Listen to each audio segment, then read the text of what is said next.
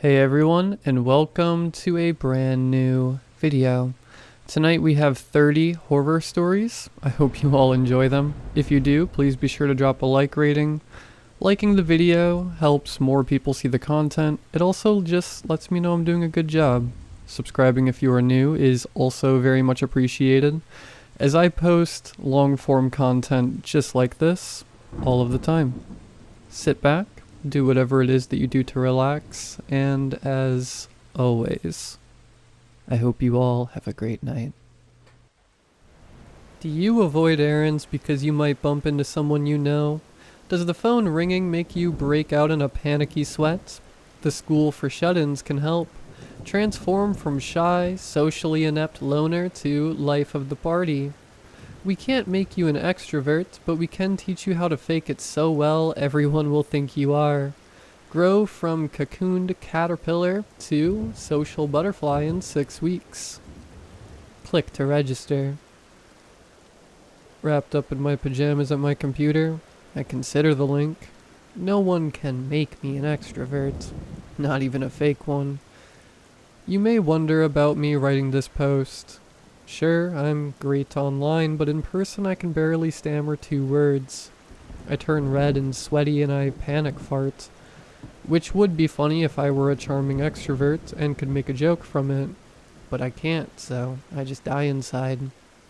Last phone conversation I had with my boss, I ended with, "Love you, bye." Because the only phone calls I ever make are with Mom. Needless to say, I quit my job. Just ghosted.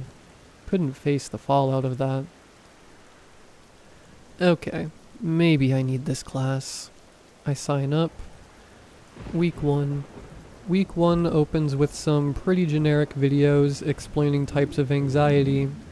Those who are comfortable are asked to write an introductory post. Those who are not can fill out as much or as little as we want of a questionnaire. But at minimum we need to pick a username. Mine is Frogger. There are 16 of us in total, and I'm surprised to find that a lot of my classmates have social anxiety even online. Only about half write an introductory post. Our other assignment is to journal about our biggest fears. I write. I'm worried that I am worthless and will never find love. I'm basically a female incel, and my greatest fear is that I will never like myself. There, I said it. I'm 22 years old. I obsess over everything I do or say. Every mistake I make burned forever in my brain. If this class can teach me to go out in the world, maybe people will like me. And if that happens, maybe I can learn to like myself even just a little bit. Week 2. We have our first Zoom meeting at the end of week 2. We're working toward week 4, which is the big week when we have our in-person meetup, which will require us to go to an actual cafe. We don't have to talk to anyone. We'll place our orders in advance, and our drinks will be waiting for us at tables with our usernames. We'll pull out our laptops and conduct class online, but we will have to be in the same space, breathing the same air, being together. It makes me nervous. I'm sure it makes everyone nervous. So to get us ready, week 3 is our first synchronous online Zoom. And to get us ready for that, week 2 is our first synchronous online chat. We only spend the last 10 minutes of class in the chat. Our instructor, Brandon, coaxes replies. Brandon: "Hey everyone, how are you doing?" Okay. How about we all just say hi? Trudy: "Hi." Brandon: "Just type hi in the chat box, please, so I know it's working for you." Trudy: "Hi." Frogger: "Hi." Everyone is nervous, and 2 people have already dropped the class. We're down to 14 students now. Our instructor nonetheless applauds everyone, even those who only lurked. He tells us we are doing great. Week 3. Week 3 is our last online session. We join Zoom. On screen, our instructor smiles at us from the actual coffee shop where we will meet next week. Patrons sip drinks and bustle around him. The instructor cannot see us. Our cameras are off. But he invites us all virtually to pull up chairs with our coffees. Brandon is a pleasant, professional man in his mid-40s with red hair and a beard, chubby and good-looking. Brandon says comforting things like, "I won't expect you to talk. Don't worry. I actually love sitting in silence. Sometimes if I'm nervous, I pretend that instead of a person, I'm a cat. No one can talk to me because cats can't talk. That's how I used to convince myself to go out places. Not as Brandon, but as Cat Brandon." Wow, dorky. Makes me feel better about my own dorkitude. There's no pressure to say or do anything in the chat. After an hour, Brandon finally says that next week will be just like this, but we'll be in person. And remember, next week we're all cat people. We don't have to talk. We actually can't talk. It's not allowed, so don't be scared. But if you are, that's okay. You can be scared, cat, at your keyboard, just like today, and that's fine. Okay, Brandon, I think I can do the meetup. I'm ready for next week. Some people clearly aren't, though. We're down to only 12 students. Week 4. The coffee shop is exactly like it looked on Zoom. I find my seat with my name tag, which also has a cat version of me. We had to make these as homework and send them in. I can also see everyone else's cat versions. One person has a zombie cat, and another a cutesy animal cat. And of course, there are house cats and meme cats. I sit down and take my hot cocoa and open my laptop and join the chat.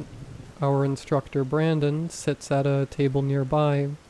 He definitely saw me come in, but he doesn't look up, doesn't turn around, doesn't even make eye contact. He also has his cat picture up, a fluffy ginger tabby. Cat Brandon. He can't talk either, per the rules. Okay, just a bunch of weirdos with coffee and cat pictures sitting around doing nothing. Check. Can do this. I wish I weren't sweating so hard right now. My stomach's in knots. About half of the other students are here already, and I'm surprised at the diversity. A 30-something woman in sweats, a man who might be in his 50s, a teen girl who is the only person younger than me, with pale skin and haunted, sad eyes, dressed in goth style, complete with smoky eye makeup. One guy, whose name is George, arrives late and says a nervous, "Hi, hey," to everyone as he sits at his place. We are all aghast. George, we're cats. You can't break the rules. No talking. Thankfully, George reads the room and stays quiet. Brandon's fingers rap on his keys into the chat. Brandon. All here? Good. Let's begin. Week 4, post-class. So the cat thing was actually pretty fun. In the chat, Brandon asked us each why we picked our specific cats. We could pass or engage. Then Brandon broke us off into pairs, to meet each other or to be quiet cats, if we didn't feel like talking. I even made one friend. Goth Girl. That's her username, but I'll call her Gigi. Is the first person I was paired with. She's closer to my age, so I think I was sort of drawn to her to begin with. And she's kind of cute, and okay, let's be real. I am never going to approach a cute girl IRL, but like, from my keyboard? I asked her about her cat pic, which is this super creepy, scary monster thing that honestly does not look like a cat at all. And she was nervous to share, so she told me to go first. Frogger. Okay. Well, mine is a cat in a frog hat because I have kind of a weird frog face. Gigi snuck a peek at me from across the table, then quickly looked down again and typed. Gigi, I don't think you look like a frog. Well, maybe a little. Frogger. It's okay. I totally do and know it.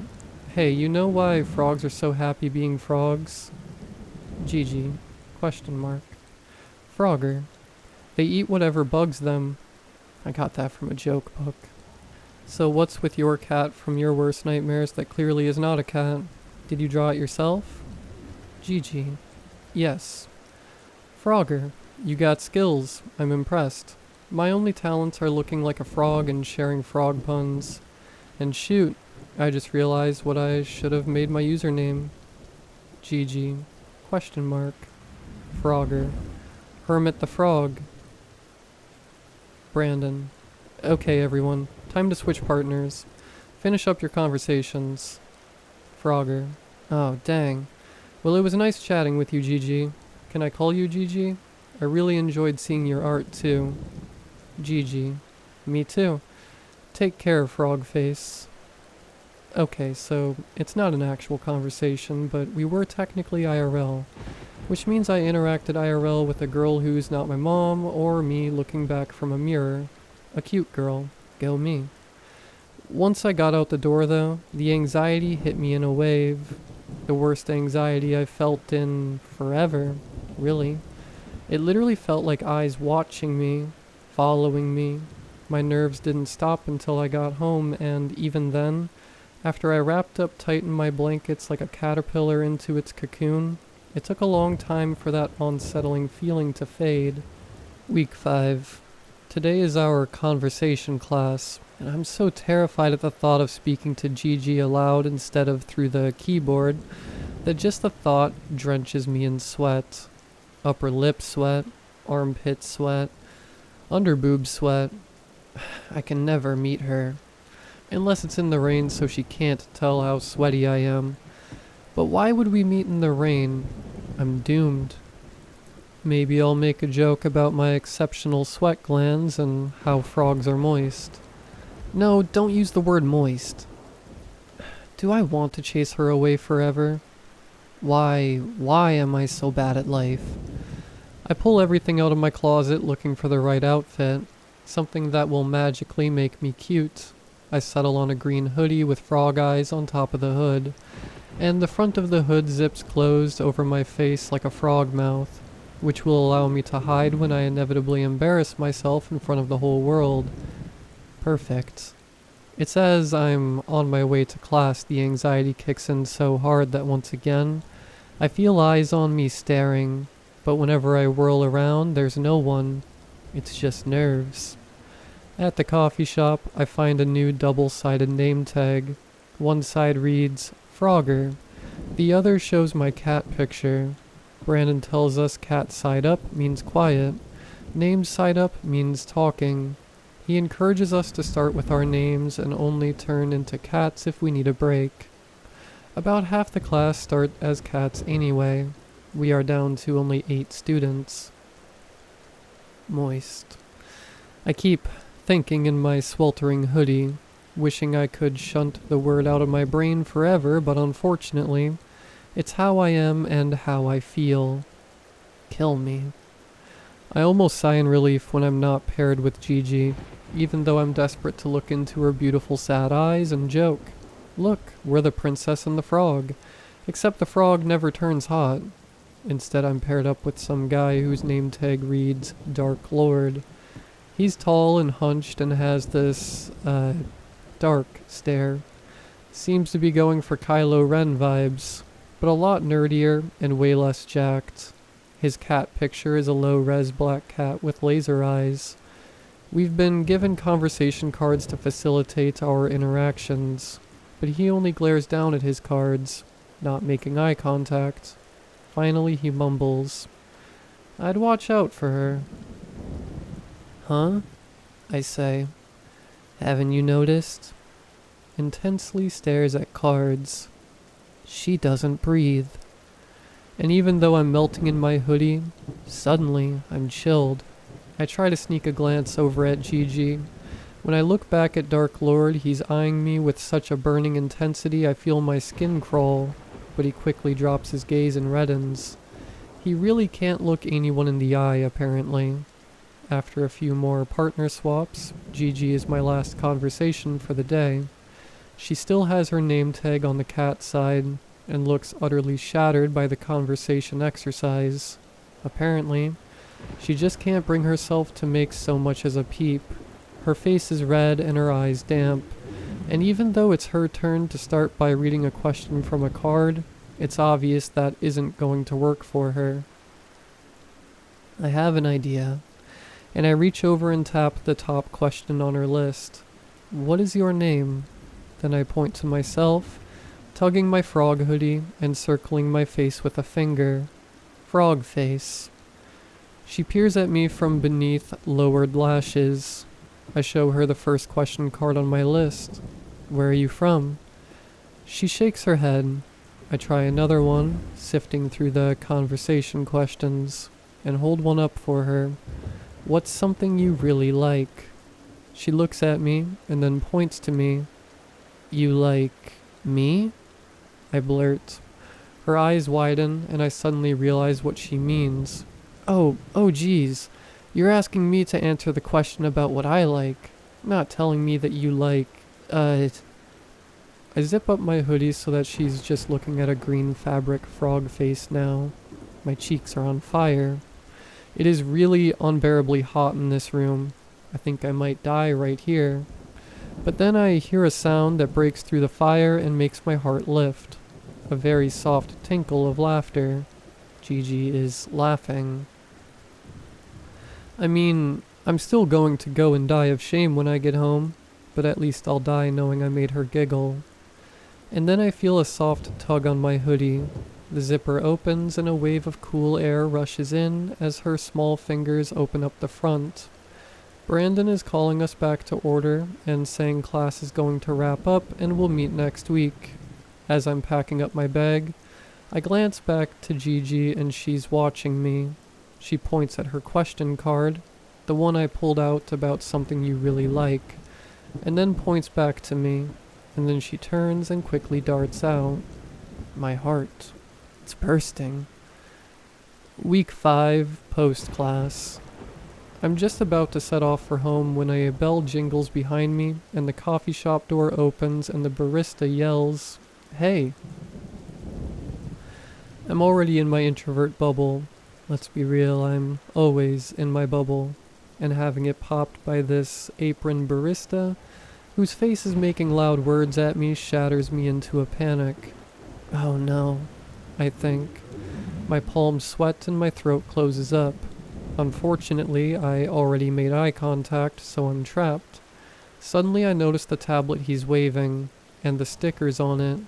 It belongs to Gigi. Finally, the sounds tumbling out of his lips register. One of your classmates forgot her tablet. Not knowing what else to do, I hold out my hand. My internal monologue flares up. What if he thinks you're trying to steal it? What if he takes the opportunity to strike up a conversation? You'll have to pretend to faint, and when he goes in to get water for you, wake up and run away. But the employee smiles and says, "Thanks," and hands me the tablet and heads back inside, and I breathe a sigh of deepest relief. Well, I survived that. The sky overhead is a deep and beautiful purple, the stars just coming out to twinkle, and as I recover myself, looking up the street for Gigi, it feels like they're shining just for me. I spot her tiny form retreating in the distance and I follow her. For once, I don't have that feeling of eyes on me, watching me. It must be because my nerves are finally settling. Am I becoming a better, braver Frogger? I fantasize about handing her tablet back to her, our hands touching. No, she will snatch her fingers away in disgust, and God, even my fantasies are a fail. I fantasize about smiling and tucking my sweaty hands back into my pockets after I hand her tablet to her, and offering to walk her home. But with each passing step, it feels less romantic. More like I'm just a stalker. If she'd only turn around for a second so I could wave. I should just go home, keep our interactions safely online, and I'm about to do just that when my phone pings. Dark Lord. Look. Dark Lord. Picture. I click the links and open 2 images that I stare at for several moments in confusion. The first is a class of 1993 yearbook photograph. The hairstyles and clothes outdated. The second is a senior photo from that same yearbook, with the name Genevieve Grayson. Genevieve looks exactly like Gigi. Frogger. Whoa, is that her mom? Dark Lord. Are you an idiot? It's her. His insistence on some girl from a 30-year-old yearbook being Gigi seems ridiculous. It has to be a relative. I mean, it looks exactly like her, but for that to be Gigi herself would be impossible. And yet, a shiver creeps along my spine, because it's not just a resemblance. The girl in the yearbook photo looks, well, identical. Something isn't right here. Something isn't watched. I feel like I'm being watched. I glance around and then I tuck the tablet into my bag. I've lost all trace of Gigi. I'll have to message her about the tablet later, but now as I turn and hurry home, I'm certain I hear footsteps behind me, certain that eyes are on me, following me, that something is drawing nearer and nearer. Meanwhile, my phone is pinging again and again. I risk a glance and see Dark Lord messaging me. Dark Lord, have you noticed how the class keeps shrinking? Dark Lord, I got the class list from the teacher. Well, stole it. Dark Lord, anyway, people aren't dropping. Dark Lord, they're disappearing. I found missing persons reports. I tried to tell Teach, but he thinks I'm a conspiracy theorist.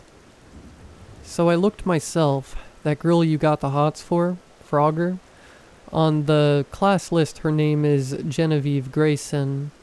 Same as that yearbook. And guess what I found out about Genevieve? Frogger, are you still there?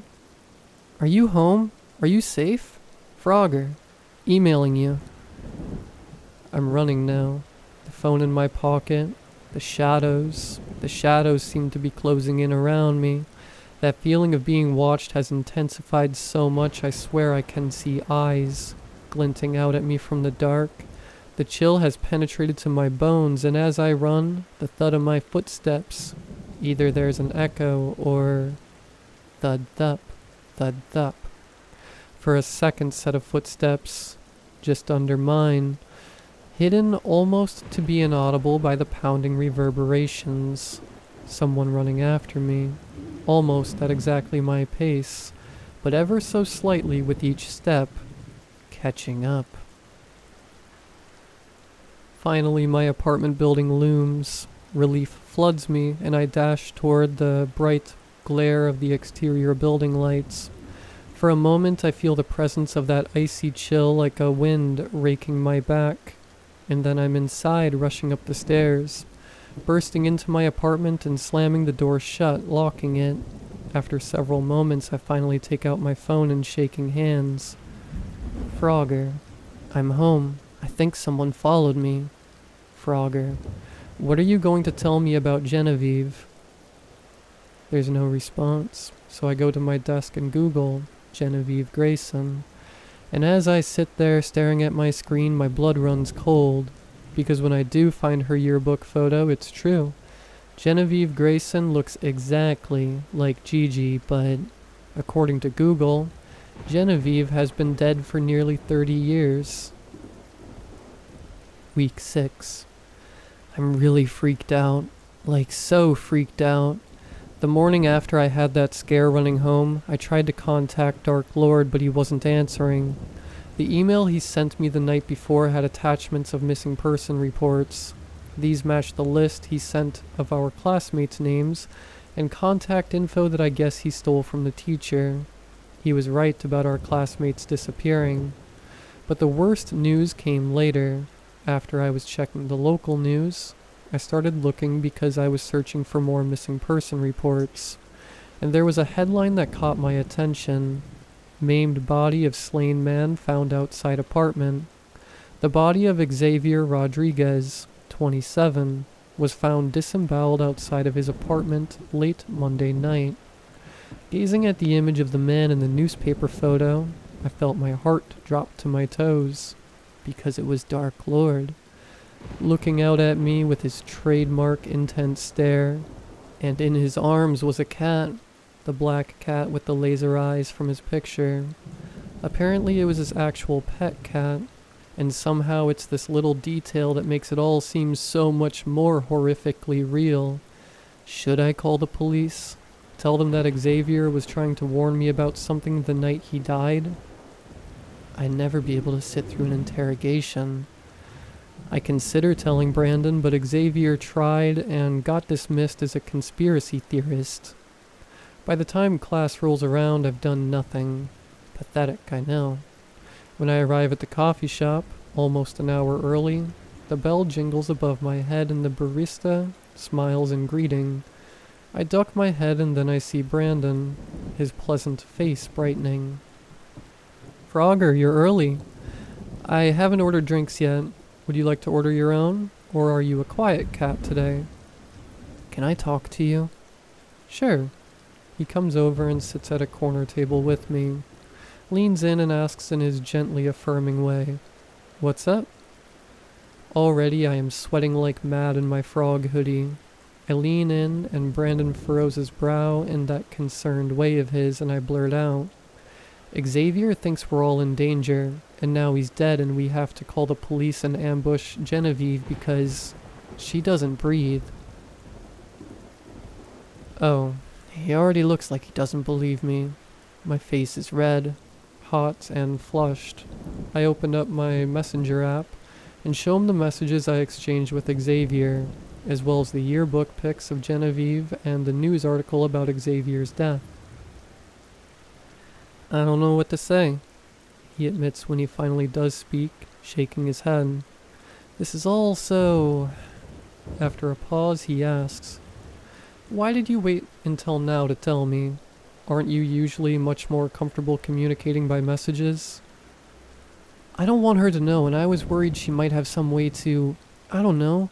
I mean, Xavier hacked your site and got access to your class roster.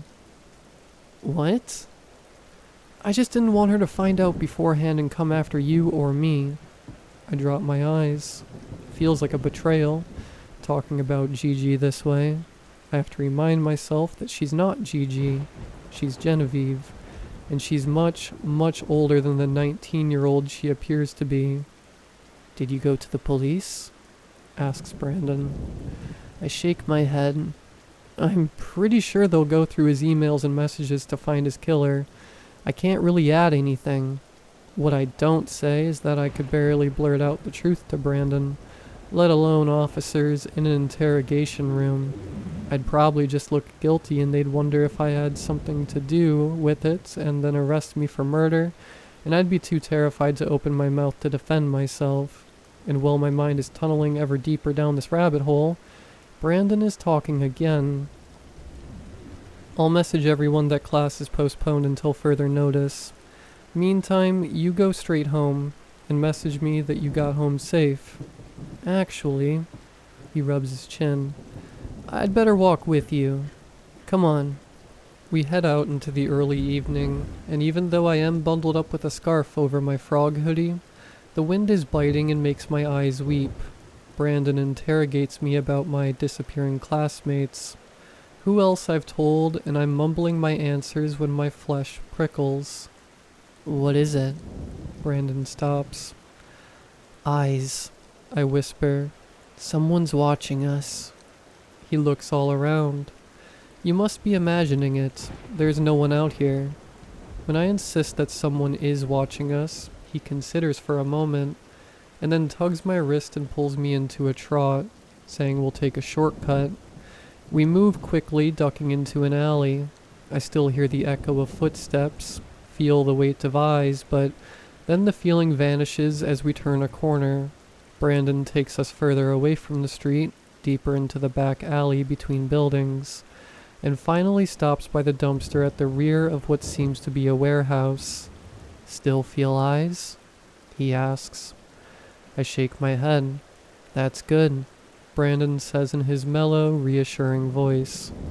I wouldn't want there to be any witnesses to your imminent demise. Huh? His words register too late. And then I'm on the ground, struggling for air because he has me pinned. He smiles and his teeth are long, sharp, and there are too many of them to fit in his mouth. He lifts a hand to wipe away the saliva that dribbles down his chin, and his eyes have a feral glow. Xavier got too close, he remarks. I had to get rid of him. Didn't realize he showed all his findings to you.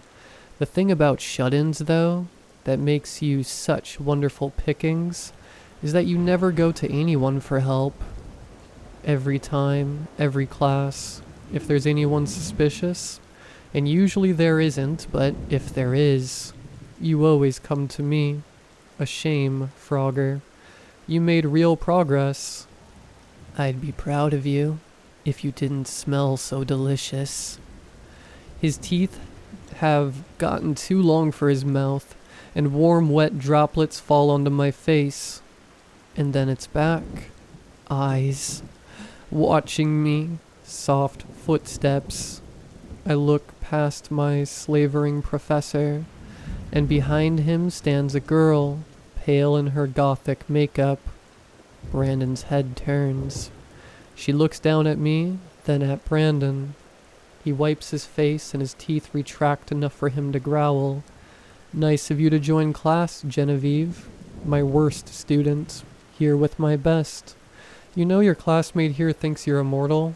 A shame she doesn't have my sense of smell, or she'd know better. He inhales deeply and smiles, a smile that cracks his face wider than should be possible, revealing that those teeth run in rows deep into his skull. Then he tells her to please wait and not run and make him chase her. I hate exercising before dinner. When he turns back to me, his jaw is open wide enough it seems he might swallow my head whole. Stop. It's a whisper, but the first word Gigi has ever spoken. To my shock, Brandon does stop. He blinks and turns. What's that?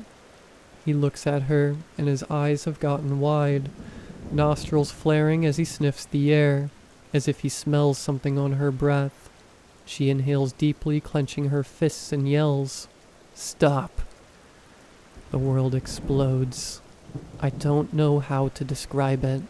It's like the word leaves her body, and in the air becomes a great dark mass of blackness, shadow given form, and at the same time her real body, her human body, collapses like a deflated balloon, and the thing that emerges from her voice expands like spilled ink across my vision, stretching up and above us, and for just an instant, as it looms, all solid black except for vaguely pointed ears and the flashes of white that might be teeth, I recognize it, the cat she used for her name tag picture. Cat Gigi. But of course it's not Cat, and never was. And apparently now that it's been freed by her voice, Brandon can definitely smell it, because in the instant before it envelops us, he springs, leaping with a shocking agility away from me and up the side of the building. But that liquid shadow spills upward just as fast, and his screams vanish into gargling. There is a crunching and squelching, and blood rains down on me, and then I hear screaming, and this time it is my voice, and I'm running as fast as my legs will carry me. Graduation. Brandon's corpse has not been found. He's been listed as a missing person just like all my classmates. The only exception is Xavier. If I had to guess, Brandon was interrupted at the scene and fled to avoid being caught by someone who wasn't a shut-in. It's been weeks, and I still haven't told anyone all of this. Who would I tell? Ironically, even though Brandon's class didn't make me an extrovert, I've gotten better at things like grocery shopping. I guess after the last lethal lesson, well, I found there are scarier things in the world than small talk, though it's still in my top 10. Oh, also, Gigi messaged me. Gigi. Hi. Hope you're okay, Frogface. Sorry if I scared you. Me. Sorry for thinking it was you disappearing people. I was completely suckered by Brandon. GG. It's okay. Me. So it was you following me all those times. Watching me. GG. Yes. Me. You knew what Brandon was and were trying to protect me. GG. Honestly, I had no idea about our teacher. The truth is, I followed you because I like you. You seem sweet. I'm sorry I shouldn't have been following, I just took the class because I have no friends. Me. Oh, well, kinda glad you did. If you hadn't, I'd probably be dead. GG. You're not mad, Frogface? Me. No, I actually, I followed you too the other night. Wasn't trying to stalk you, but you left your tablet. Me. So you're not gonna try to eat me? Have frog legs for dinner? GG. No. Me. What about that super scary monster? Cat GG. GG. If I don't use my voice, it sleeps. Me. So we can be friends? GG. Yes. Me. Okay, well, I have to give your tablet back, so how about we meet next week? Like we do in class. I'll order your drink for you so you don't have to talk. We can call it our graduation. GG. Yes, please. Me. We'll have a hopping good time. Shut up. She thinks my jokes are cute. So, my new friend might be a monster. And she did just eat our teacher, but you know what? I'm cool with that.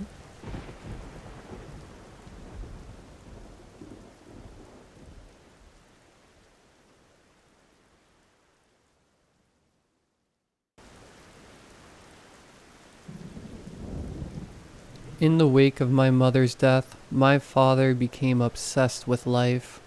It shocked no one when Mom passed, given her proclivities for smoking, drinking, and gorging herself, but the drawn-out nature of her death surprised me.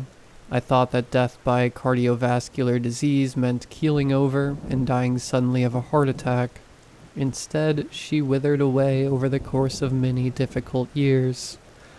I was 8 when she passed, and my dad became a whole new person in the aftermath. He grew obsessed with health and longevity. An innocuous fixation at first, but one that quickly spiraled out of control. One morning, weeks after her death, my dad shook me awake at 4 a.m. and drove us to a lake a few miles from our house. He dragged me down to the shore and pushed me into the cold water, and I was certain for a moment that he was lost to bereavement psychosis, about to drown me and then himself. Instead, he jumped into the water beside me and started droning on about the health benefits of cold plunges.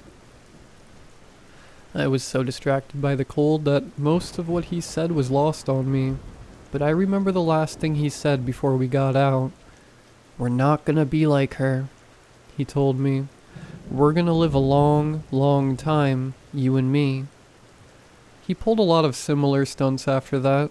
It felt like every week there was some new method he wanted to try out with me. Some of them more scientifically backed than others. A few of them I grew to like. Clean eating, meditation, sauna therapy. Others I wasn't a fan of. Cold water plunges, detox diets, acupuncture.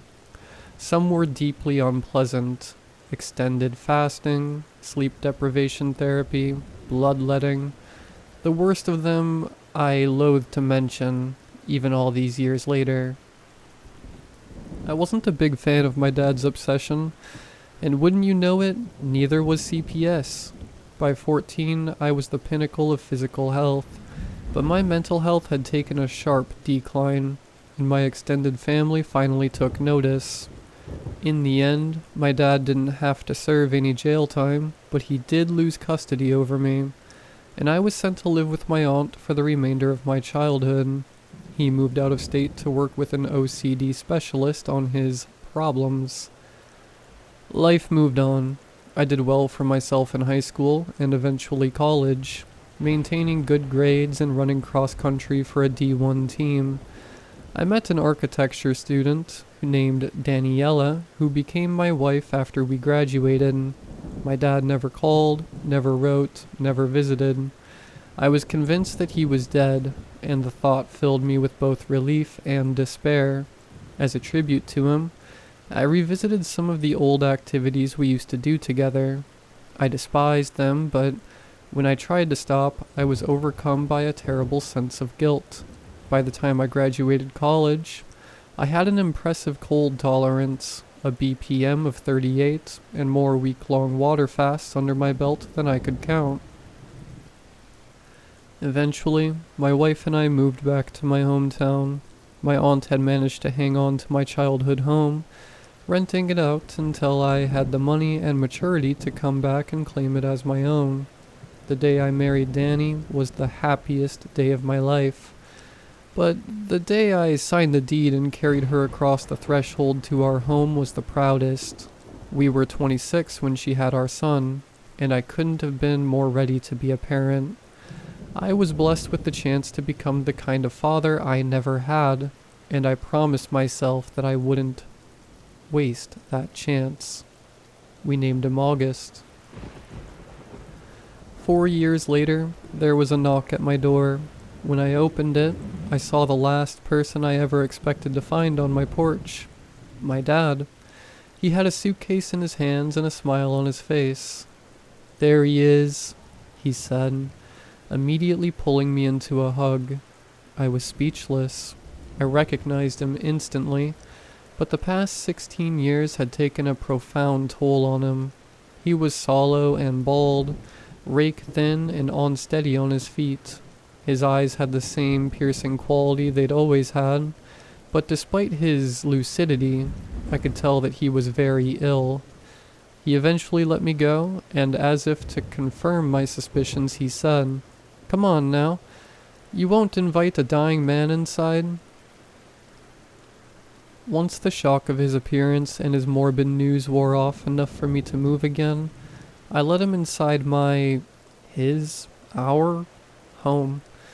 He set down his suitcase in the living room and took a seat on the couch, taking in the room while I nervously sat on the chair across from him.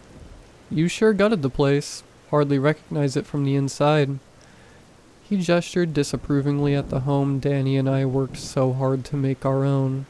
"Wanted to remove all traces of your old man before you moved in, did you?" I didn't humor the contentious question. Instead, I asked him what he was doing there, and with all the nonchalance of someone commenting on the weather, he told me that he had a glioblastoma. He had been fighting the cancer for years, undergoing surgeries, radiation, and chemotherapy to no avail. Eventually, it all became too much, and my dad, who had never given up on anything in his life, finally decided to throw in the towel. "They said I've got a few months at most," he said with a laugh. "Ain't it ironic? All that work just for God to snap his fingers and send me to an early grave anyway." He gave me a sad, wistful look, and for the first time, he looked like the dad I knew before my mom's death. "I know it's been a long time, son, and I know I haven't been there for you, but I'm hoping that, with the little time I have left, I can finally start making up for it." I accepted immediately. He was still my dad, no matter how rocky our relationship had been, and I certainly wasn't going to cast him aside now that he was so ill. Poor Danny was in for a shock when she came home from work, but she hid her surprise much better than I did, and welcomed my dad graciously into our home. The three of us ate dinner together, and then I set my dad up in our guest bedroom as Danny put our 4-year-old to sleep. "Are you sure you're okay with all this?" Danny asked me later as we tucked into bed. "Me? I was about to ask you the same thing." I laughed, but Danny didn't laugh along with me. Instead, she regarded me very seriously, her hand reaching out to trace along the phlebotomy scars on my arms. I promised her that she and August were still my top priority, but it did little to ease her disquiet. Unsure how to comfort her, I eventually drifted off into an uneasy sleep. That night, I had the strangest dream. I was in a meat locker, laying on the cement floor while a faceless butcher flayed me with a curved blade. I screamed and fought, but my torturer didn't stop until every inch of my flesh was exposed to the freezing air. Once he was finished, he grabbed one of the hanging carcasses by its leg and brought the knife to its stomach, slicing a long, vertical slit into the meat. Letting the knife clatter to the floor, the butcher dug both of his ungloved hands into the slit, then violently pulled them apart. He inclined his head towards my writhing form, pointing towards the hole in the carcass in a wordless question. "Coming in?" I woke up with a jolt, sweaty and sick to my stomach from the nightmare, which had been so vivid that I had to take a few moments to ensure my skin was still attached to my body. Once I had steadied myself, I got out of bed and made myself presentable. I found Danny cooking breakfast in the kitchen. My dad was there too, sitting at the table and helping August cut up his pancakes and strawberries. The sight of three of them sharing a happy moment together made my heart soar. Forgetting my dream, I joined them, cooking and sharing stories of the past 16 years with my father. It was a perfect morning. I enjoyed having my dad in my life again, but his rapidly declining health was difficult to contend with. I did my best to care for him while still giving him privacy and autonomy. Deep down, although I knew it was unfair, I couldn't help but be frustrated by his weakness. So it was all for nothing. I wanted to scream at him. "You put us both through all that, all those years, just so you could leave me again?" Instead, though, I put on my brightest smile and tried to make his days as easy as possible. I had learned nothing from all those fasts, if not restraint. I was prepared to watch someone's body shut down. I had my mother to thank for that, but I was unprepared to witness the deterioration of my dad's mind. His personality fluctuated often and violently. Sometimes I had my old man back, the witty, caring father who had provided so dotingly for my mother and me.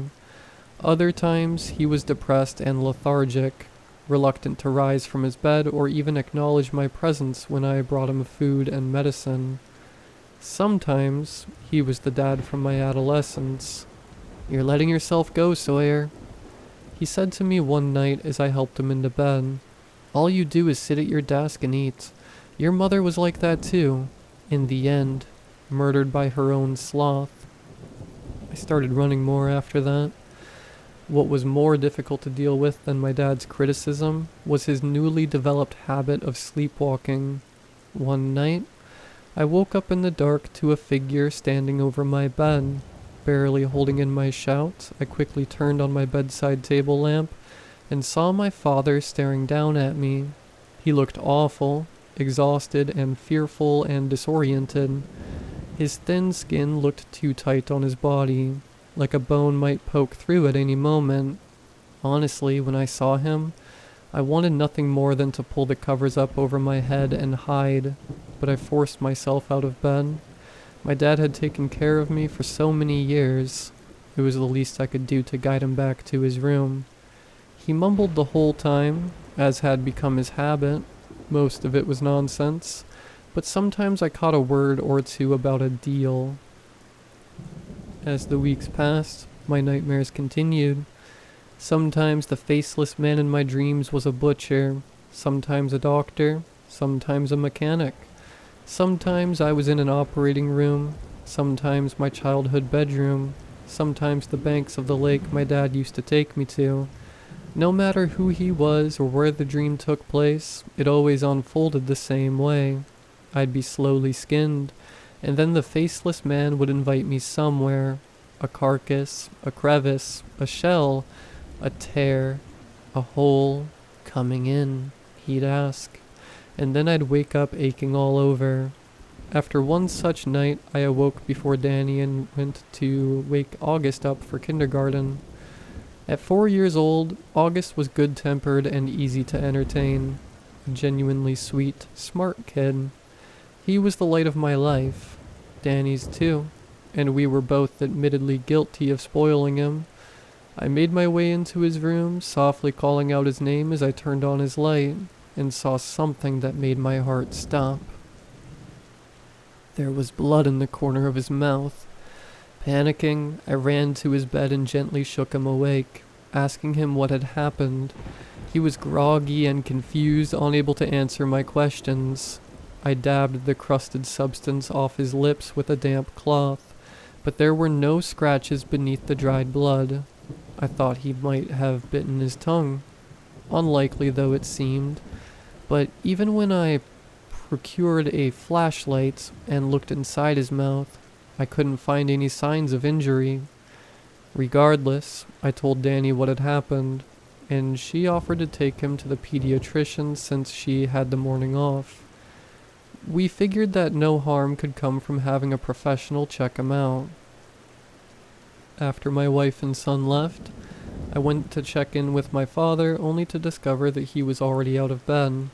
I found him in the dining room, staring out the window at Danny's car as it pulled out of the driveway. "Everything all right?" he asked without taking his gaze off of the window. "I think so," I said, reaching into the fridge for the pitcher. I offered my dad some water, and he gave me a small nod in answer. I poured cold water into a glass and made my way over to the table. I set it down before him, and then he wrapped his hand around the glass. I studied that hand for a full minute, confused at first and then unnerved. "What happened to your hand?" I asked. My dad pulled his eyes away from the window to look down at the angry slit running up the pad of his thumb. "Cut it a few days ago. Happened when Daniela and me were making dinner." No, he hadn't. I would have noticed. I would have bandaged it for him, and the cut looked too fresh besides. "Dad?" I took a step forward. "Were you in August's room this morning?" His sharp eyes met mine. He studied my face for a moment, then his head tilted ever so slightly to the side. A faintly disappointed expression overtook his features. It made the scars on my arm sting. "You know, Sawyer, you really take after your mother." He raised the glass to his lips and drank. When he finished, he set it on the table with a sigh, announcing that he was tired. I helped him to bed, and then I took a very long run. I didn't mention his thumb again, but I did start locking his door at night. The days dragged on, and my dad got worse. Danny grew withdrawn. The faceless man's visits became more frequent. "Coming in?" I nearly jumped out of my own skin. It was a sunny afternoon, and I was in the kitchen with Danny as she filleted a fish for our lunch. "What?" I asked her a bit too loud. "Are you coming to the inn?" She repeated slowly. "The one downtown, remember? Where my firm's hosting that dinner? My sister said she can take August for the night." Danny's knife slipped under the fish's skin. It yielded with ease, peeling away in long sheets to reveal the meat beneath. The room suddenly felt very hot. I opened my mouth, fully intent on responding, but instead I doubled over, both hands coming to rest on my knees, and retched. I stayed home that night, though I had to convince Danny I was well enough to care for both my son and my father on my own. With some reluctance, she left for her company dinner just after dark. I spent my evening playing with August. Never before had I been so grateful to have him around. Although my nerves were a wreck and my body ached, being around my son made me feel lighter. He was such a good kid, so curious and joyful. When he had tired himself out from crawling around and playing with his toys, I put him into his crib for the night, took a deep breath, and then went to check in on my dad. I found him in his bed, propped up in a sitting position and staring at the door like he's been waiting for me. Perhaps he had, for the minute I stepped into the guest room, he began to speak. "Come here," he instructed. There were no lights on in the room, just the ambient light from the moon and stars spilling in through the windows. Figuring he preferred it that way, I walked into the dark room and took a seat on the edge of his bed. Outside, it had begun to storm. "I tried so many things," he began. "So many things, and look where they got me. All those routines, all that restriction. None of them could stop my own cells from destroying each other. Didn't stop me from looking, though. I kept searching after my diagnosis, searching for anything that could give me more time. And you know what, son? I found it." I looked at him as he spoke, finding myself squinting involuntarily. Despite being seated so close, I couldn't see his face very well. What did you find?" "Someone who could help. For a price, of course. But nothing in this world comes for free. Your old man taught you that, didn't he? You gotta tear your body apart if you want it to grow back stronger, healthier." "I don't understand." "You don't have to. No one else can really understand the deal I made anyway. But I don't have much time left, and before I go, I need you to tell me." He leaned forward and all I could see of his face was a glint of teeth. "Do you want to know how to live forever?" Feeling a pang of anger at the question, I shook my head. "No?" my dad asked, the surprise palpable in his voice. "No, Dad, Christ. You are still more concerned about cheating death than you are about appreciating the life you've lived. Even now. You've missed out on so much because of this obsession. I've worked hard for what I have now, for this house and my job and Danny and August. If I lived forever, there'd be no meaning to any of it. So no, I don't want to know.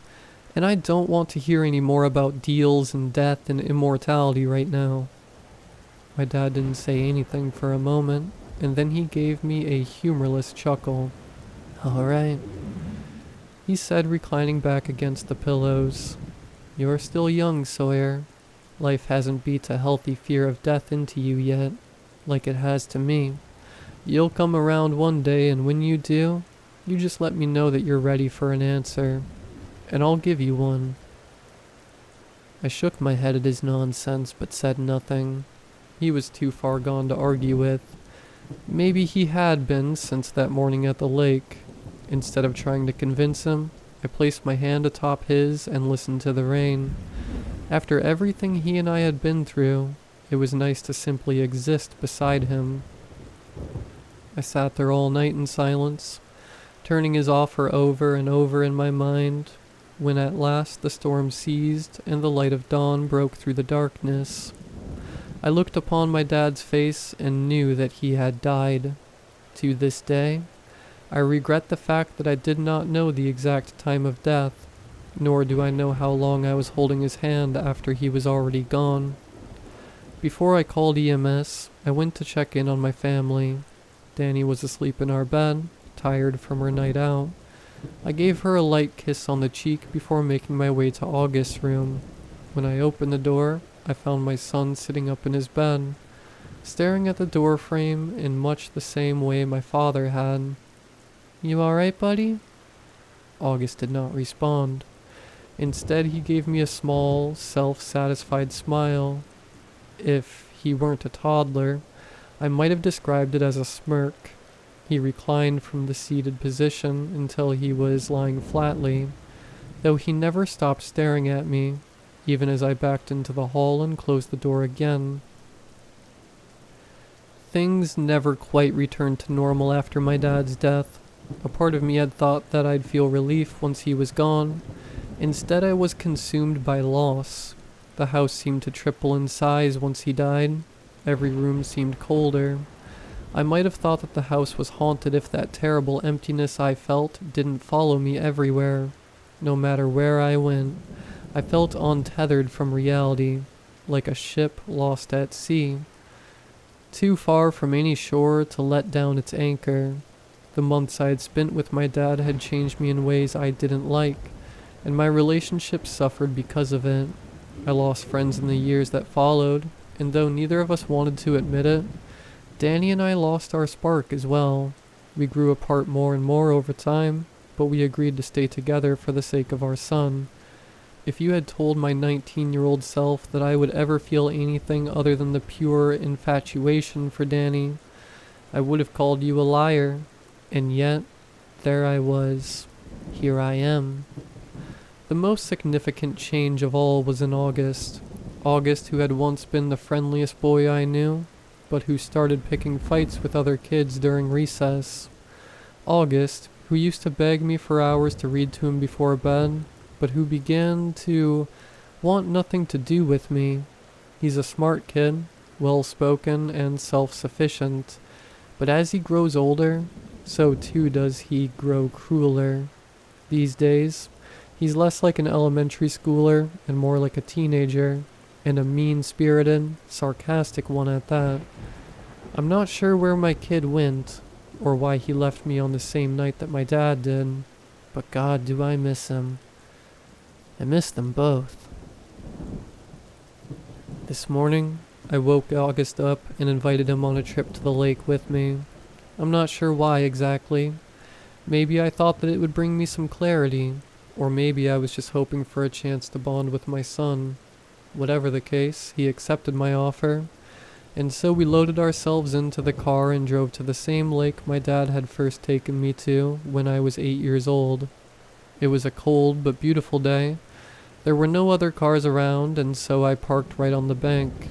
I stepped out of the car into the bracing morning, walking down the shore with my son close behind me. Once we made it to the water's edge, August picked up a smooth rock from the shore and flung it towards the water. It was an impressive throw, and the rock skipped a full quarter of the lake's length before finally sinking beneath the surface. I wondered where he'd learned how to do that. Your grandpa used to take me out here, I told him. I had planned to follow up the statement with a happy memory of my dad and I at the lake, but none came to mind. Instead, I stood there in awkward silence, towing the sand at my feet as August searched for more stones. How'd Grandpa die? August asked suddenly, watching his pebble as it skipped across the surface of the water. Cancer. He had a tumor in his brain. Skip. Why didn't he just cut it out? I'm sure he tried, and every other cure under the sun. Your grandpa, he was a bit of a health nut, actually. Completely obsessed with living a long life. He once asked me... I trailed off, considering whether it was appropriate to share my father's last words with my 8-year-old son. But when I looked over, August was giving me his full attention, and that occurrence was such a rarity that I was encouraged to finish. He once asked me if I wanted to know how to live forever. What did you say? I said no. Why? Why indeed. My dad had been right. I was young and stupid when he'd asked me that question. I had thought that I had all the time I needed. I thought I would be forever satisfied with what I had. The past 4 years had made me doubt my contentment, but I couldn't tell August that. I couldn't set him down the same path that my dad had gone down. Couldn't leave him forever unsatisfied with the time he had left. Because there'd be no meaning to life if we were all immortal, I finally answered. August looked as unconvinced as I felt. He looked out at the far bank of the lake, his expression solemn. He appeared far beyond his years. What about you, August? Do you want to know how to live forever? He looked back at me slowly, smiling that self-satisfied smile. When he locked eyes with me, he gave me a wink. I already do. He took off from me then, running until he was knee-deep in cold water before diving inside.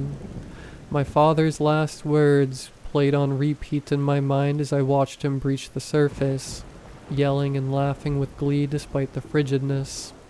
My scars burned hot with the knowledge that whatever I had done had not been enough. In that moment I knew. Hey, he shouted at me from the water. Coming in?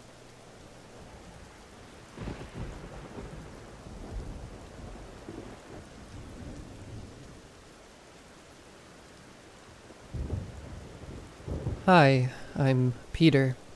I work as a customer support for a video game that you've almost certainly heard of, if you're here on Reddit. Let's call it Wizard Quest for safety's sake.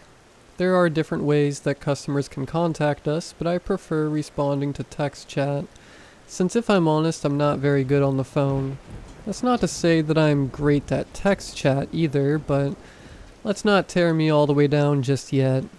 There's a bunch of things customers might choose to contact us about, whether it's payment issues, they're locked out of their account, or problems in the game itself. Our bosses really don't like us helping with any of that last stuff, so it's pretty much always going to be a polite redirect there. The customer who started all of this off didn't seem to be after any of those things. Her character name was Rustonafly, and her ticket just said, "Hello." In my experience, those tickets are usually either completely pointless, or hiding a complex tech issue that requires about 5 hours to solve. For anonymity purposes, I'll just use my name as CS Pete. CS Pete. Hello, this is CS Pete, contacting you in regard to the ticket you sent. What did you need assistance with? Rustonafly. Hey you, I need a word. Well, this already put my nose out of joint because I don't like having to repeat questions. I hate it when customers need you to coax answers out of them. So I left it a few seconds to see if she'd follow up with anything. When it became clear that she wasn't about to type anything else, I gave up and asked again. Good morning, what did you need a word about? Rustonafly. What's it about? Well, this didn't seem to be going well at all. Perhaps English wasn't her first language. I tried to figure out what I'd said that was unclear, but I was already behind on ticket count. We have a target number to close a day, and I am not good at thinking when stressed. After a few seconds of further silence, I gave it another try. CS Pete. It is about the ticket you sent. It just had the description, "Hello." I wanted to ask if you need help with something. Rustonafly. I think I left a book here yesterday. It might have got mixed up with the others, but mine wouldn't have had a sticker in it. I frowned. Was this a prank? Did she think this was the library she'd contacted? But that made no sense. I could see from the ticket info that she'd sent it from in-game while playing on a character, not by email or on the online form, which, congratulations to anyone who finds a way to send a ticket to us through that route. Well, either way, she'd sent a message and I could hardly ignore it, no matter how bizarre it was. I tried to think it over. There were certainly books in-game, but they were just items you used to teach your character spells, or readable items that explain lore, or had silly little stories in them. You could trade them to other players, or sell them to in-game vendors. But it wasn't a game where you could just drop the item on the floor for anyone to pick up. As for stickers, well, that was anyone's guess. Perhaps she was just using a translation that was missing the meaning. I decided to ignore the parts I didn't understand and gave it another shot. CS Pete. Is this an in-game item that you have lost? I can search for it if you have the name. Rustonafly. I don't think so. All the ones I checked had one. CS Pete. What is the book called? Rustonafly. Please, it's Losing My Sins. I've checked everywhere else. CS Pete. Okay, 1 second. I'll check the logs. I didn't recognize the name offhand, but that didn't mean much. While I used to play the game constantly, most of my friends had split off to their own lives or different games, and it wasn't so interesting for me anymore. I was out of touch with a lot of the new stuff these days. First things first. I was going to look at her character's inventories to see if she hadn't just stored it on the wrong one, or maybe just deleted or sold it to a vendor. Before I could do anything though, her next message came through. Rustonafly. Tell you what, why don't we check in the back? Follow me. And then I saw she had gone offline. It bothered me that she hadn't waited even a second for me to do the checks I'd promised, and I was a little irked that she'd raced away so fast. Perhaps she'd disconnected. I figured that I should maybe give her the benefit of the doubt, instead of jumping to the worst conclusion. But then I actually thought about her message, and found myself distracted again as I wondered what she was talking about. Maybe she was just agreeing with my plan to look through the logs. Well, either way, I left her to whatever she was doing, and looked through her character inventories. Nothing. I was about to bring up the logs when I realized I should probably check on the item itself. Bringing up the fan database, which was far better than anything the company provided, I got no results for losing my sins. I tried a couple of other searches, and sins brought up a bundle of items and quite a few spells too, but no losing my sins. Since Rastanafly didn't seem to be in a rush to come back, and I was in a rush to get numbers, I closed her ticket after writing a quick, bland response. I just advised her that I couldn't find the book she was talking about, and she'd need to provide some more info on what exactly had happened. That lunch, in the office canteen, my friend Toby spent most of the time telling me something about a debate that sounded more like an argument he'd had with a colleague over the best way to handle an irate customer. I wasn't really listening, but I made what I hoped were the correct noises in response while I focused on the dried out husk that the blackboard had called a chicken schnitzel. "Hey, is something up?" Toby asked towards the end of lunch. "You seem off today." I hadn't really noticed it myself, and yet when he brought it up, I suddenly realized he was right. Listlessly, I poked at the crusty remains of the schnitzel. "Nothing's wrong, but I feel weird. Like I had a bad dream and I can't remember what it was, but everything's reminding me about it." That seemed to make Toby quite cheerful. "Oh, I had one of those. So this one time..." And off he went again. Whatever happened in his dream, I missed it, but I couldn't stop wondering why I felt so unsettled. The next day was Saturday. I figured I'd pop over to the library to pick up a random comic or two, since I was supposed to be saving up for a holiday, and I wasn't sure I was ready to commit to a long-term series. It wasn't very busy. Spread over 2 floors, it had an elderly, almost clinical vibe. There were no cheerful decorations up, no stands with pictures of cartoon characters, and outside of the books themselves, everything was either white or pale green. The librarian station was a circular desk in the middle of the lower floor, and most people could be found somewhere in the vicinity.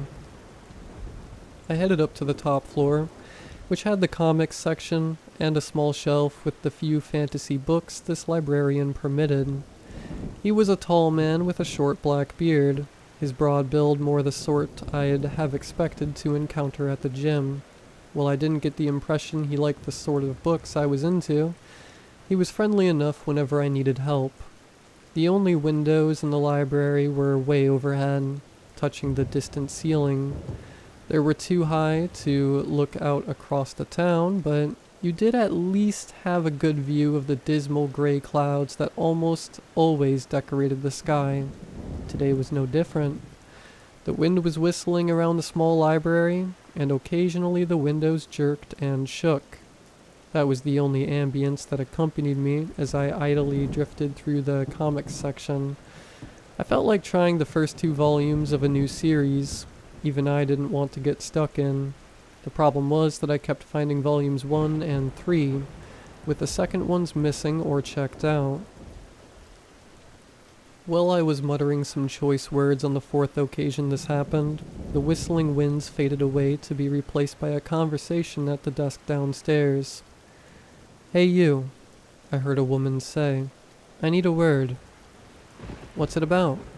said the librarian. "I think I left a book here yesterday." She tapped the desk. "It might have got mixed up with the others, but mine wouldn't have a sticker in it." A shiver of recognition went through me. I hadn't picked up on it at first. I'd read these words before, not heard them out loud, but this was more than just familiar. "I don't think so," said the librarian, his voice suddenly tense. "All the ones I checked had one." I left the manga shelf and tried to subtly look down at the conversation taking place at the desk. It's extremely unlikely that I would have gone unnoticed had anyone else actually been down there, but aside from the woman speaker and the librarian, nobody was about. And these two were completely focused on each other. While I recognized the woman's words, I didn't know her. She had dusty blonde hair, looked to be in her late 30s, and wore a green turtleneck jumper that seemed a size too big. In contrast to her, the librarian's smart shirt was just a little too small, which had the effect of making him appear twice as tense. Seeing him standing like that, I had the sense that I probably didn't appear far different, frozen as I was up here. The dread I felt was overpowering. Was it really that big of a deal? "You read the conversation before it happened," I reminded myself. "Of course it's a big deal. That's impossible." Forgetting any attempt at subtlety, I stared fixedly at the lady as I awaited her next words. Part of me dreaded hearing the name, as though it would close a door behind me forever. "Please," she said. "It's losing my sins. I've checked everywhere else." Well, it was like I was standing in the middle of a spotlight, the sound of trumpets blaring all around. I felt as if all eyes in the world were suddenly on me. Even though neither of the two below turned to look, I stumbled away from the rail and collided with the bookcase behind me. Apparently my little stumble went unnoticed, as the librarian responded to her a moment later. "Tell you what, why don't we check in the back? Follow me." I heard the sound of their footsteps, and a door opened and shut shortly after. Whatever had just happened, I felt like it had to be significant. Moving seemed like a disruption, and once again I had that sensation that there were eyes fixed on me. "They can't see me if I don't move, right?" I thought. It made as much sense as hiding under the covers, as though the monster under the bed would be turned away by such a feeble defense. Slowly, almost shaking, I approached the rail and looked down at the desk again. It was almost disappointing to see that nothing had changed. Feeling like I should hang about to see if anything else happened, I grabbed a random volume 1 and hurried downstairs. Nobody else was around. When had they all left, anyway? So I had my pick of chairs. Though I settled down in a chair, I was unsettled. My eyes couldn't focus on the meanings of the words in the comic. I turned page after page, simulating the act of reading, but if you'd asked me to repeat anything of what I'd just read, I wouldn't even be able to summarize it. What is wrong with me? Nothing happened. Why do you even care? But I was certain that conversation was exactly what Rustanafly had sent to me in the text chat yesterday. That wasn't possible, though. I had to be misremembering. Maybe I'd dozed off upstairs without realizing, and in my post-sleep state I'd started imagining things. Suddenly I had the sense that I shouldn't be here. Perhaps it was that the wind picked up and the rattling of the high windows grew violent. Maybe it was just the general vibe of nobody being around. My familiar library felt like a stranger. There was no sign of the librarian, and I don't know how long he'd be. So I dropped the comic on the desk and left. All I wanted was to get home and out of sight, even if nobody was around to see me. That night, I dreamed that I was playing Wizard Quest in bed. My flat is small, and the bed folds down over the couch. The television is on the wall facing the couch by day, and bed by night. I had the lights off in the dream, though there was a faint orange glow around the TV. When I woke up later, I realized the setup made no sense. Wizard Quest is a PC game, and I did not have my computer hooked up to the TV, and I definitely hadn't gone to the trouble of setting the game up with my controller. In the dream, I didn't question it. I was running around in Wizard Quest with no particular direction to what I was doing. When I think about it now, I remember flashes of images. Running around the village in the forest, following a stone road in an unfamiliar gray valley, or just going in circles inside a barely lit castle. Then the wool shuddered with a monumental banging. In the dream I understood it to be the neighbors, angry at the noise the game was making. As I write this now, I recall that the level of force was unnaturally heavy, violent, almost threatening. Dream Peter was terrified. "I'm sorry," I said in a voice that was practically crying. I think at that point I either switched off the game or the dream switched focus because I don't remember anything else that happened afterwards. For the rest of the weekend I tried to forget about silly things that I'd probably misunderstood, as though such a mundane conversation would be magically foretold to some layabout like me. Did I honestly think that I was a psychic? And why would a mysterious force communicate to me through a player ticket? On the following Monday, I went into work ready to check Rastanafly's ticket and see that the chat was nothing like what I remembered. Of course the words wouldn't match what I heard at the library. There was zero chance that she'd referenced the book Losing My Sins. And yet there it all was. I pulled up the ticket in the database and reviewed the chat logs, and it was all exactly as I remembered and overheard. I felt sick. It seemed so unimportant, but at the same time it was breaking a fundamental rule of the universe. There was nothing I could tell anybody else either. They'd laugh if I told them a customer had spewed out a record of an incidental library conversation a day in advance. I knew I'd have reacted that way if anyone had ever come to me with that story. Over and over I thought, why me? Why that conversation? When I checked Rastanafly's ticket history, there was just one other contact where she'd asked for an item to be restored. The chat had already been ordinary and dull. A simple question/answer with no cryptic messages or references. Her listed address was somewhere far to the north, so unless she'd been on a random weekend trip to my dismal little town, she probably wasn't the person I'd seen at the library, right? Another thought occurred to me, and I checked my surveys to see if she'd filled one in for me. Apparently she had, and I almost felt better when I saw that she'd given me no stars. My indignation, briefly pushing away the nameless dread building inside me. She'd left a comment, too. Didn't even try to help. I thought that was unfair.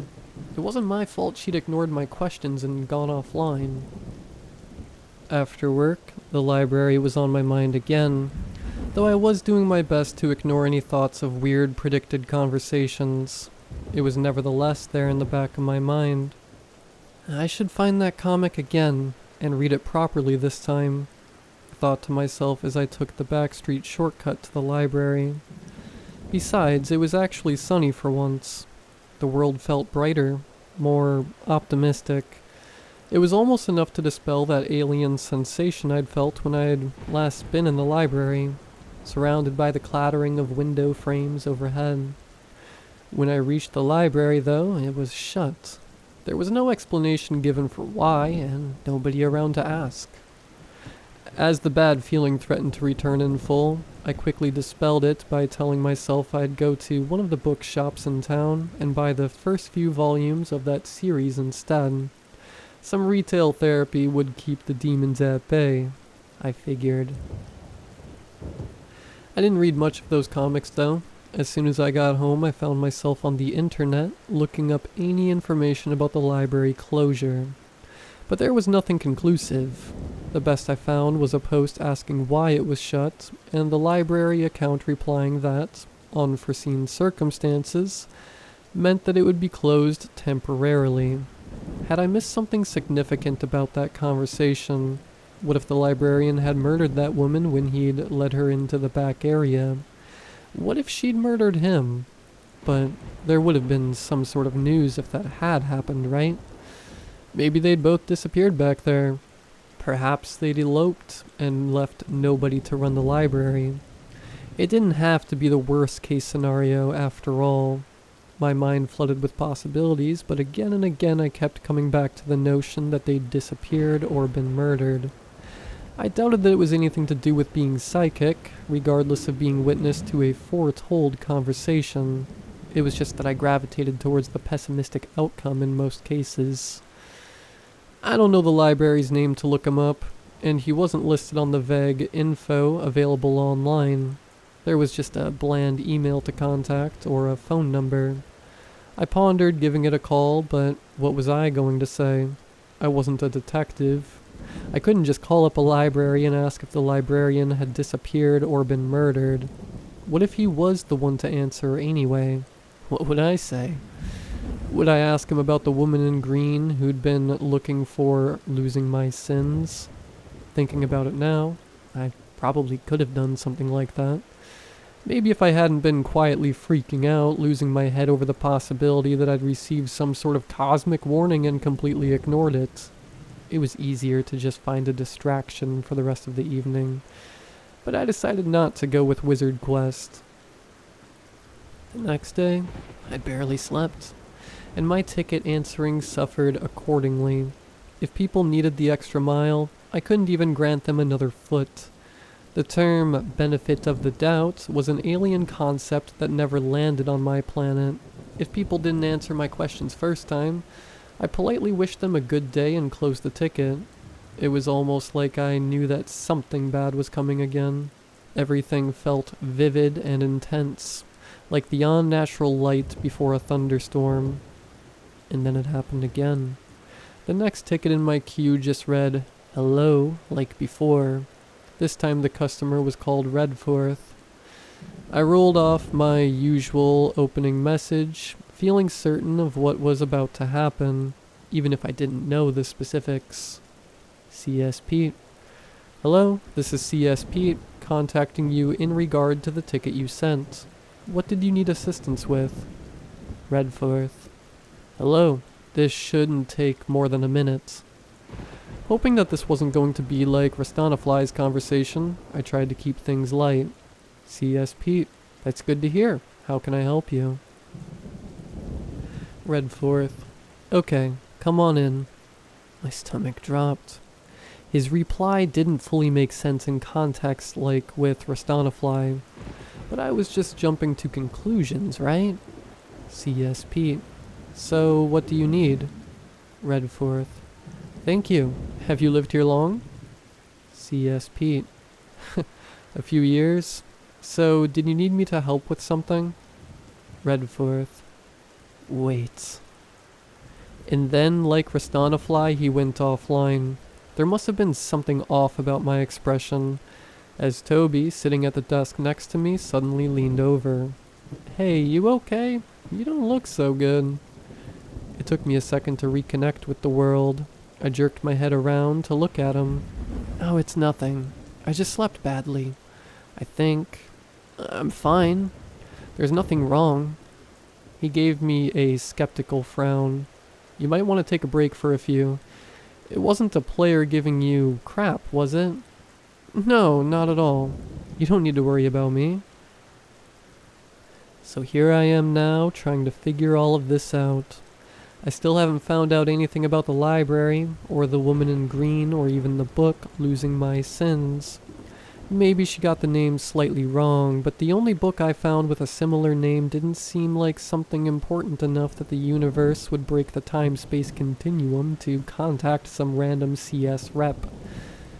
But I am strongly wondering if these aren't some sort of warning. Maybe I didn't step into something bad on Saturday. Possibly this new conversation is my chance to make a real difference. I don't know what you guys might think. I've put this together in a bit of a rush, and I'm going to post it all now and maybe come back to it later if I run into anything new. My plan is to listen out for that conversation and see if I can't change things around this time. For now, though, I've got a flat inspection. I'm going to have to scoot. Catch you on the other side.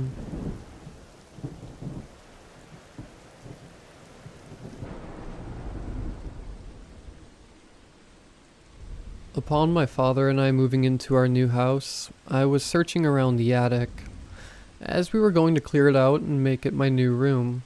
I really enjoyed the idea of having this attic as a bedroom. I would have 2 windows, one in the front, the other in the back.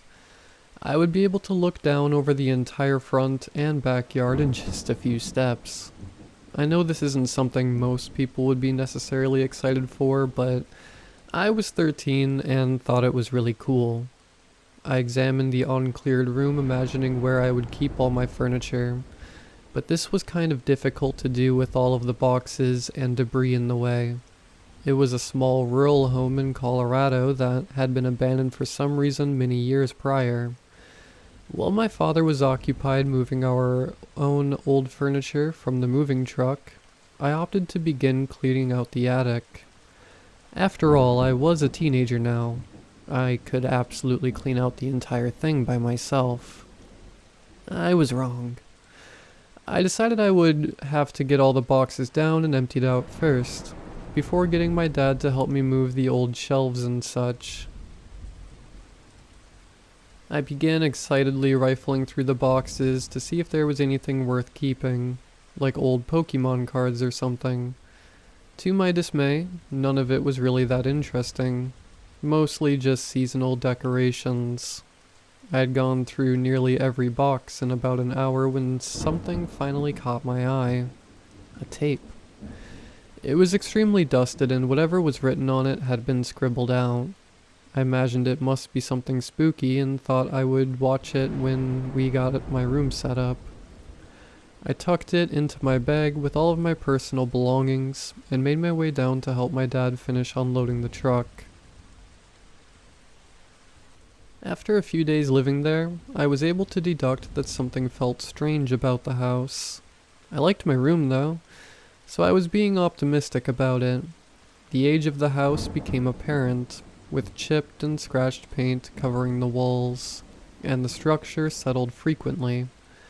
I believed I could get used to it though.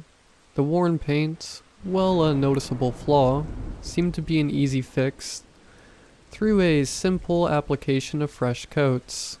I had entirely forgotten about the tape at this point, as I was more focused on helping my dad tidy up the downstairs areas. It was a cheap home, given that it was abandoned and had a ton of old furniture in it. I never understood why the previous owners would abandon the home without any of their belongings.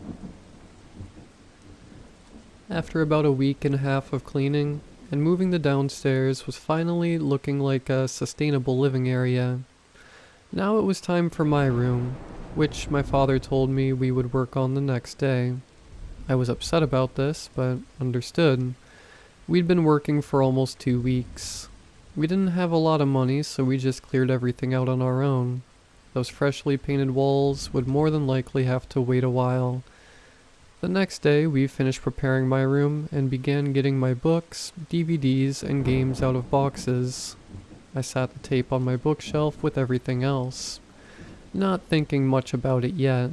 I was more excited to take a break and finally play my Xbox again, and so came my first night sleeping in my new bedroom. My bed had been placed next to the window near the front of the house. I was enjoying being able to look down at the cars driving by on the highway, identifying which of them had mean faces and which of them had nice faces. On the other side of the road was another house, a much nicer one than ours. It was also probably the only other house for a few miles. I could tell someone lived there. There were 2 cars parked outside of it. I just hadn't ever seen anyone come out to this point. That was strange to me as well, but I brushed it off as nothing. This was around the time COVID was dying down, but quarantine still lasted 2 weeks. So this was more than likely the cause. I stopped thinking about it for the night, and continued to judge the cars until I fell asleep. The next day I awoke to the smell of bacon and quickly made my way downstairs. I loved bacon. My dad would cook it every Saturday morning. We could always eat it and watch TV together as a family when my mom was still alive. We kept up that tradition even now. He and I would watch whatever cartoons were on in the morning. "Hey kiddo, you sleep alright?" His smile radiated towards me. "Yeah, I really like my new room." I watched his smile with an even bigger one. I loved my dad. He was a really great guy. While I didn't share most of his outdoorsy interests, we were both big nerds. Before we moved, he would take me out to the theater every month or so to watch remasters of old horror films. I thought maybe at this time I should tell him about the tape, but I decided not to. I was very intrigued by it, and I didn't think he would want me to watch a mysterious tape. Reasonably so, in my opinion. But I was very eager. I would just have to wait for him to leave the house for a prolonged amount of time so I could get to the VCR from his closet. I had no idea when that day would come, but I was excited. "What you thinking about, bud?" I was clearly deep in thought. I didn't mean to make it so obvious. "Oh, nothing. I'm sorry. I was just concentrated on the TV." I lied. He nodded, putting another piece of bacon into his mouth. "Have you met the neighbors yet?" He said, slightly muffled by his hand while he chewed his bacon. "No, I haven't even been sure anyone actually lives there. I haven't seen anyone out in a couple weeks." "Well, why don't me and you go introduce ourselves after breakfast? Maybe they'll have a kid your age." "Okay, that sounds great actually." This filled me with hope. I had a few friends growing up, just never any close ones. I was always considered extremely optimistic and warm, however, I was anything but an extrovert. A neighboring child my age would be the perfect candidate for a new friend. This could be a fresh start. An hour passed, we both took showers and got dressed presentably, and made our way across the road with a large plate of leftover bacon. I stood behind my father as he knocked on the door. We heard footsteps from inside getting closer until the door eventually opened. "Hello?" The man pushed the door open to a crack while my father introduced us. "Hello, I'm Martin and this is my son Ezra. We're your new neighbors." He held the plate out, smiling. The man pushed the door open with an equally polite smile. "Oh, nice to meet you. I'm Marvin." It was a short, stubby man. He had a big bushy mustache and his head seemed to be balding. There was a sign behind him on their wall that read, Ellsworth. I assumed this was his last name. I stuck up my hand shyly in a wave. He looked over my father's shoulder at me. "Hello, Ezra. I'm Mr. Ellsworth. It's very nice to meet you." This confirmed my theory about his last name. He stuck out his hand, prompting me to shake it. "Nice to meet you too." I shook his hand. It felt very calloused. Then a woman appeared behind the man, similar in appearance. "Oh, and this is my wife Harriet. Come in, come in." He waved his arms inwards, encouraging us to enter. We followed. My father placed a plate of bacon on their kitchen table, and conversation between the three of them ensued. I didn't contribute anything to the conversation, nor did I mean to stare, but I did. Eventually a girl entered the kitchen. She looked to be my age. I got excited but still said nothing until Mr. Ellsworth broke my silence. "This is my daughter Gia. Why don't you go show our guest around the house?" Gia agreed, and I started following her up the stairs. She was very pretty. She had long blonde hair and blue eyes, nothing like either of her parents. They both had black hair. I couldn't manage to break the silence. I didn't know exactly what to say. I was nervous. We continued walking until we reached her room. She sat on her bed while I stood awkwardly beside the door, still silent. I was messing it up, and I knew it. It felt awful. She broke the silence. "So, what's your name?" She asked this curiously. "I'm Ezra. I moved here from Wisconsin." "What made you move all the way out here? That's really far." It seemed like she was having a hard time speaking to me the same way I was with her. It was just cheap. We aren't the most financially stable family. What kind of things do you do for fun around here? I was attempting to break the awkwardness. She began to list off her hobbies. We actually had a lot in common. We shared a favorite movie, Saw. We began talking and laughing together as if we had been friends our entire life. It felt like hours had gone by when Mr. Ellsworth and my father walked upstairs and informed me it was time to head back home. It had only been 30 minutes. I waved goodbye to her with a smile and she reciprocated. I was very happy. I made a friend. About a week had gone by. Gia and I were hanging out frequently now, both at my house and hers. My dad had gotten a job. It was still summer. Things were great. When I was with Gia, I had entirely forgotten about the tape. I had a crush on her at this point. Although we were young, I knew I liked her a lot. I think my dad picked up on this. He would tease me about it pretty often. Gia ended up going on a family vacation the following week. They'd be gone for a few days. This is when things began to become increasingly strange. One night I had woken up to the sound of the house settling, and it just wouldn't really stop for a few seconds. But this wasn't even the weird part. I was hearing something else. Footsteps.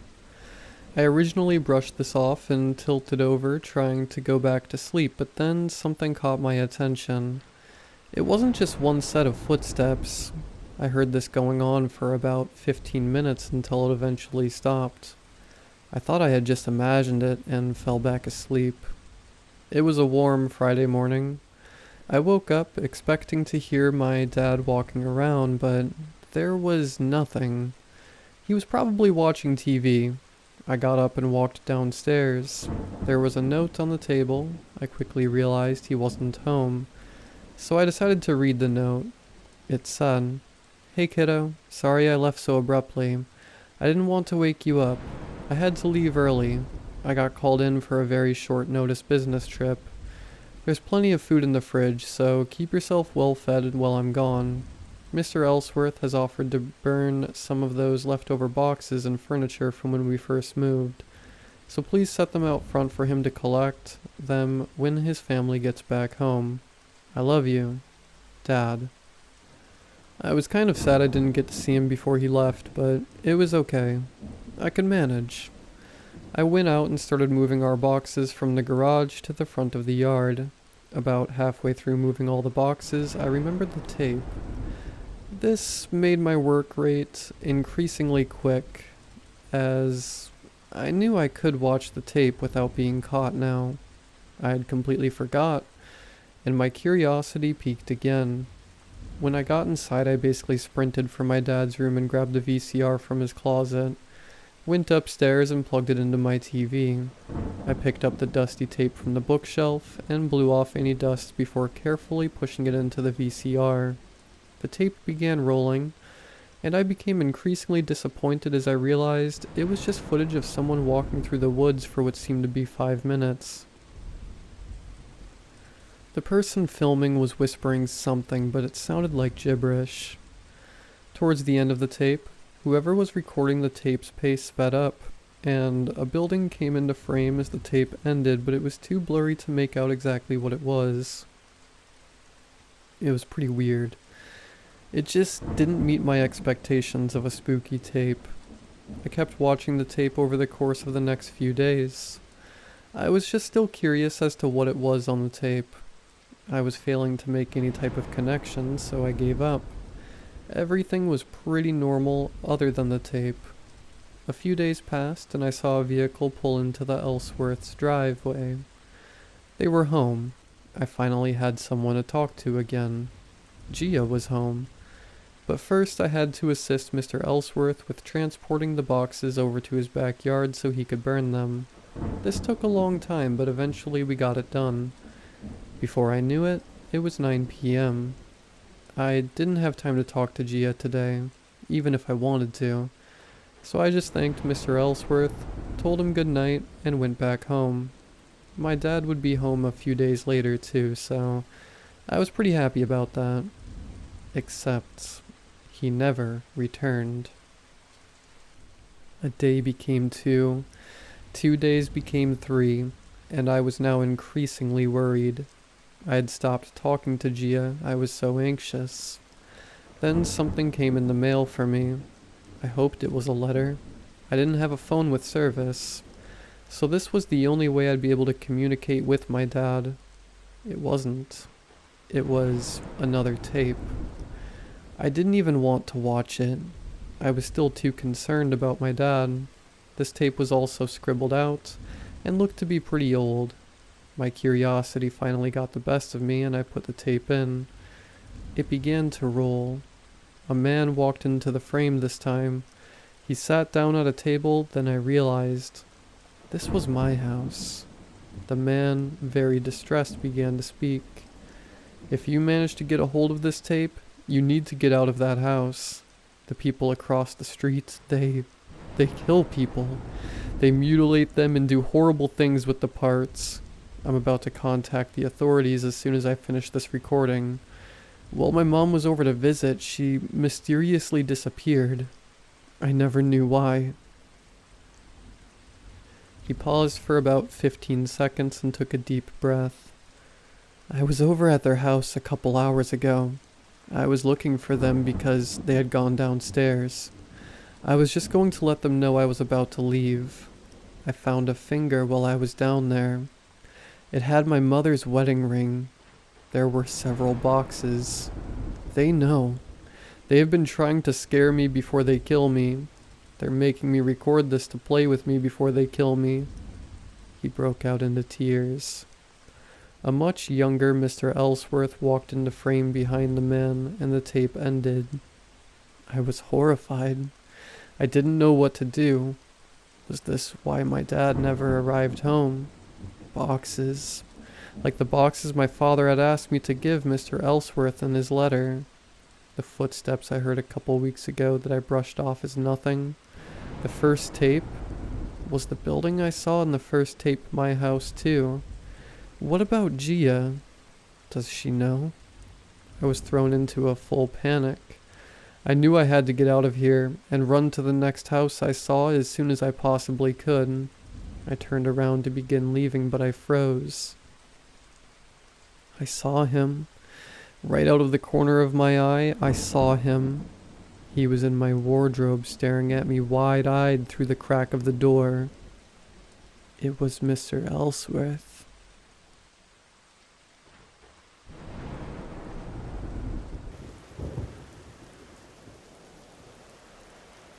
The past year had me riddled with anxiety, and only until recently did I find the dread-filled pit in my stomach become quenched by relief. It's a strangely blissful feeling. The feeling that one's little secret will remain that way until death. I'll be upfront about it. There's no point beating around the bush. I murdered my husband just over a year ago. We'd been hiking when a quarrel led to something more spiteful, more vicious. It was raining heavily, and as we'd neared the small cliff, wherein I had judged that a fall from it would certainly not kill anyone, I had pushed him. Yet, what I had failed to calculate was that he'd fall and hit his head on a rather sharp rock, killing him instantly. I was so frightened. I leapt down immediately, noticing how much blood had pooled beneath his crushed skull, splashing upwards at me with each pulsing raindrop that fell onto him, onto us. Like the blood was trying and failing to splatter back at me in retaliation for what I'd done. To mark me externally, in the same manner that guilt and fear had done internally. I did what any normal person would have done, and called the police and ambulance services, explaining everything that had happened, bar a few crucial details. That my poor dear husband had slipped from the torrential rain and lost his footing, tumbling backwards to his demise. It wasn't hard for the police to believe my tale. With no previous mentions of abuse, verbal or physical, they quickly accepted my story as fact, and the gushing words from my in-laws and his friends cemented it on the official report. It's funny, isn't it? The way that pervasive guilt makes crocodile tears flow with ease. It wasn't an unwelcome sight. To see a bereaved spouse crying a fountain at their love's funeral. That's the point of marriage, till death do us part. But no one ever expects it to happen so soon, so early in the binding contract. We'd only been married for 2 years before I murdered him, and had been high school sweethearts long before that. The sympathetic hugs and pats that wrapped around condolences allowed me to crumble more, to feign pain in a frantically authentic way. The performance of a lifetime, till death do us part, and in death he had parted from me, and the role of victim had been unceremoniously reversed. I was the victim now, the victim of purely unfortunate circumstances. The thing is, though, is that guilt is an incredibly difficult emotion to shake off. It wraps around you like shackled binds, covering your mouth and ears in a thick smoke that clouds your perceptions. And, as guilt takes its hold on you, it provides more leeway for its lover to sink its icy claws into your back as well. Paranoia. Following the funeral, paranoia engulfed me, followed me everywhere I went. Which was mostly just from the bedroom into the kitchen. I was terrified of being caught out in a lie, that any moment a policeman would come knocking at my door, having found the slightest beacon of truth cracked through the fabricated story. I had considered turning myself in many a time, but with each day that passed of me withholding information, the greater the consequences of my actions. Technically, what I'd done was more akin to manslaughter than murder. I hadn't planned on murdering him whatsoever, just spooking him a bit. I hadn't premeditated it either. What I feared more, however, was that the care and sympathy that etched my loved ones' faces throughout the whole ordeal would be replaced with disgust, horror, and anger, substituting pity. I'll admit that I liked it a lot. The feeling of being cared for so much, like I was a mere baby, cradled by words of assurance and love. Little encouragements that made my life so much easier. It was a free pass from any mistakes. Work became less heavy, and permission to engage in alcoholic indulgences, more often than was healthy, was also prevalent. It was a high I'd never felt before. The feeling of being excused from the mundane normalcy that everyone else had to trudge through. I suppose you could call it something akin to Munchausen syndrome, without the need to actively self-induce illness to garner the attention I so desperately needed. My dead husband had done that all for me. I was finally free from the shackles of societal expectations, and slowly but surely, I was able to overwhelm the guilt and paranoia that had once overwhelmed me. I had won, and gained nothing but the benefits of it all. That was until a week ago. Sitting on my sofa, while languidly sipping red wine, the lock to my door began to jostle, as if someone had a key to unlock it. My mind went straight to my mother-in-law, who had a spare set made in order for her to come and hand me a freshly made casserole. She'd done nothing but coddle me since her son's death, and I had to quickly hide my gleeful grin with a more sorrowful expression. Standing up and hiding my drink, I walked into the hallway to greet her, except it wasn't her. It was my husband. I shrieked in fear, the feeling of bile threatening to unleash blood-red spew from my mouth. He was there, in his suit, smiling at me with blinding teeth that could have melted the hearts of any spouse desperately wanting to be reunited with their other half. Could have, Should've, but for me, I felt nothing but abject horror. Oops, sorry honey, didn't mean to frighten you. He smiled sympathetically as he took off his suit jacket and hung it on the coat rack. He waltzed towards my rigid frame and enveloped me in a strong hug. He was warm and his breath hot. He was real.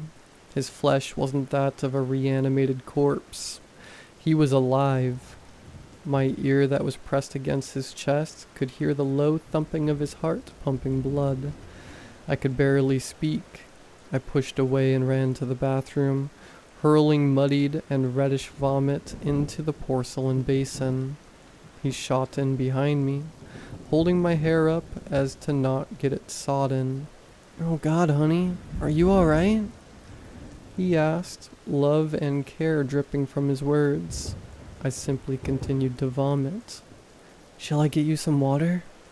he'd asked, and before I could respond, he'd already gone and fetched a glass.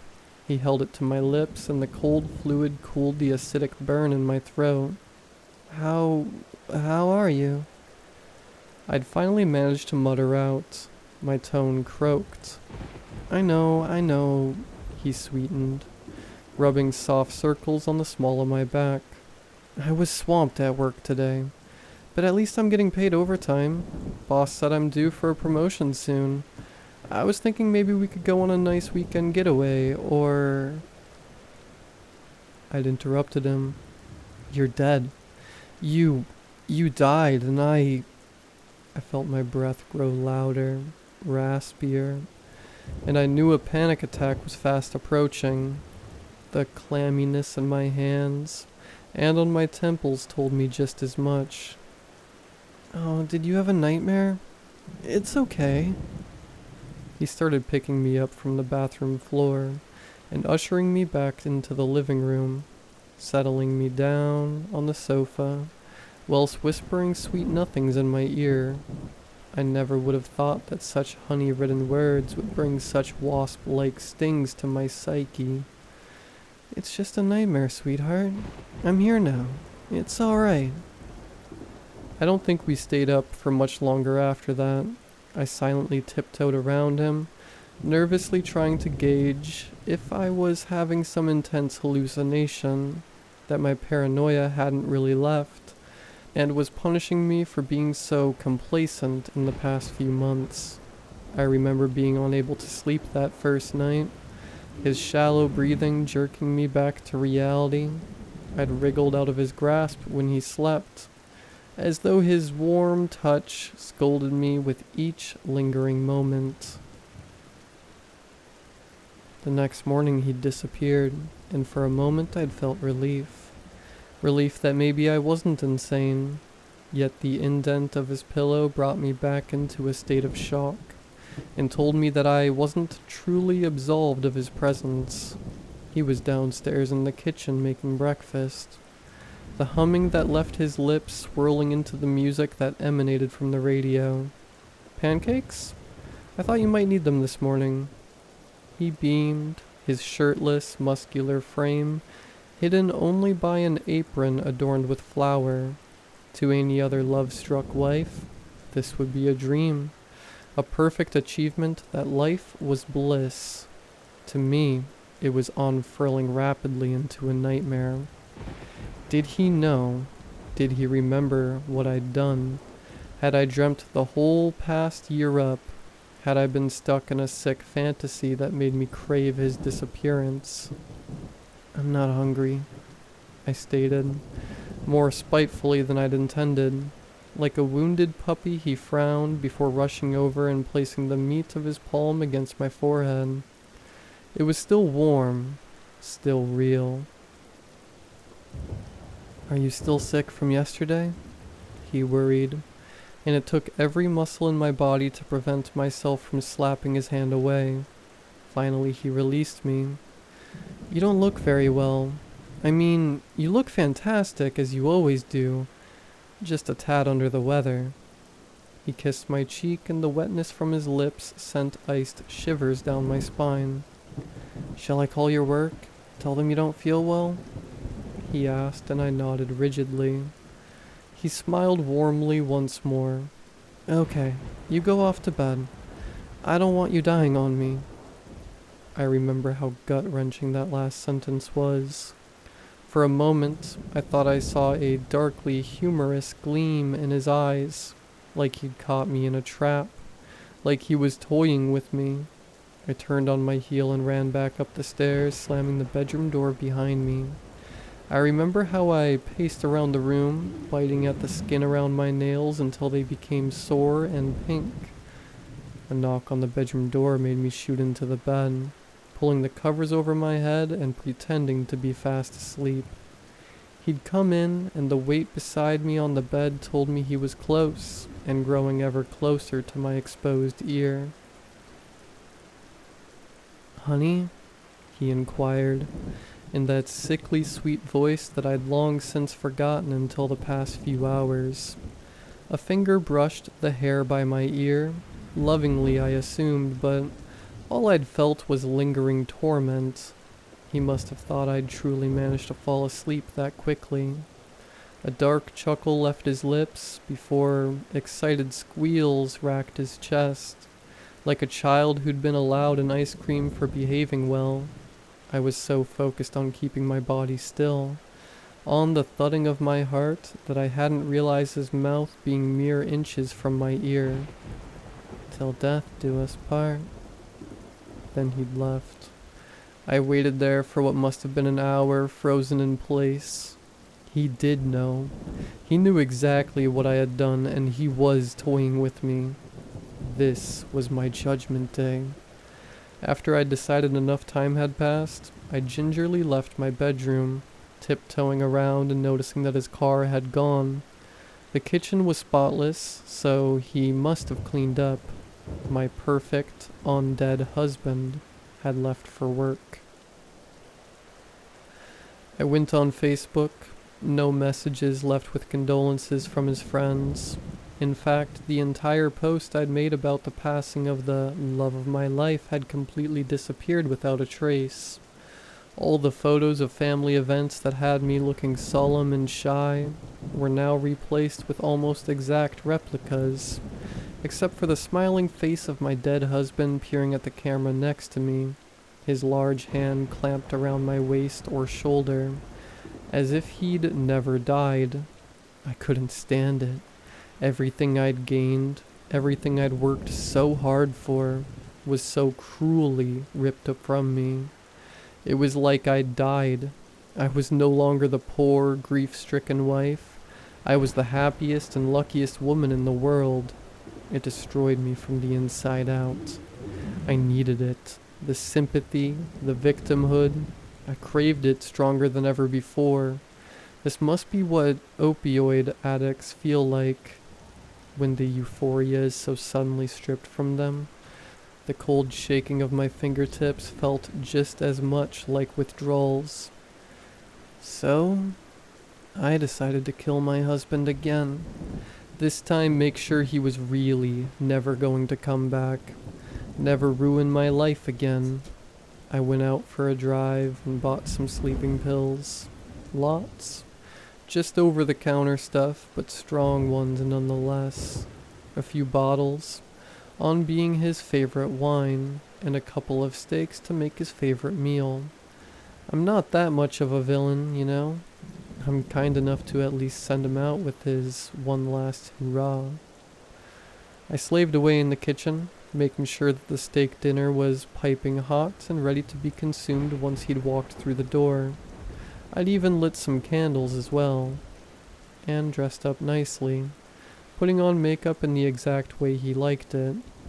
I practiced in the mirror, the bashful looks and fluttering of lashes that were just coy enough to give him the implication that I was going to give him, my dear husband, everything he deserved.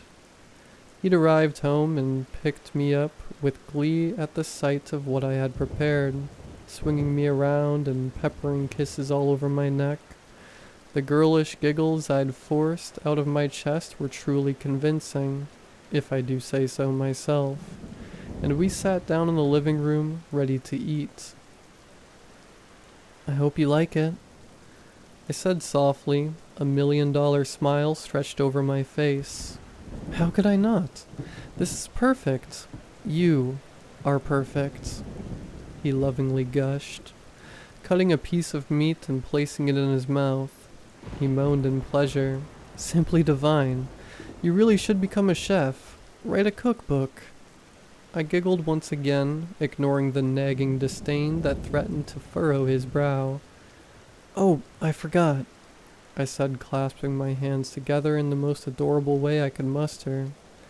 Would you like a glass of wine? I bought your favorite. It seemed impossible that his grin could grow any wider, but it did. Wow, yeah, please. With that, I sauntered off to the kitchen, swaying my hips seductively as I left. Men are such fickle creatures, and hopefully any remaining doubts in his mind would soon be overridden with lustful thoughts. From the living room, I could hear him muttering to himself, words along the lines of, "What did I do to deserve her?" and the like. I was ever so fortunate that my husband was a white wine drinker, and me a red, so bringing in 2 distinct glasses would be no alarm to him. I'd already opened the bottle, hours before he'd arrived, filling the bottle with packet after packet of crushed sleeping pills, which had allowed enough time for them to fully dissolve into the pale liquid. I emerged back into the living room, placing his glass of wine in front of him whilst taking a sip from my own, and kissed him on his cheek. A small blush arose from him, and he gleamed with mirth. We continued to chat over dinner. A few seductive glances passed between us, before he swayed slightly and fell asleep in his chair. I checked his pulse. It was still there. Slowly his body crumpled onto the floor, the deep slumber rendering his muscles useless. Here was the tricky part. I could have left him there, to inevitably choke on his own tongue or vomit, which wasn't entirely out of the question, seeing as I'd put enough sleeping pills in the wine to kill a horse. But seeing his strong frame lay on the ground made me question if it was enough to kill him. If he'd survived, that would mean the money I'd wasted on this whole ordeal was worthless, not to mention another day of agonizing withdrawals from the ultimate pleasure of being pitied. So, I changed out of my outfit and put on plain black clothing, with the washing up gloves on for good measure.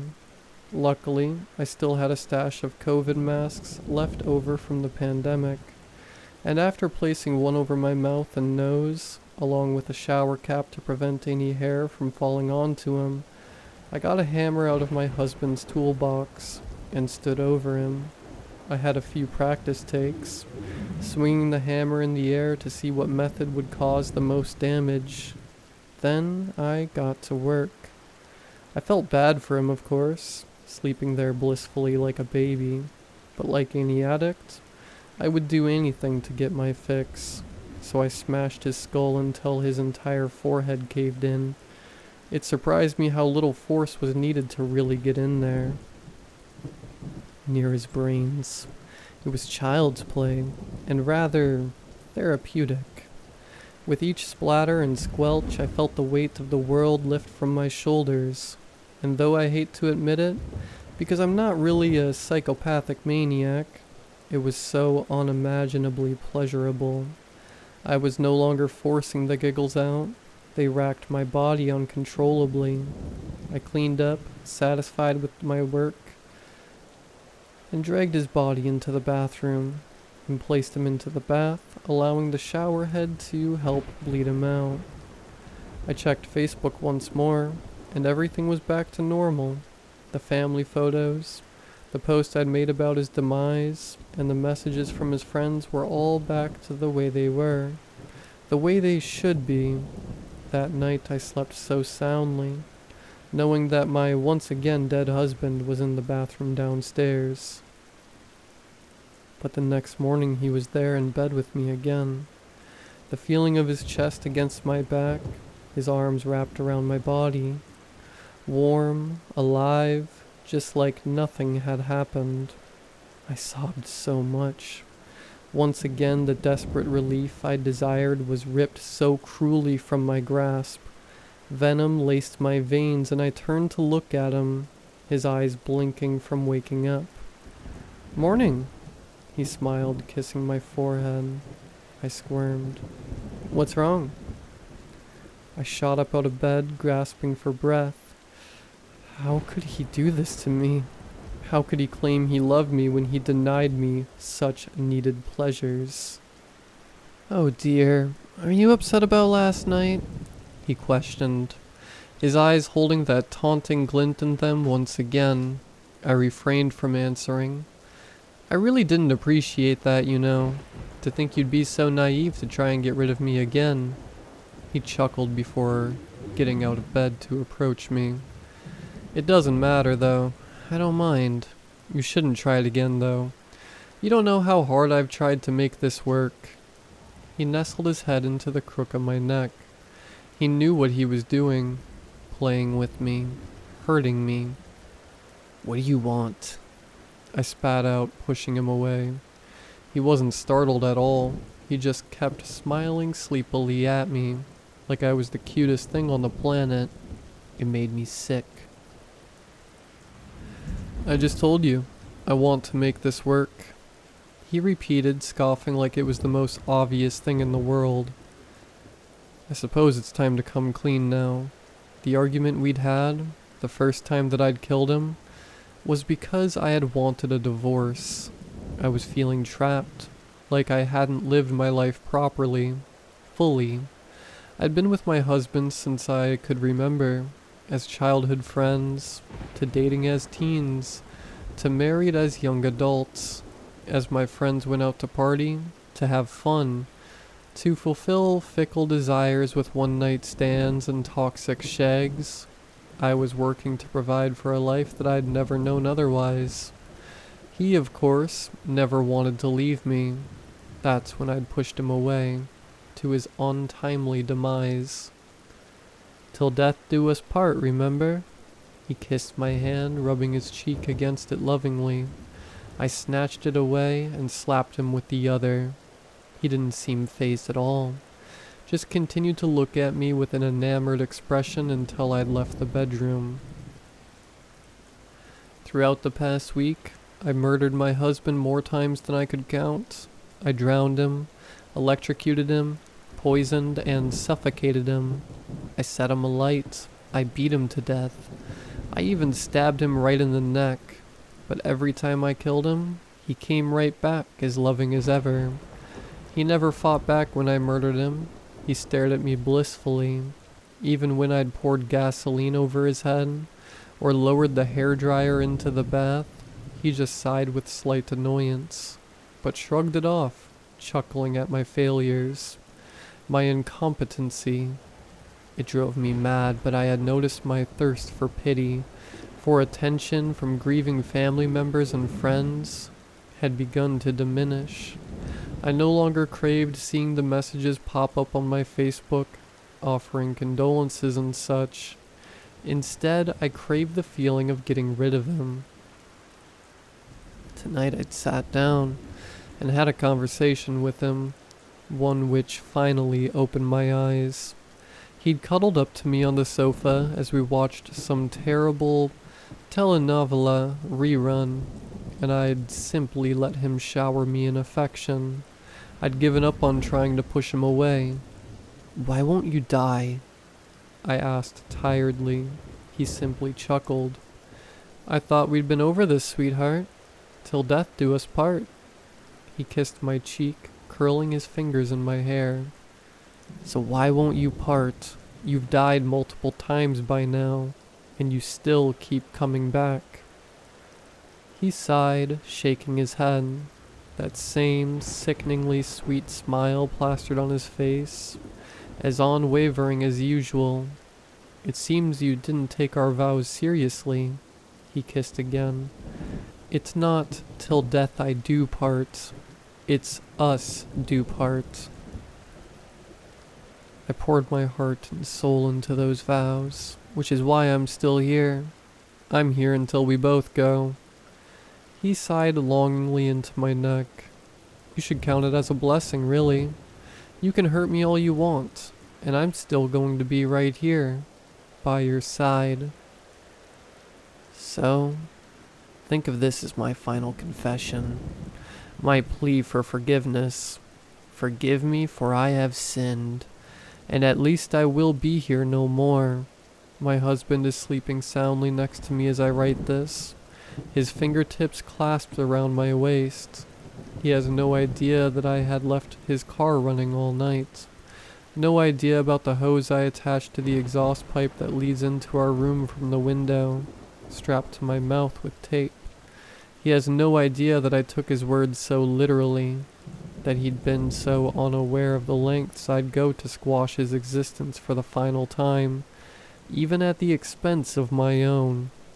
He's right. Till death do us part. So, it's my turn to depart.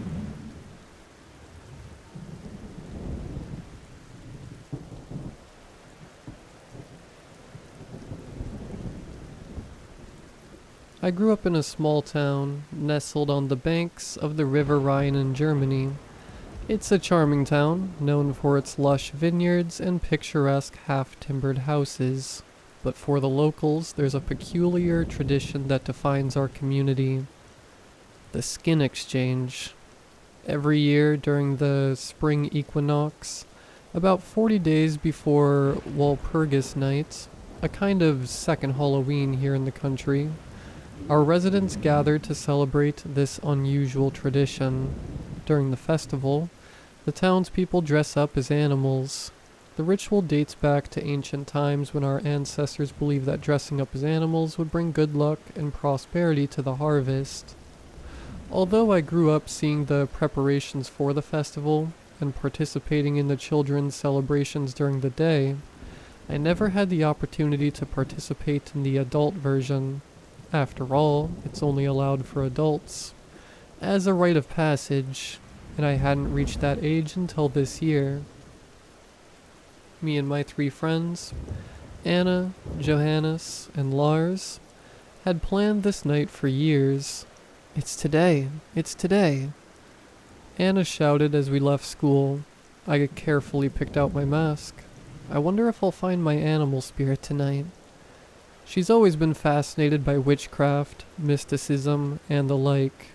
Oh, it's not a big deal. At least it'll be fun to have an event to stay out late on the streets and drink a bit. That's it. Johannes always played the skeptic. I'm going more for culture anyway. Culture? Yeah, right. He was going because of Anna. Everyone always knew he had a crush on her. Everyone except the girl. Ah, whatever, Lars said, nonchalant as ever. Let's just have fun, okay? Where do we meet again? They all turned to me. I was the one in charge of these arrangements, sort of the leader of the group. It's at the end of the main avenue, just before the old road, where the procession starts. Be there at 8:30, okay? Throughout the afternoon, we exchanged excited messages about our costumes and what we would do during the party. The sun had already disappeared and the first stars were emerging when I finished my homework. I have a bit of OCD and I usually do these things as soon as possible, or else I really can't enjoy the weekend. I jumped back when I saw the time, rushing to the shower to take a quick bath and change. My mother was on the way. What's wrong, dear? She was already dressed for the occasion, holding a bear mask in her hands, the synthetic fur, neatly braided in a brown tone, with its top covered by round ears. Late for the festival? Oh, yeah, we're already going, she said, pointing outside. Are you coming? I looked at the clock. 7:30. You can go without me. I'll be there later. I took a quick shower, and at exactly 8 o'clock, I was leaving home, my robe tied with a rope at the waist and the crow mask, with its beak projecting in front of me, creating a small layer of air. I looked at my wrist, seeing 8:25 as I made the last turn to reach the agreed place. In the distance, I saw 3 figures standing in the way. They soon turned to me as I approached. It was them. Anna wore a fox mask, the fur carefully brushed upwards. Next to her, I couldn't distinguish the others, but I suppose Lars was the one wearing a deer mask, with decorative antlers extending beyond his head, and Johannes wore a wolf mask, with wild, piercing eyes and alert ears. "You finally made it," Anna exclaimed, looking radiant in her costume. "You're a little late, my dear crow friend," Johannes said, giving me a pat on the shoulder. "Just a bit," Lars added with a mischievous laugh. "Sorry, I was finishing up some things at home," I said, trying to disguise my haste. "Let's go. We don't want to miss the start of the party." Together we joined the crowd gathering in the main square. As we approached, the sound of laughter and music echoed through the narrow streets of the town. The colorful lights illuminated the way as we mingled with the other participants of the skin exchange. As we walked along the rustic road, Anna decided to share a bit more about the history behind the skin exchange. Her voice was filled with enthusiasm, as if she had prepared the speech for years. "Did you know that the skin exchange dates back to ancient times, when our ancestors believed that dressing up as animals would bring good luck and prosperity to the harvest?" She began, her eyes shining with excitement. "They believed that by disguising themselves, they could connect with the spirits of nature and receive their blessings for the coming year." "It's amazing to think how these superstitions have endured until today," Johannes commented. "Yes, exactly," Anna enthusiastically agreed. "And what's most interesting is how this tradition relates to Walpurgis Night. It is said that she rid Germany of witchcraft and pagans, so the festival represents a period of return to paganism, a kind of contrast with the celebration of Walpurgis Night that comes after, recounting the story of depaganization. So, in a way, the skin exchange is a celebration of the duality between the old and the new, between paganism and Christianity," I added, impressed with the symbolism behind it. "Exactly," Anna exclaimed, smiling widely. "And that's why I've always found this festival so fascinating. It's like we're connected to our ancestral roots, honoring the spirits of nature and celebrating life in a unique and magical way." "Wow, why don't they teach this in school?" Lars added. As Anna continued, now in a monologue, I could feel the contagious energy of her passion for the festival, and I found myself absorbed. For a moment I forgot the oddities around us and allowed myself to be enveloped by the ancient history she was sharing. After all, there was something deeply captivating about the beliefs and rituals that shaped our small community over time. As we walked towards the meeting point, the air was imbued with the electric energy of the night. The city seemed to come alive with the flickering torchlights, and the sounds of drums echoing through the narrow streets. When we reached the main avenue, we joined the crowd of residents, all dressed in their wild costumes. Anna danced to the music, her fox dress gracefully moving with each step. Lars wasn't far behind, swaying his deer head back and forth in time with the beat.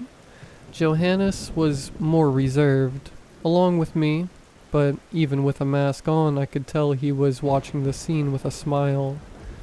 The music now intensified, louder drum beats echoing through the trees, disturbing the natural stillness of the night.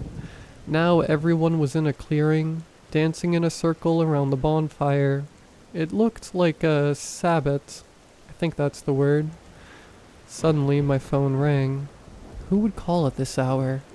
I thought, still watching them bring more torches to be lit on the bonfire. I looked at the screen. Mom.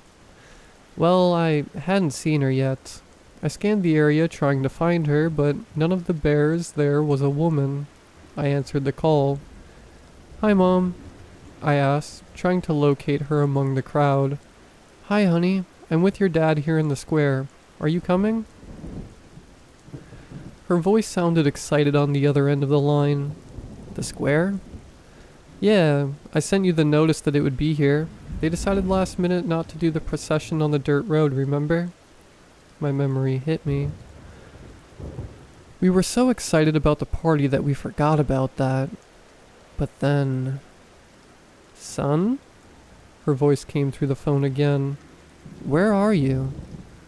I'm on my way, I replied to my mom, trying to keep calm as my mind spun in confusion.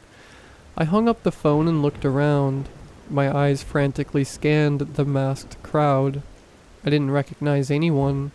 No one else from the town. No one but us. A shiver ran down my spine as I held on to the phone tightly. As the lights flickered and trembled, partially illuminating the revelers, realization washed over me. I understood what was happening. I frantically looked for Johannes. He was still leaning against a tree. I approached him cautiously, stopping a bit before him. Johannes? I called. Yes? He replied. I moved closer to him, near his ear, and whispered in a low voice words that still make me shiver to this day. They're not masks. My heart began to hammer in my chest as the words echoed in my mind. Johannes looked at me with a confused expression. He looked around for a while and seemed almost to stagger backwards. They weren't people dressed as animals. They were animals. Or perhaps something that looked very much like them. Johannes looked at me with an expression of disbelief, his eyes sweeping the crowd as if searching for some confirmation that what I had said couldn't be true. But as his eyes settled on the masked dancers around the bonfire, the horror that was in his heart became visible through his eyes. What do you mean by, they're not masks? He whispered, his voice trembling with fear. I don't know, I replied, my own voice now filled with uncertainty. But look at them. Those faces, they're really moving. It's their actual faces. Anna approached, her eyes confused as she listened to our conversation. I realized that the atmosphere around us was changing, becoming heavier somehow, and sinister as the unsettling truth seeped into our collective consciousness. Are you guys okay? She asked. I waited until she approached and told her about what we saw, about my mom in the square and everything else. She seemed to stifle a scream with her hand over her mouth. And what are we gonna do now? She asked, her trembling fingers still clutching the fox mask to her face. Let's get out of here quickly. But without drawing attention, where's Lar? A neigh interrupted my speech. There was a creature, something that I can only approximate to the appearance of a horse, its head raised as it emitted the sharp sound. The music stopped. The silence was apprehensive as it turned towards us. The flames crackled, and their shadows danced. One by one, the other animals began to do the same, their wild expressions now seeming more menacing than festive. We started to walk carefully, but 2 or 3 steps later, and we were already running. Anna took the lead quickly, while I tried to keep up with that fast little fox. The creatures were now closing in on us, forcing us to deviate from the path. The girl who was leading us passed by, and her reasoning was quick. She managed to notice the guy with the deer head behind us, quickly pulling him by the hand. Okay, Lars is here, she shouted. I looked back to see Johannes almost stopping, fatigued. He had already removed the mask and now struggled to keep up with us, our hearts pounding wildly as we ran through the dark forest. The creatures pursued us, their heavy footsteps echoing behind us. As we dodged through bushes, we desperately tried to find a safe place to hide. Finally, we found refuge on a large rock on a tight slope. Breathless and trembling with fear, we crouched behind it, keeping as quiet as possible as the creatures passed by us, sniffing the air with their animalistic noses. "What's going on?" Johannes whispered, his voice trembling with fear. "I don't know," I replied, my head spinning with confusion and terror. "But we need to find a way to get to the square as soon as possible. We can't stay hidden forever." "What?" Anna asked. "I can't hear anything with these things," she said, removing my mask. The feeling of freedom that accompanied the removal of the mask was overwhelming. My breathing came easier, and I could feel the cool night air against my skin. "Okay, that was refreshing. I said we need to go to the square. My mom will meet us there." I spoke as I enjoyed the fresh air. "Right," she said, also removing the fox and now showing her thin face and dark eyes. "Do you at least know where it is?" I thought for a moment. "I can't remember. This rush has disoriented me. And you, Johannes?" He watched over the rock. Now the creatures had moved away. "Look, I think I can find the way, but with difficulty. Lars is better at these things than me." I remembered Lars was with us. He must be very scared. Usually he was the most talkative of the group. I turned to talk to him. "And then?" My voice decreased gradually until the last syllable. Beside us, the face of the deer was turned to us, staring at us. Its antlers gleamed in the faint moonlight filtering through the treetops. Terror gripped us as we realized it wasn't our friend, its empty eyes staring at us as if mocking our distress. It was having fun with us.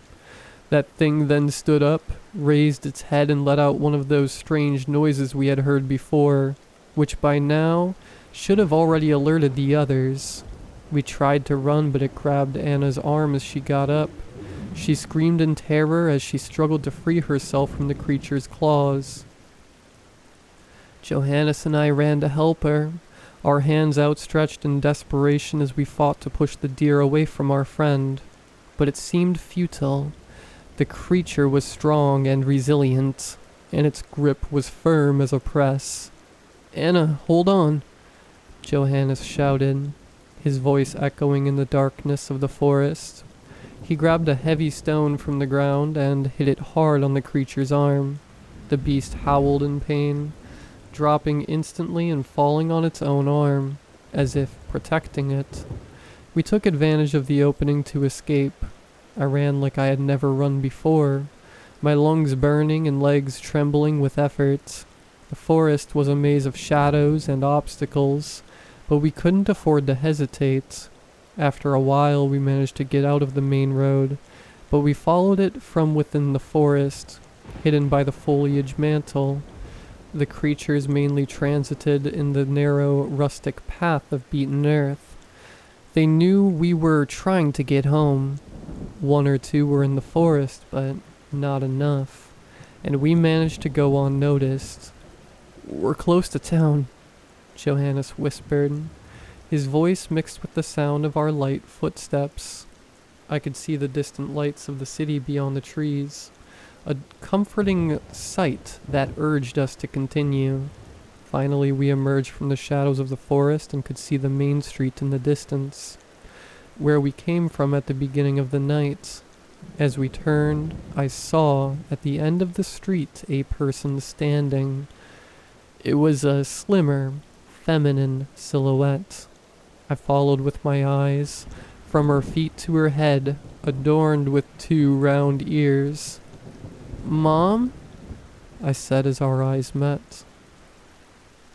She walked towards us, her arms open for a hug, but as she approached, I noticed there was something wrong with her. Her movements were strange, awkward. A shiver ran down my spine as I watched her figure approaching, with her contour taking shape, a strange shape. "Son?" she called, but her voice was strange, almost a growl. Are you okay? Her words seemed to come from some distant place. A feeling of dread seized me as I struggled to understand what was happening. What's happening? I asked, my words coming out in a trembling whisper. She approached even closer, her hands reaching out towards me, but as she got closer I could see that it wasn't my mother. Her face was distorted, teeth protruding from his mouth and a large snout trembling where his nose should have been, and his hands were sharp claws ready to grab. My mind froze in front of that. I could see now, illuminated by the lamppost, every detail of those things. Their bodies almost broken to stay upright, their fur disheveled, missing in some spots, showing purple and pale skins. Maybe they weren't even animals. My hands trembled, but my legs stayed in place. Run, Johannes shouted, his voice full of panic, pulling me by the arm out of that trance. Without hesitation, we ran in the opposite direction, our steps echoing through the deserted streets of the town. I looked back one last time and saw the sinister figure disappearing into the darkness, its fangs shining in the dim light of the moon.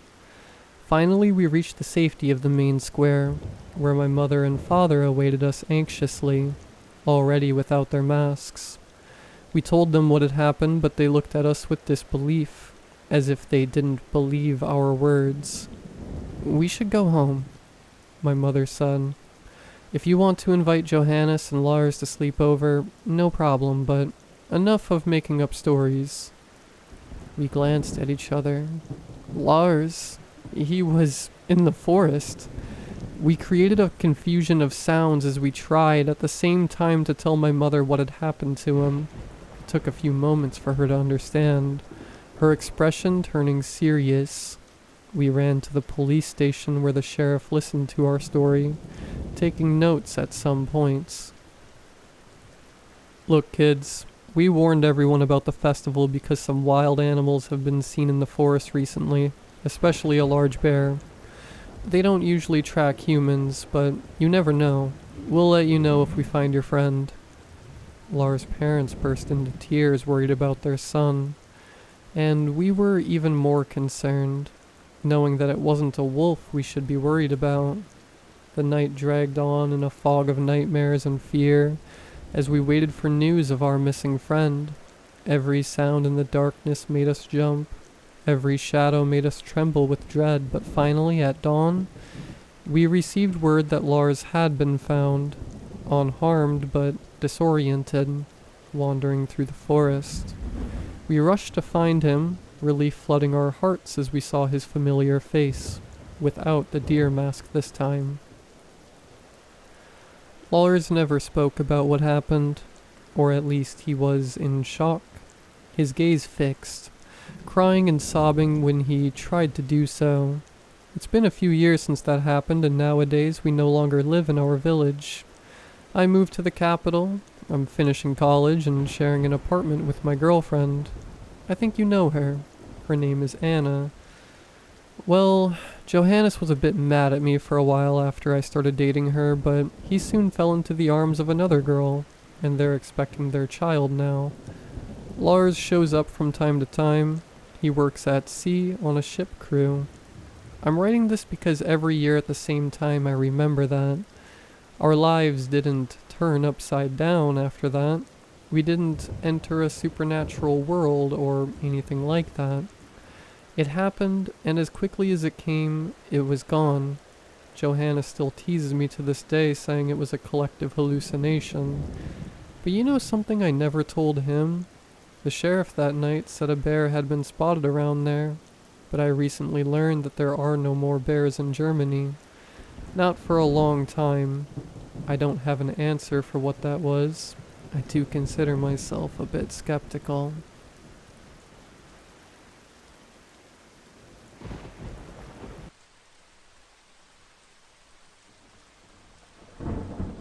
I looked down at the creaky basement stairs trailing off into a void of darkness.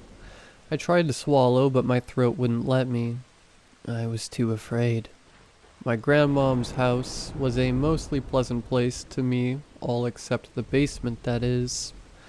The basement was old and smelled of mildew and dust. The stairs leading down were the wooden ones that have gaps behind each stair, which only amplified the feeling that when you walked down, something would grab you from underneath.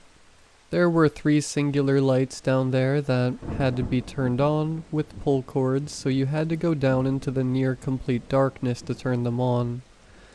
I stood at the top of the stairs, my childhood imagination running wild with thoughts of monsters in the darkness. I knew I had to go down.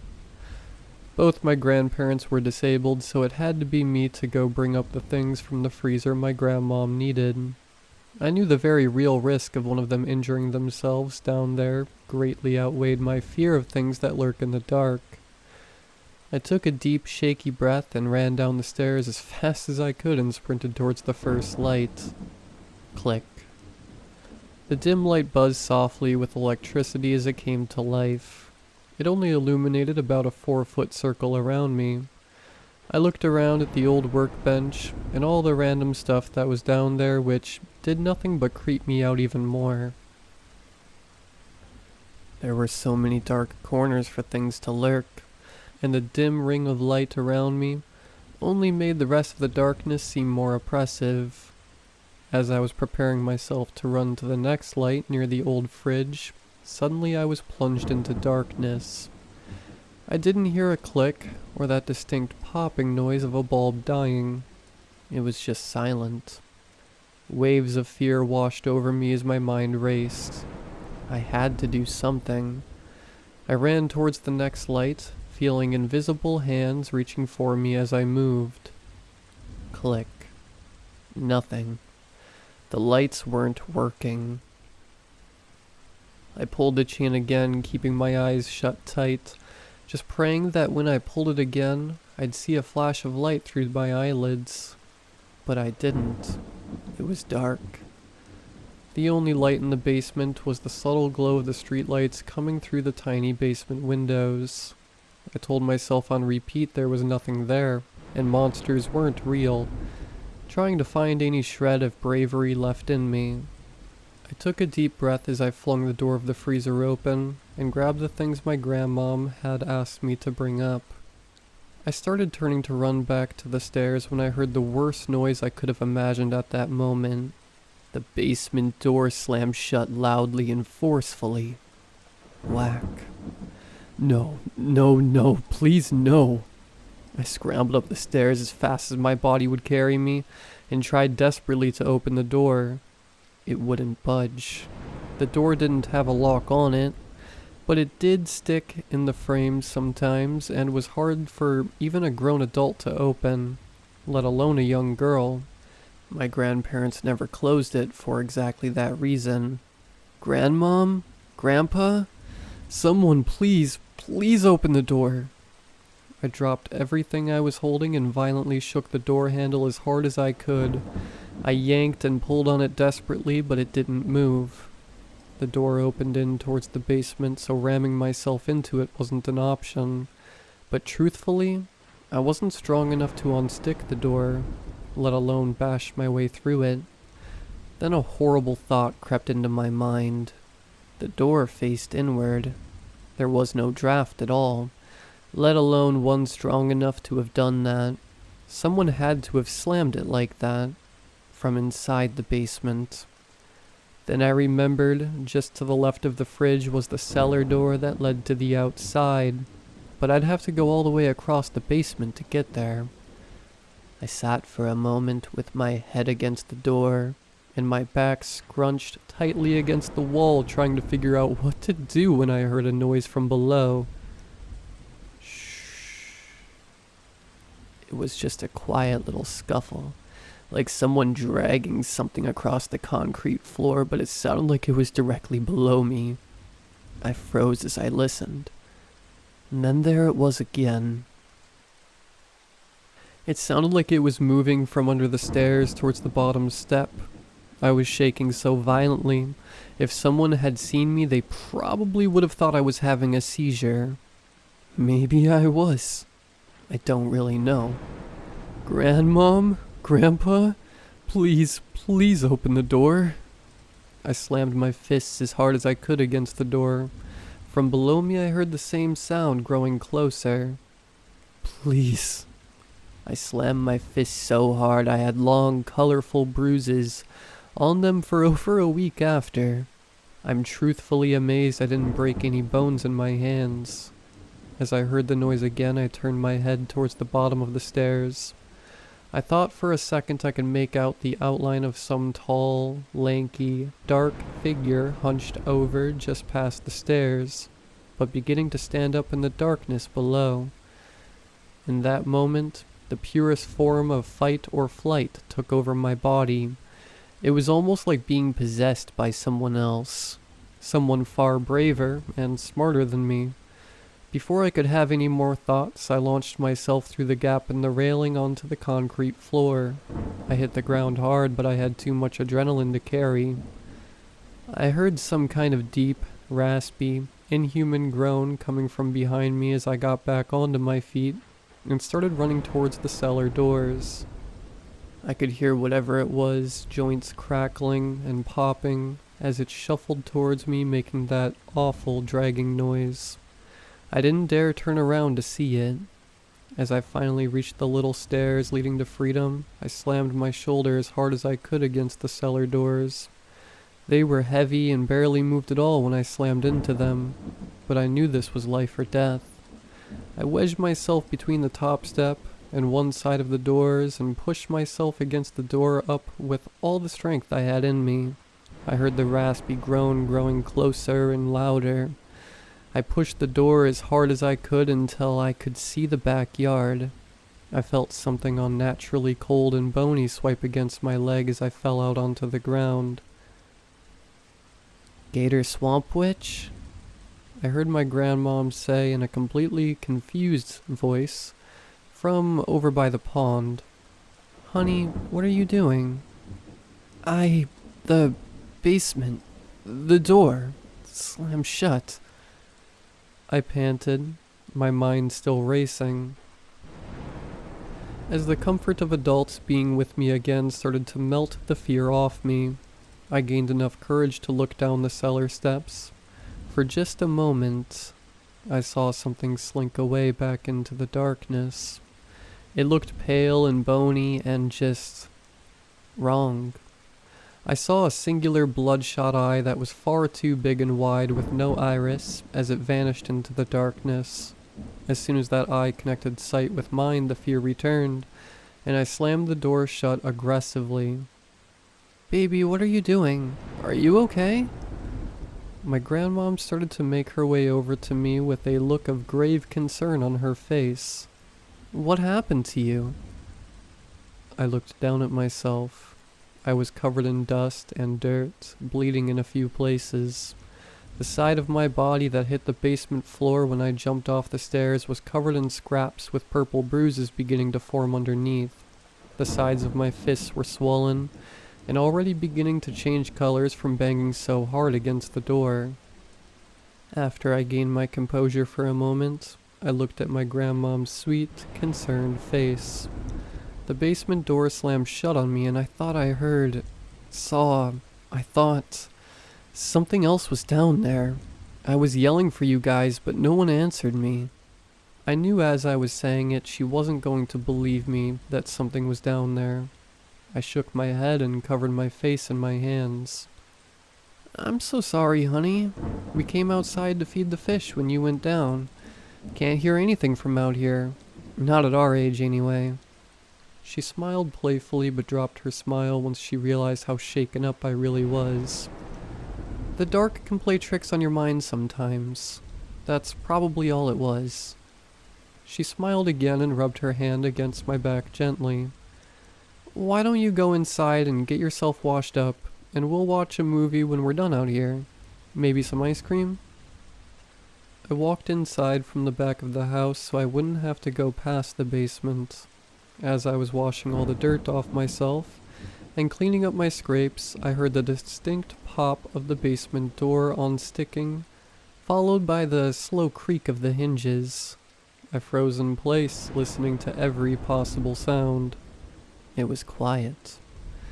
I peeked my head out the little window to see both of my grandparents were still outside by the pond. The bathroom was in the same hallway as basement door, so I got on the ground and looked under the crack of the door.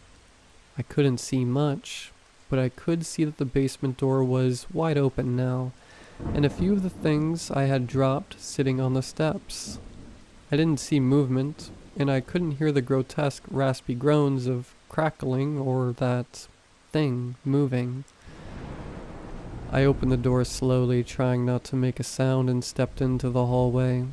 I inched closer towards the steps, keeping my eyes fixed on the black void in the basement. Nothing was there. I slid my way past the open basement door into the kitchen to grab a flashlight. I grabbed the flashlight and pointed it all around into the dark basement. Still nothing. By some miracle, none of the things I dropped fell off the stairs and were all still between the first and third steps. It's all in your head. Grandmom is right. Nothing was there. You're okay, I told myself, keeping the flashlight fixed towards the steps.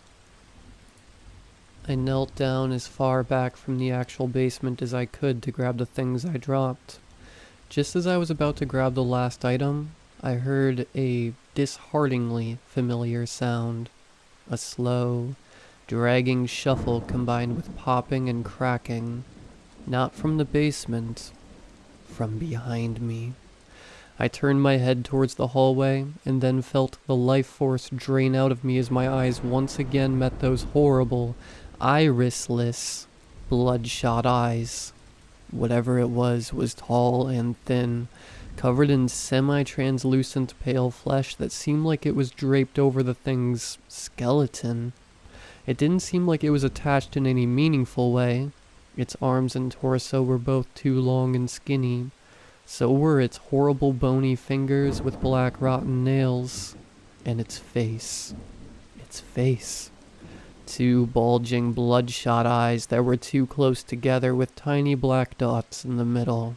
A long, thin mouth with no lips that were just parted enough to reveal what seemed to be rows of thin, yellow-orange, needle-like teeth.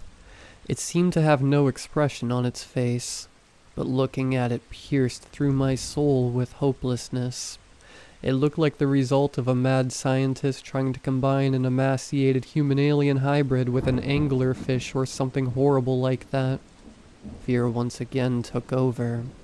I tried to scream, but instead my mouth just hung open silently. I wanted to run, but my body betrayed me. I was paralyzed, kneeling on the floor, just staring at this thing. It slowly began to move towards me, making those horrible noises. The way it moved was unnatural. It was almost like when you're watching someone move in a strobe light, disjointed, like it was teleporting a few inches at a time more than walking with its legs, despite the noises it made as it moved. It was within a few feet of me as it began reaching out towards me with its horrible twisted fingers. As it reached out to touch me, my body abruptly released me from fear paralysis, and I screamed at the top of my lungs. I didn't know I was capable of making a noise like that. I screamed so loud I seemed to startle the thing for a second. It paused before turning its head 180 degrees with a sickening crunch to face the back door. I heard the door fly open, and my grandparents both calling my name with almost as much fear as I had. The thing let out a wailing, groaning scream, for lack of a better word, and fled back into the basement. As I sat there shaking like a leaf, I saw my grandparents standing at the end of the hallway. What? I'd never seen my grandparents look scared before. My grandmom rushed towards me with a quickness I didn't know she was capable of. She quickly ushered me out of the house as she yelled to my grandfather, directing him to go back out the door. Call the police now. I don't remember most of the rest of the night. My grandparents rushed me outside and we all stood in their driveway and waited for them to arrive. It felt like hours to me, but it was probably less than 10 to 20 minutes before they arrived. They searched the whole house and yard, but they found nothing.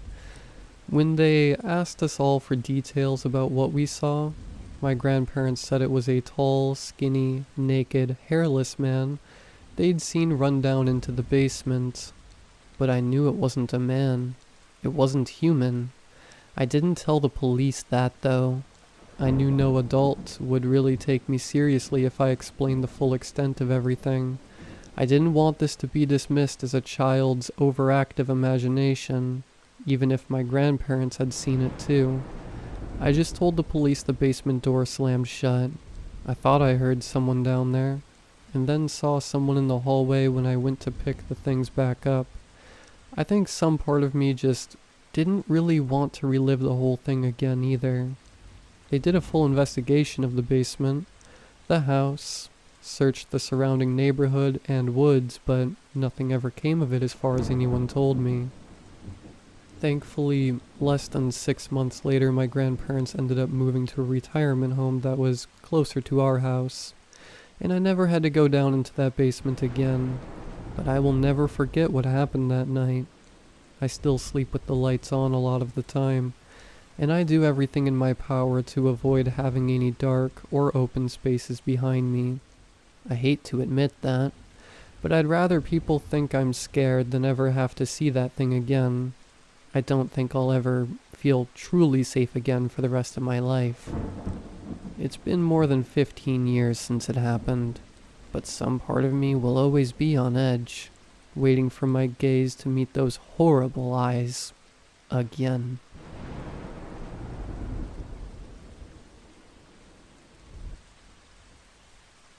Even thinking about retelling this story has made me the most afraid I've ever been in my life. I suppose if I keep it bottled up, I'll go insane. God knows the security company isn't talking. I feel like if I don't warn people, and they go there... Alright, if I'm telling the story, then I'd better back up a bit. It started a little over a month ago. I work for a security firm that guards projects all over the country. I'm sort of a specialist. It seems like if there's some weird stuff happening at a site, I get called in.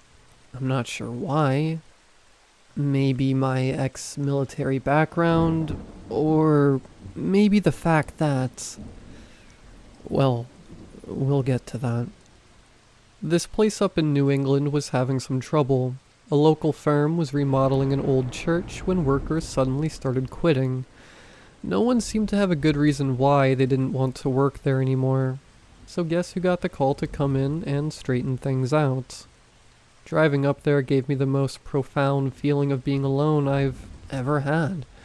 And mind you, I've sat watching caves, foxholes, ditches, some of the most godforsaken places on the planet, all by my lonesome, and never did I feel as soul-crushingly alone as driving up that little 2-lane road that was the only sign of humanity as the trees seemed to close in on me from every side. As unnerving as that was, it was nothing compared to pulling into the little town where the church was. It was like the nightmare scene from a B horror movie.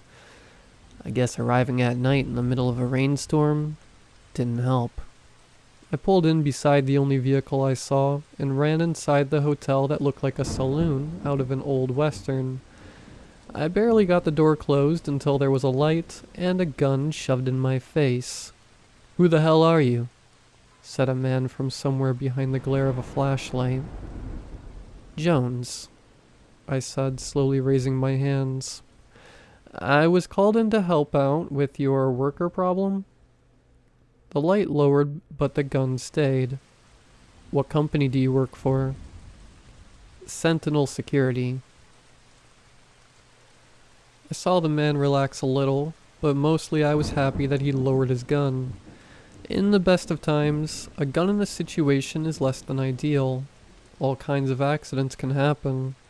I've seen many innocent bystanders fall victim to contagious gunfire. The man stepped over to a table and sat. As I looked around the room, I was surprised at how much it looked like a movie set from an old western, right down to the lit lanterns on the tables and hanging from the rafters. He beckoned me over, and I sat across from him. Judging by the welcome, I'm guessing the workers aren't the only ones who are spooked, I said. He looked at the gun, then laid it on the table. He seemed to be in his 40s or 50s, but there was a tiredness in his eyes. He looked weary and haggard. Truth be told, I'm not even sure a gun would do any good. Maybe you should tell me when the trouble started. He looked at me, and I could see worry tugging at his eyes. Your contract's open, right? I nodded. Which means you have to finish the job or you don't get paid, right? I nodded again. He looked me over for a long moment, then sat back, drained his glass of amber-colored liquid, and sighed. I bought this town a while back, he started. Recently, with the passing of my wife, I decided I needed to throw myself into a project to keep me busy. I wanted to revitalize this town and turn it into a tourist attraction. I'm sorry for your loss. He nodded in recognition, but never said another word about her. Things were going along smoothly, he said. The buildings you see have all been restored. They look good. You should have seen them when we started, he scoffed. They were falling apart. No one had lived here for years. That's why I was able to buy the whole place for next to nothing. I'm thinking that's not the only reason. Yes, he said as a haunted look passed through his eyes. We saved the church for last because it needed the most work. But once they started remodeling is when things began to happen. Things? It wasn't much at first. Shovels and saws would go missing. Tools would be left in fine order at night, only to be in complete disarray in the morning. For a while, the workers blamed each other, saying there was a prankster among them. But that wasn't the case. Oh, how I wish it was. I waited for a long moment for him to continue. We found the first body shortly after that. He said so quietly I barely heard him. Of a worker? He nodded. Dead? He nodded again. Why didn't you stop everything and leave? Because it was already too late, he said. We had disturbed it. Disturbed what? He opened his mouth as if to speak, but no words came out. He shook his head and looked away. For a moment I could swear I saw a tear run down his cheek. I'm sorry, he said, rubbing his palms on his face. Let me take you to your room and we'll discuss this further in the morning. My curiosity wanted him to finish the story, but it seemed like his weariness had been amplified by alcohol. I followed him as he carried the lantern up the stairs to the first door and opened it for me. He handed me the light and told me the bathroom was across the hall if I needed it. I'll be here bright and early in the morning to give you the dollar tour, he said, sounding more like a host. Aren't you staying here tonight? His eyes flashed genuine fear. Not here, he said. I'll be back in the morning. I looked around the comfortable-looking room, trying to decide what was so wrong with it, as he stepped to the door. Oh, by the way, he said, stopping at the doorway. Don't bother with your cell phone. There's no signal up here. I glanced down at my phone, and when I looked up, he was gone. I picked up the lantern and stepped to the doorway, but I didn't hear him leaving. You would have thought someone walking out on a hardwood floor would make some noise, but it was silent. The only noise I heard was the rain pelting against the windows.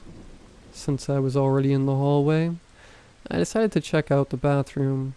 I walked a short distance down the hall and found it to be functional and clean, but nothing extraordinary.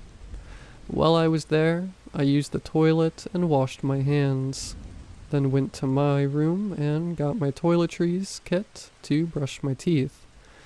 Carrying a lantern around was a little disconcerting. I've had to deal without electricity many times before, but that wasn't what was bothering me.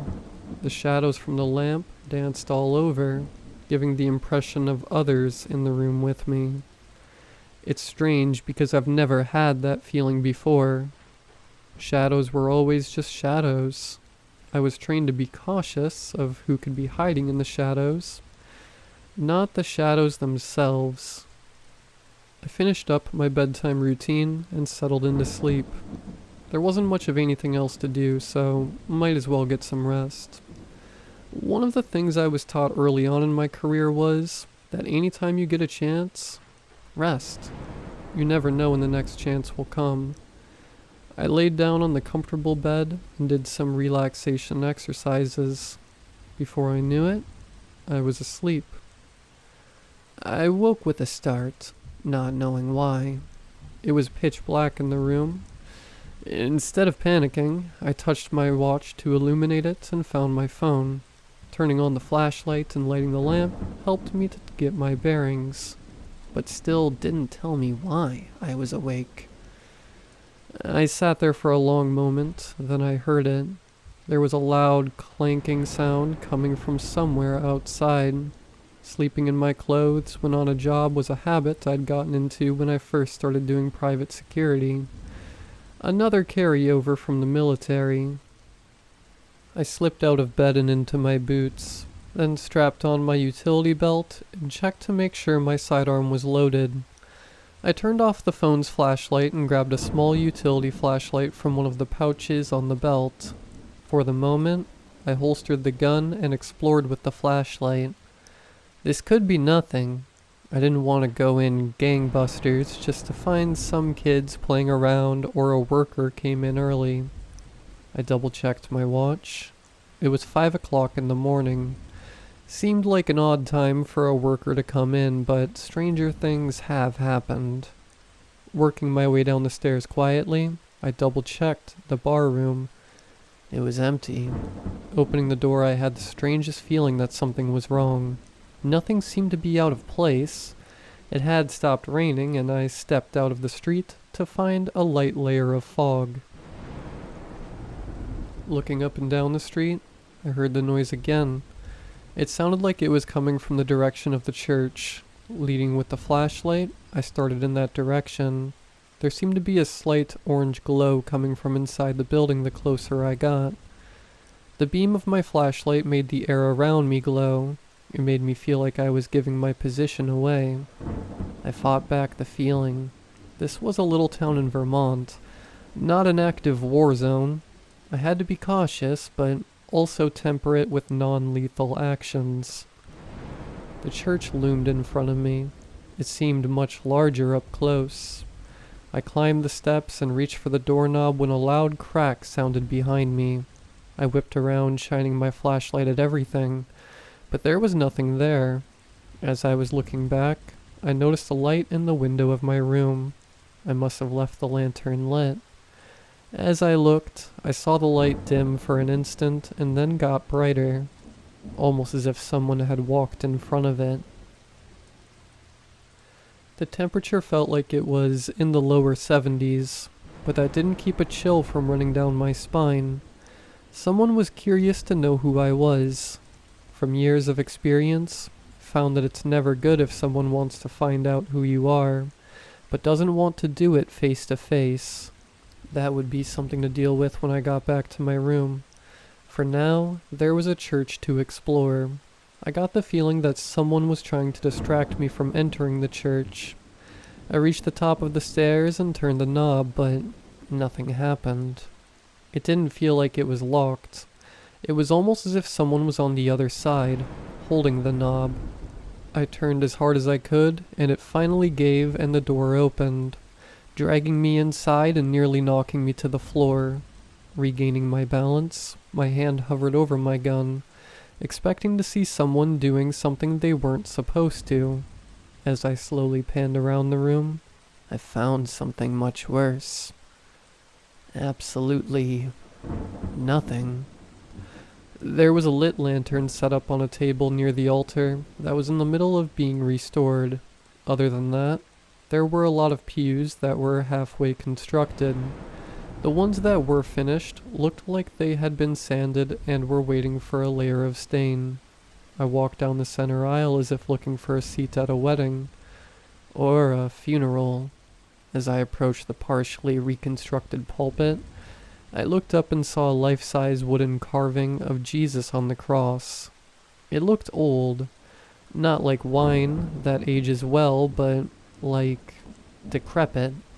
It had been painted fresh colors at one time, but now it was cracked and peeling away from the carving.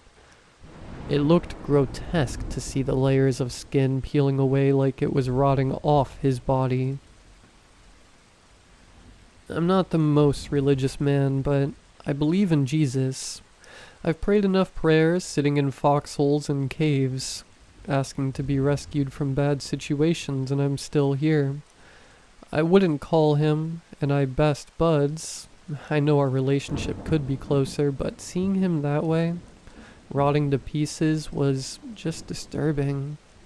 As I looked into his face, I swore I saw his eyes open for an instant. I blinked my own eyes to be sure I was seeing right, but when I looked again, they were closed. It was my imagination playing tricks on me. At least that's what I told myself as I stepped onto the platform and looked around. Off to each side were doors. I went to the one to the right and found a small broom closet. The one on the left held a set of stairs that went down and disappeared into darkness. Just inside the door, there was yellow and black caution tape blocking the way down. I shone the light on the stairs and they looked sturdy enough. I reached for the tape, but before I got a hold of it, a strong hand grabbed my shoulder and turned me around. "What do you think you're doing?" said a man who was a full foot shorter than me, but his grip felt like iron. "I was about to go down those stairs," I said. He looked at me with the incredulous look a parent gave a toddler who was reaching for a hot stove. "And you didn't see the caution tape?" he said. "I saw it." "Who are you anyway? I've never seen you before."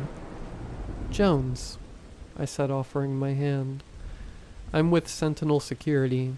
I was called to investigate why workers keep quitting." He looked at my hand, then at me. "So this investigation includes ignoring obvious warnings?" My hand was still extended, but had yet to be shaken. I let it fall back to my side. "Are you a worker or a foreman?" He scoffed. "Nothing so formal. I make sure people do what needs to be done." "So, foreman?" His eyes bled with suspicion as he stared at me. "Where did you say you were from again?" As I was about to answer, more workers entered, followed by the owner I'd met last night. "Let's ask the boss if he knows you," the foreman said smugly. The owner locked eyes with me and gave me the strangest look as he walked up to us. "Good morning," he said, addressing both of us. "Good morning, sir," the foreman said. "I caught this man snooping around in here." "Did you know?" he said. "Is that true?" "I wasn't snooping. I was investigating," I said. "Don't you remember our conversation last night?" His eyes opened a hair wider for an instant, then went back to normal. "Of course I do," he said with a smile that seemed forced. "Remind me again. My memory isn't the best." "We met in the saloon, talked for a little bit, and then you showed me to my room." "Indeed?" he said with a raised eyebrow. "Did I say anything else?" "You told me you bought this place after your wife passed away, and problems started after you found the first dead worker." "Dead?" the foreman said with alarm. "When did this happen?" The owner burst into laughter. It appears Mr. Jones. Mr. Jones here has pulled a fast one on you, he said to the foreman. Perhaps he and I should go and discuss the matter in private, and you can continue with your work. The owner grabbed my arm and guided me away from the foreman, whose eyes burned as they followed us out the door. We walked out of the church in silence, as he nodded to workers who were straggling in to start for the day. He led me back to the saloon, and we sat at the same table as before. So you and I met in this saloon last night? He said. At this very table, I said. I came to the door and you pulled a gun on me. His eyebrows raised. Did I know? And what time was this? I'd say around 9. We sat here and talked about what was going on with the workers. And what else did I say? Other than about the worker. I asked why you hadn't left, and you said it was too late. This time he didn't try to hide it. His eyes grew wide. He stared at me for a long moment, then seemed to gather himself. I apologize, Mr. Jones, if this all seems a little strange, he said. You and I did not have a conversation last night. It was my turn to raise my eyebrows. At 9 o'clock last night, I was in bed with my very much alive wife. But you said, and we have not had any workers die. I don't understand. Neither do I. I thought about it for a long moment. You were drinking when you talked to me. Is it possible you were too drunk to remember? He leaned a little closer. I haven't had a drink in 19 years. He reached into his pocket and set a coin on the table. I picked it up and looked at it. It was an AA coin. Then, who did I talk to last night? He put the coin back in his pocket. Are you sure it was me who was drinking? I looked up at him and read suspicion in his eyes. I don't drink. He leaned back in his chair. It seems we've reached an impasse, he said. Perhaps I should call your company and have a different person come and investigate the matter. I wanted to find out what was going on. Perhaps you should give me at least a day to investigate, I said. Unless there's some other reason you don't want me to get to the bottom of this. He smiled, but it wasn't friendly. Please continue your investigation, Mr. Jones, he said. Unimpeded? I will inform the foreman to allow you free rein. Thank you, I said, standing to leave. Just one more thing, he said. What was the last part of what my doppelganger told you? You said it was too late to leave because you had disturbed something. His eyes fell to the table as if in deep thought. I went back to the church and began talking to the workers one by one. Each of them was hesitant to talk around the foreman, but once they were out of earshot, told very similar stories. There had been strange things going on, especially at night. It was more than just tools being moved around. Strange symbols would appear carved into the wood they were using. The owner would tell them to cut the symbols out and use whatever they could of the wood. One of the workers had gone missing, but after a day or so, the owner said he had quit. The strange thing was, no one was able to contact him after that. The more I dug, the more I found. Some of the workers had become curious as to why they were restoring this town in the middle of nowhere. It turned out it had been long suspected that satanic rituals were carried out in this very church. It was also suspected to be the site of one of the earliest witch burnings. But the two facts that stuck out in my mind were no one hung around after dark. That was when things were alleged to get strange. And no one was allowed down the steps I had found before the foreman stopped me. The workers had been told the steps were unsafe and could collapse under the weight of a person. It didn't take much convincing to keep them away from the creepy stairs. By afternoon, I knew exactly what my next move was. I went back to my room and checked around to see if anything was missing. Nothing seemed to be, so I set my watch and took a nap. The alarm went off at 9 o'clock. I went to the bathroom to splash some water on my face, then geared up for my expedition. When I got to the church, it was empty. I made a beeline for the left door and the creepy staircase. With flashlights attached to a headband and my waistband, I was good to go to keep my hands free for whatever I might need them for. I attached a safety rope like mountain climbers do and found a sturdy spot to anchor it into the wall. If the stairs give out on me, at least I wouldn't fall. As advertised, every stair creaked like it was about to give out, but thankfully none of them did. The trip down was an assault on the senses. The damp, musty smell of rotting wood and general decay was nearly overwhelming. I was surprised at the general lack of cobwebs. It told me this area wasn't quite as off limits as some had let on. Surprisingly, the bottom didn't open up into a full basement. There were a few wooden shelves at the base of the stairs, but they were empty. Instead, it became a narrow passageway. The floor was made of dirt, and the walls were the same stone of the foundation of the church was made from. It seemed whoever had built this tunnel built at the same time as the church. The ceilings barely made it to 6 feet. I had to duck to keep from brushing my head against it. I wasn't sure what I was expecting to find, but this was the key to discovering what was happening here. I'd been walking for 10 minutes, senses alert, hand on my holstered sidearm. Suddenly the air changed. The smell became more pungent and the air warmer. There was a feeling of closing in that made the hairs on my arms stand up. I turned a corner and the tunnel opened up into a large room with a high ceiling. I panned around trying to get the scope of the room when my light fell on something big in the corner. It looked like a massive black boulder that was made of leather. Watching, transfixed, I noticed it was moving. Not much, but just a bit rising and falling. I realized it was breathing. Fear gripped me. I no longer had any interest in finding out what was going on here.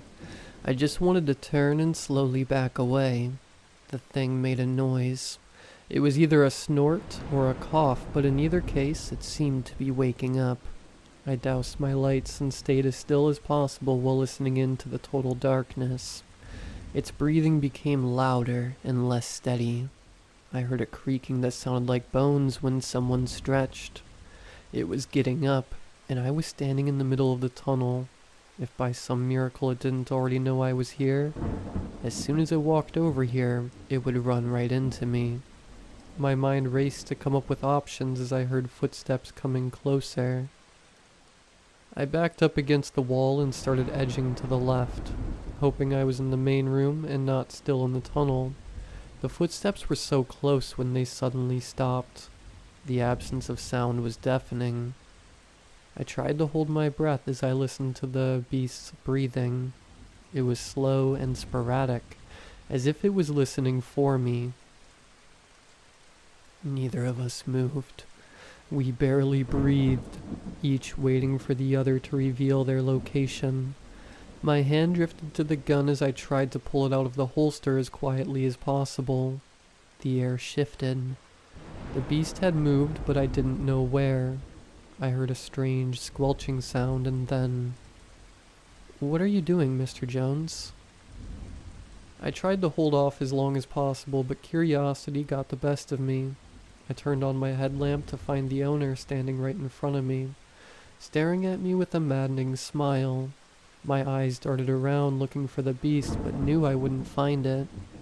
It was standing in front of me. "So, are you the real thing?" I said, hoping to keep the panic out of my voice. "Or are you some shapeshifter who pretends to be someone else because he has no identity of his own?" "I'm whoever I want to be," he said. I heard the squelching again, only this time I had the displeasure of watching it happen. His entire body rippled and tore itself apart, only to reform into the beast for a moment, then tear apart again and reform into something much more terrifying. I gasped, looking into my own eyes. "You see," he said in my voice, "I can take your place and travel around pretending to solve problems." While he was changing, I glanced around to see if there was anything else in the room I could use. In the far corner, I saw what looked like a nest and an inverted cross hanging on the wall. "If you could, why haven't you?" I said, playing at a hunch. "What? If you were free to go anywhere, then why haven't you? Why sit here in the middle of the woods with nothing to do?" "I choose to stay here," he said in my voice. "You choose because this is where your power is. You know so little. I'm rebuilding this place so my worshippers can live here and pray to me, giving me all the power I need. Just like when this place was first built. And until my followers thrive, I survive off of human sacrifice." "So did you kill the worker?" "And no one remembers him, just like they won't remember you." He grinned and took a step toward me, but I drew my pistol and shot him in the forehead. He fell to the ground, bleeding. It was a strange sight to watch myself die, but then the squelching began again, and he reformed into his demonic form. He stood 10 feet tall and covered in leathery skin that looked like tiny teeth. His face was a nightmare of glowing red eyes and massive sharp teeth. He roared at me in what sounded like 1,000 voices. I turned and ran down the tunnel, ducking so I didn't hit my head and knock myself out. That would have ended my escape and my life. I heard the squelching again and heard my voice call after me. "You can't escape, and besides, I know how to find you." I turned and fired, hitting him in the chest. He dropped and squelched again. I wanted to watch him turn into his demon form to see him squashed into the tunnel that was too small for him, but I didn't dare squander this time for anything but escape. It seemed like forever until I came to the stairs. I took them 2 at a time. Once I reached the top, I turned to see him at the bottom. I shot him again, then found a lantern inside the church, lit it, and tossed it down the stairs. The glass shattered, spreading fire all over the bottom stairs. They began to burn almost immediately. I could hear his desperate cries as the flames crawled up the stairs, destroying them one by one. Turning and running out the doors, I didn't bother with my things in my room. I hopped in my car and drove like a bat out of, well, you know. My hands shook on the steering wheel as I glanced in my rearview mirror, hoping I wouldn't see that thing chasing me. Instead, I saw a glow growing in the forest behind me. I prayed the whole church was on fire, and it would spread to all the houses. I only wished his followers were in the house when they burned. I wondered how many places there were, just like this, in the world.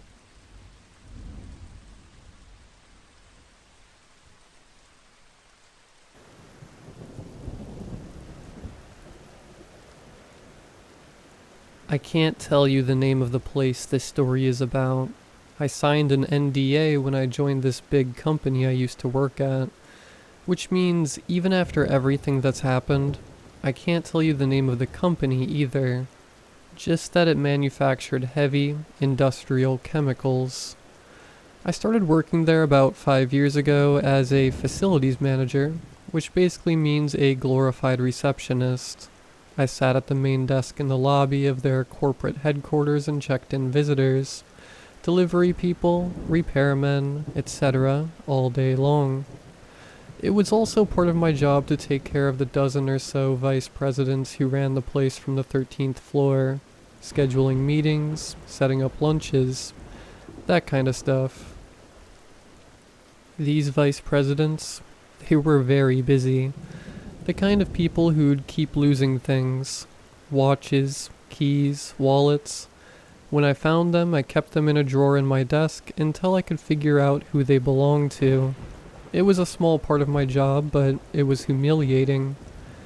It was stressful work, but the pay was okay, and I needed the health care. I have a daughter, Sandra, and I'm raising her alone. She's almost grown now, but when this story takes place, she was only 13. Being a single parent means that when your car breaks down and your kid has to get to school and you're late for work, you don't really have anyone to turn to. You just go to work late. This sort of thing happens, though. You get put on probation.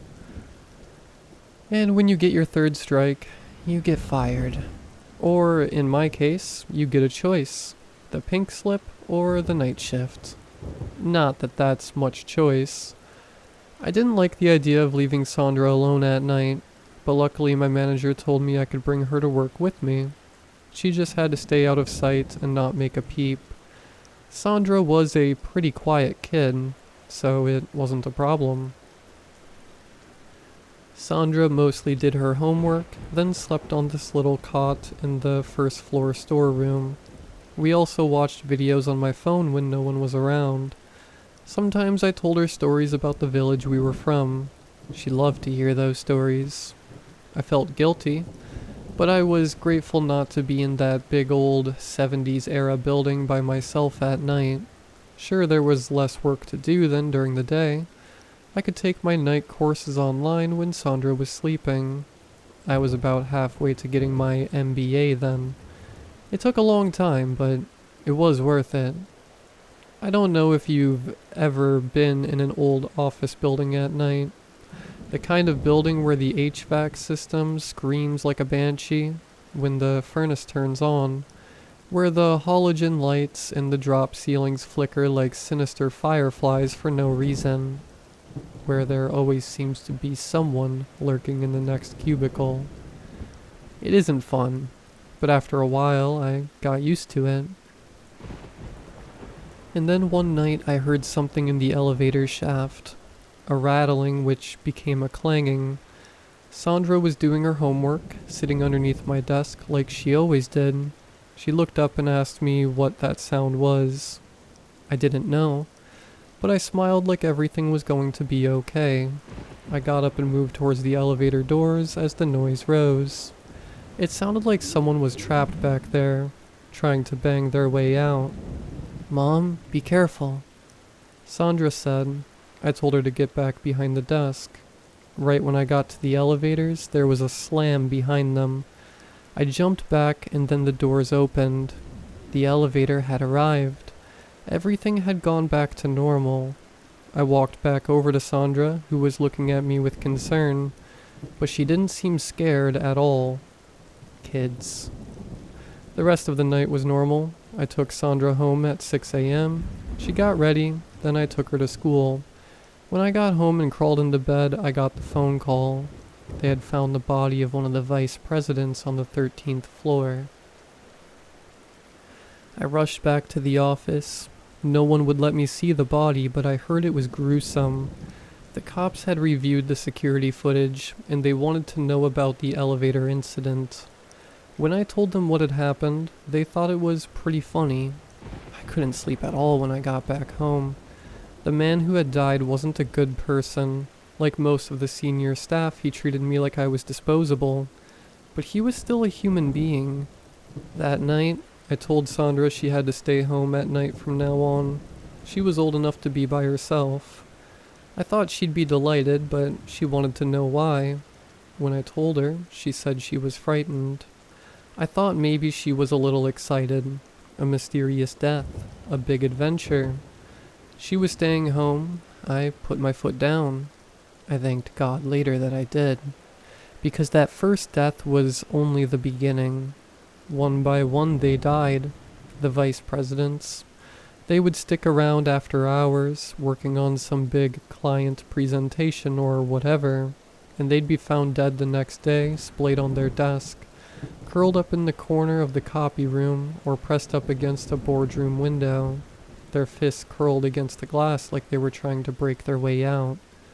They'd all died of asphyxiation. At first the cops thought there was a problem with the furnace, but nobody could find anything wrong with it. Then there was a matter of the dead men's skin. It had reddened, sloughed off, basically peeled away, like it had been exposed to toxic gas. I was there every night. It was terrifying. I would be too scared to leave my desk, so I'd put off going to the bathroom, then I'd run quickly to the ladies. One night, I swore I could hear someone in the next stall, speaking low and chuckling in a really nasty way, but when I got up the courage to throw open the stall door, there was no one there. A few nights later, the elevator wasn't working, and I had to go up to the 13th floor to turn off some lights which had mysteriously turned on. You can bet I didn't want to do that. When I was coming back down the emergency stairwell, I heard the sound of dozens of feet coming down after me. I sped up, but they started coming faster, then faster and faster. I ran like hell, never looking behind me. Not once. When I got back downstairs, I shoved an extra chair in front of the stairwell door, just to be sure. The last one was the worst of all. One night I was getting a report for a courier pickup when I saw a figure across the sea of cubicles. It was hunched over in the halogen light. It looked skinless, like it had been flayed, but it seemed to be smiling. Then all the lights went off. I screamed, went still, waited. I could hear the thing coming closer to me, closer and closer. I shut my eyes, and then the lights came back on. Slowly, I opened my eyes and saw that I was alone. I never told anyone about the strange things I saw. They would have thought I was insane. I thought about quitting my job, but then Sandra and I would have been destitute. I was behind on the rent as it was. I had to keep going to work. I never told Sandra about any of this, but she could see the stress it was causing me. She did more than her fair share of chores. Even cooked a bunch of the meals. I had never seen her act that adult before. I felt bad about it, but also really proud. Meanwhile, none of the authorities or the experts the company hired could find any signs of chemical spills in the building. People who worked there began to freak out. Rumors spread like wildfire. There's a fungus in the walls that kills people. There are gas packets in the vents that make your skin slough off. And my favorites? It's ghosts. To understand that last rumor, you have to know something about the company I worked for. About 25 years ago, there was a big chemical spill at one of our plants in a foreign country. Killed almost 400 people who worked there or lived in the nearby town. There was a small out-of-court settlement, barely $100,000 made to survivors. The company never admitted fault. That's where the NDA comes in. I can't tell you the name of the place where the chemical spill happened. I can't even tell you the country it was in. I can tell you it was horrible. That the inside of people's throats melted off, that they coughed until they vomited blood, that they died writhing and screaming and in tremendous pain, until they finally asphyxiated. Just like the vice presidents. You can see why people thought it was ghosts. The vice presidents didn't believe in ghosts. The four of them who were still alive got together in the big boardroom on the 13th floor late one evening. They put their heads together trying to figure out who was targeting them. Was it corporate espionage? Some kind of eco-terrorist? Maybe an employee they'd fired? They deliberated for hours. The next morning, when their underlings came to work, they found the vice president in the boardroom. Their skin peeled off, their eyes exploded. Their faces had claw marks from their fingernails, as if their skin had burned so bad they'd been trying to claw it off. That's when the company shut down the building, cleaned out the corporate headquarters, put it up for sale. The deaths stopped after that. The facilities managers had to pack up every floor. I wasn't there when this happened, but some of my coworkers were moving boxes out of an old storeroom on the 13th floor and found a bunch of paperwork that proved that the company had cheaped out on the construction of the plant where the chemical spill had happened. The vice presidents had all signed off on it. They had known that there was a high probability of a chemical spill. They just didn't care. Somehow this paperwork found its way into the hands of a young reporter in need of a scoop. Now the company's assets have been liquidated and divided between the survivors of the chemical spill. The company where I worked doesn't exist anymore at all. Good thing I got my MBA. On the day before the building sale was finalized, I realized that I hadn't cleaned out my desk. I drove back over. I felt my heart rate rise as I saw the building on the horizon. My pulse was out of control as I used my security card to open the door and walk through the empty, cavernous atrium. Sweat clung to the back of my neck as I put all my stuff in the box I'd brought. When I finished, I was ready to run out that door for the last time. And then I realized something. None of the vice president's things had been in the desk drawer. I checked again, but there was no sign of them. I drove home slowly. I already knew the truth of what had happened, but I didn't want to admit it to myself. Sandra was still at school, so I went through her room. I found exactly what I thought I'd find. One other thing I guess I should have mentioned. The place where I'm from has this tradition. A lot of people my age don't believe it, but it's true. I know it's true. If you found something that belongs to someone you hate, you can curse them with a death they caused. It doesn't have to be a special object. Watches, keys, wallets, those all work. All the things the vice presidents lost, and that I found, and kept in my desk drawer. When Sandra came home, I'd made dinner, a traditional meal from the village we were from. She sat down. From the look on her face, I could tell she knew what was coming. Before I even said anything, she gave me a sad little smile and said, "I'm sorry, Mom." I put the food down on the table and sat, let her speak. "I was so angry with you when you took that job," Sandra said. "Working for the company that killed so many of our relatives and neighbors. I knew you didn't have a choice, but I was still angry. Then you brought me to work that first night, and while you were in the bathroom, I went through your desk. I was just looking for a pencil sharpener, but I found their things. Suddenly I remembered what grandmother had taught me. She didn't want you to know. Said you were too modern, too Americanized. But she taught me how to curse them, what I would need, just a few simple herbs, and their things. When I saw what was in that drawer, I knew what I had to do." Sandra turned up her face. I could see that she was crying silently. I wanted nothing more than to wipe away her tears, but I knew she wasn't done with her story. "I called them up, Mom. The ghosts. I didn't know what they were going to do, but I knew it would be horrible. I knew if I prayed hard enough, they wouldn't hurt you. Did they?" She looked at me, her eyes pleading. "No," I said. "They didn't." "But you were really scared." "Yeah, I was really scared."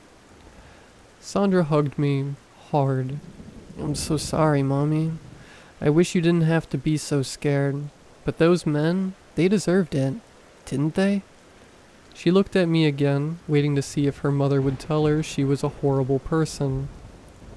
"They did," I said again, and wiped my daughter's tears away. You might be thinking that I shouldn't allow my daughter to get away with such a thing. Well, those men who were killed, they got away with something far worse for years and years and years. They had plenty of people, lawyers and politicians and PR specialists to protect them. And Sandra has only me. But then, of course, Sandra can take care of herself pretty well. You might be wondering where I'm from, what kind of place has this tradition, and what you can do to ever avoid pissing off someone from there. But unfortunately, you'll never know. I can't tell you the name of the place I'm from.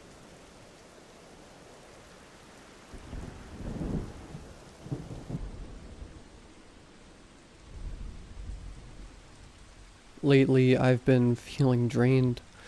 I haven't taken time off work in 2 years.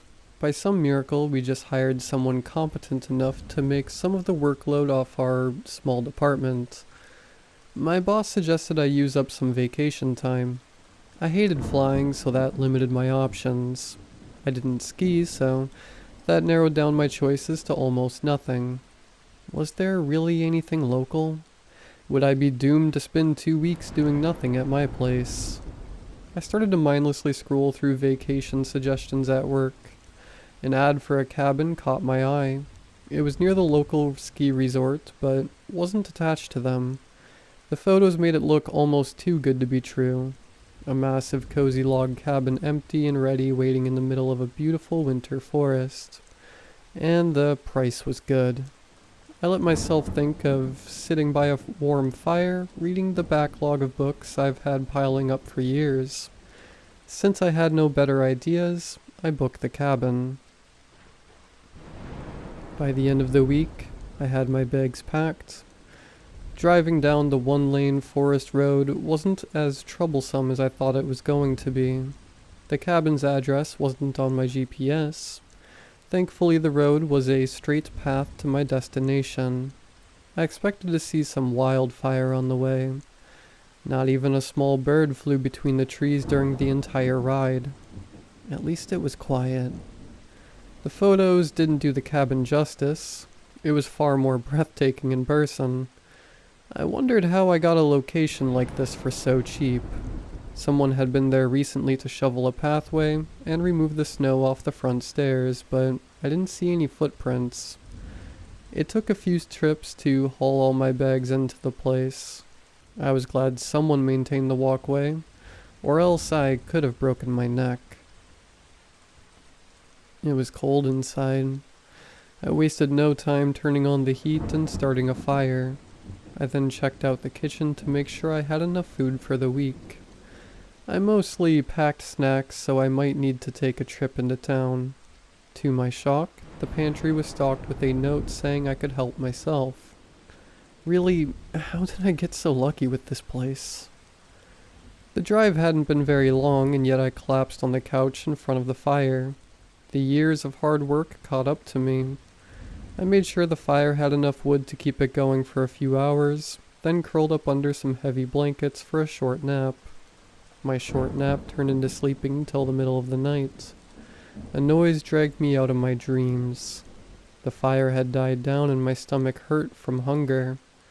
I got up to get the fire started again when the noise came back. Someone was knocking at the cabin door. I froze, scared for some reason. I felt more tired than I did before my nap. I wrapped my arms around myself, trying to keep away the chill. Should I answer the door? There shouldn't be any reason why someone would be in the middle of the woods at this time of the night.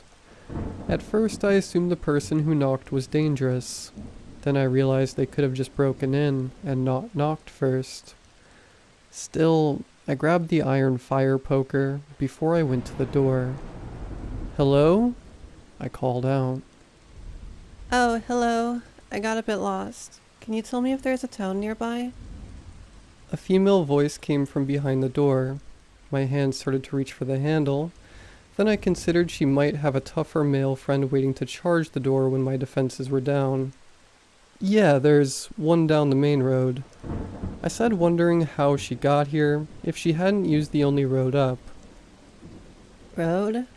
Oh, I see your tire tracks. Maybe I could follow them. Hey, are you alright in there, or do you need help getting out? She asked as if that question was normal. What the hell was she talking about? A fierce chill shot down my back. I opened my mouth to respond, but movement out of the corner of my eye caught my attention. I could see some windows in the living room from where I stood. It was still pitch dark outside. A white shape started to appear in that darkness. My heart froze as a pale face got closer to the window. The ghoulish appearance was something made of nightmares. A wide black smile pressed against the glass. The dark eyes made contact with my own. Then a loud banging came from the front door. I nearly jumped out of my skin. When I looked back, the face in the window was gone. I ran to where I left my cell phone. The thing refused to turn on. The banging still echoed through the entire cabin as my shaking hands plugged the charging cord into my phone. Still nothing. I then ran around, making sure every door was locked. As I went by the windows, I briefly saw more of those pale faces outside. What was going on? I noticed something at the top of the kitchen windows. I reached over to grab a cord. A wooden set of shutters slid out from under the wall and locked at the bottom. I'm sure if someone tried hard enough, they could get through the shutter, but at least it was an extra layer of protection. I found out all the windows had these shutters. The banging sound grew quieter each time I covered a window. I even ran upstairs to lock up the ones in the bedrooms just in case. While I raced around, I kept hearing that female voice offering help and telling me to just go outside. Like hell I would ever do that. When the last window had been covered, the noises from outside stopped. I soon found out none of the landline phones worked. My cell phone refused to turn on no matter what I tried. I was safe inside the cabin, but trapped. Could I wait out whoever, or whatever was outside? I had enough food for the week. My boss knew where I was going, so when I didn't come back, he would call the police, right? I didn't want to wait this out for a week. I wanted to get out of here now. I got the fire going again. A chill got into my body and ran down to my bones. I knew I needed to keep my strength up, so I ate some of the snacks while I sat shaking on the couch. Iron fire poker within arm's reach. For some reason, I started to feel exhausted. Soon I couldn't keep my eyes open and fell asleep even though I was still scared out of my mind. I woke up in a cold cabin. I couldn't tell what time it was. There were no clocks, and my phone was still dead. I didn't dare risk opening the shutters to see what time of day it was outside. I've never felt this cold in my life. I piled on layers of clothing. Not even the fireplace or turning the heat up to the max helped get rid of the chill. A scratchy feeling came to the back of my throat. I was getting sick on top of everything else. I needed to warm up. To my disappointment, the shower only had slightly warm water. I almost felt colder after a quick shower. My stomach churned. The snacks from the night before weren't sitting well. I tried to make a can of soup, but my body rejected it. I found my way back to the couch and under a pile of blankets. I felt awful. In the short time since I'd woken up, my health did a major downward spiral. Soon I felt too sick to do anything but sleep for another few hours. What time was it when I woke back up? I had no idea. A soft knocking sound made me stir. I heard a low voice but couldn't make out what they were saying. Slowly I started towards the door.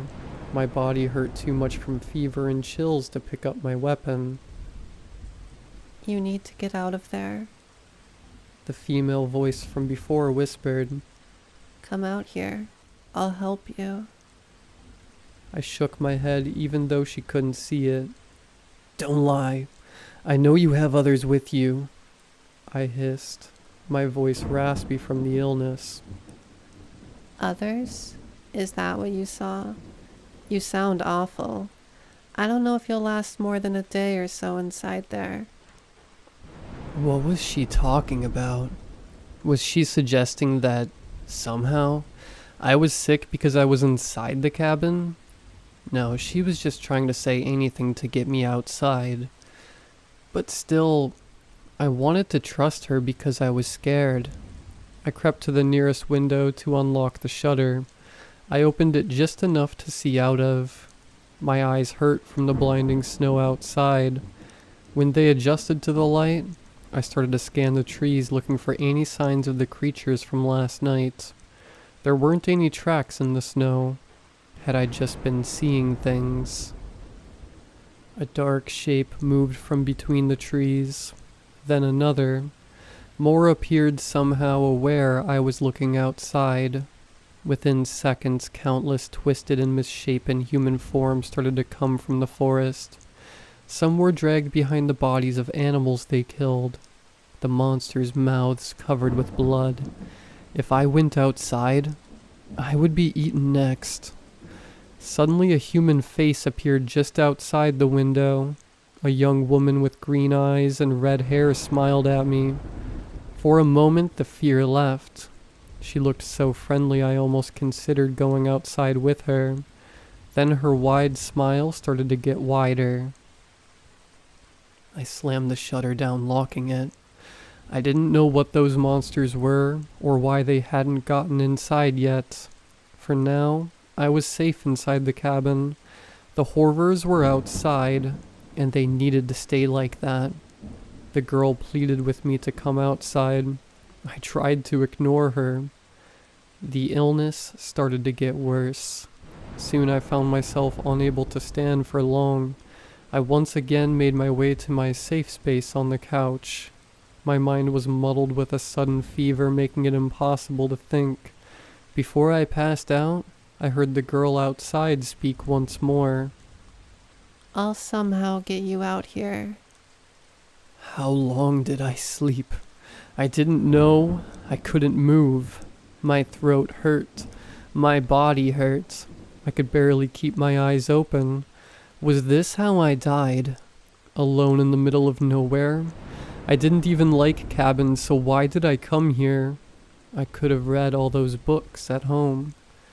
Another banging noise woke me. This time it was different. I also smelled smoke.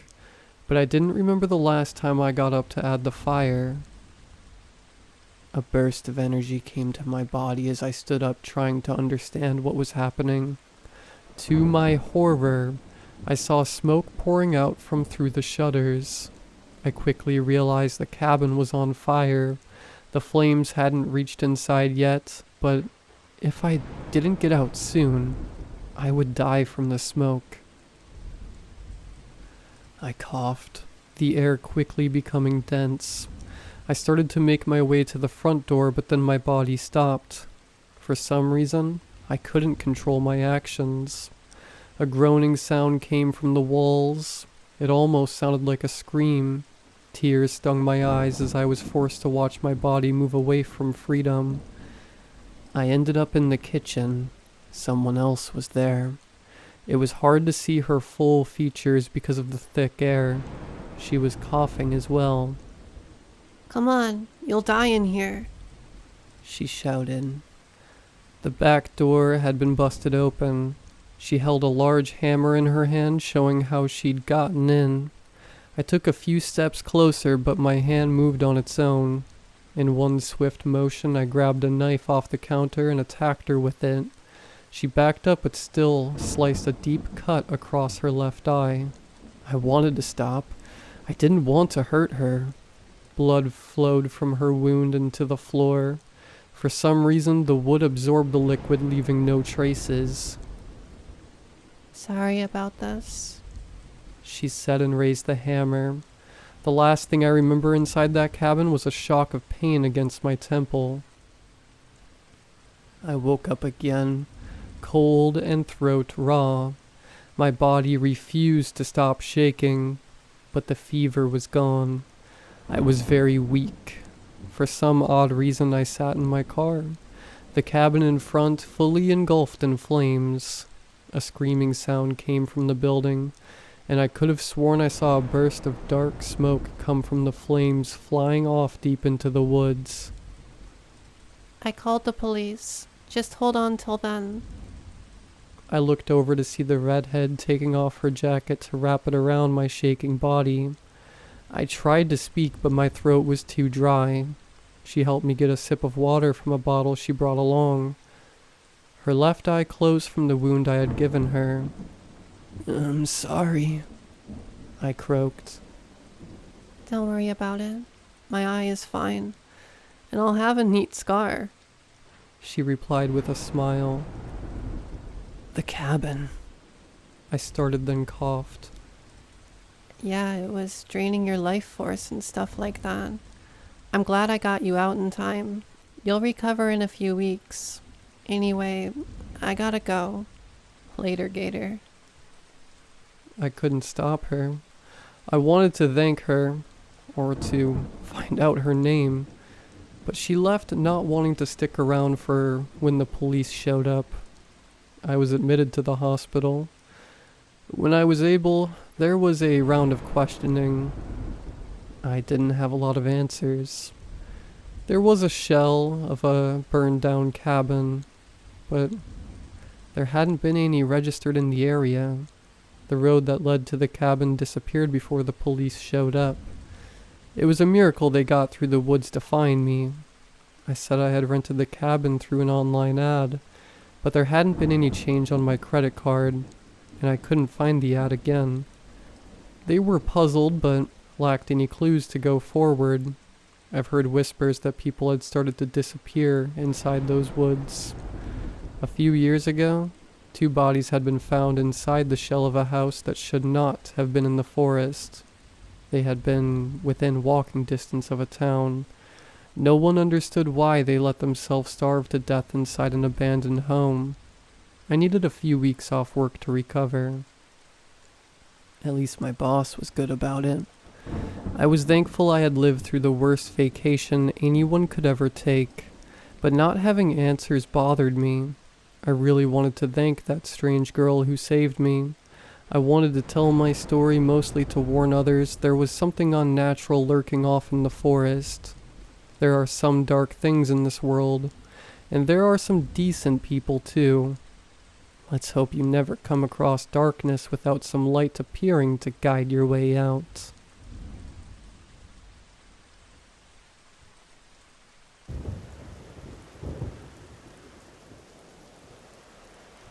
My high school years were amazing. Sports and grades have come to me naturally, but I always struggled with one thing: women. As a senior in high school, I never got to experience the pleasures of having a girlfriend, and I wish it stayed that way. Lana was perfect.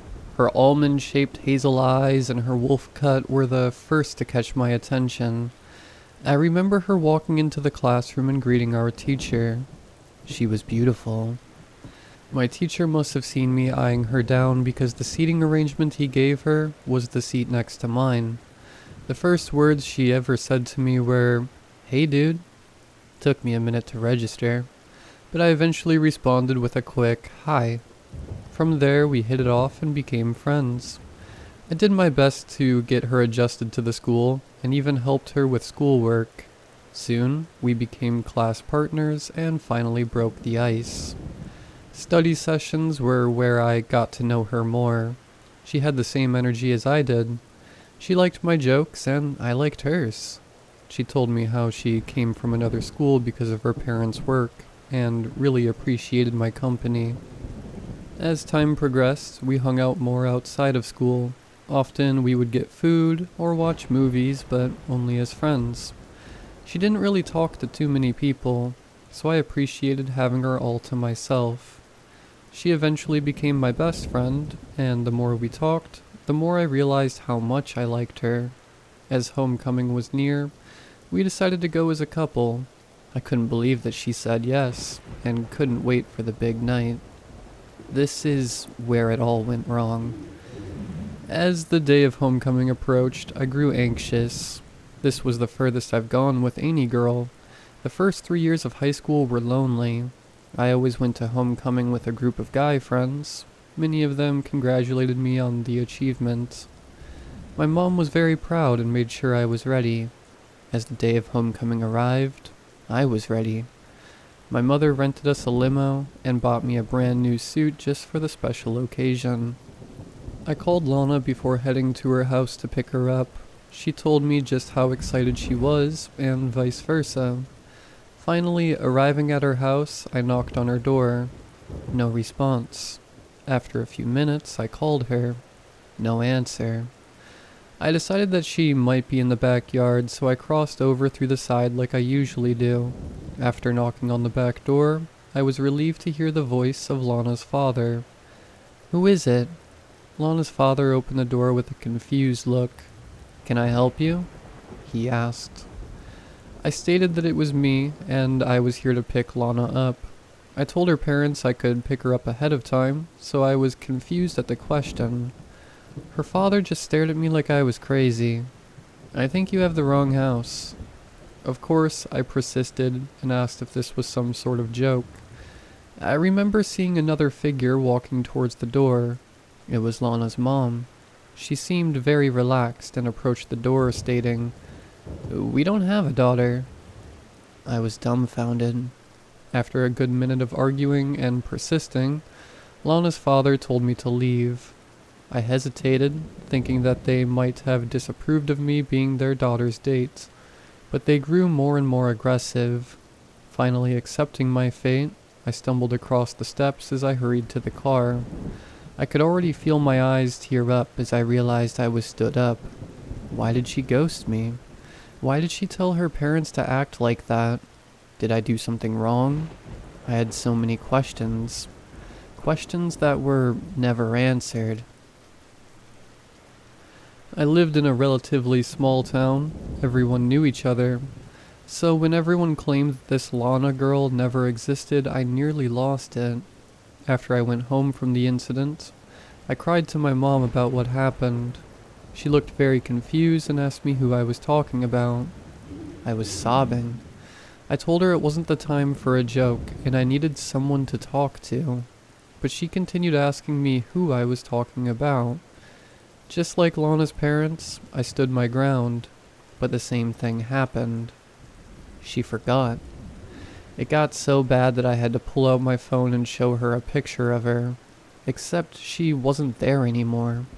Not a single trace of her was left on my phone. Her pictures, videos, and messages were all gone. Our old Instagram posts together were non-existent.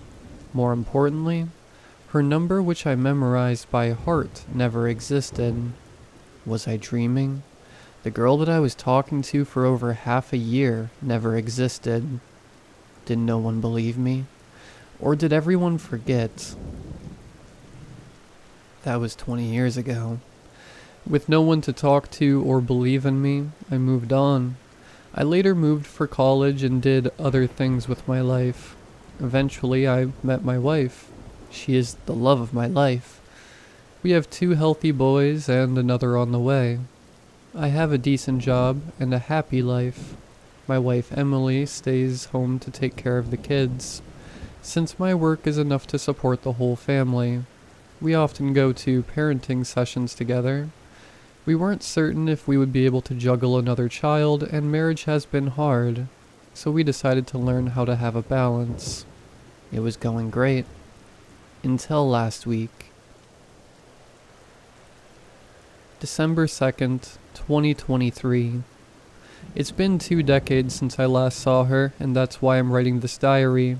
I almost forgot about her after all these years, but I saw her. After our parenting session, Emily and I went to get lunch. We ate at one of those restaurants with an outside cafe.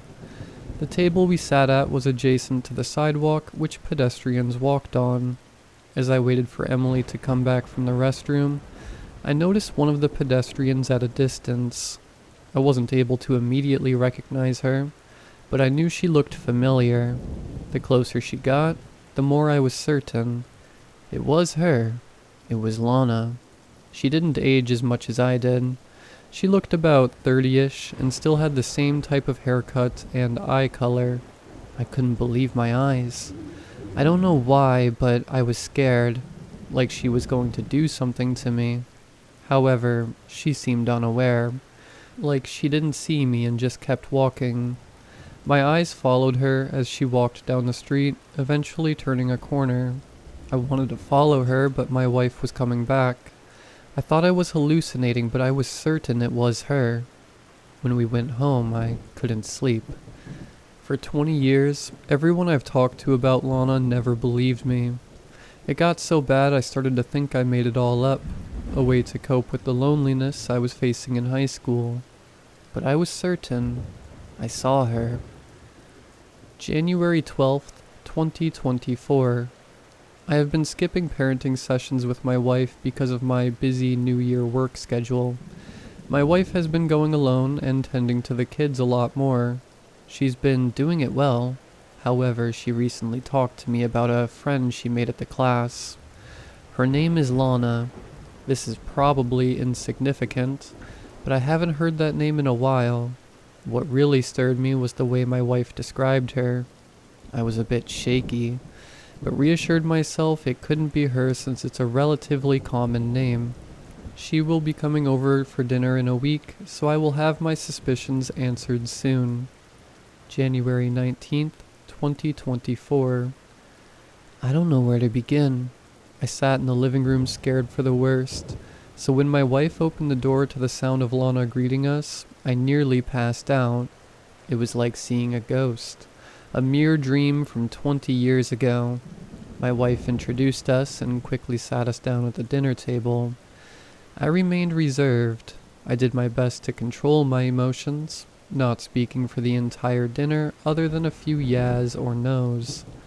Lana actually seemed uninterested in me, and was getting along with my wife very much. I didn't know how to feel. She was real, right here, in front of me. After bottling my emotions, I finally built up the courage for confrontation. "Do you remember me?" I asked Lana. Both my wife and Lana turned to me confused. "Sorry?" I remember her asking. "In high school, senior year?" I asked again, this time a little bit more demanding. Lana looked confused. My wife was surprised. "You knew Lana?" I didn't answer. I never really told anyone about Lana after I moved to college, and didn't think it was important to bring up with Emily. I just looked at Lana. I wanted her to say something, anything, but she didn't, keeping the puzzled look on her face. "You disappeared," I said aggressively. My wife started getting tense, unaware why I was so persistent. Lana also started getting uncomfortable. I could just tell by the way she looked at me. There was no remorse behind those eyes. It's like she forgot, or never knew. Either way, the rest of the dinner was extremely uncomfortable. I excused myself from the table, and currently I am in my room writing this entry. Lana just left. My wife had a lot of questions. She was mad about how unwelcoming I was, but after explaining everything, she understood. It's been a very long time since I've told someone about the high school incident. My wife was very skeptical at first. Since I had no proof of knowing Lana in high school, she didn't believe me. It was only when I started telling her specific details about Lana that she started believing. I told her about her parents and a few other experiences that I'm not comfortable sharing. Emily told me she wanted to avoid Lana at parenting sessions, which is understandable, so we decided to quit the program. Emily was confused. How could someone just disappear? We decided to Google her name. There was almost nothing about her online other than a few work-related profiles. We spent 2 hours doing this with no results. My wife told me that it was getting late, so we're giving up for now. February 3rd, 2024. It's been a month and life has been as usual. We decided to stop going to parenting sessions. Since then, we haven't seen or talked to Lana. Because of that, this will probably be my last entry. I think it's best to leave it that way. We have our theories. My wife thinks she might be a ghost, but I think this is something else. But either way, I'm done worrying. It's been years and I think it's time to stop thinking about her. This is goodbye for now. February 25th, 2024. I can't sleep tonight. I got a few hours in, but I woke up from a bad dream again. This is the second time. I didn't feel like writing an entry the first time since I figured it must have just been a dream, but this one was unusual to say the least. In the dream, I saw my wife. She was far, but I could tell it was her. I started drifting towards it, unable to do anything but watch. She was smiling with her arms wide open, motioning for me to come to her. I felt happy and at peace staring into her eyes. It was like when I first met her. I knew she was perfect. She started speaking, "I love you." I wanted to say it back, but couldn't. This was a lucid dream, but I couldn't control myself. She kept saying it. "I love you, I love you, I love you." But then her voice started deforming, like she was choking. She kept staring at me. Her hands were bound at her sides and her eyes stayed locked onto mine. "I love you, I love you, I love you," she kept going. But I couldn't take it. She was choking on something. Each gasp for air ended with an "I love you." A red fluid then started trickling out her mouth. Blood? I didn't know, but now she wasn't talking anymore. Her hands were on her throat, gasping for air. I couldn't do anything. I wanted to wake up, for it to end, but I could only watch. It all happened so fast. She was now on the floor, spasming and fighting for her life. I was yelling on the inside, but still unable to move. Her eyes, they were still looking into mine. Her head stayed in place, but her body shook uncontrollably. Until she stopped. I thought she was dead.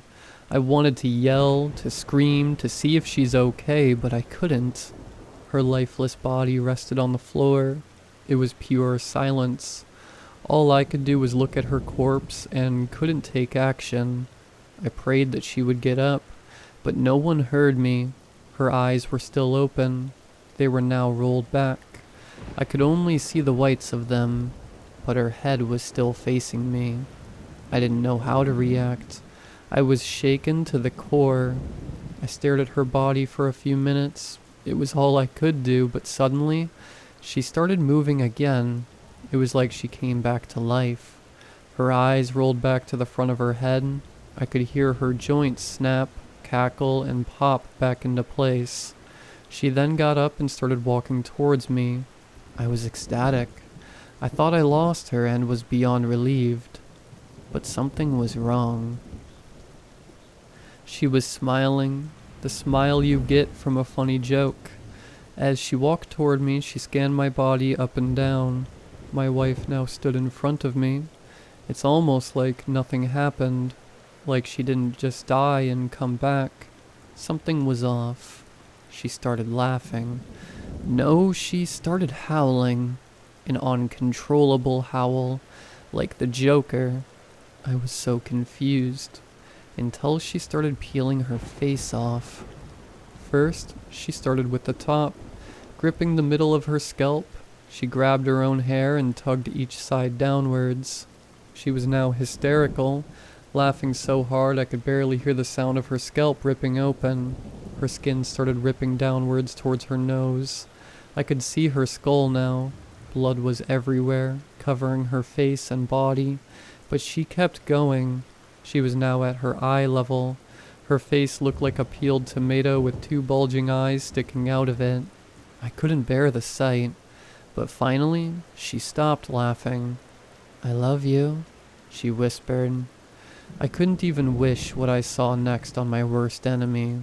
She yanked the skin she ripped off and threw the long pieces on the ground. She then looked me in the eyes and laid down. I wanted it to end. I couldn't watch this anymore. She then curled up into a fetal position, like an embryo.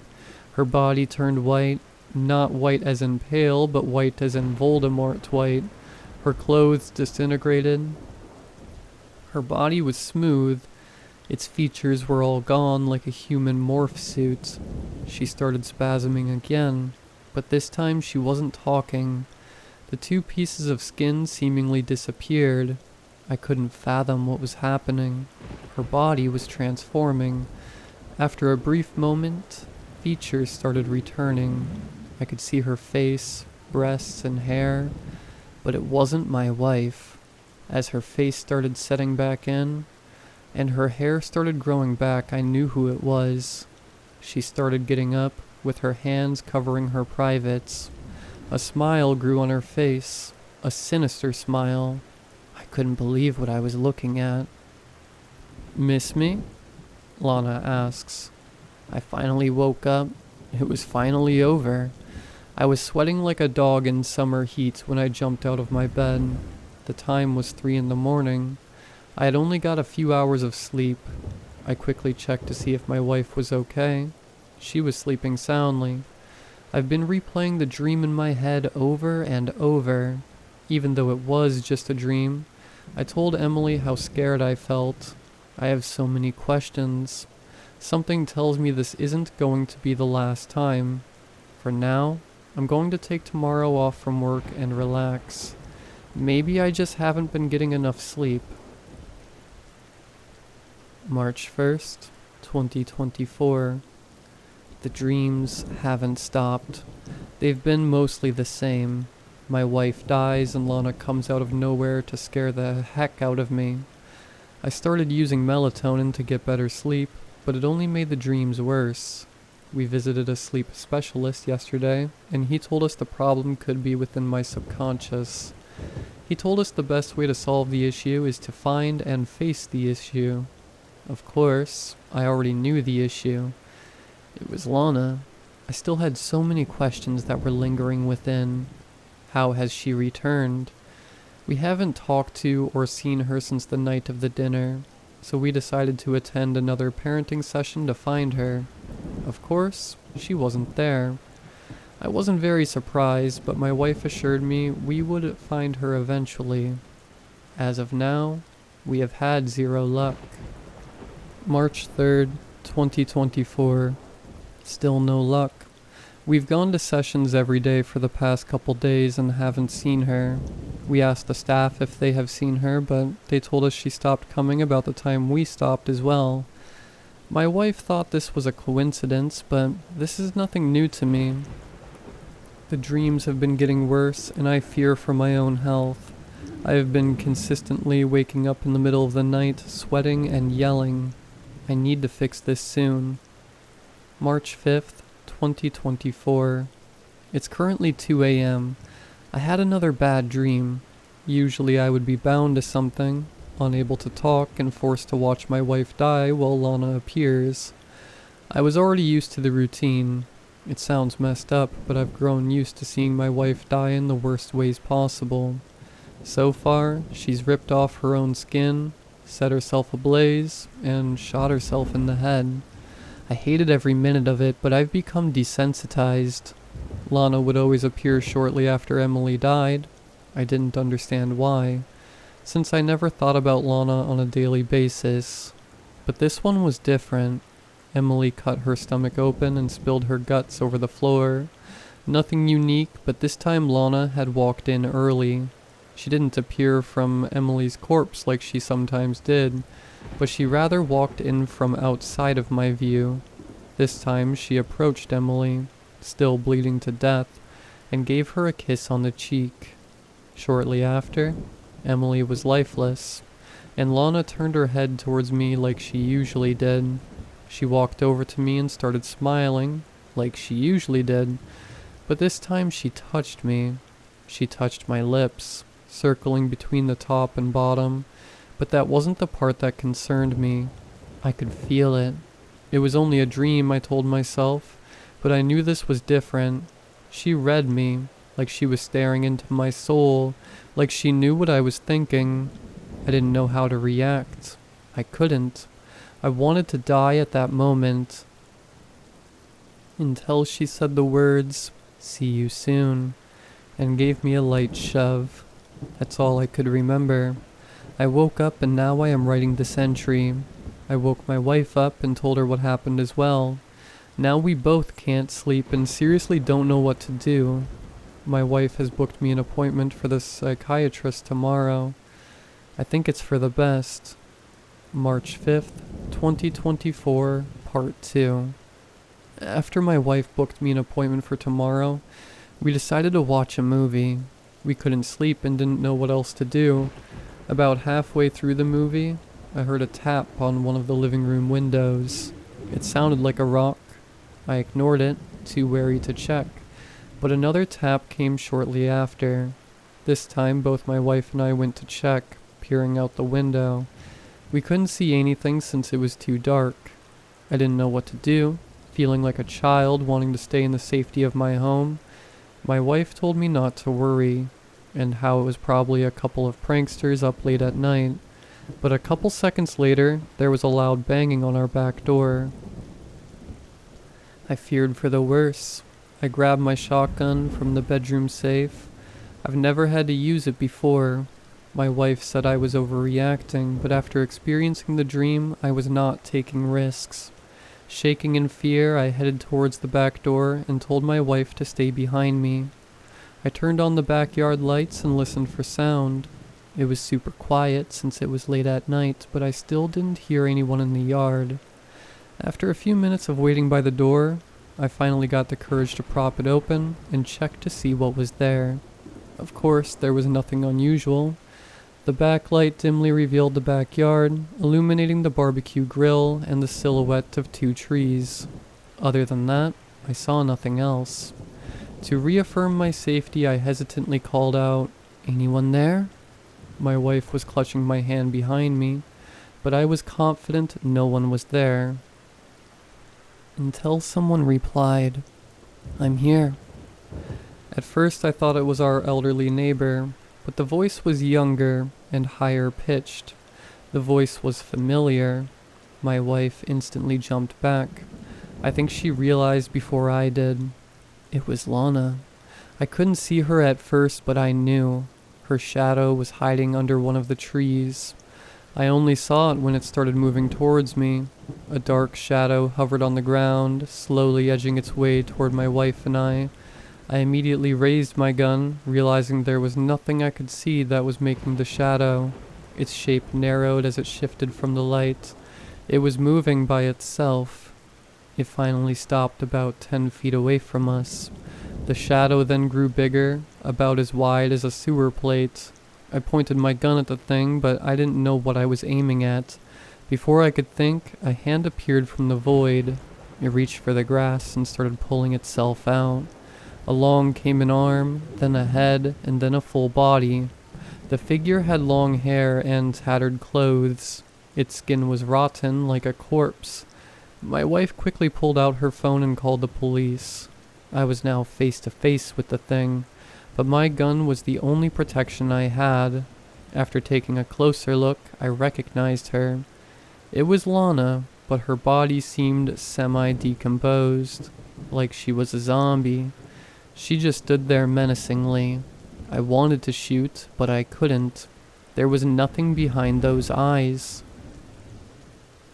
Her face rose and met mine, then she lifted her arm towards me, reaching for my face. Her dry and cracked lips started moving, with only a groan coming out of her mouth. My wife, who was still behind me, told me that the police would be here soon. I didn't hear her, hyper-fixated on Lana's next move. Lana was unresponsive, like a statue, but then she started moving. I could see her plant her foot into the ground, ready to charge. "Don't do it," I warned her, but she ignored me and started rushing. My wife screamed, seeing the sudden movement of Lana.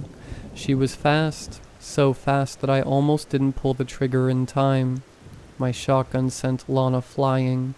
Bits of her body flew through the air as blood spewed everywhere, like a piñata. The sight was gruesome. I stood there, realizing I had just shot someone.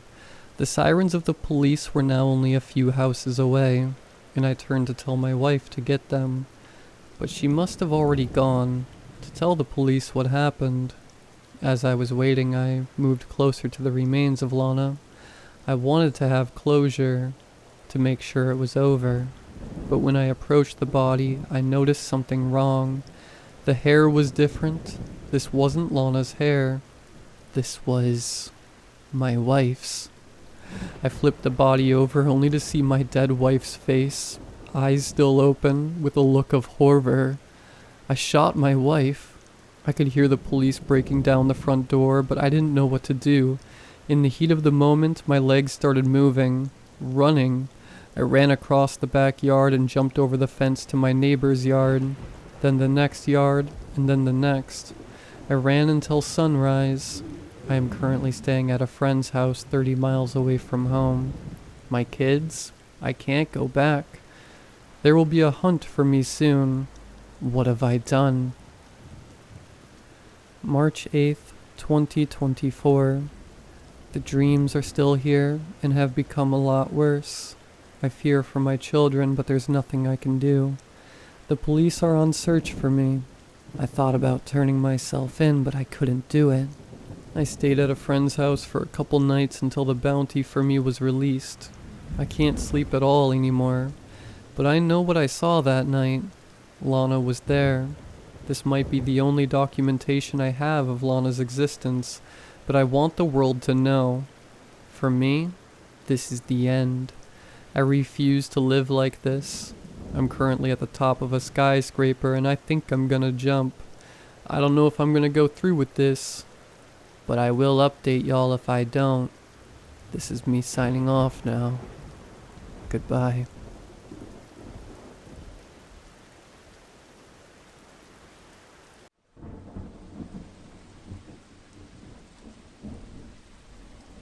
My ex Lloyd is like a Sean Cody model. I'm more Sean Astin. I was constantly reminded on Instagram every time he posted a couple's selfie. Some of the men that followed him, the eternally shirtless types, posted hurtful comments. Beauty and the Beast. Dude out here helping the less fortunate. Slide into my DMs if you come to your senses, bro. I have a realistic opinion of myself. Not just my looks, but the whole package. I was absolutely punching above my weight. Lloyd came to mind one evening to chill. He turned to me as we watched The Bear, uttering that classic line everyone loves to hear. "Toby, we need to talk." He'd met someone else. I didn't argue or beg him to reconsider. I sniveled a bit after he left, then shook it off and restarted the episode.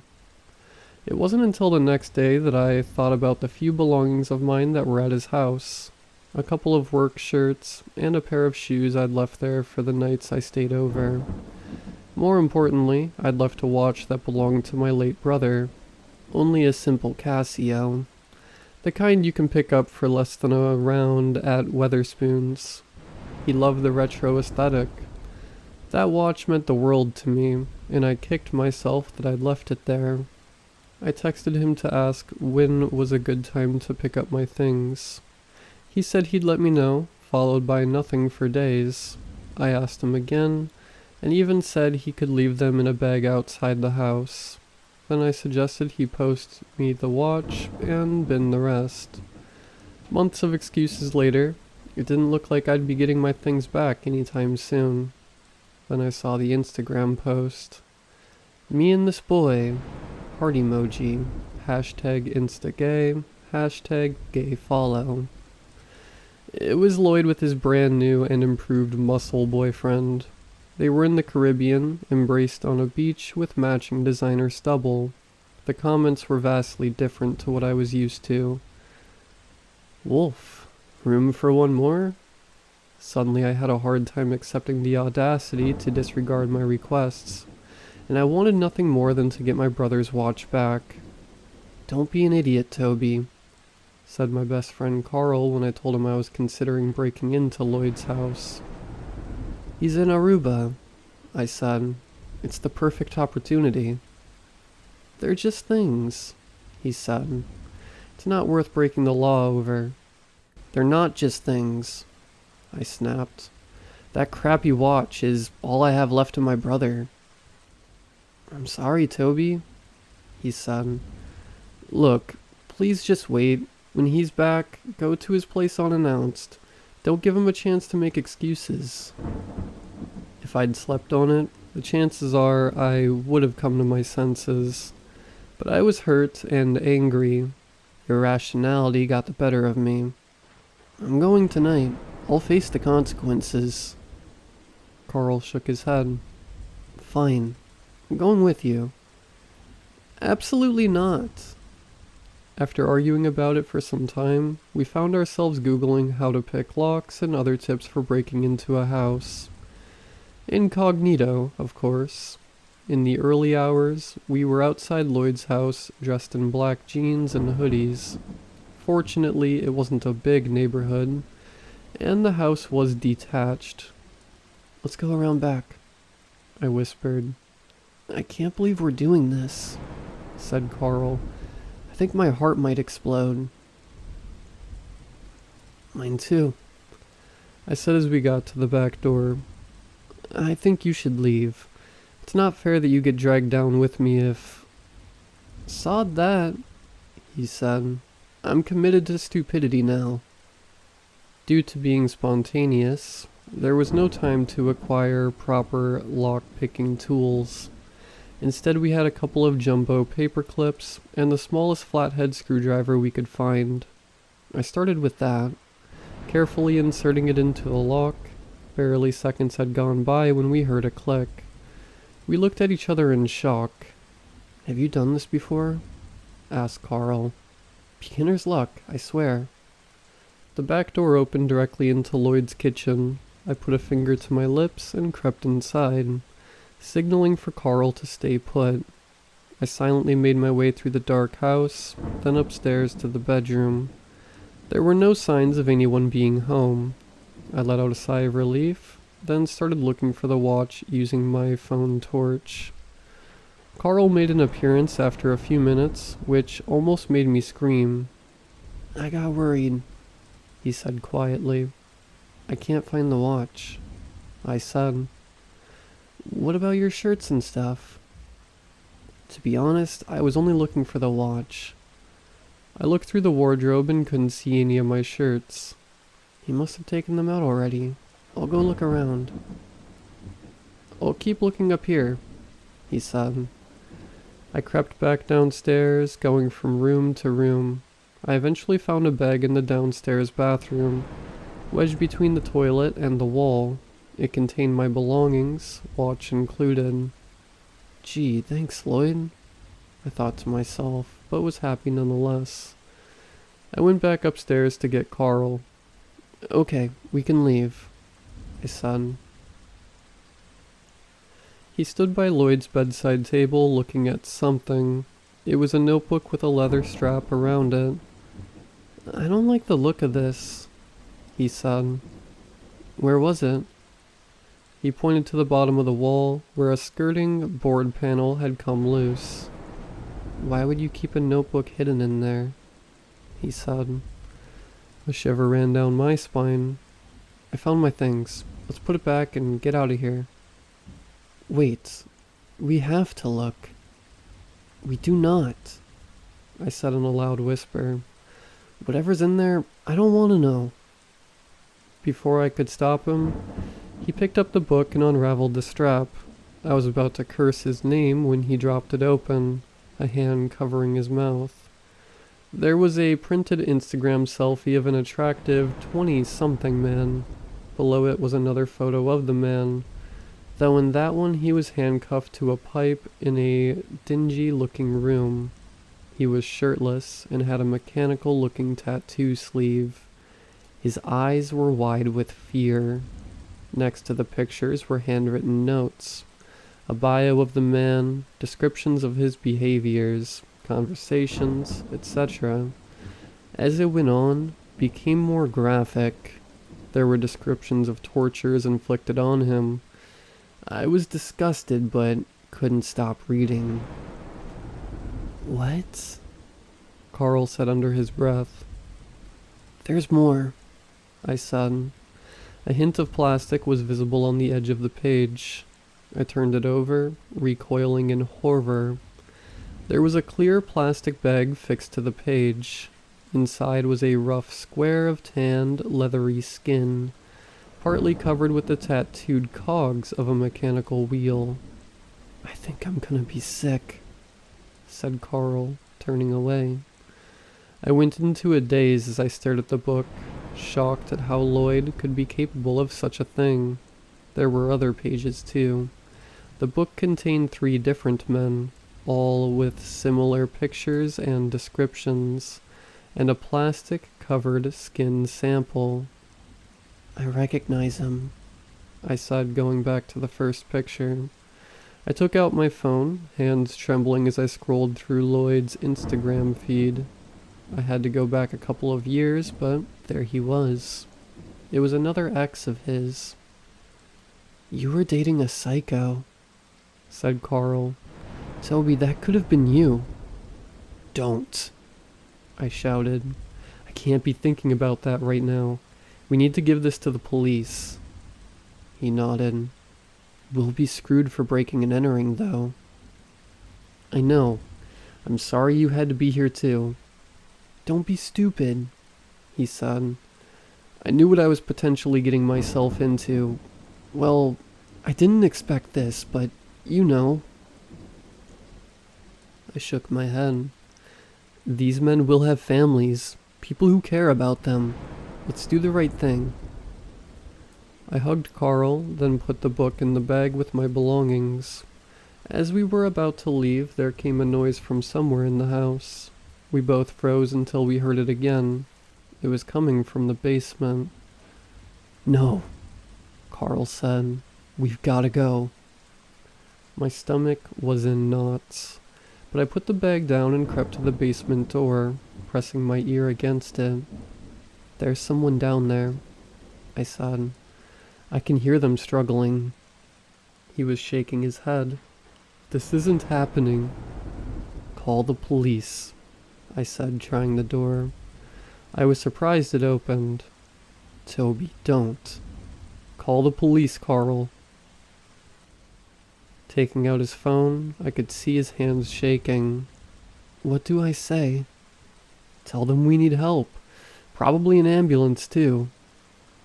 I told him Lloyd's exact address, then switched the light on before descending the dimly lit staircase. It was the only room in the house I hadn't been in. My legs felt like they could give way at any moment. I'd never been so scared in my life. When I saw the man sitting on the floor, cuffed to a pipe with a rag tied around his mouth, it didn't seem real for a moment. It was like I was watching a film or something, but as soon as he saw me, his muffled screams for help snapped me out of it. I ran to him, untying the rag. "Thank God," he cried. "Get me out of here, please." "My mate's upstairs," I said, trying to stay calm. "He's calling the police. Are you hurt?" "My foot," he said. "I'm pretty sure it's broken." I hadn't noticed, but I grimaced when I saw it. It was so bruised. His whole foot looked like a dark shade blue. "Okay, let's try and get these cuffs off." I looked around the basement for something that might be useful. There was a countertop with some drawers and cupboards underneath. There was a selection of knives and other sharp instruments in the drawers, which made me shudder. The closer I looked, the more unsettling it became. There were deep scratches and dark stains on the wooden counter and walls. When I opened the cupboards, I fell back with a fright. "What is it?" yelled the man. There were 3 adult human skulls sitting on a shelf. I noticed one had some teeth missing before I kicked it shut. "What was it?" he asked frantically. I could feel something digging into my upper thigh, and remembered I had the paper clips and screwdriver in my pocket. "You don't want to know," I said, taking out the screwdriver. I stuck it into the cuffs lock and started to dig around. I hadn't really gotten a good look at his face until that moment. I realized it was the same man from Lloyd's Instagram picture in Aruba. I was a bit confused on account of it only being posted the day before. It hadn't occurred to me that the photo was taken at another time. "When were you in Aruba?" I asked, still trying the lock. "What?" he asked. "I recognize you from Lloyd's Instagram. You're the man he was in the Caribbean with." What are you talking about? He said. I've never been out of this country, let alone the Caribbean. Toby? Carl screamed from upstairs. I heard a thud. My blood ran cold as loud footsteps came charging down the staircase. It was Lloyd. I held out the ridiculously small screwdriver with a trembling hand, the only thing I had to protect us. The cuffed man began to whimper. Why are you in my basement, Toby? Asked Lloyd with an unnervingly calm tone. What did you do to Carl? I stuttered. Why are you in my basement? I thought you were in Aruba. I came to get my things. My brother's watch. So you broke into my house? I was upset, I said. I didn't really think about it. Just... He started laughing. The last thing I expected from you was something as wild and spontaneous as this. I'm actually kind of impressed. He started coming closer. I saw your picture, I said. You were both in Aruba. It's amazing what Photoshop and AI can do, he said. It wasn't even my body, Toby. I'm buff, but not that buff. You should know that. But why? I asked. If we're in Aruba, people don't get suspicious. People don't file missing persons reports. Oh God, the man cried from the floor. Please let me go. Don't be silly, Lloyd mocked. You know how this goes now. Stay back, I shouted, swiping the screwdriver at him. He laughed. I'm embarrassed for you. He turned towards the counter. Without thinking, I charged at him. The screwdriver stabbed into his upper arm, making him scream. With barely a moment's hesitation, he swung his fist around and knocked me to the floor. Look who decided to grow a spine, he sneered. He pulled the screwdriver out of his arm and threw it in my direction. I flinched as it bounced somewhere behind me. He started rummaging through the drawers. I tried to focus. My vision a little blurry. Like music to my ears, the sound of sirens could be heard in the distance. Lloyd snapped his head back to the staircase, frozen. Thank you, Carl, I said, attempting a smile. Lloyd screamed, coming at me with a blade in his hand. I covered my face with my arms and kicked my legs out. Lloyd fell to my side, giving me time to turn over. I crawled towards the cuffed man until I felt a sharp pain in my shoulder. Then Lloyd forced me onto my back. The blade now glistened with blood. We're even, he grinned out of breath. But I'm about to take the lead. He brought the blade down and I caught his arm, groaning as I struggled. Lloyd was strong on account of his regular gym sessions. The newly injured shoulder didn't help matters either. I could feel him overpowering me. His teeth gritted into a frightening expression. His handsome features were replaced by something almost inhuman. There came a scream from nearby, and Lloyd was no longer on top of me. Instead, he was writhing on the floor in agony. The screwdriver was sticking out of his side just above his pelvis. As I caught my breath, I saw the cuffed man. Though he was no longer cuffed, he was leaning against the wall, standing on his good foot. I scrambled over to him. Come on, I said. He put his arm around me and I winced at the pain in my shoulder.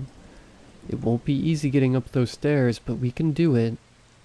I don't think so, sneered Lloyd. He was standing at the bottom of the staircase, hand held against his blood-stained shirt. The only thing leaving this basement are your skins. As a chill went through me, there came a crashing sound from upstairs. Police, called out a loud voice. Help, we screamed together. Lloyd began to approach us with a roar, but didn't get too far before he fell down, convulsing as a police officer tased him from the staircase. Down here, she yelled. You two stay right where you are. The cuffed man, who I later found out was called Daniel, was treated in hospital. He did indeed have a broken foot, inflicted by Lloyd as part of his torture. He was also malnourished, but made a full recovery. We've stayed in contact, having shared this crazy experience. I guess we owe each other our lives. I was happy to see Carl alive and well, albeit with a sore head. When I left the basement, we had broken into Lloyd's house regardless of the outcome, and he made sure we were charged with it. The judge was lenient. We were given a €2,500 fine, plus 40 hours of community service. Justice was served for the men who weren't so lucky.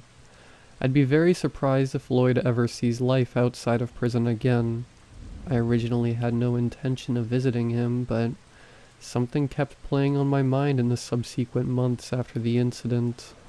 Annoyingly, he still had his good looks and didn't appear fazed at all. If it weren't for the cuffs and all-gray outfit, you'd think he'd be living it up. "Couldn't stay away, huh?" he smirked. "Don't flatter yourself, Lloyd." "Why are you here?" "Those men you tortured and..." I couldn't bring myself to say it. "Skinned?" He smiled. I took a deep breath. "You had some kind of sexual relationship with all of them. Why not me?" He scoffed. "We had sex.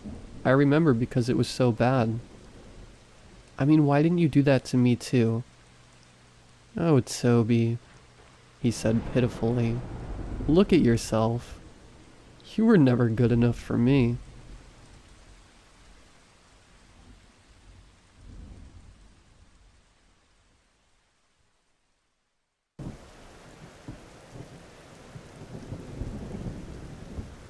You ever just want to leave? I mean, pack up and leave? Fill a suitcase and take a train out of that place? Of course. It's only natural. The day hasn't gone by for years where I don't. See, out here in Iowa, there ain't much to do as you might imagine. Endless miles of rolling hills and cornfields. A boring beauty, as some say. It's a place where creativity and some friends can do wonders. Only, I never really had either of those things. My childhood was tolerable. I was painfully average at best. I always managed to stay right in the middle. To coast, just above the surface. I didn't get bullied, but I also never seemed to be welcomed by anyone or their friend groups. I felt like a discolored pixel. On occasion, I'd overhear my mother telling the next boyfriend how much of a good kid I was, and how I'd never caused them any trouble. God, how sometimes I wished I were that kid. Someone with a personality at least, albeit an unpleasant one. I downshift from third gear and into second as I approach the light ahead. The lake is just around the corner. I should tell you about the lake.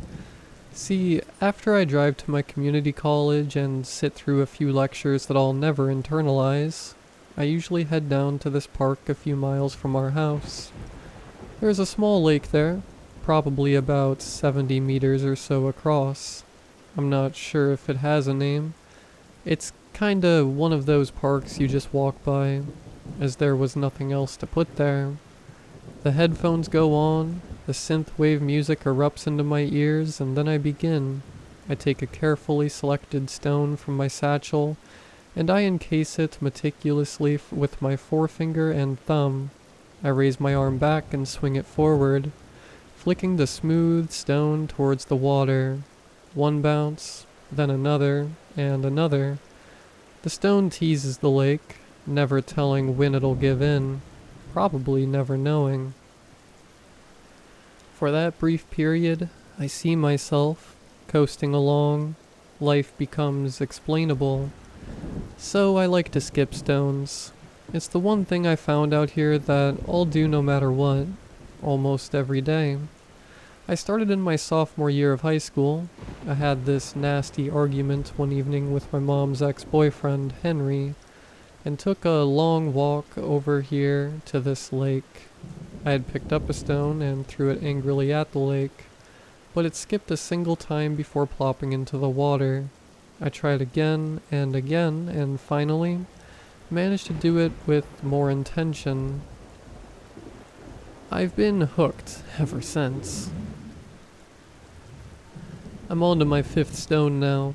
Usually I only carry about 10 that I'll hand select from the day before in my bag, but we'll start looking for more after I exhaust my supply. I don't always find the nicest stones off the bat, but this lake has some pretty good ones if you know where to look. Today there's this man sitting across the lake from me on a bench. I can't really make out the details of his face, but he's wearing what looks like a cool flat cap and a puffy black winter coat. His legs are crossed, and he has a newspaper in his hands. I don't quite remember when he got here, or if he was even here when I arrived. He's watching me though, despite the newspaper act. Nothing too off about that. If anything, I'm the odd one out. Now that I have a spectator, I almost feel like showing off a little. 8 stones down and I palm the 9th. Assuming the finger configuration for launch. This one smacks the water and skids off promisingly. I count 30 skips, almost matching my personal record of 32. It nearly clears the entire diameter of the lake. As surprised and happy as I had been, the euphoria soon dies as I realize that among the best, it wasn't anything of note. An average throw, if that. I crouch down and robotically grab another. As I palm my 10th and final stone, I hear over my music a loud applause from the other end of the lake. I look up and see that man, now standing and clapping with his gloves off. He gives a playful cheer, and I can hear the smile embedded within it. Thanks, I say with my best outside voice as I stand up awkwardly and remove my headphones. Say kid, said the man, bearing what seemed like a thick and raspy Brooklyn accent. He put his gloves back on and placed his hands in his coat pockets. How many was that? Like 30, I think, I said casually, trying to play off the effort. See, that's something else. You do this every day? Just about, I responded, again awkwardly raising my voice while trying to keep it below a yell. Funnily enough, the one conversation I have naturally with someone there across the lake. Tell me, what's the most you've ever hit? He further pried. By the way, I'm Angelo. Good to meet you. I'm Samuel. Most I've ever done was 32. Sheesh, are you going for a record or what? Said Angelo. The record's almost triple that. I laughed. Probably not. Have some confidence, sir. Here, I like you, Samuel. You come out here every day and try to get better. If I see you skip one of your stones across this lake, I'll get you whatever you want. Sound good? A few things here. 1, this guy became a genie out of nowhere. 2, he really does have a cool hat. But most importantly, even if this guy is out of his mind, maybe that's what I need. Something to try and reach for. Heck, maybe I'll get a free slice of pizza out of it or something. Deal, I say back, offering back a faint smile. Angelo gave a double thumbs up, walked back to the bench and folded up his newspaper, before making his way up the pathway and out of the park.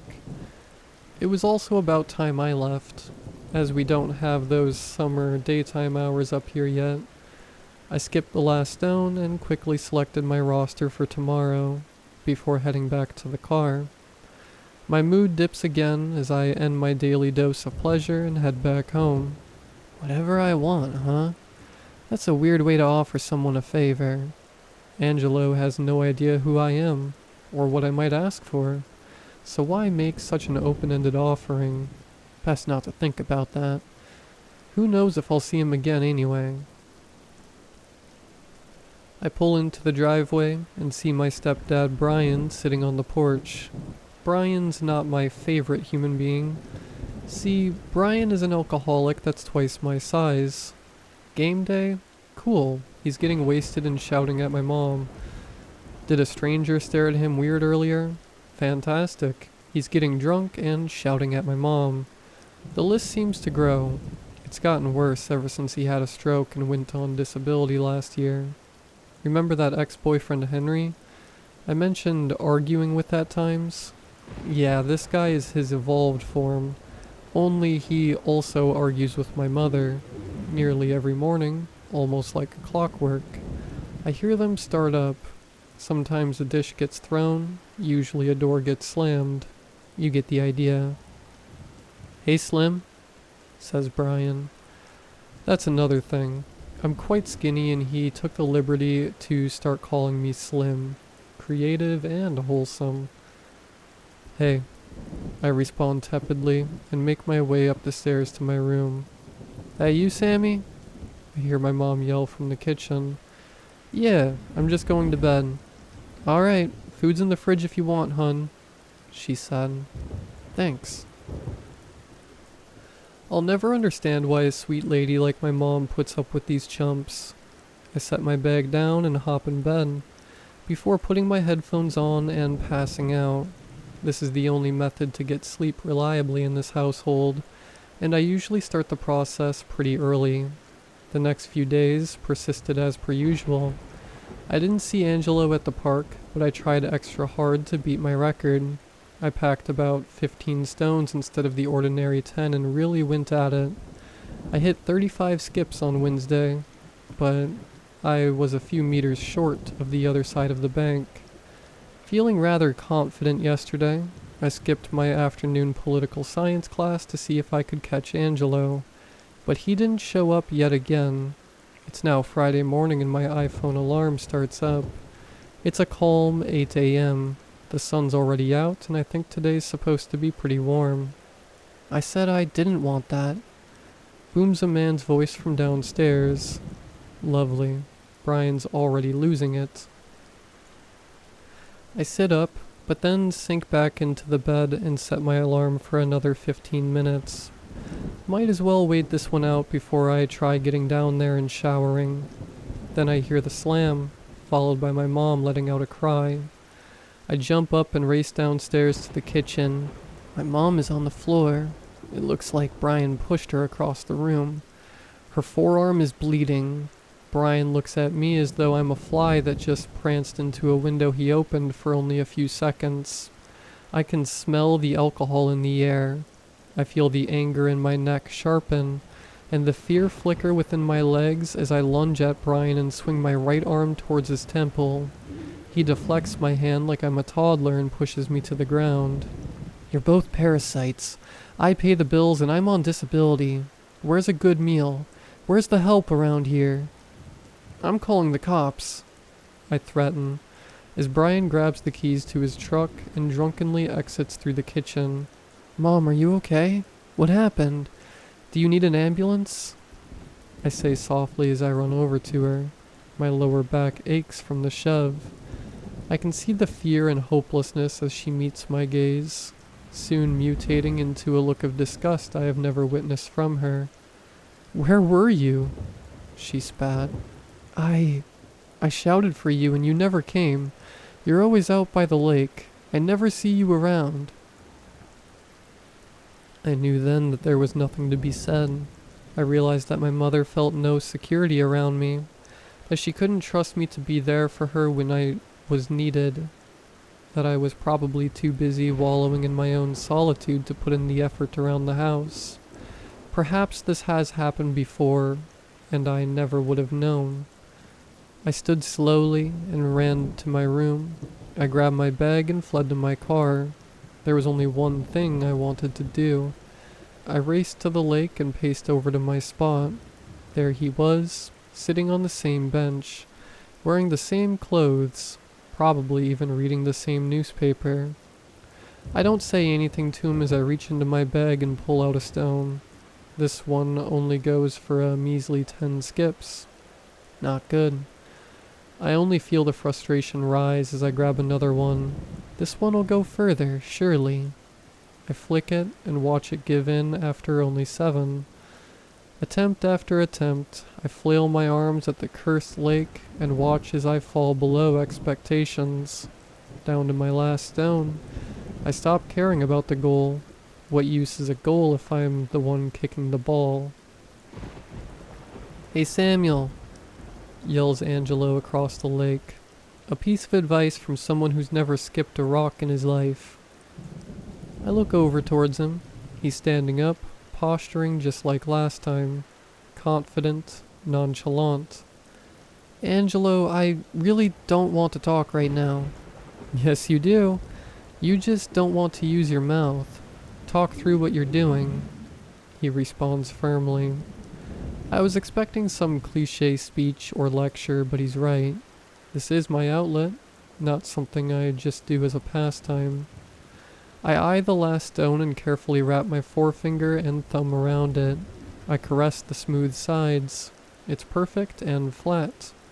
As I raise my right hand behind me, I close my eyes and swing it forward. I think of all the stuff that happened this morning, and what my mom would think of me if I just landed that punch on Brian and sent him flying across the house. 1, 5, 17, 30, 40, and... The stone leaps proudly from the bank's edge and lands just next to Angelo's right foot. It's done. The gloves come off again and I hear the applause sound from across the lake.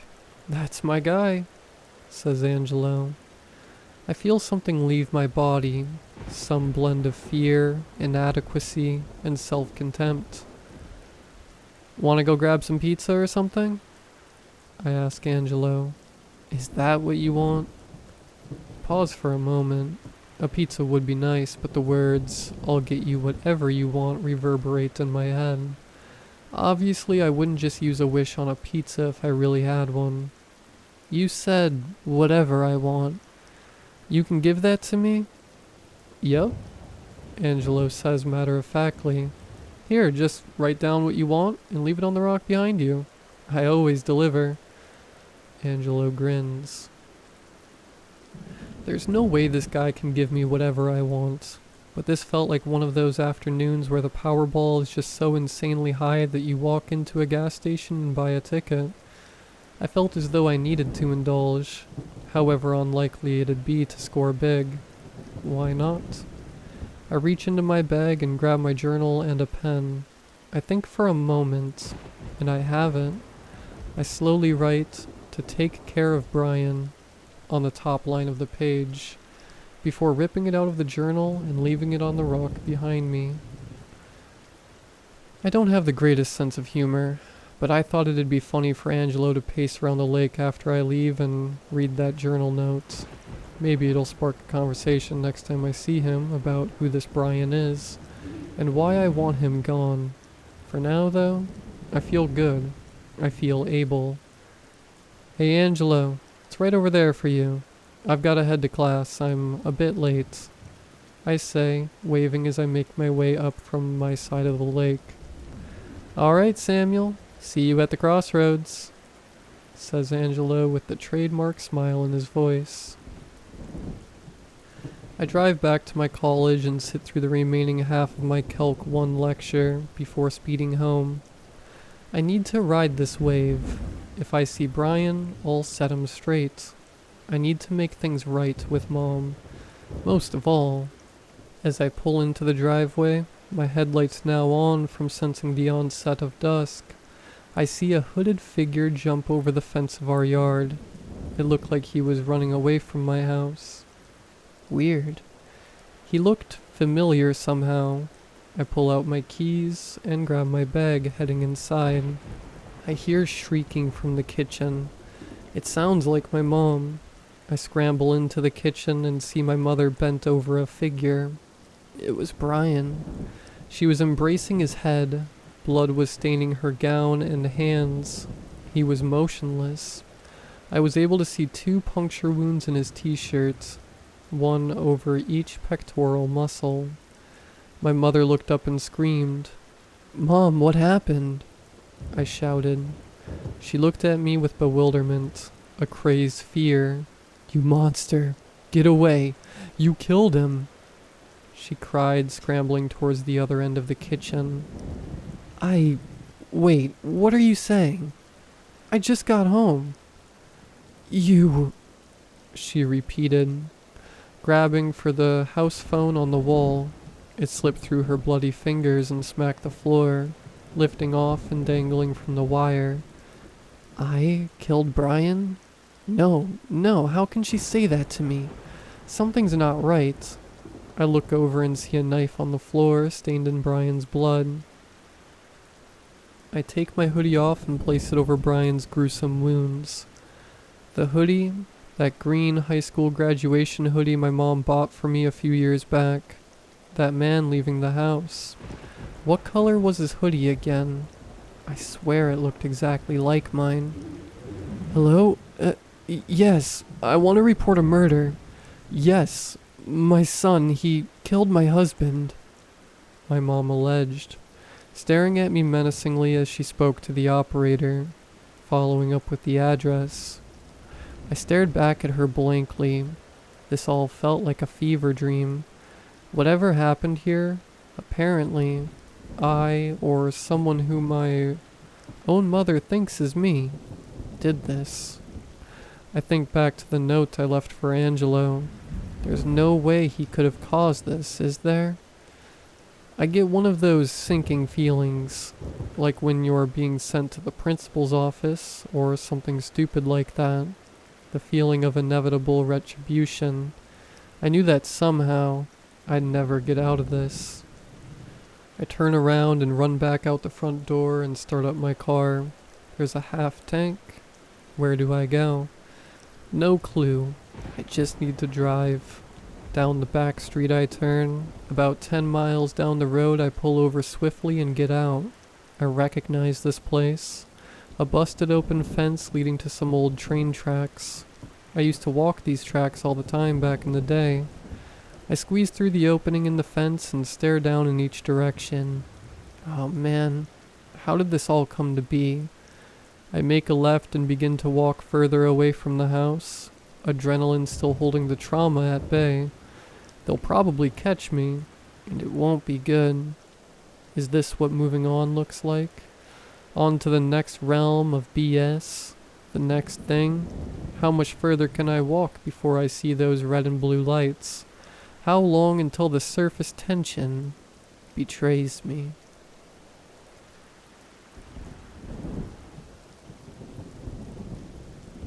Hello, I hope you're having a fantastic day.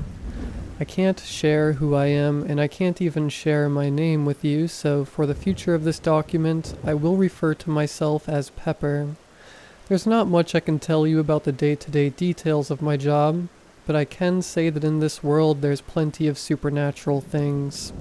Creatures that can't be comprehended. Cryptids, ghosts, even local horror stories. All of them are rooted in some sort of truth. It's my job to kill these things, or at the very least protect the public from them. I tell you this because I believe everyone should know. The creatures that go bump in the night are actually there. I want to start with an interview I had with the victims of one of these supernatural attacks. The document you read has been transcribed from audio to text. The name of the victim has been changed in order to keep their identity a secret. Tape begin 5:02 a.m. Pepper. Sarah, is it? Sarah. Yes, that's me. Pepper. Hello, Sarah. My name's Pepper. I understand you've been through hell tonight, which makes sense if you find yourself in my office. Sarah. Are you sure I'm safe here? What if it comes back for me? What if... Pepper. Sarah, I assure you nothing will get you while you're in this office. Now, Sarah, I need you to explain everything that's happened. No matter how insane it seems, every detail, no matter how minor. If you think it's important to the story, then include it. I will inform you this whole conversation and further on will be recorded. Do you understand? Sarah. Yeah, I understand. Pepper. Good. Please begin. Sarah. It started about 3 days ago. I was at Jim's Coffee on my way to work. There was this homeless man outside the shop. He asked if I had some change I could spare. Well, you see, I hadn't slept well the night before and was in a grumpy mood. I'll admit, I was kind of mean. I told him to stop being a leech and to go get a job. He didn't like that. Grabbing my arm, he pulled me close to him. It was like the colored part of his eyes had disappeared, and he stared into mine. "You should learn to be kinder," he said.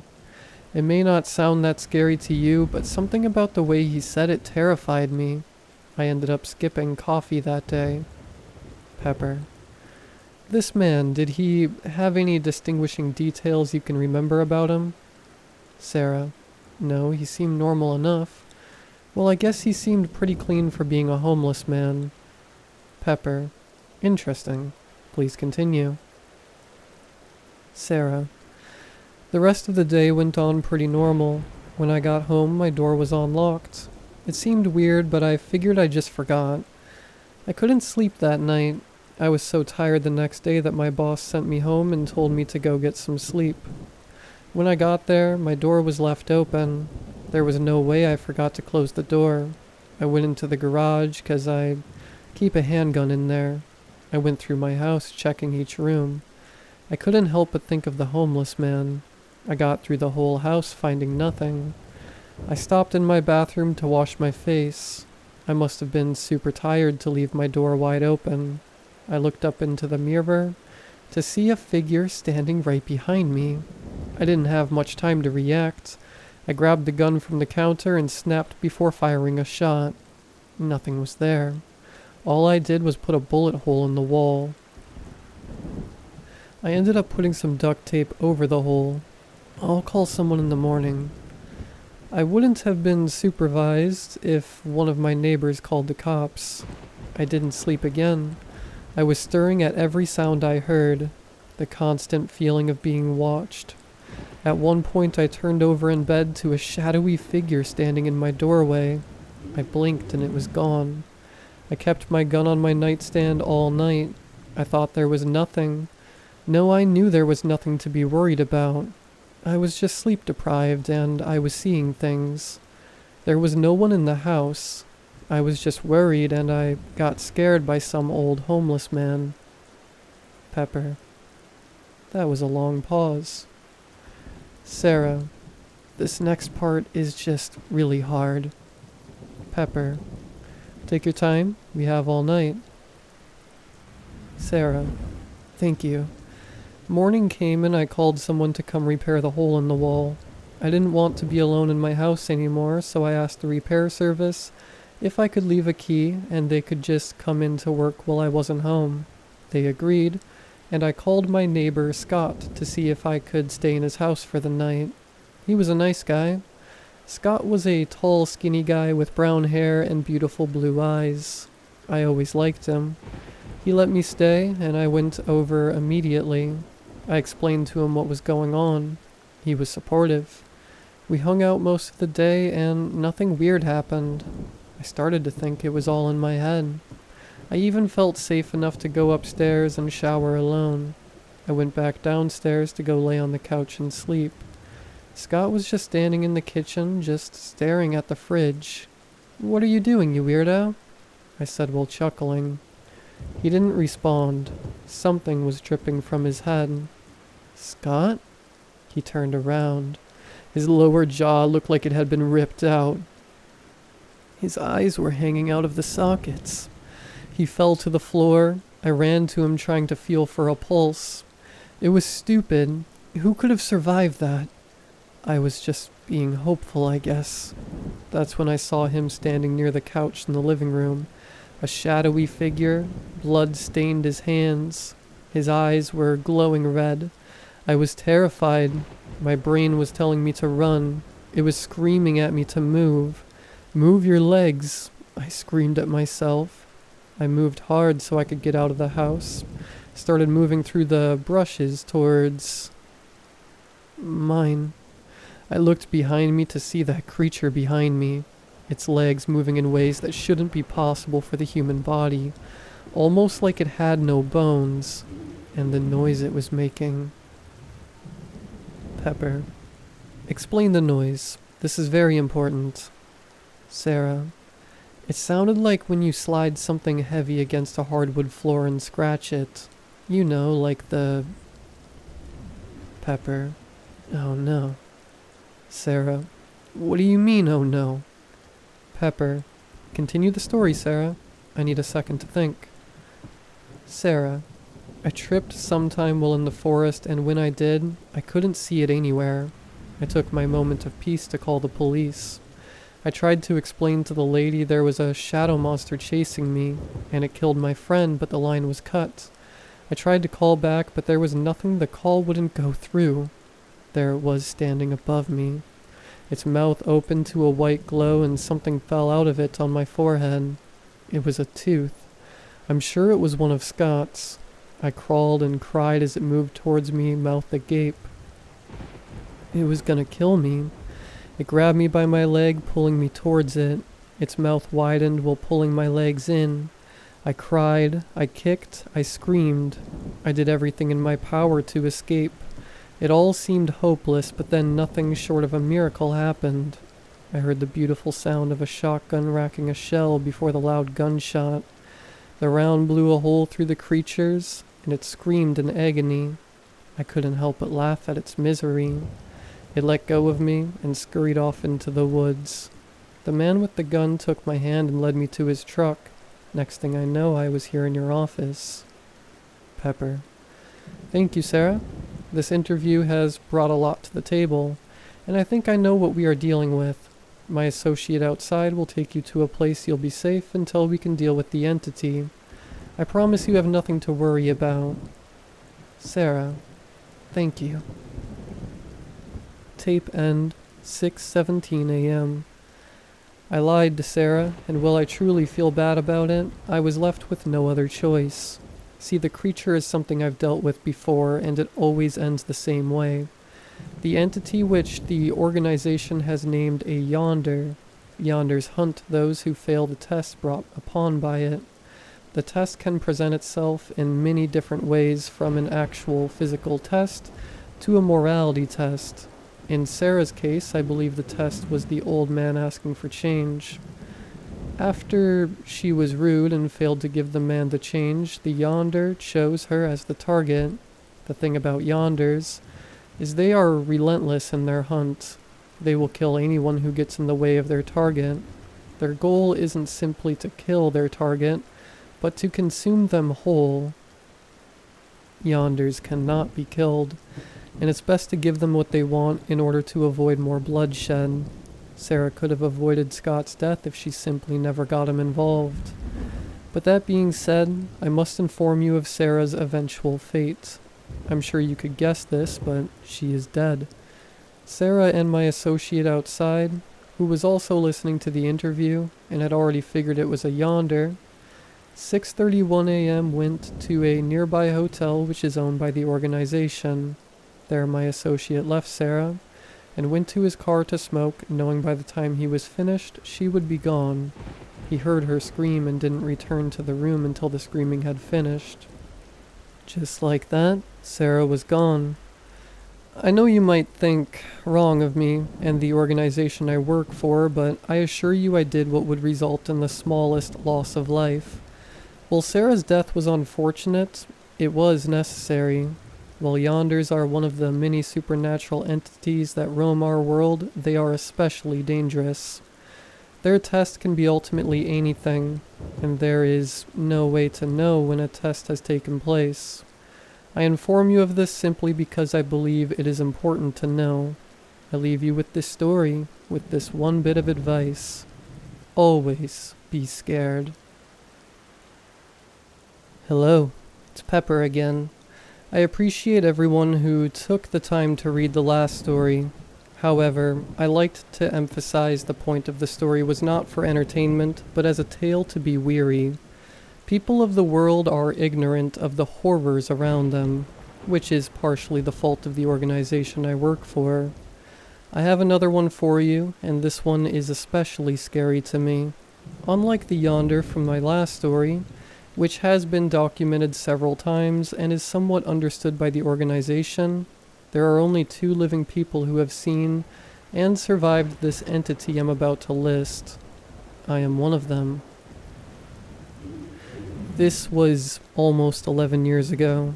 I had only worked at the organization for roughly 5 months.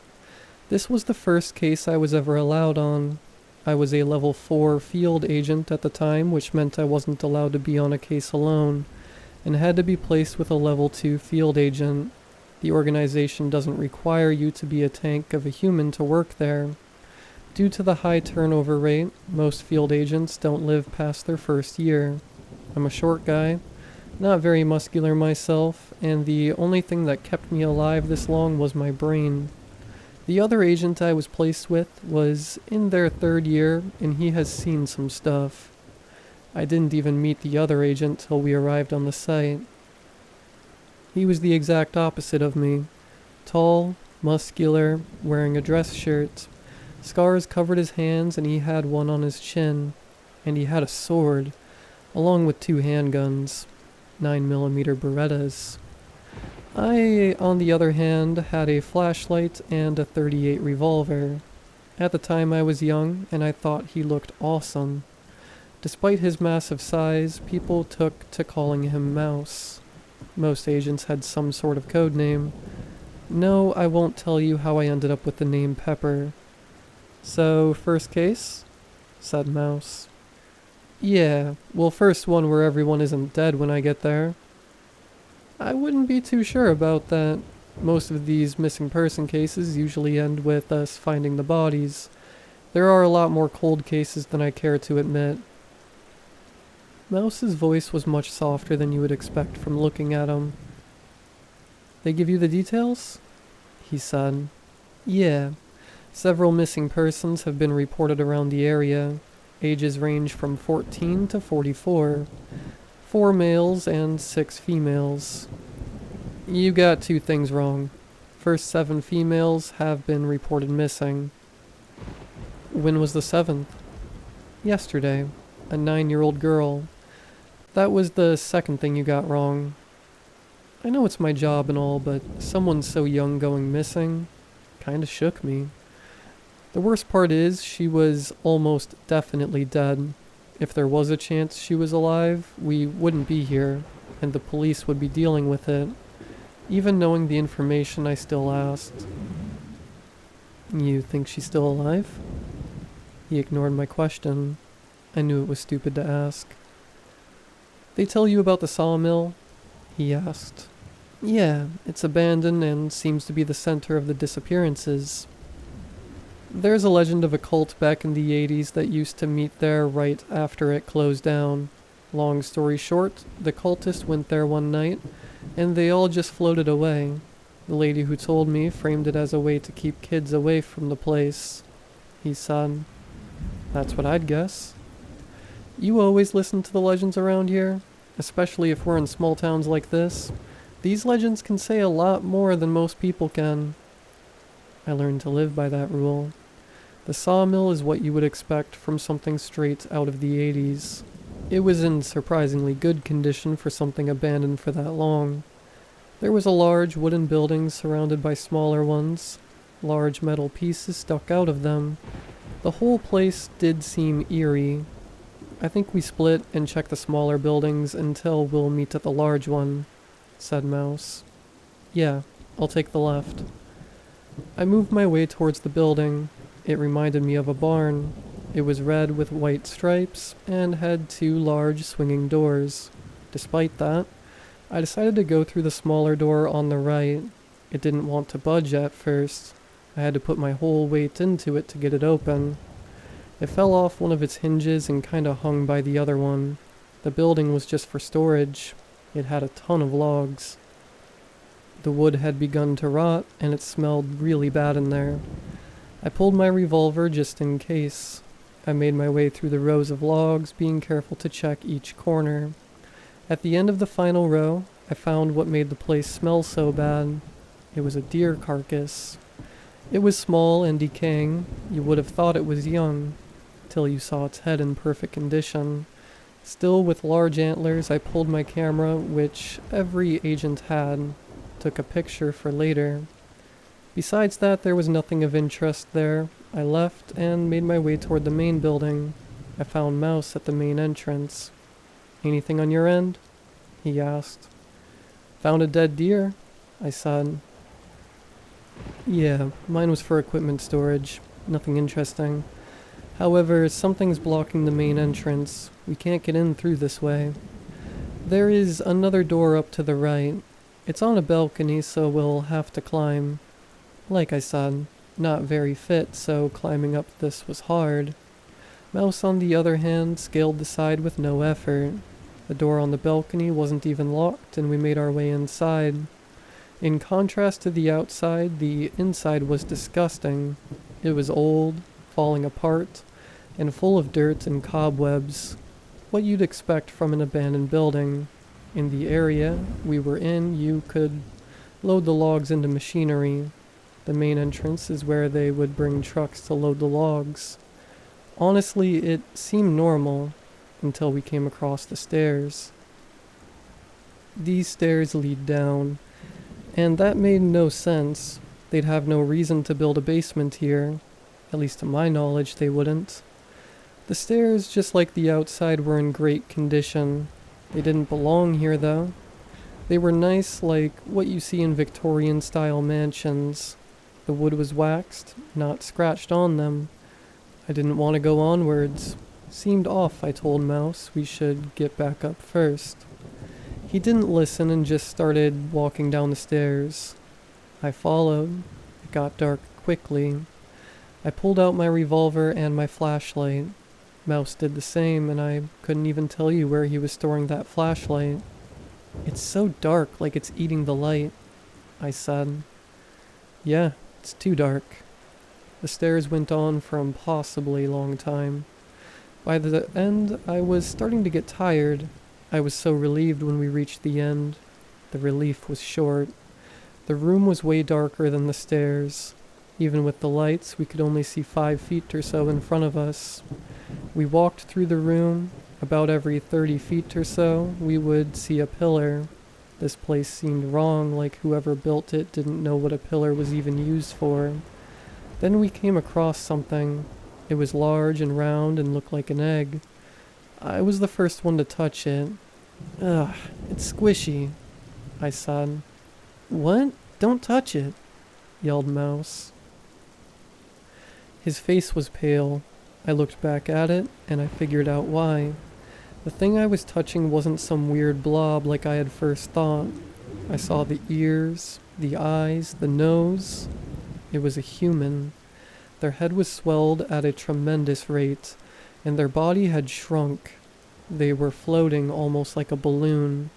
It was horrifying to look at. "Kill me," it whispered faintly. It was still alive. Suddenly the darkness seemed to fade, and our flashlights were now able to shine up to 40 or so feet in front of us. Looking up, we saw more balloon humans. Off a quick head count, there were 11 of them. 7 females and 4 males. It was the missing people. One of them was visibly smaller, and I knew it was the little girl. We were barely able to collect our thoughts before the humming started. It was off tune. Whoever was humming didn't have a human voice. We were snapping around trying to find whatever was humming. When my eyes met it, the singing started. "My mother gave me a red balloon. Oh, we were such pals. Oh, I loved this red balloon. Oh, it was my gal. Then I lost my red balloon. Oh, how the fun shall end. Oh, won't you be my red balloon? Won't you be my friend?" The entity's voice was scratchy. After finishing its song, it stood from its sitting position. We both had our guns locked on it. In its right hand, it held a pointy piece of wood, and its left held a sickle. I have a hard time remembering what it looked like due to the short time we had to look at it. It had on a green outfit, reminiscent of the outfit Robin Hood wore in the cartoon minus the hat. It was short, maybe 4 feet tall. Its skin looked wooden like an old doll. Its eyes were human, though. That's all the details I can remember. Mouse began yelling at it to drop its weapon. It took a step forward before either of us could react. It was on us. The sickle it held made contact with Mouse's left eye, blinding him in it. I shot at it twice. It was quick to react and threw the wood at me while dodging both shots. The wood impaled me in my stomach, making me bleed from my mouth somehow. It cut the holster with Mouse's sword and other handgun. They both fell to the ground. I shot 4 more times and even managed to hit its chest. A yellow, vicious fluid shot out from the hole. That slowed it down enough for Mouse to play the hero card and grab it. "Shoot it," he yelled. I tried, but I had no shots left. It sliced off Mouse's arm and he let go. It ran further into the darkness. I didn't want to let it go, so I picked up Mouse's other handgun and went after it. I figured missing an arm, Mouse would die anyway from the blood loss. Even with my flashlight, it had the advantage. I wasn't the hunter in this situation. It began singing its song again. I realized the meaning of the song this time. It kept making noises and moving through the darkness. It was toying with me, but I wouldn't let it kill me. I was watching its movements in the darkness, and I was able to pick up on the patterns. Like I said, brains kept me alive. Just as it went behind another pillar, I shot, barely hitting one of its hands. It screamed before moving into the darkness. I ran after it, but it made its way down another staircase. I made the smart decision to retreat and call for backup. Despite what I thought, Mouse lived, making him the only other living person to see that creature. I still talk to him and even ask him for advice on cases to this day. He, however, isn't sent on many cases due to him missing an eye and arm. The case was decided to be too much for us, and was placed with more experienced agents. Despite that, no one ever saw it again. It was discovered the stairs kept going for miles, and it was deemed safer just to seal it and cut off the public from accessing the sawmill. The human balloons were taken and humanely put down. An autopsy discovered the reason their bodies had shrunk was due to their internal organs being sucked into their head, with any excess space being filled with a gas similar to helium.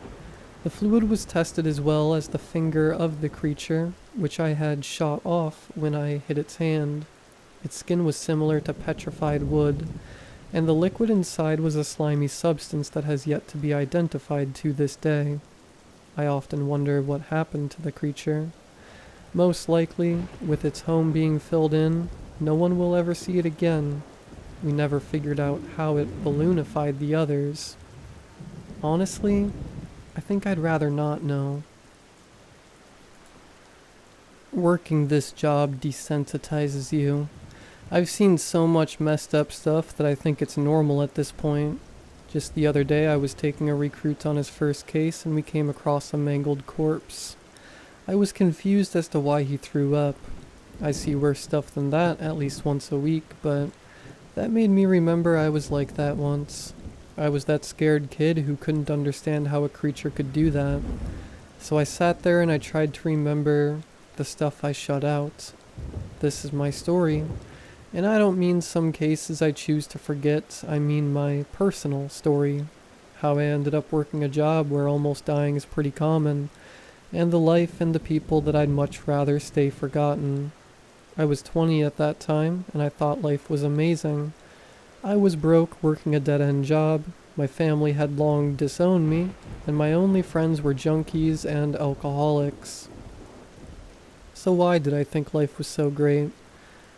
Well, it was 'cause I had her, my beautiful girlfriend, Josephine. I can see her now, her purple hair up in that messy bun, her snakebite lip piercings, her clunky glasses, her brown eyes. I missed those things.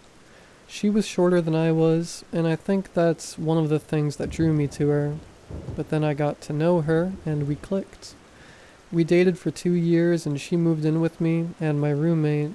She was broke too, but our struggle kept us together. She liked Mike, my roommate. She tried even harder than I did to get him off the pills. But enough of that, 'cause that night would be the best night of my life. I saved enough for a ring and I was gonna take her to the fanciest place in town and propose. It was a mixture of excitement and anxiety. I framed the whole thing as a celebration of the promotion she just got. Arriving at home, I saw Mike coming out of his room. He looked horrible, probably coming down from a high. Mike had been my friend since middle school. I guess that's why I kept him around so long. He couldn't keep a job, and what little money he had, he spent on pills. I gave up trying to help him a long time ago. "Where are you going tonight? Jay's getting ready," he asked. "We're having that celebration dinner tonight." "Oh, that's tonight? Let me get ready." "Who said you're coming?" "I did," Josephine said. I can still see her in that outfit. We were going to a nice restaurant, and despite having nicer clothes, she didn't dress up. She was like that, never liked being the center of attention. "We're celebrating me, so I figured my friend should come," she said. I didn't fight her. I always gave in to her. Mike coming threw a thorn in my plan, but I figured I could bribe him to go away. The drive to the restaurant was full of them discussing what they would have to eat. I sat silently, kind of mad. Looking back at it, I'm glad he came. The restaurant was named Clive's. I don't think it's still open. I couldn't find any information on it before posting this. I'd been there once when I was little, and my family still talked to me. From what I remember, the food wasn't very good, just expensive. That was the appeal, and Josephine had never been. She and Mike ordered drinks, and since I was driving, I didn't drink, though I desperately wanted to just calm my nerves. A man was leaving the restaurant, and at the time I didn't think anything of him. We had our full meals, and just like I remembered, the food wasn't great. Mike and Josephine shared the same sentiment. It was time to put the plan into action. I pulled Mike to the side. "I need 20 minutes with just me and Josephine. I'll give you $10 to go get a drink or snack from the gas station," I said. "Free money? You got it, sir." Clive's was a short walk from the park where Josephine and I met. That's where I was gonna propose. We made the walk, landing in front of the pond, the same place where I bumped into her on a drunken binge. That day was the first day anyone had asked me if I needed help.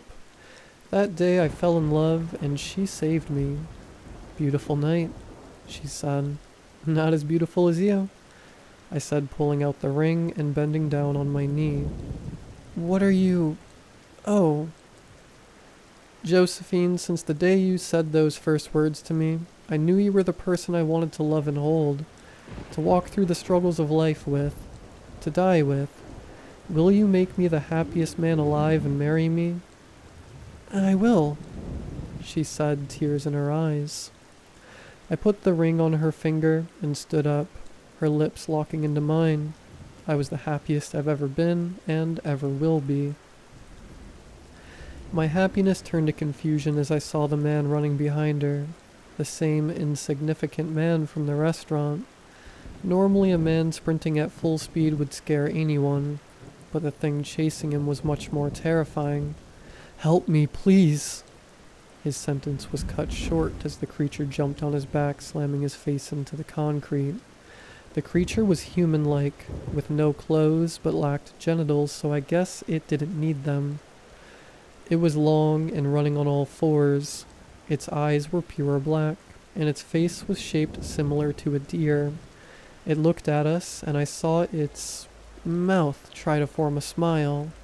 We were its target now, and it came right for us. I don't remember anything until we made it to the car. Mike was sitting there drinking his Red Bull and eating a honey bun. We quickly hopped in, and I popped it into drive. I swerved around the corner. Mike got slammed to the side in the back seat. "Dude," he yelled. "Babe, it's still behind us," Josephine said. Mike looked behind the car, watching as the creature started to gain on us. It had to be running 50 miles per hour at this point. "Oh, dude, drive faster!" I swerved into my neighborhood, and I thought I lost it. Looking back, I should have just driven to the police station or something, but I returned to my place, swinging open the door and running to Mike's room. "Call the police, one of you," I said. "What was that?" Mike asked. "Like we know," Josephine said. "Mike, where's your gun? Where's your gun?" I yelled. "I got rid of it, dude." Just then we heard it banging on the door. I grabbed Mike and Josephine and pulled them into Mike's room. It was in the house. Josephine's phone was out in the hallway. We could hear the operator answer the phone as it was crushed under the creature's feet. Mike pulled out a pill bottle and I smacked it from his hand. It was no time to be getting high. I began trying to open the window. Mike pinned himself against the door like somehow his weight could stop it. Just as I got the window open and turned around to tell them to come through, the creature's arm went right in the wood of the door. It reached and grabbed Mike, and he desperately tried to get away. Josephine went to grab him, but it was too late for him. We both watched as it snapped his neck. I don't know if he died instantly, but I'd like to think he didn't suffer. Fear makes you stupid. We should have just got back in the car. I left it running, but no. We ran down the streets of our neighborhood yelling for help. It was 1 a.m. by this time. No one was gonna help. No one was awake to help. I had a small moment of weakness. I let go of Josephine's hand and kept running. I was 90 feet ahead of her before I even realized she had fallen. I turned around to help her, but it was there standing just over her. Me and her locked eyes, and she mouthed those words. "I love you." It hit her hard upside the head. So hard. She flopped her body, went into dead weight. I froze. I stared into the eyes of the creature. It began trying to form its smile. It walked towards me. I didn't move. I gave up. It killed the only two people who cared about me, and I didn't care anymore. It could have me. I looked into the ground, waiting for my eventual fate, when I heard a loud crashing noise. I looked up to see a man getting out of the truck. The creature lay writhing on the ground in pain. I thought some random bystander hit it. But no, this man was carrying a large rifle. He placed his boot on the neck of the creature before shoving the barrel into its mouth. With one loud bang, it no longer had a head. He turned around to look at Josephine's corpse before he began walking towards me and put out his hand. "Looks like you had a really bad night," he said. He took me to his truck and we began driving away. "Don't worry, I'll send someone for the bodies. For now, let's get you out of here." I'd later know this man as Trojan. He would be my first introduction to the organization that I now devote my life to. He is also the toughest guy I've ever met.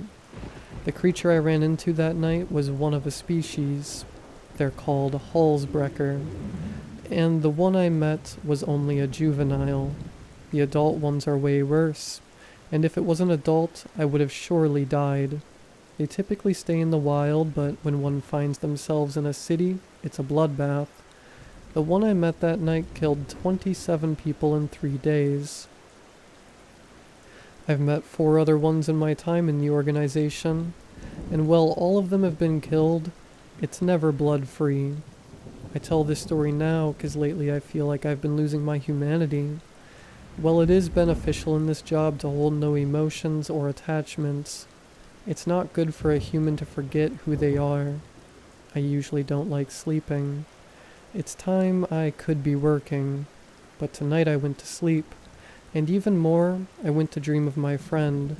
He was a junkie and a loser, but he socked someone in the mouth for even looking at me wrong.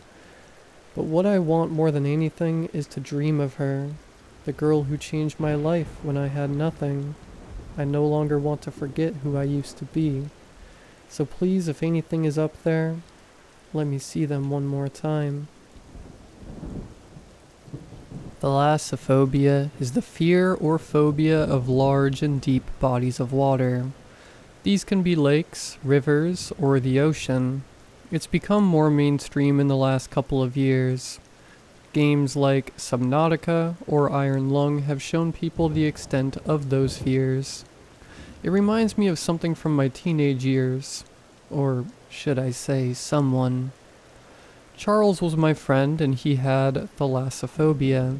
Like many people with the phobia, Charles was brought on by trauma. When he was only 8 years old, his father attempted to drown him. I didn't know that at the time, but to my friend group, Charles was the kid who was scared to go swimming. We tried several times to take him swimming, and he'd always fight us on it. If we could get him to go, he'd sit on the sidelines. One day, someone had the bright idea to force him to conquer his fears. So we drove him to where we'd commonly go cliff diving, blindfolded him, and took him to the top. He fought us at first, but I convinced him to jump, and we all jumped. As I looked at him treading water, he had a smile on his face. But just as quickly as the fun started, it ended. Charles went under the water and never came back. The authorities chalked it up to him drowning, but none of us were convinced he was pulled. They never found his body. See, to me, the fear never came from what was in the water, but what could come out. I just finished my most recent case, and the creature I'd been hunting had the highest kill count of anything I've encountered. I was one of 4 agents placed on this case, which is unusual for the organization, and is one of the few cases I've been on with more than 2 agents. There was me, a level 2 field agent, Flamingo, level 2 field agent, Recruit Sam, a level 4 field agent, and Trojan, a level 1 field agent. I'd never worked with Flamingo, and Sam was assigned under me for this case. It was his first case. "Oh man, this is nerve-wracking," said Sam. We were driving to a diner nearby from the case location. Here we'd meet with Flamingo and Trojan. "First cases are like that," I said. "Why do they call him Trojan? According to everyone at training, he's a big deal, but no one knew where the name came from." I chuckled. "I'm afraid it's not 'cause he's really cool or anything." "So he's not really cool?" "No, he is. Just ask him and I guarantee he'll show you." The diner looked like every roadside diner you'd ever seen. We usually choose places like this when Trojan and I work together. Man loves 3 things in the world, and the first one is food. Walking in, I saw Trojan, and who I assumed was Flamingo, in a booth. "Pepper, great working with you again," said Trojan. "Nice to meet you both," said Flamingo. They had already ordered food. Trojan knew what I liked. It's confusing, though, for something they deemed so dangerous to send us all out. "Why would they have us bring a recruit?" Flamingo said. "It was a last-minute thing. I haven't even got a case file and was hoping you'd share yours," I said. "Of course." Trojan slid a file across the table. I picked it up first and was shocked at what I was reading. It was a campground and a very popular one. Not the first one I've been to, but this one, from what I was reading, shouldn't even be open. "This can't be right," I said. "Yeah, I thought it was a mistake too," said Flamingo. 312 missing persons in the last year? This place stayed warm year-round and was very famous. People from all over the world came to visit, but in no world should this place still be open. I handed the file off to Sam, and he seemed just as surprised. "You can see why they wanted all of us. Normally they'd just send me," Trojan said. I spent the rest of the meal going over the file with Sam. Arriving at the camp, we were to meet with an organization plant who worked as a forest ranger. The organization placed several people in different national parks. Parks can be a breeding ground for entities. The park grounds surrounded a large, beautiful lake. People were kayaking in it, and everyone around looked like they were having fun. I was just mad they still had it open. I was asked to meet with the ranger while the others unpacked our stuff to put in the cabins we were generously given for the case duration. You fish? I confusedly asked. I know, the name's stupid, he said. Ain't the worst one I've heard, I said. Look, I gotta make this brief. I may work for the organization, but I still got a park to manage, he said. I understand. Something's taking people in the night, and despite my protest, we can't get them to close the place down. It ain't uncommon for people to go missing, but we used to get 20 or so a year, not 300. I don't know why it took the organization so long to send you guys. We have a body that's not the first one found either. It's over in a shed off to the east. We also have someone who claims to have seen some creature in the ranger station. I suggest you all start on those, he said. I appreciate the information. I made my way to the cabin to meet the others. Entering the cabin, I heard Sim ask, "Why do they call you Trojan? It's killing me to know." Flamingo and I started laughing, while Trojan pulled out his wallet. He reached in and pulled out a condom, a Trojan condom. Sim stood there looking mad. "You kidding me?" Sim said. "I dropped this once, and no one would let me live it down," Trojan said. "So what, did you screw a flamingo for your name?" Sim said. "No." Flamingo said, pulling up his pant leg to reveal a flamingo tattoo. "So what's your story?" Sim said, staring at me. "Maybe I'll tell you one day." I shared the information with them. We decided to split. Sim and I would check on the corpse, and the others would interview the person in the station. Sim seemed nervous as we walked up to the shed. I opened it. From what I'd been told, the smell was horrible. Sim threw up. It didn't affect me. The person had several broken bones. Their limbs were bent in a direction that was not possible. Their skin had been somewhat dissolved. I'd seen stuff like this before. The body had been eaten and regurgitated. "So it's overeating," I said. "How can you tell?" Sim said, trying to recover from his nausea. "The body has been partially digested, but whatever did this threw up. That leads me to think the creature has always kind of been here." "I'm not getting it," Sim said. "The park normally gets 40 or so missing persons a year. Most of those are probably from the creature, but this year the missing persons have drastically increased. I don't think that's the fault of the creature." "Something's helping it then?" asked Sim. "Bingo." We met back with the others to exchange information. According to the person who had seen the monster, several nights ago he watched as a human-like creature with legs that seemed like jellyfish tendrils came from the lake and wrapped its tendrils around the person and pulled them into the lake. "Did they mention seeing anyone else?" I asked. "No. That's all the info they gave us. Said it was too dark to discern anything," said Flamingo. "I think we start patrolling the lake at night to see what we can find," said Trojan. I had to take Sim with me. I couldn't let him go on dying. The rest of us split up. We followed the edge of the water. Sim pointed out footprints leading down the lake. We followed them. They led us to a man. Sim foolishly yelled at the man to get down with his gun drawn. The man ran off into the woods and we were unable to follow. I reprimanded him. Where the man was standing, there were imprints in the dirt similar to snake tracks. Trojan found tracks similar to the ones we found. We met back at the cabin close to the morning to discuss our findings, but one of us was missing.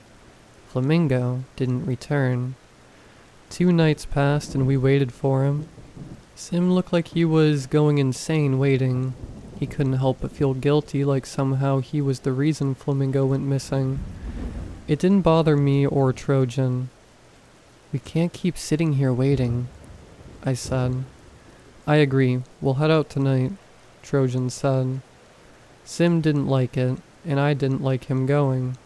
Sim's young, and this case seemed too much for a starting case. The night came and I asked Trojan to take Sim. He had much more experience than I. I returned to the spot where we saw the man, and to my surprise he was there. I called out to him, and he turned to me. "The violent one is with you," he said. "I got him working with someone else." "You're here investigating the deaths, aren't you?" I was getting closer to the man. I could pick out his details now. He was normal, with blonde hair and average height, wearing jeans and a blue hoodie. "Do you know anything about them? The deaths, I mean," I said. "I am the one feeding Dagon. Your friend made a great sacrifice." I was a few feet from him now. Did I hear him right? He was feeding the creature and was calling him Dagon, the fish god. Flamingo, that must have been my friend he was talking about. I had my hand on my revolver now. "Goodbye," the man said. Just then I felt something around my ankle. I was being pulled into the lake. I barely had time to take a breath. I fought back against the thing around my ankle. Completely under the water, I could feel the creature enveloping me. Desperately trying to reach for my knife in my belt, I was getting dragged around the bottom of the water and I could tell my arm was bleeding. I could feel the tips of my fingers on the handle of my knife. But once again I was jerked around, moving me away, forcing me to restart the journey to my knife. I got my blade barely. I began stabbing at the tentacles. They let go and I began desperately trying to swim toward the surface. I had no air in my lungs. I was taking in water. Just then another tentacle took me and I had no air to fight back. I thought of Flamingo and how this is what it felt like while he was dying. Light began leaving my eyes, and it wasn't for the angel Trojan I'd be dead. I watched with my final bit of sight as the creature met the blade of the Trojan. I woke up on land to Sim attempting to give me CPR. "You can stop now," I said, coughing up water. "You're alive," he said. I looked over to see Trojan next to the same creature that had taken me. He had filleted the creature, and inside were the remains of Flamingo and 2 others. I didn't know him well, but someone so experienced getting so easily was scary. I didn't even realize the creature was there until it grabbed me, so I could see how it got him. What I didn't notice though was the part. It was a massive 23 feet at least. Each tentacle was almost 10 feet long. It was brown, matching the color of the lake. It had 6 eyes, and its mouth was right above the tentacles. It looked like a squid somewhat, but had fins as well. Never seen anything like it. We began hearing yelling. "No! How could you kill the Lord like that? You'll be punished severely." The voice was cut off by Trojan, who knocked him out. It was the same man I talked to. We called the organization in to clean up the creature. The man was taken in by the organization, where he was interrogated. He admitted to helping feed, which he called Dagon, but claimed he was being controlled by it. If that's true, then it is a first for me. Sim decided to leave the organization, claiming he wasn't cut out for it. I'm glad he left. I wouldn't want him to end up like me. I did almost die, and that reminded me of my humanity. I can't leave the organization at this point. I spent a large part of my life here, and honestly, I can tell I don't have much time left. The Ash Mountain incident may be the most important event in the organization's history. If you tried to find information on it, you wouldn't be able to find it, at least to the event I'm referring to. When I joined the organization I work for, it was one of many at the time that dealt with the unexplainable. The Ash Mountain incident caused the merging of several of the organizations to create the superpower I now work for. If I were to talk about the entirety of the incident in detail, I could write an entire story about just that. Unfortunately, I was not there for the incident, and was merely sent to deal with the aftermath. However, I can give a brief overview of the incident. The Ash Mountain Incident. February 1st, 2014, 3:17 a.m. An unknown entity arrives through a hole producing a dark gray smoke in unnamed national park and is spotted by a fire tower ranger. The ranger radios to another tower and both check on the smoke. Upon arriving, they are faced with the creature. Upon making contact, one ranger solidifies into a gray statue. The second ranger touches the first, causing him to turn into an ash cloud. Ranger retreats, calling for local law enforcement.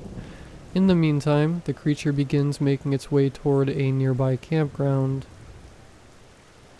One by one, it begins turning people into ash statues. When local law enforcement arrived, the creature already turned 31 people into statues. Law enforcement engages the creature. It turns 5 officers before it's injured and pushed into a nearby fallout shelter where it remains. You just read the basic case info that anyone joining the organization can access, but the paragraph doesn't prepare you for what the place looks like. In the following days, several organizations entered the fallout shelter to go after the creature. 11 days after the incident, I was sent in. I wasn't alone. I was sent with 2 other agents, Trojan and Wolf. Trojan was already a level 1 field agent. Wolf was level 3, and I was still level 4. We were next up on the list to go after the creature, and to prove our organization was on top. We arrived near the entrance of the fallout shelter. The people weren't the only things that were ash. Trees, flowers, grass, anything living around the area had been turned into an ash statue, like a raging forest fire had moved through the area. We made our way towards the bunker entrance.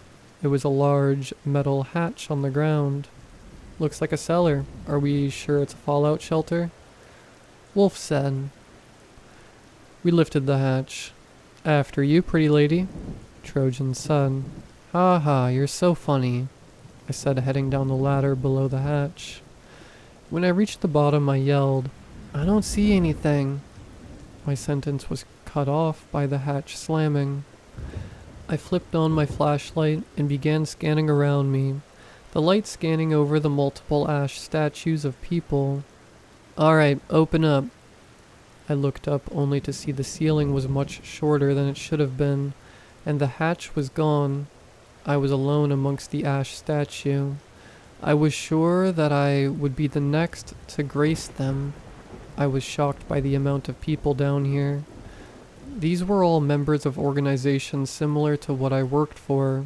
They were all experienced in this field, yet they all were caught and killed by this creature. What scared me was their faces, the pure look of agony upon them.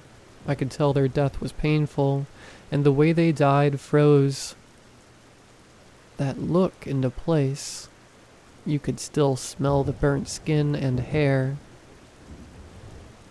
I found myself needing clarification with the fallout shelter itself. It was an older design, like something from the 50s. I wondered why it was so far out in the woods. The nearest town was more than 45 minutes away, a rich family-owned part of the mountain, and had for some time. Way back before the 50s, they built it. The layout didn't make sense. Most fallout shelters aren't entire facilities underground, but that's what this was, a facility.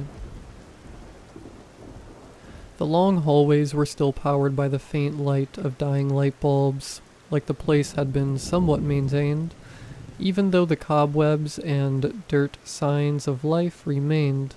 One room I came across had a makeshift living space, a bed made of cardboard, a lantern, blankets, old food, and water. Someone was living down here. Something other than the ash entity. Whoever it was, most likely taken by the entity. Just another statue among the rows of others. The whole place seemed like something you'd dream about, like a maze. Hallways lead to nowhere, rooms that seem pointless and constantly ongoing. Between the dim light bulbs and my flashlight, I had a decent amount of light, a welcome change to most of the cases I had been on.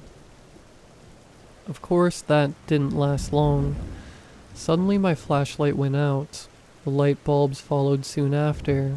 Now I was in complete darkness. Darkness can do a lot to the human brain. When you are in complete darkness, your body has no concept of time. In my head, hours passed, but I couldn't tell you how long I was down there.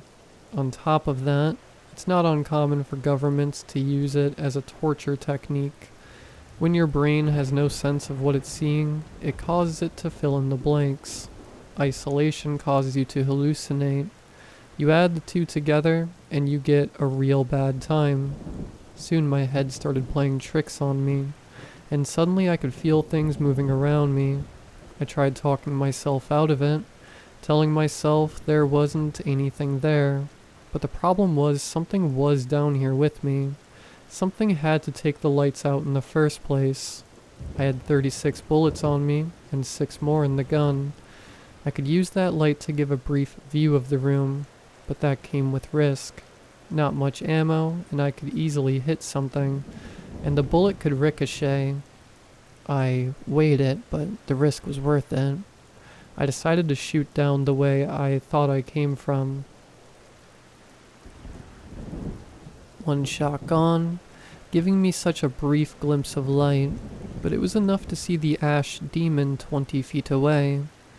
I didn't know how quick it was or how easily it could kill me. It waited this long to attack me, so something was stopping it. During the initial fights with police, it was rumored it was injured, and that's why it made its way to the shelter. Not many creatures you meet in this career fear firearms, but this one did, and that was the only advantage I had. I shot one more time where the creature had been seen. Just like I thought, it was scared of the gun. It retreated further into the darkness. The lights came back on once it was gone, leading to the theory it was the one controlling the lights. With the lights back on, I reloaded my revolver and went back to freely roaming the facility. I'd been counting the ash statues. 112 people dead. We were all sent in with barely any information, sent to die from the higher-ups. But the naive me didn't think that he was to focus on killing the creature for the glory of the organization. If I could go back now, I'd slap that kid and tell him to move on with his life, and that this wasn't his calling. But no, I'm that kid, and I gotta live with my choices. 112 naive kids in there, and only through a miracle that I wasn't 113. I saw it again staring at me from just beyond the light of the room. It didn't take out the lights this time. I watched it figure out what it was taking. I couldn't make out the details besides what I had seen from the flash of the firearm earlier. It looked just like the ash statues around me, but it was gray instead of black. I aimed the revolver at it and shot, missing. It came at me dulling, but not taking out the lights.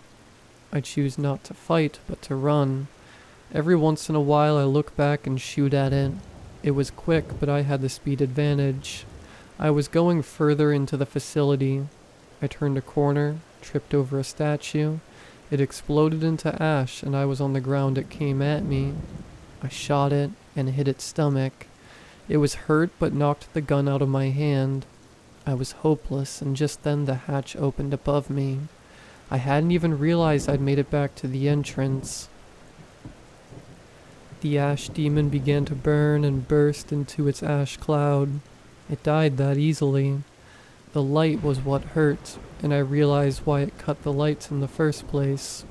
It didn't come in here 'cause it was hurt, just 'cause it was dark. I looked up to see Trojan and Wolf. I was covered in ash. "Did you kill it?" Wolf said. "Kinda." They took me out of there. I couldn't wait to shower and get all the ash off of me. Trojan stopped, though, to get me something to eat. I was down there for 3 hours, so he figured I must be hungry. He handed me some cheese fries. When I looked down at them, some ash fell from my hair right into it. Then, looking at the black dust, I couldn't figure out if it was human or the creature. I don't think I'm hungry. I said, looking at my food. Trojan looked at it too. What, you scared of some pepper? Wolf said, trying to make a joke out of it. Trojan liked the joke, and for the rest of the ride, they began calling me Pepper. Guess the name just stuck. I hate that name. Hello. I'll keep this part swift. Unfortunately, I am not the man you know as Pepper. If you have read the previous parts, you have at least heard of me. People call me Mouse. But I'm not here to tell you my story. I won't keep you in the dark. Pepper is dead. I wish I could say he got out, that he went on to have a normal life and he was no longer haunted by his work. But no, he died how he lived, buried in his work. I'm loyal to the organization I work for, and I will be to the end. So loyal that I thought about not putting this out, and even after deciding I would not use my code name. But I guess in the end, I was more loyal to my friend. Pepper kept notes of all his cases. Some of the stories you read were straight out of his journal, and I'm almost surprised that he didn't make the stories as long as they are in his journal. But I understand why he didn't. This one's gonna be longer than the rest. This one comes straight out of his journal. It's his final case that got him in the end. It was an honor to be a part of. Pepper's journal. Only a couple days have passed since the last case. The organization already called me in for another one. This one was different. I walked into the same meeting I'd been in so many times before, ready to be sent on another near-death experience.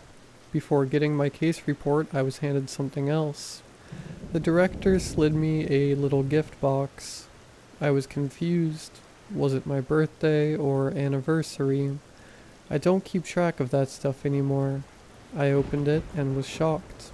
Congratulations, Pepper, the director said. I never thought I'd live to see this day, I said. It was a badge similar to the one I always kept on me, but with one key difference. This one said Level 1 Field Agent. That made me one of 4 agents in the organization with that rank. With that, I was given a case file. It was another unusual one I was leading. Not the first one I've led, but this one allowed me to choose 2 agents of any rank to come join me. Of course, I chose Trojan. He was the number 1 agent in the organization, and one of the few I knew I could trust. For the other one, I wanted Mouse with me. Even with his lack of arm and eye, he was still one of the smartest guys I knew. Through experience, I've noticed something.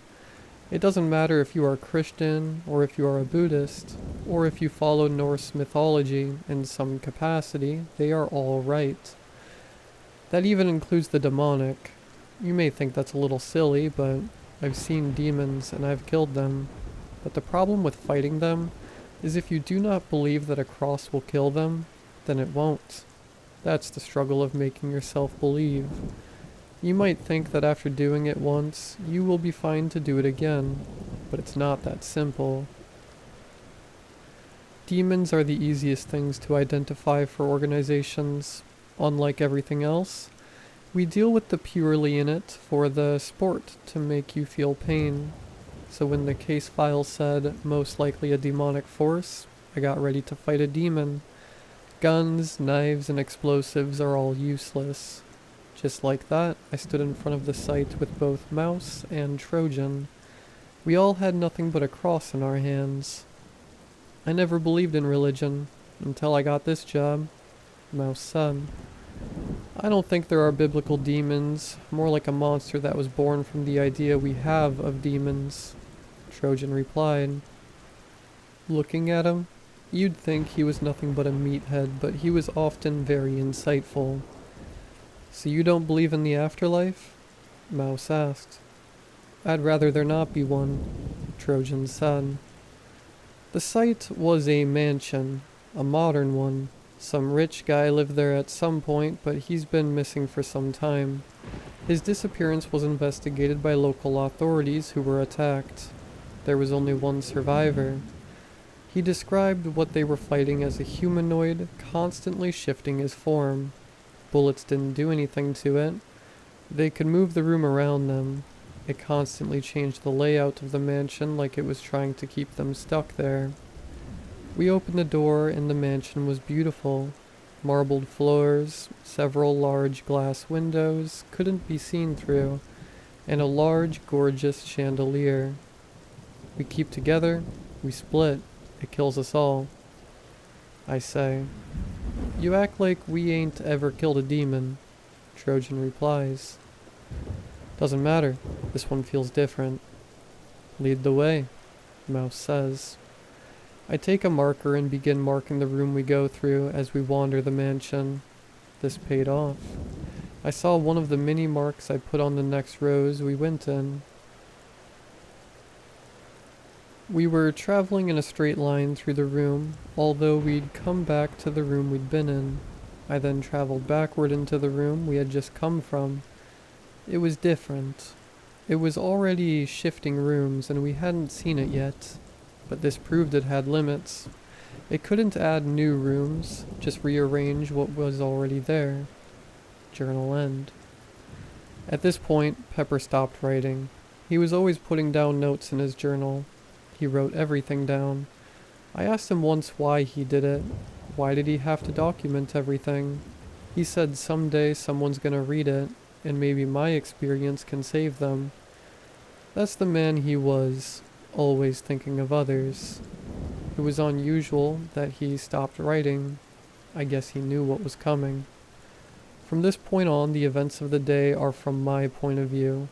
I had come to the same conclusion that it was in the room with us, and before we could figure out what it could be, I watched as Trojan. No, his real name was Michael Avernatch. I watched as the strongest man I have ever met, the man that seemed unkillable, was punctured through the chest, right through his heart. And if there was a god, he blessed that man, 'cause not even that could bring him down. He swiped around, pulling the cross from his belt. The end of it was pointed. He shoved it down at the demon. It dodged back, placing itself into the next room. Demons aren't what you think they are. The red humanoid isn't accurate. They're more of a shifting mass of gray goo that can change its shape. This one hid in the shadows of the curtain, perfectly forming in the shape of the shadow. You alright? Pepper asked Trojan. I've had worse, he replied.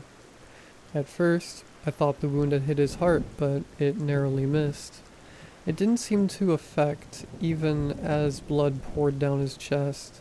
He stood there as if nothing had happened. We went in the direction after it. I've never seen that before, Pepper said. Seen what? I asked. A demon like that.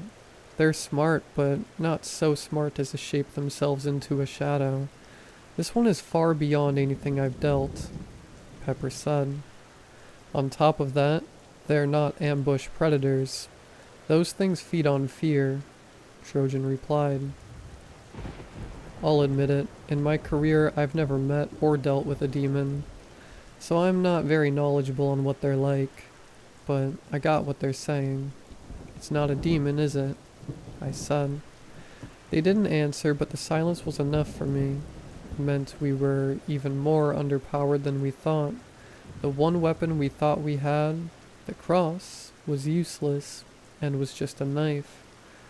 It can shift form, it can control the area around us, and its look can be mistaken for what we know as a demon. That left me with one other theory. It's a copy, I said. Copies are monsters that are ambush predators, and they are devilishly smart. They have a unique trait in that they can take the form of any non-living thing, but can take the form of living things if one condition is met. They have to eat whatever creature they are mimicking. But from there, they can make the noise, they have the looks, and can even take on the memories of the creature they ate. If I ate a demon, it would solve every question but one. How is it shifting the building? Pepper said. My theory didn't account for that, but at the same time, copies aren't necessarily strong creatures. especially compared to demons. A few bullets should take them down, but the police officer said guns were useless. Demons are otherworldly. You think a copy-eating one could change its biology, Trojan said. We have no way of killing it. We need to attempt to leave, Pepper said. No, I got a way to kill it, Trojan responded. Pepper looked down like he knew exactly what he meant, but despite my prodding, neither would tell me. We came across it again in the same room where the mansion began with the beautiful chandelier. It was in its normal form now, what you'd expect a copy to look like, a skinless man running on all fours. When they were in this form, they were much stronger and faster. Trojan squared it up, but instead of fighting, he stood there and let it take him, giving both of us a smile as he did so. The way I wish I could explain how it unhinged its jaws and swallowed him whole. I'd worked with him a few times, and Trojan was always one to fight. He was unnaturally strong and durable. He could take a hit no man could. He gave up. I stood there terrified. No, he gave us a fighting chance, Pepper said. I didn't understand at the time what that meant. It was only after the case was over that I was able to look into Trojan's file. It made sense where his unnatural abilities came from. He was born into a cult that worshipped a large fly-like being they called the One. When he turned 18, he was given as sacrifice to this creature, but instead of willingly dying to it, he chooses to fight. During the fight, he managed to kill it, and the creature's blood mutated his DNA, giving him his intense strength and durability, and his blood. That any time an unexplainable creature took from his blood, they were severely weakened. Pepper never told me this, but it's clear to me how he knew. Just in case you're wondering, after Trojan left the cave of the creatures, he turned on the cult and killed them all. Sometime later, he was found by the organization. His blood was potent. Shortly after he was gone, the creature began to writhe in pain. Pepper took no time to let it recover, charging at it with his crucifix blade. Before he had reached it, the creature shifted the room. Suddenly we were falling toward the ceiling. I landed inches from the chandelier glass, shattered, and I fell among it. It cut into my good arm, making my body even more useless than it already was. At that moment, I thought, why? I don't know why Pepper brought me. There was better options than me. I tried pressing my feet, but the damage to my body was too much. I was losing a lot of blood. Focused on attempting to stop the more dangerous holes, I looked over to see Pepper. More cut than I, but he wasn't deterred. He held a piece of the shattered chandelier. The copy was much more weakened than I previously thought. He fell to the ceiling with us and was cut by the shattered glass of the chandelier, but it wasn't moving. Pepper took the glass, standing over it.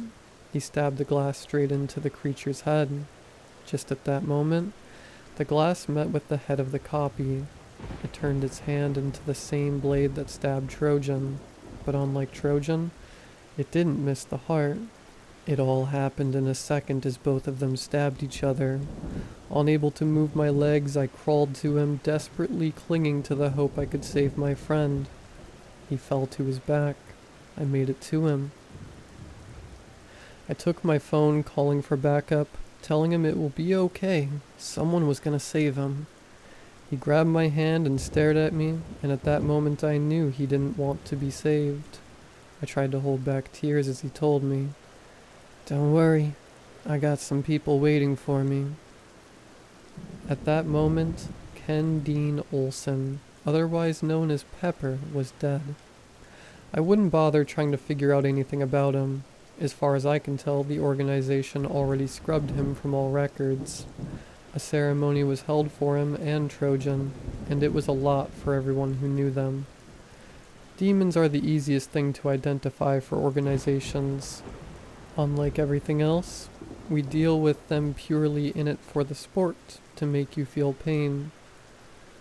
So when the case file said it was most likely a demon force, I got ready to fight a demon. Guns, knives, and explosives are all useless. Just like that, I stood in front of the site with both Mouse and Trojan. We all had nothing but a cross in our hands. And his friend, once again.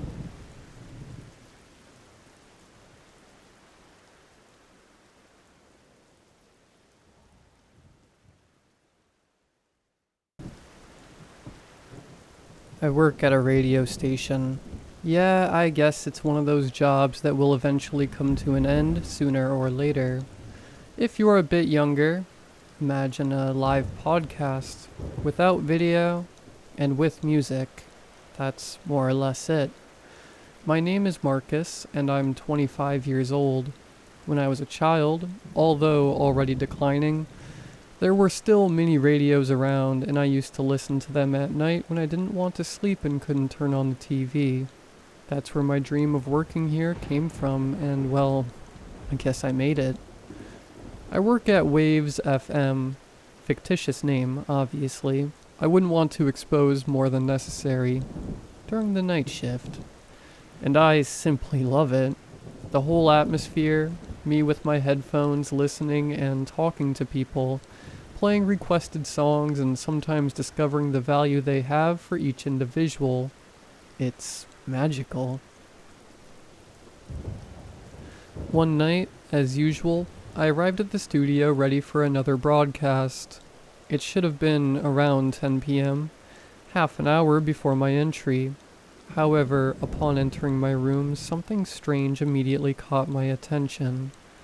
On the desk, in addition to the usual letters and bills to pay, there was an audio tape with a single symbol X recorded on it.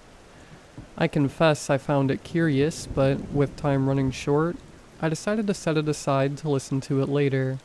After all, I needed to do my vocal exercises and prepare the microphone and other things.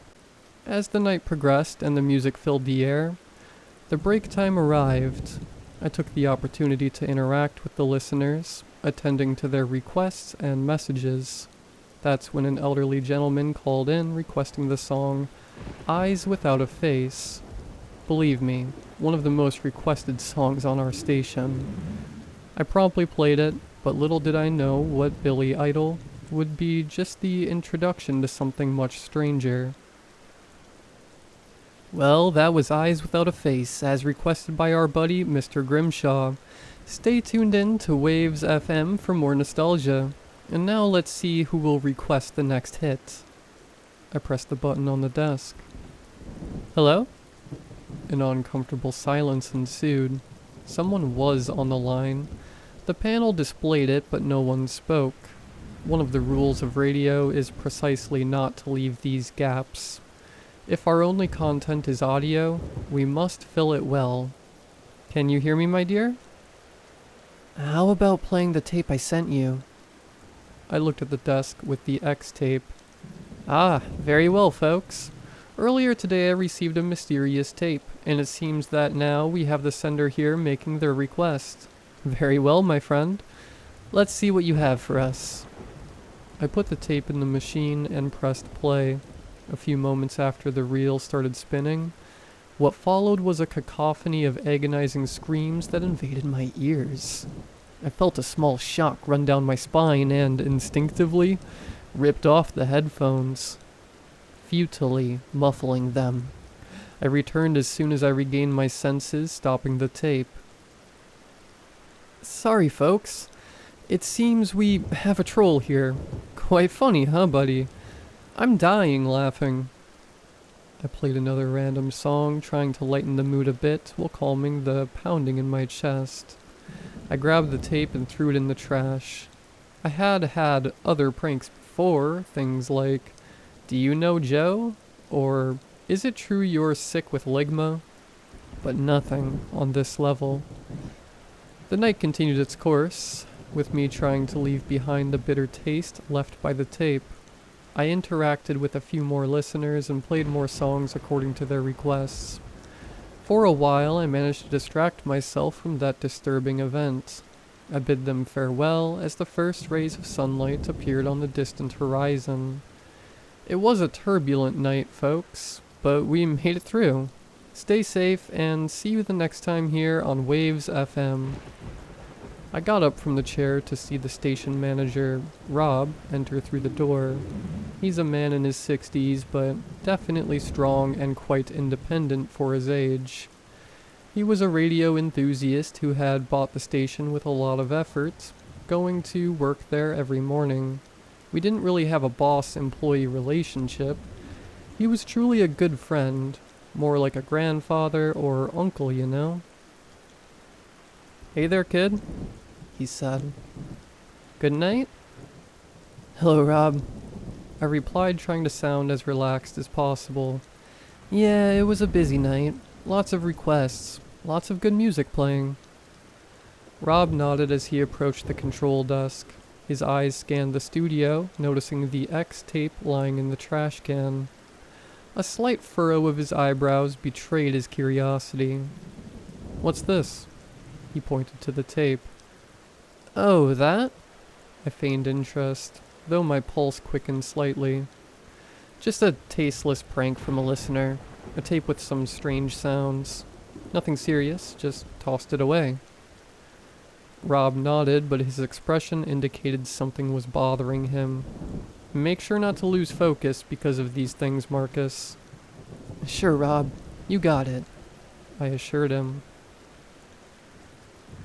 He gave my shoulder a pat before stepping away. "Good job tonight. Rest well. You deserve it." With a forced smile, I thanked him and watched as he left the studio. Once the door closed behind him, a shiver ran down my spine. I shook my head to dispel the dark thoughts. I was probably just paranoid because of the strange tape. I resolved to leave it behind and focus on finishing my shift. I got home and collapsed into bed. But as soon as I closed my eyes, I plunged into some restless dreams, the screams echoing again. I woke up a few hours later, a bit sore, heading out of the house to get some fresh air. I stopped at the small convenience store at the gas station across the street from my house, ordered a black coffee and scrambled eggs, my breakfast.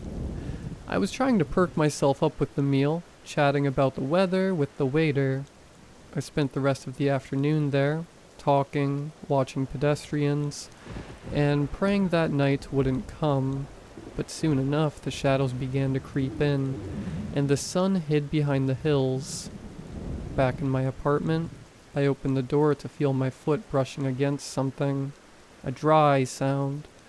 I looked down to see a small letter, my name written on it. When I opened it, however, my heart started pounding. My mind was confused and racing, and I felt sick. In bold letters, the phrase was displayed, "Do not throw away my tapes." A shiver ran down my spine as my brain tried to process the meaning of those words. Who was behind this nonsense? Did they know where I lived? The town is small, not impossible. Maybe it's a prank of very poor taste. I grabbed my phone and dialed Rob's number. He picked up after a few rings. "Hey Rob, sorry to bother you, but I need to talk to you about something strange that happened last night." Rob listened in silence as I recounted the events from the previous night, from discovering the X tape to today's warning. He muttered after I finished. "That's concerning. Maybe it's best for you to come to the station." I agreed with Rob's suggestion and hung up the phone. Putting on a jacket, I grabbed my motorcycle keys and headed to the radio station. Upon arriving, I found Rob waiting for me in the reception area. He had a serious look on his face as we greeted each other and proceeded to the studio together. We sat in front of the computer and began reviewing the recordings from the previous night. During one of the breaks, when I played the X tape, Rob stopped me. "Kid, did you listen to the whole tape?" Rob asked, leaning forward. I swallowed hard, recalling the moment when the screams invaded my ears. "No, Rob. I only listened for a few seconds before turning it off." It was a sudden loud noise and it startled me. Rob nodded, looking pensive. Good. Don't listen to that tape ever again, okay? He retrieved it from the trash can and broke it, and any others like it, preferably. Don't even answer restricted calls. The wrinkles on Rob's face seemed to multiply as he spoke, and I understood that the situation was more serious than I had imagined. I nodded, agreeing with his instruction. Got it, I replied, feeling a lump form in my throat. But what do you think is going on? Rob sighed, looking concerned. Marcus, that's all you need to know and can know. He glanced away and stood up. Try to relax, alright? Just stay away from this and you'll be fine. Are you going to stay around here? The feeling of unease only grew within me as I watched Rob gather the pieces of the tape and put them into an envelope.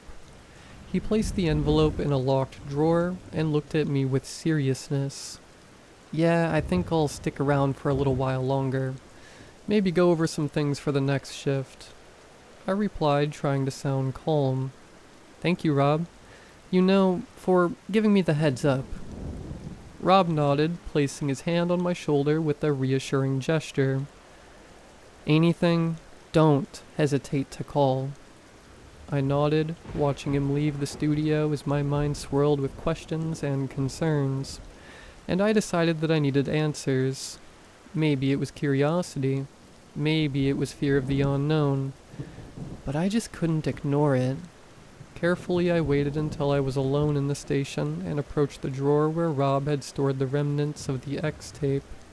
With some effort, I managed to open the drawer and retrieve the envelope. My heart pounded in my chest as I opened it, revealing the fragmented pieces of the tape. I held on the reels as I gently pulled out the plastic strip from inside, making sure not to scratch it, and was about to do the same for the second one when someone knocked on the front door. It was a light knock, but firm enough to make me freeze in place. My heart raced as I tried to process what to do next.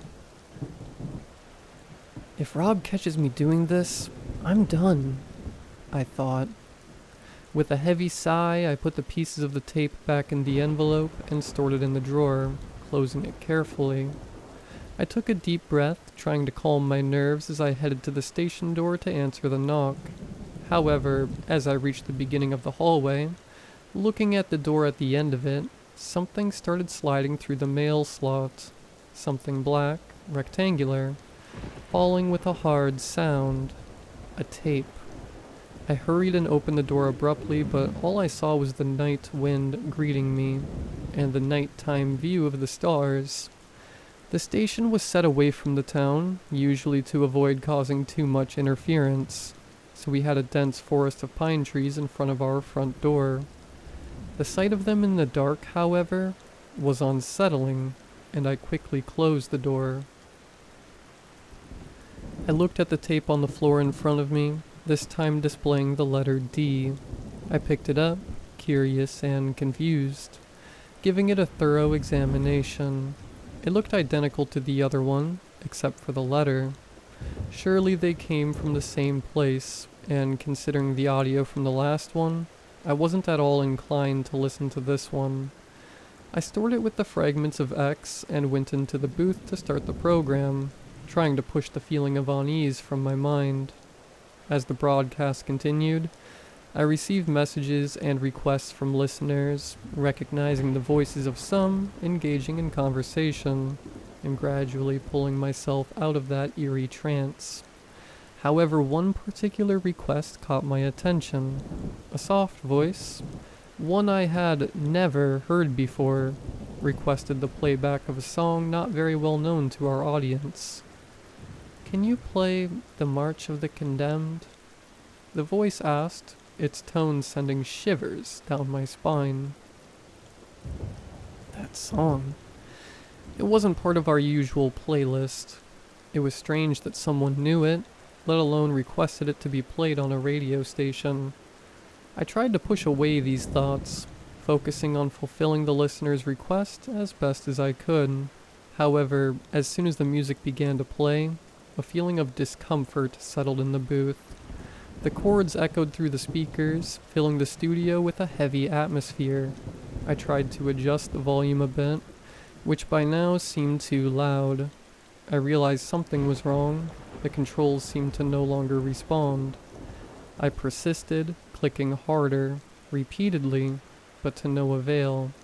I tried to stop the broadcast to announce technical difficulties with no response. I even tried to shut down the system, but it was in vain.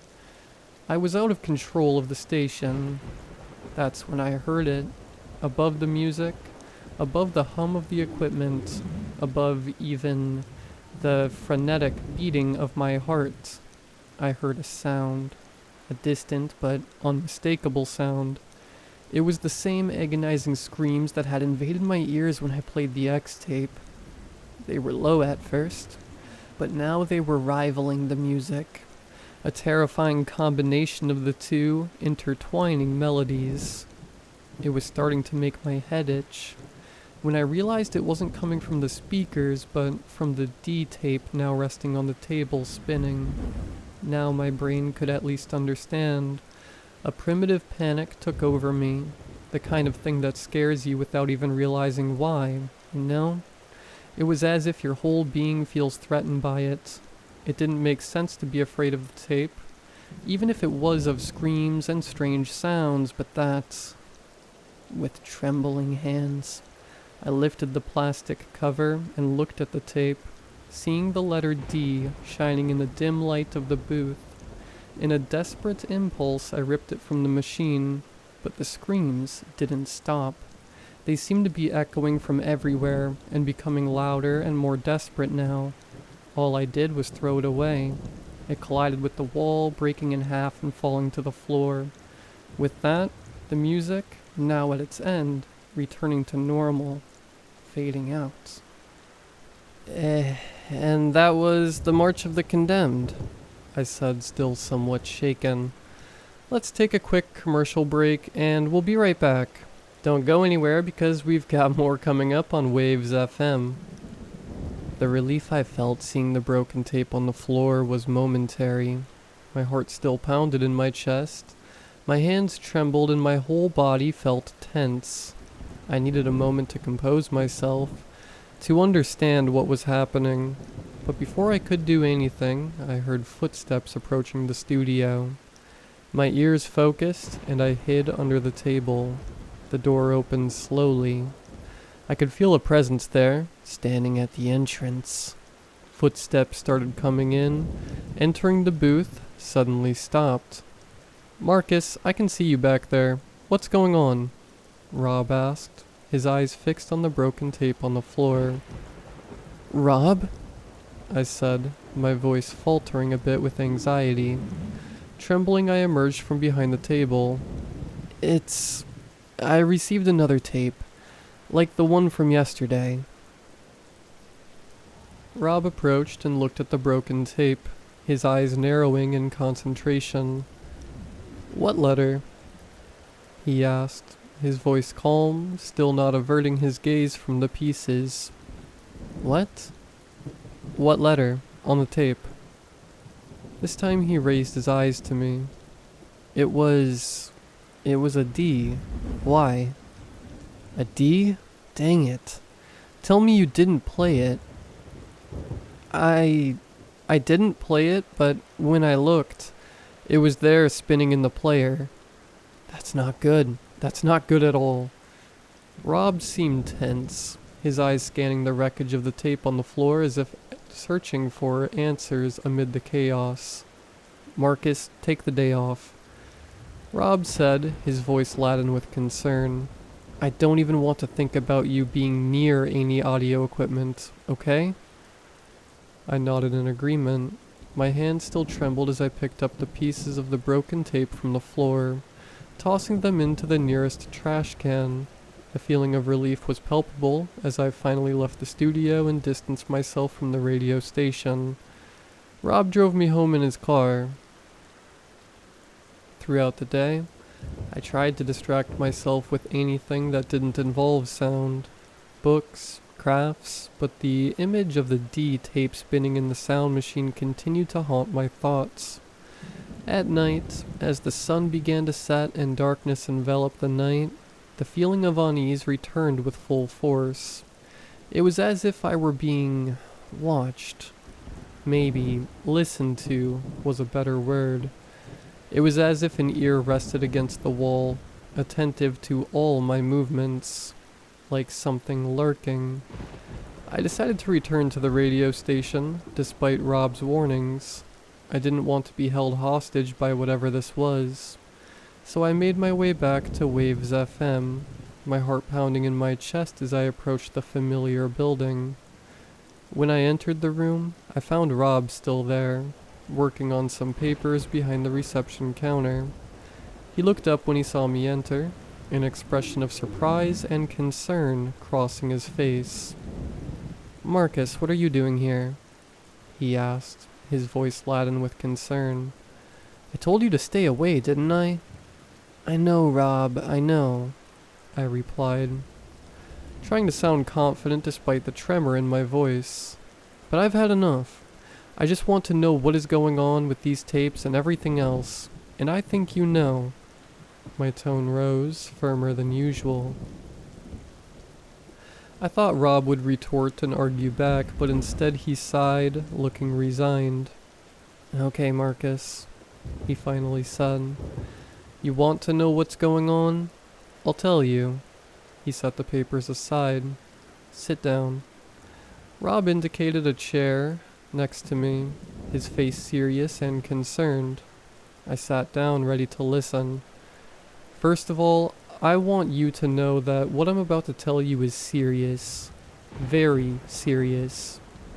Rob began, his voice low and intense. "Have you ever heard of the Radio Man?" A shiver ran down my spine at the mention of that name. The Radio Man was a pretty common urban legend among radio hosts. You can ask anyone if you know. It's like an entity, a sinister thing, linked to late-night radio broadcasts, sort of like a Bloody Mary. They usually use it to scare the newcomers who come in at night.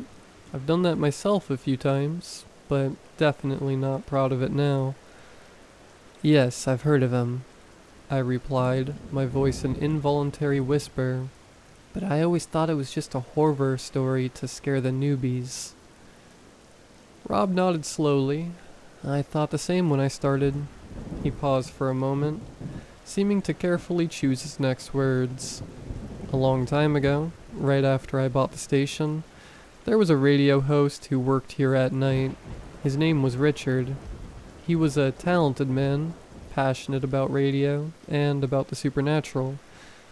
Rob's gaze drifted, staring at an empty wall. "We had a late-night horror show on the radio. Stories, urban legends, listener reports, all kinds of stuff. But he wanted more."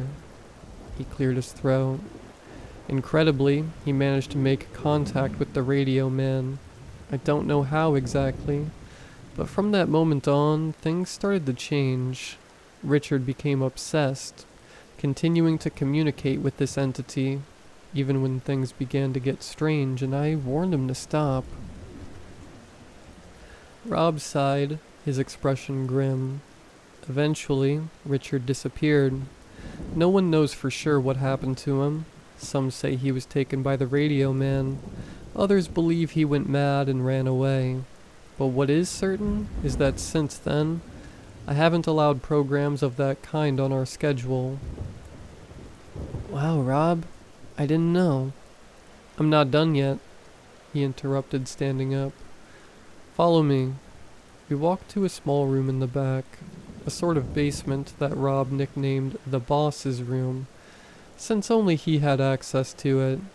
I entered the room behind Rob, my mind still trying to process all this information. The room was dark and damp, lit only by the faint light of a bulb hanging from the ceiling. In the center of the room, there was an old dusty table covered in piles of yellowed documents. Rob approached a rusty metal cabinet in the corner of the room and opened the door with a loud creak. Inside the cabinet, I saw a series of audio tapes, dusty with age. The labels displayed an individual letter each, just like the ones I received. Not all the letters were the same. Some were missing, but I could see, from what I remember, a B, an M, R, W, and a Z. "What are these tapes?" I asked, my eyes scanning over them. We started receiving them shortly after Richard's supposed contact with the radio man. At first, it was the Z tape, an unknown song, a bit unsettling, with a vibe sort of like Tiny Tim, you know?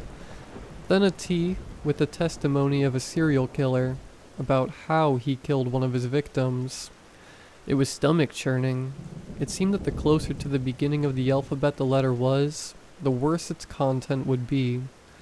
Until he got to the B tape. Rob closed the cabinet with a heavy sigh. The B tape was the last one we received. I didn't listen to it, and I don't intend to. But after it, Richard disappeared. "Why didn't you ever tell me about this before?" I asked, my voice barely rising above a whisper. Rob sighed, running a hand over his tired face. "I didn't want to scare you, Marcus. I didn't want you to get involved in this. I thought that if we ignored it, it would eventually go away. And it did. We had several good years without any trouble. But it seems to have come back, and it's getting worse." The whole story felt like it was ripped from a nightmare. I could barely wrap my head around the idea that something like this was happening at the radio station where I had been working for years, and that I might be involved in it. "What do we do now?" Rob seemed pensive for a moment, looking at the dusty tapes in the cabinet. "I'm not entirely sure," he admitted, his voice heavy with concern. "But one thing's for sure, we can't ignore this. Ignoring it definitely didn't work. If only we could see how the tapes are being delivered." I hesitated, remembering the moment when a tape was delivered to the station's door. "The other night, I saw a tape being dropped off at our door. Maybe we can install some security cameras around the building to see if we can catch whoever's doing this." Rob nodded, looking intrigued by the idea. "That might work, I suppose. At least to see if someone is placing the tapes, or if they come out of nowhere." We decided to act immediately. We bought some security cameras and installed them around the station, ensuring that all areas were covered. We spent several sleepless nights keeping watch. We used some pre-recorded programs to keep things running smoothly, and boy was it exhausting. Finally, on the third night, we managed to capture something. The R tape was delivered by a hooded figure, barely illuminated by the dim streetlight. The individual was tall, skinny, moved in a weird way, very spidery. They slid the tape through the gap in the door and vanished into the darkness, as if they had never been there. Rob and I watched in silence, our hearts pounding in our chests as we observed the mysterious figure disappear into the trees. After the video ended, we stared at the screen for a moment, processing what we had just seen. The simple sight of the creature had the same strange effect as hearing the tapes. I felt dirty, burdened. "So with this, can we send it to the police?" I asked. "And say what? That there's a guy dropping tapes at the radio station's door? I think not only is that not a crime, but it's expected." Rob shook his head, looking frustrated. "The police won't be able to do much with this, even if they wanted to." He sighed, running a hand over his face. "I guess all we can do is keep watch and try to find out more about these tapes. Maybe we can find some clue that will lead us to an answer." I agreed with Rob. If we were going to investigate this, it would have to be on our own. "Go home and take a shower." He pinched his nose. "You stink." I sniffed my armpit, and I'm not proud to say he had a point. I drove home, trying to leave the thoughts of what we had seen on the road. After a good, well-deserved shower, I threw myself under the sheets and fell asleep. My phone is always on silent, so I was surprised when I picked it up shortly after waking up, and as my vision adjusted to the screen's brightness, I could see the outline of, I'm not exaggerating, 26 missed calls from Rob. I immediately called him. After 2 rings, he picked up. "Hello? Rob, what's going on? Did he come back?" Silence. "Rob?" I could hear the sound of the radio station, birds in the distance, heavy breathing in the background. I don't know what came over me, but I ran like never before to get there. I burst through the door and ran into the room, and when I saw what was there, I was paralyzed. I couldn't even think about the danger it presented. I stammered, trembled. My mind almost convulsed as cold sweat pulsed down my temples. Rob was sitting, stunned, his eyes bulging. He was illuminated by the faint light from the ceiling, and I could see him making that silent gesture as he looked at me, with his index finger placed over his lips. Right in front of him, there lay a tape marked with the letter A. "Rob, I began to walk towards him, but he closed the cabin door abruptly, turning the latch and shutting himself in. "What's going on?" I tried to open it. He seemed agonized, holding his mouth almost as if there were about to be vomit. But when his hands wavered, what came out of his mouth was not bile, but a torrent of words. I couldn't quite understand at first, but just 2 seconds later, I was affected. It was probably what was on the A tape. The words, the mere understanding of them was driving me insane. As quickly as it came, it stopped. I saw Rob grab his mouth. It makes my stomach turn just to remember. He stopped, grabbed his tongue, and stretched it over the counter, picking up a scalpel resting in the second drawer, and began his ordeal. The blade pierced the muscular tissue, accompanied by a red eruption. The elderly man's grunts echoed in a surreal manner, but that pain didn't stop him. He continued, descending and descending, until the scalpel met the cold wood of the table, now bathed in his blood, sweat, and tears. He stood up with the crimson waterfall flowing from his mouth, while I stared at his tongue, which lay gently beside the tape. "Oh my God!" I rushed to him, trying in some way to help contain the bleeding. "What are you doing?" I was in shock, unable to comprehend the scene before me. Rob tried to articulate something, but his mouth was full of blood and he seemed unable to speak. His eyes, however, conveyed an almost inhuman desperation. I grabbed my phone and dialed the emergency number, but as the operator said that help was already on the way, I saw Rob, with his finger and using his own blood as ink, right on the table. "Go and don't come back."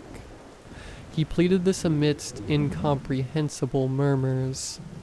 The teams arrived shortly afterward, and I was stunned by the adrenaline and tried stumbling to explain the situation.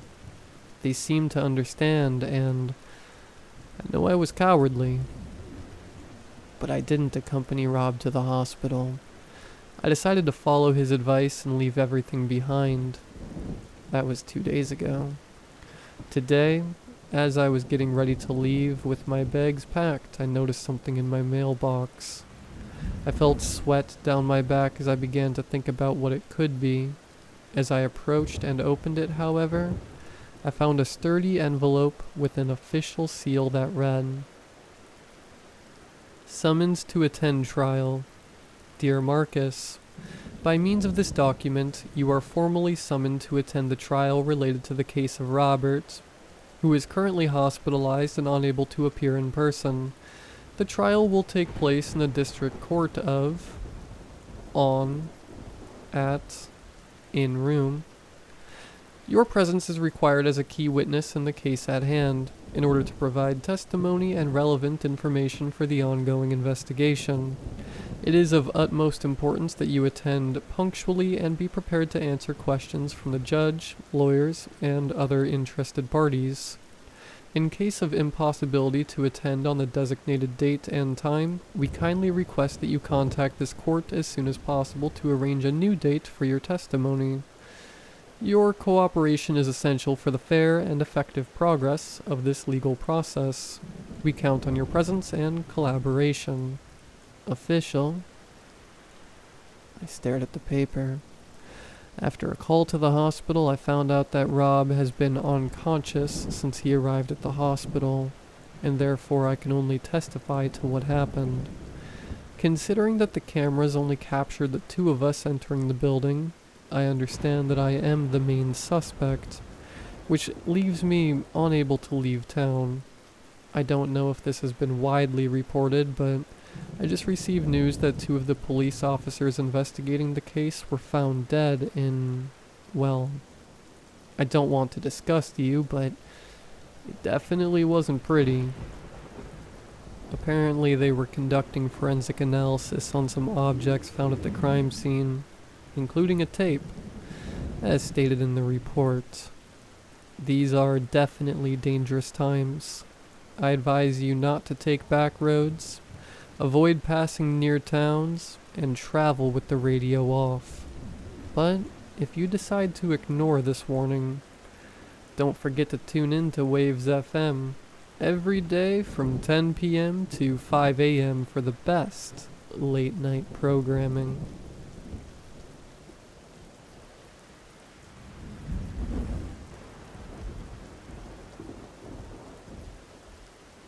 As I sit here looking again at my Google search history from the past few days, from the physical security of a 2-queen hotel room, I realized that this is not something that happens to most people.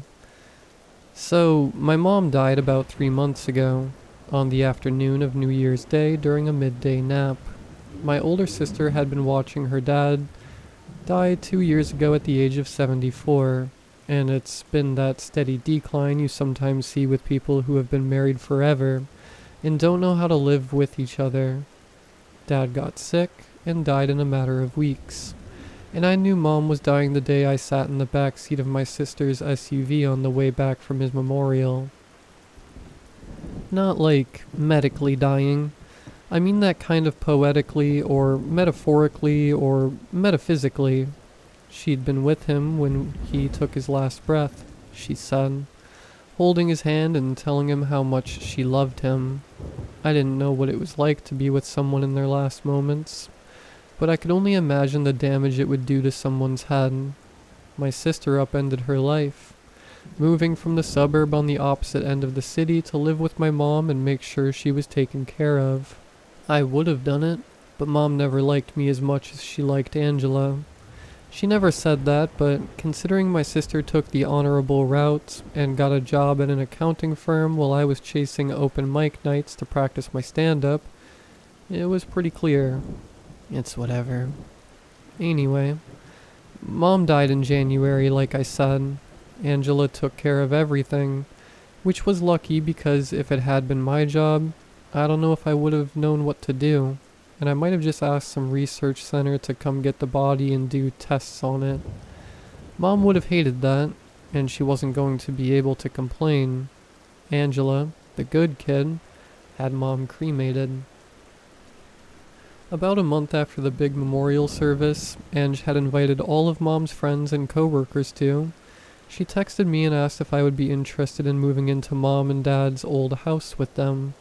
Sure, I said, because they owned the house and it would save some money, and the stress of having 3 roommates, all human, not counting the 4 odd mice that I'm pretty sure slept in bed with me, in a 2-bedroom apartment was wearing on me. Ange and I hadn't spoken too much in the last few years, since she was busy with her life and I was busy with mine. I tried to help where I could, but Angela had gotten so used to taking care of everything that she usually shooed me when I tried to help clean or cook. So I took some time to learn how to fix some things around the house with the plumbing or drywall or whatever, so I could at least feel slightly contributory during the day before I would go into the city in the evenings to find somewhere to tell my stupid jokes. I took on projects here and there around the house, finding that maybe DIY was my calling, and I was taking the mirror down in Mom and Dad's bedroom, where we'd never really been allowed to go to when I first discovered it. In that bathroom, I pulled the mirror from the wall, finding it was barely hanging on by a single rusty nail anyway, and behind it there was a small square of drywall missing, maybe 3 inches by 3 inches. That in itself wasn't strange, but the smell coming from it was definitely something to not laugh about.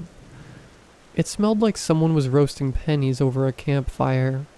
I gagged and left the room, texting Ange right away to tell her I thought something might be rotting in the wall between our parents' bathroom and the laundry room next to it. Gross? She'd answered, and I braved the ick long enough to cover the hole with masking tape after the nail I tried to rehang the mirror on broke right off.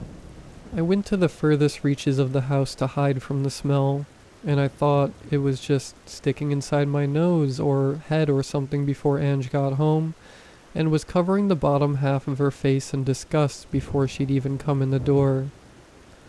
"Nina, did you look in the hole to see what was in there?" Angela demanded as soon as she got home. "The whole house smells like used tampons and burning hair." A better description than the one I've given you, but maybe you get the idea now. We made a game plan, covering our faces with dish towels to stymie the smell, and taking breaks to go stand out on the sidewalk when the smell got too strong.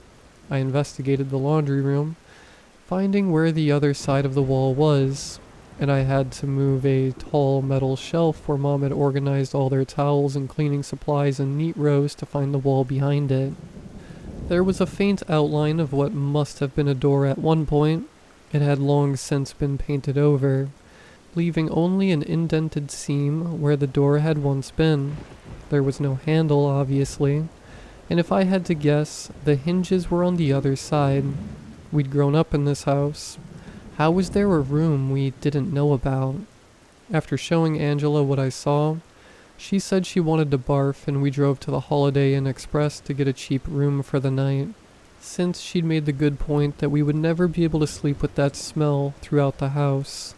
I searched a few things on Google. Entire house smells like blood and burning. A gross search that yielded a few pictures of animals that had violently died in some people's vents. It was a possibility, but given the smell started the moment that hole came uncovered, I put those thoughts on the back burner. There was something in the hole. House records by address. The county we lived in had a handy search tool that told me Mom's house was built in 1957, and that the blueprints for the house would maybe be on file in the county clerk's office. County clerk office email contact. I'm not going to wait until tomorrow morning to call. I heard back from the county clerk's office at 10 a.m. the next morning, and the lady had helpfully attached a PDF of the blueprints of the house, and I examined them as Angela dried her hair from her shower, carefully braiding it in anticipation of the gross day we had ahead. She'd taken a sick day off work after she hadn't slept well at the hotel, saying she didn't feel right working all day when the house seemed so messed up. The blueprints were pretty bad quality, honestly, but the faint lines were plenty for me to identify the bathroom where I'd found the hole. There was what appeared to be a linen closet there between the bathroom and the laundry room, where I'd found the outline of the door, and when I told Angela as much, she asked questions I couldn't answer. How long had that closet been sealed off? Did Mom and Dad even know it was there? How long would a room that smelly take to clean? As we loaded up in the car, Having checked out the hotel, I searched up a few more things. How to open a secret door in your house. The results were mostly YouTube videos on how to install a secret door. I didn't know the architect from Clue had a YouTube account. How to open a door that's been sealed shut. Mostly results from video games, but after some scrolling, I saw some people suggest that a sharp putty knife and a reciprocating saw might do the trick. Hardware store near me. The nearest one was about 5 minutes by car from the Holiday Inn. Ange let me go into the store by myself, and I walked out $110 poorer with an electric saw and a sharp knife. We got to the house and I went straight for the laundry room, instructing Angela to go to Mom's bathroom and look through the hole and tell me if she saw light when I stabbed the seam between the door and the wall. She looked uneasy going into the bathroom, but I hadn't expected her to scream. "Nina, get out of there!" She shrieked from the front door, and I didn't question my older sister's instructions, booking it out right after her. What happened?" I asked, closing the front door behind me. I could hear my heart in my ears, but Angela was turning an interesting shade of green. "The tape was gone," she said quietly, turning around to empty our McDonald's breakfast in the garden, and then some. I wanted to puke too, but one of us had to keep it together. The masking tape being gone on its own was annoying, but not vomit-worthy. And I almost said as much, but she kept talking. The tape over the hole was gone, and I hadn't gotten the light on yet, but I saw an eye looking at me, Nina. There's a very particular fear in seeing someone very brave and collected completely losing it. And more than what she'd said, I was terrified because Angela clearly didn't want anything to do with any of this. "You're sure?" Angela walked out to the sidewalk, sitting on the curb and putting her head in her hands. "There was an eye. It was looking at me. The second I screamed, it closed and moved away. I don't know." I feel like this makes me a bad sister, but I patted her on the back and said, "I'm going to go to look again. It was probably a trick of the light, and since you were scared, your brain probably saw something that wasn't there." I'm so dumb. I've seen movies. Angela told me not to go, but when I insisted we couldn't walk away forever, she slowly nodded and said she would wait at the door while I went back in. The smell was stronger than ever now, and as I went into the bathroom, the sickly trepidation that made me want to vomit then and there was almost enough to turn me around. The door to the bathroom was still open, and I guessed that Angela hadn't taken much care to mitigate the smell by keeping the door closed like I had. I reached into the bathroom before I went in, turning on the light to keep any tricks of the light and imaginary eyeballs at bay. The masking tape was on the floor of the bathroom, like it had been torn off in one chunk, and the hole remained dark. No eyes looked back at me, and when I shined my phone light into it, I didn't see much since the hole was so small. It was just me and the burning blood smell. "There's nothing here," I reassured Angela as I left the bathroom. "The tape probably just didn't hold up. I'm going to go back into the laundry room and try to get the door open again." She didn't move, nodding with her face still devoid of color.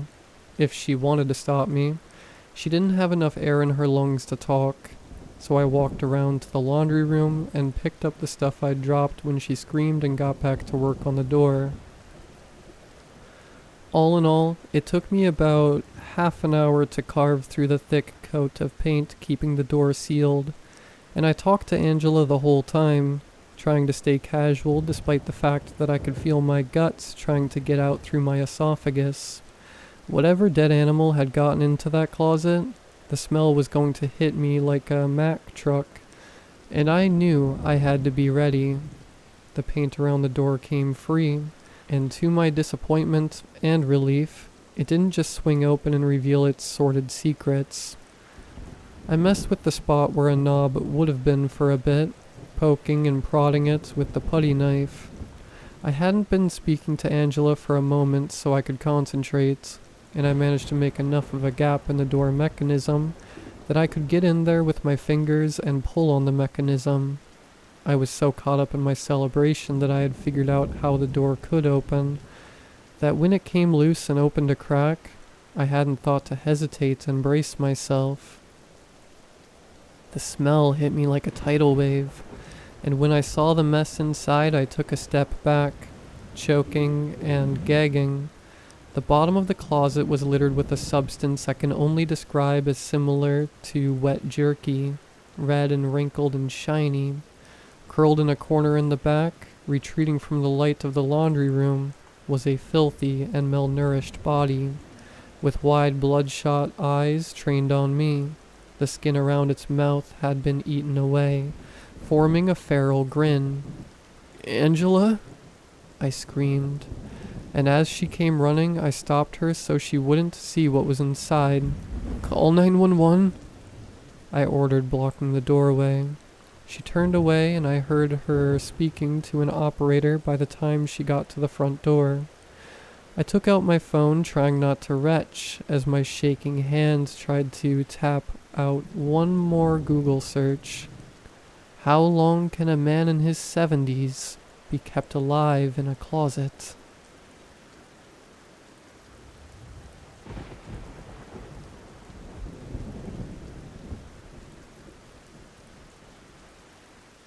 I've never been much for excitement.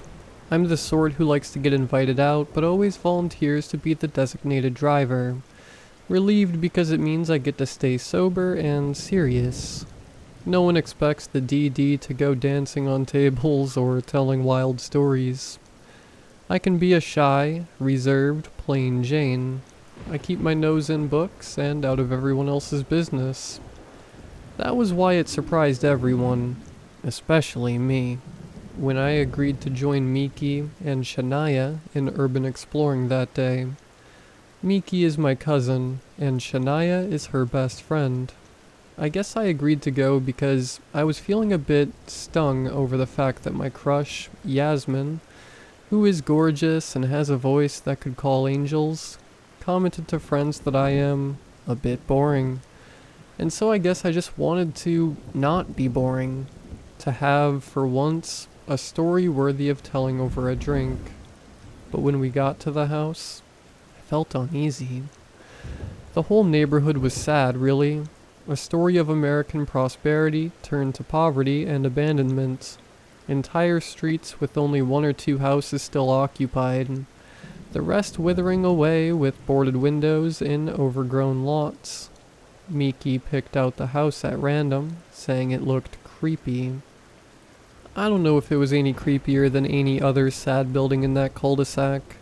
The house had yellow siding stained by weather and time, curtains hanging in the cracked upstairs windows, a short flight of stairs leading to the front door.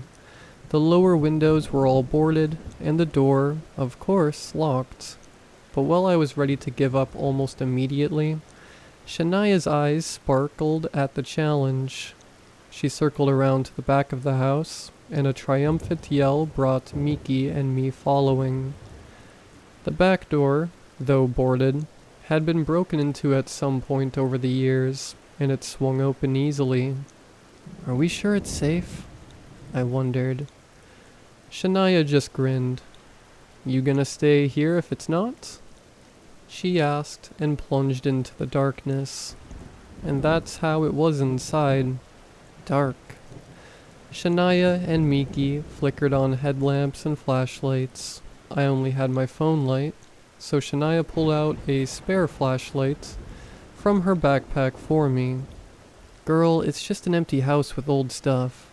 She squeezed my arm in encouragement. Nothing to be scared of, unless you believe in ghosts. And she winked and laughed.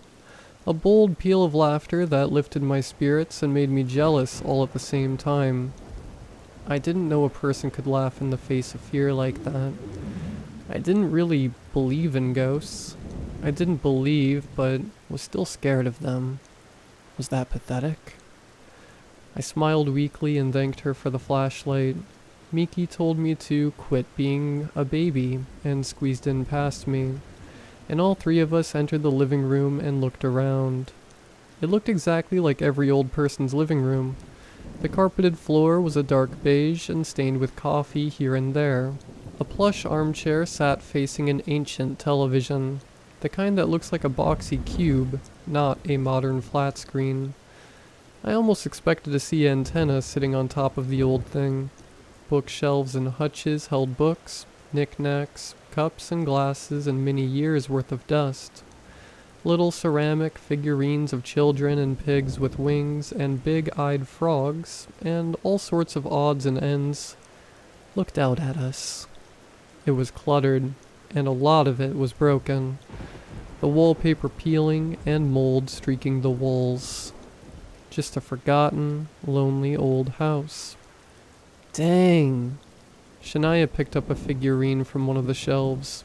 Look at this stuff. Super vintage. But there's like collectibles and stuff we could take. You want to bring some back? Suggested Miki. I wondered aloud if that counted as stealing. Both girls looked at me, and I shut my mouth. Shania looked around, gesturing with her flashlight, and said, "Stealing from who?" She had a point. I couldn't really argue. Still, I don't know. Just feels kind of disrespectful. I mumbled. More disrespectful than leaving it all here to rot? Shania tucked a glass-eyed frog into her pocket. At least if we take some, someone's getting use out of them. Miki took out a bag and began filling it with some of the bowls and candle holders she thought might be crystal. I was pretty sure they were just glass, though. Shania was more interested in the figurines. I looked around, unsure what to take, and finally, my flashlight illuminated a ceramic lovebird sculpture. I don't know why I was drawn to it. It seemed handmade. The glaze wasn't perfect, and the wings were a little clumsy. I imagined it might have been a gift, not store-bought. Somehow the idea of a handmade gift, passed down and forgotten and then recovered, moved me. So I wrapped it up in some napkins and put it in my bag. I was still looking at the shelves, moving into the kitchen with its dirty and torn linoleum, when a scream made me jump. Back in the living room, toward the rear of the house, Miki was shining her flashlight on something. Shania with her, both of them whispering. Then Shania bent toward the floor. Approaching, I saw that they were looking at the staircase leading up to the second floor bedrooms. The thought of going up there filled me with dread, and my gut bunched with knots. But my entire stomach seemed to overturn itself when I saw what Shania's light was shining on. A dark stain just below the bottom steps. A person-shaped stain. There was the head, there were 2 arms. Okay, that's really freaky, said Miki. Shania, kneeling and grim-faced, was tracing her flashlight along the outline. You know what happens sometimes with old folks. They die and no one finds them for a while. The body just lies there decomposing. This is probably where she died. She? I echoed. Or he, but all these figurines and stuff make me think Grandma, not Gramps. But if we go upstairs, we'll find floral dresses hanging in the closets. I'm not going upstairs, I announced. Me either, declared Miki. Shania wanted to go. Carefully avoiding stepping on the body stain, she ascended the stairs. From up there, she called out to us about things she found. Bathroom is a mess. Yuck. Yep, lots of flower print. Stuff like that. Finally she returned, a dusty frame in hand, and offered it to Miki. It was a photograph of an elderly woman and a boy. Bet that's the old woman who lived here, and her family. I wonder why they didn't check on her when she fell down the stairs, said Miki. Who knows? Maybe they're dead too. Maybe they live out of state. Shania shrugged. Look at this neighborhood. Been emptied out a long time ago. Chances are wherever her family lives, it's not close by. Come on, let's get out of here. Thought I heard something up there. Heard something? The hairs on my neck prickled. Like what? Like her ghost. Gonna yell at us for stealing, said Miki and laughed. Then she and Shania raced to see who could get out first, pushing me aside. I cried out, nearly falling on that stain. I almost touched it. Guys, wait! I yelled, running after them. Halfway out of the room, I'd swear I heard a sound. A voice calling to me. And I screamed, heart hammering, my voice ripping from my lungs in a shriek of utter terror as I rushed after the others and out to the car. They wouldn't stop teasing me the whole drive back. Your scream could have woken the dead, Shania exclaimed. Seriously, I thought something got you, put in Miki. I didn't tell them how I thought I heard an old woman's voice. They'd just laugh harder at me. Miki dropped me off back home, and Shania told me she hoped I had fun and wasn't scared too much. I smiled weakly and waved goodbye, and retreated up to my bedroom in my parents' house. I'm saving for enough to move out, but for now, I pay a small amount of rent while I work at my uncle's shop running the register. I felt ready to cocoon myself for a good week. This would make a good story to tell when I joined everyone for drinks, but it'd be a while before I'd be up for it. I put the ceramic birds on the windowsill, trying to decide if they were cute or just creepy. A shower took off the last of the grime and the chills, and by dinner time, I was feeling excited enough to share what I'd done with my friends. I snapped a pic of the birds and texted to the group chat with Yasmin and the others, explaining that I'd found the birds in an abandoned house and even seen the body stain where the old woman who owned them died. Lots of exclamations and emojis from everyone in response. Yasmin texted, "Whoa, dang girl, you gotta invite me next time." I hadn't been planning a next time. The thought of exploring more terrifying places made my pulse escalate, and not in a good, fluttery way. But if it impressed Yasmin, if it made me more interesting and less boring... Anyway, I tucked my phone away and went to bed feeling, for once, like someone who had stories to tell. Not the dull girl who looked after the shop and was so forgettably plain. The only name she could possibly have was Jane. No, I'd become someone else. Brave. Exciting. I had glorious dreams of dancing on tables at the center of parties, but something jolted me awake in the dead of night. I lay there, curled under my sheets, every hair on end. From somewhere downstairs came a soft wail, a moan. The old woman. The moaning continued. I pulled the pillow over my head and whimpered, too terrified to move. How did her wailing not wake anybody else? She was so loud. I don't know how long I lay there, wishing the wailing would stop before I drifted off to sleep again. When I woke, sunlight streamed through my window. My recollection of the previous night was hazy. I assumed the wailing must have been a dream. I even laughed at myself. Here I was, plain Jane, giving myself nightmares because I was such a homebody that the slightest adventure had me spooked. I headed downstairs for breakfast, and froze. On the wooden floorboards at the bottom of the stairs was a stain, the same stain we'd seen in the empty house. "Mom?" I shrilled.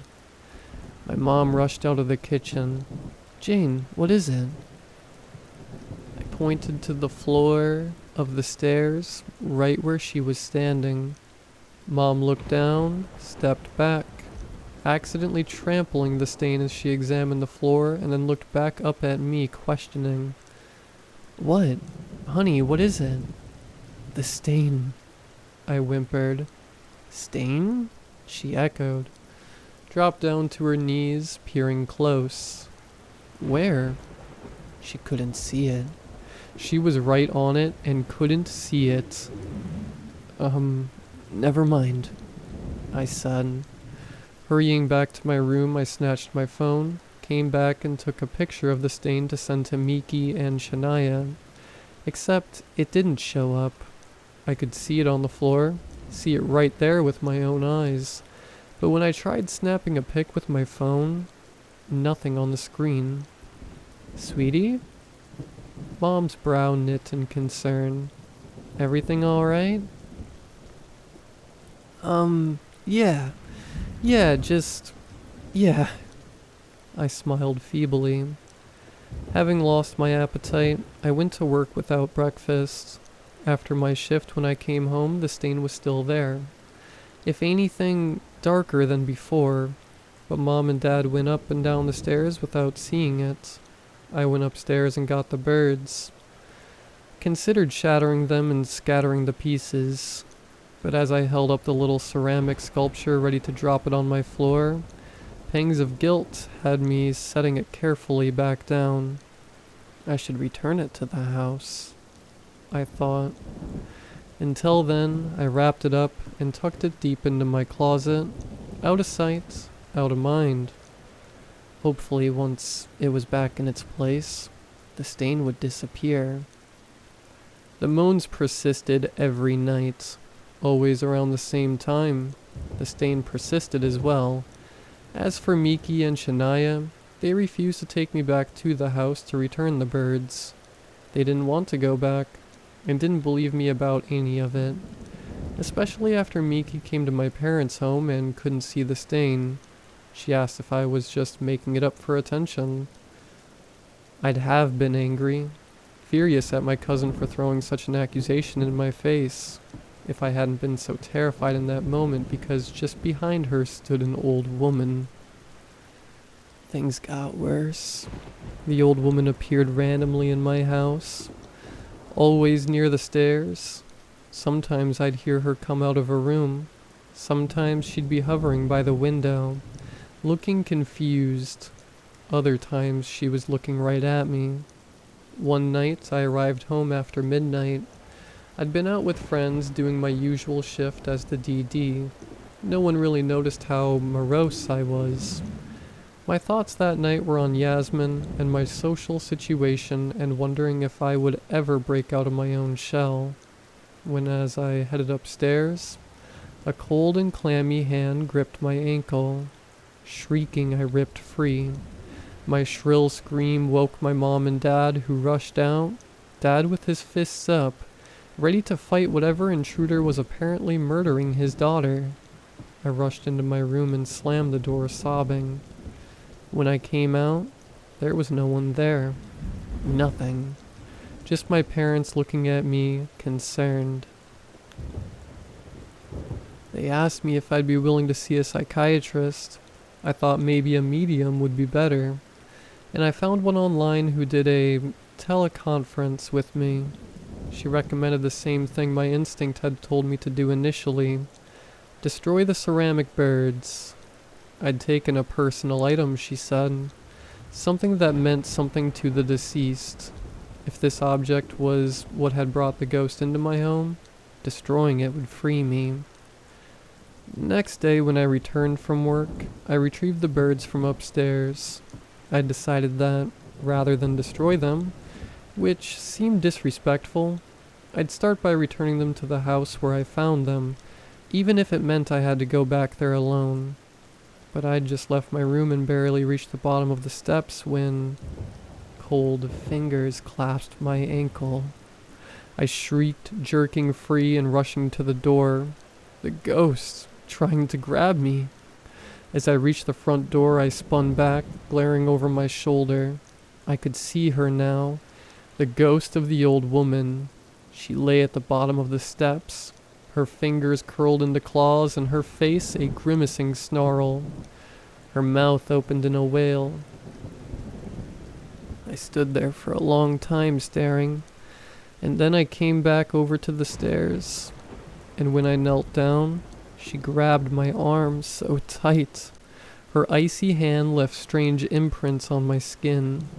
I held the birds down to her, and with my other hand clasped hers. I don't know what gave me the courage to suddenly do this, but now I heard what it was she'd been wailing over and over again. "Help," she groaned. "I'm here," I said. Her hand squeezed tighter. "I'm sorry I ran away before. I don't know who gave you these birds, but they must have loved you very much. I'm sure they wished they could have been there for you." She was listening now, her mouth still a grimace of pain. I'm not religious and I don't know any prayers, so I just kept saying, "I'm here. You're not alone. Here are the birds. Here's my hand." I don't really know what else I said. My vision was blurry and I didn't realize that tears were streaming down my cheeks until I blinked and squeezed my eyes shut and reached up to wipe them clear. And when I looked down again, the old woman was gone. I was alone. Just me sitting there at the bottom of the steps with some dusty ceramic birds in my palm. The stain was gone. The medium told me I should get rid of the birds anyway, but I didn't. I went upstairs and put them back on my windowsill. They sit there still.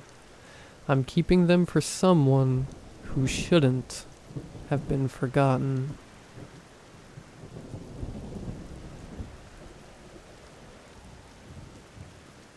I've made a living off of exposing magic tricks. I'll admit I was never able to make a big name for myself on performing magic alone. I did alright with my partner, but I found that revealing many famous tricks and teaching others how to perform magic has become a far more lucrative career for myself. I'm always excited to be presented with a new challenge for a seemingly impossible trick. I take great pride in my ability to reveal even the most challenging of magic tricks. Until now, that is, because I've seen something that I truly cannot explain. I was recently at a book signing of mine. A decent crowd had showed up, eager to pick my brain on the current state of magic and my opinions on it. While signing, an old colleague of mine arrived. His name is Ronaldo Cruz. It had been years since I'd seen him. Without exchanging words, I greeted him with a hug. Ronaldo was a partner of mine back when I had first begun performing magic. Together we were the ravishing Ronaldo and Reginald. A joke we would share was that he was the ravishing one, and I was just Reginald. We were no Siegfried and Roy, but we had a respectable run on the Las Vegas Strip. It was not enough to make a full career on, but it got my foot in the door. After a few years of practice, we decided to go our separate ways. There was no animosity toward one another, but we had different philosophies. We both enjoyed learning the secrets of magic, but he believed that it should remain a secret. Of course, I did not follow that ideology. When I pulled him close, he did not seem to reciprocate any of it, and he felt cold. While I pulled back to take a good look at him, he was different than I once knew. His once tan and full face had turned white as a ghost. His face was sunk in, creating a gaunt appearance. I blamed it on aging, but this was certainly not the ravishing Ronaldo I once knew. One thing that did not change were his over-the-top green alligator shoes. They'd become sort of a staple of his look to go along with his ravishing character. "How have you been?" I asked. "I need your help with something." He responded. He didn't acknowledge my question, although his response told me that something wasn't right. "I don't want to talk about it here." He reached his hand into his pocket and extended a piece of paper over to me. I unfolded it to reveal a crumpled up photo of an old dive bar we frequented together. The name of the place was Andy's. A real quiet hole in the wall we'd go to if we wanted to lay low. A slight smile crept across my face. Certainly he's just messing around with me and just wanted to have a few drinks, I thought to myself. Immediately after agreeing to meet with him in 2 hours, he marched out the door of the bookshop. I arrived at Andy's about 15 minutes early and headed to our usual booth. Ronaldo was already there, halfway through his second whiskey on the rocks. When I sat down, I noticed that he kept looking around as if to see if anyone else was following us. Once I sat at the booth, I decided to break the ice with a simple question. "So Ronnie, what brings you back to Vegas?" He paused for a moment and looked into my eyes. I could sense there was fear and paranoia going on in his mind. I grew more concerned that he had gotten himself into a really bad situation. "I need your help, Reginald." His voice quivered slightly when he spoke. "You see, I saw something recently that I can't explain. It was at some traveling magic show back in Missouri." He took another drink from his whiskey. "It was nearby. I thought it'd be a fun little show." The performer's name was the Crimson Mask. He started off the show doing the basic stuff: levitation, card tricks, and some sleight of hand. But during the final trick, he brought me on stage and... He paused again and took a larger drink from his glass. "I can't explain it.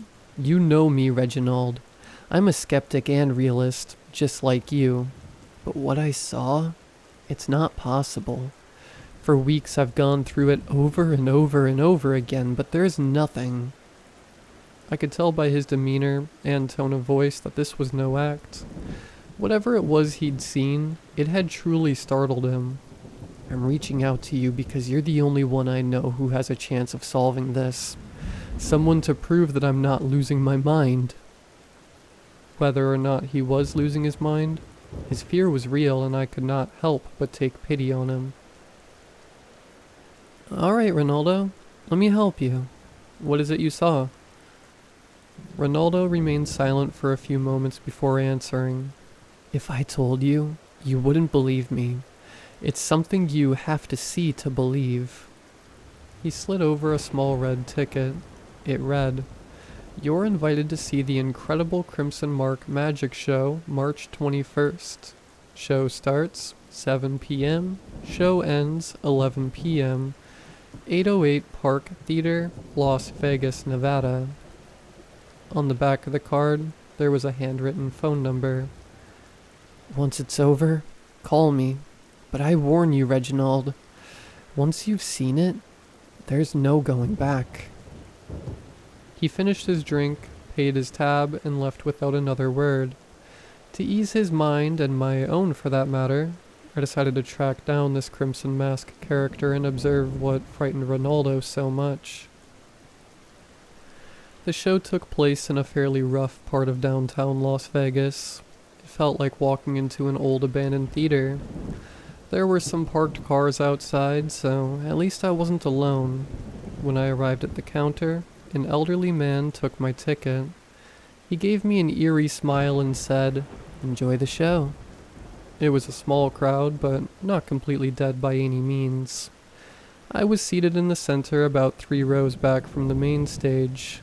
When it started, a speaker over the intercom introduced the incredible Crimson Mark. His name sounded more like a superhero than it did a magician, but I digress. I suppose I can respect someone trying something a bit new. He appeared on the stage by a puff of smoke. Not an original entrance, but again, I digress.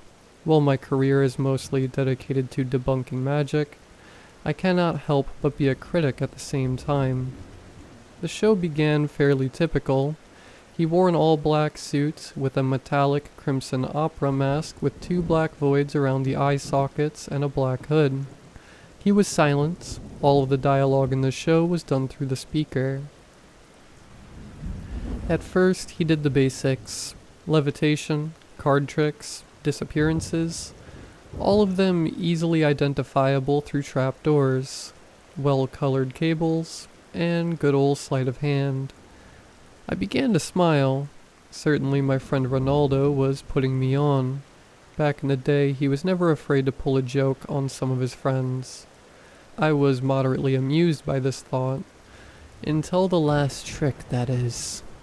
Alright, ladies and gentlemen, for the final act of the night, we'll need a volunteer from the audience. The voice on the speaker said.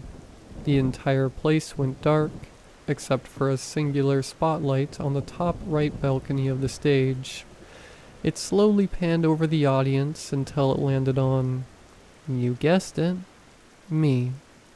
At this point, I felt confident this entire thing was an elaborate rib for myself. The crimson mask was probably Ronaldo himself. I must admire the dedication he has had towards introducing this new character. After all, what were the odds I would be the one selected from the crowd? I was welcomed onto the stage and placed about 10 feet away from the crimson mask. And now, ladies and gentlemen, for the final act of the night, the incredible Crimson Mask will perform what he calls the double take. As we stood across from one another, he remained still and silent for almost a minute as some creepy piano music played over. Then he brought his hands up to his face and removed his mask to reveal himself. It was me. I rubbed my eyes because I was certain I was hallucinating, but I looked again. It was still me. It was like looking into a mirror. It wasn't a mask. It couldn't have been. It was too perfect. It couldn't have been a long-lost twin either. It was more like a perfect clone of me. My eyes, my nose, even a light scar above my left eyebrow from when I knocked my head on the swing set as a child. Down to the last detail. It was perfect. This wasn't right. In that moment I froze. I was completely spellbound. Not since I was a child had I felt something like this before. No, it's not possible. I must be hallucinating or dreaming. This couldn't be real. It's my face. It's my face. It smiled back at me. It seemed amused by my disbelief. The initial shock began to wear off and fear jolted through every vein of my body. It walked closer to me. I think I tried to move away, but I couldn't. It's like my feet had been welded onto the stage floor. It stood across me, inches from my face. It took my hand and placed it on its cheek. My cheek. The flesh was warm and tender. It was real. Whatever I was touching, it was real. I pulled my hand away, and the thing backed up about 5 feet. I turned away toward the audience, hoping that when I looked back, it would have gone away, that this momentary loss of sanity would return itself.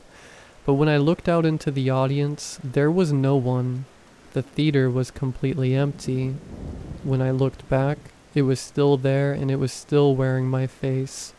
All I could say was, "What is this?" Then, just as it arrived, the crimson mask disappeared into a puff of smoke. I looked out into the audience again. There was still no one. All the lights and speakers came back on. Thank you for attending the incredible Crimson Mask. Please begin making your way to the exit doors and have a wonderful evening.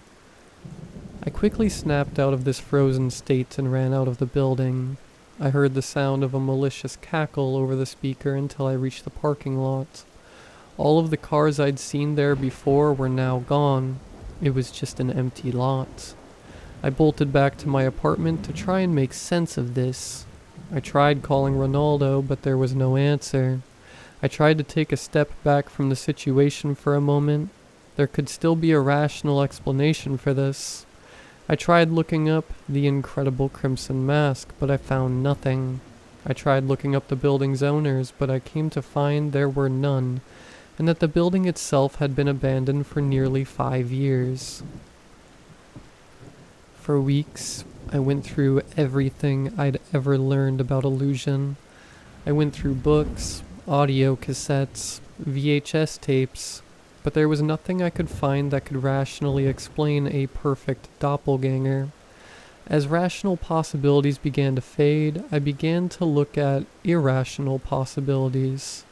Was I drugged, hypnotized, kidnapped and brainwashed? Did they finally perfect those Mission Impossible masks? Was it an android? I couldn't come to any logical conclusions. The only one that made sense was that I was going mad. For weeks I couldn't sleep, eat, or even go outside. In the mirror, I noticed my skin was losing color. My body and face were becoming more gaunt, just like Ronaldo. I attempted to reach him several times through the phone, but he never picked up. After a few months, I tried to forget about the entire ordeal and move on with my life, but of course, I couldn't. Strange things began to occur. I constantly felt as though I was being watched. Sometimes, I would see that thing again, usually in a crowd. It would be wearing my face, or that awful mask. I tried to pursue it, but it would disappear before I got too close. Sometimes it'd look like friends or family members of mine, but I could tell it wasn't them, just by looking at its smile. Everything that I once knew about the world had been challenged. My logical reasoning and understanding of the known universe could not help me here. I decided that I needed to find Ronaldo in the hopes that he would have some answers. Through a few associates of mine, I found that he was living in a small town in the Ozarks. I booked a flight there immediately. When I arrived, the exterior of his home was in pretty rough shape. His lawn was completely overrun with weeds. His front porch was covered in them. I knocked on the door. No answer. The door was unlocked. I wouldn't normally do this, but I was desperate and needed to see if he'd come up with any answers. I made my way into his home.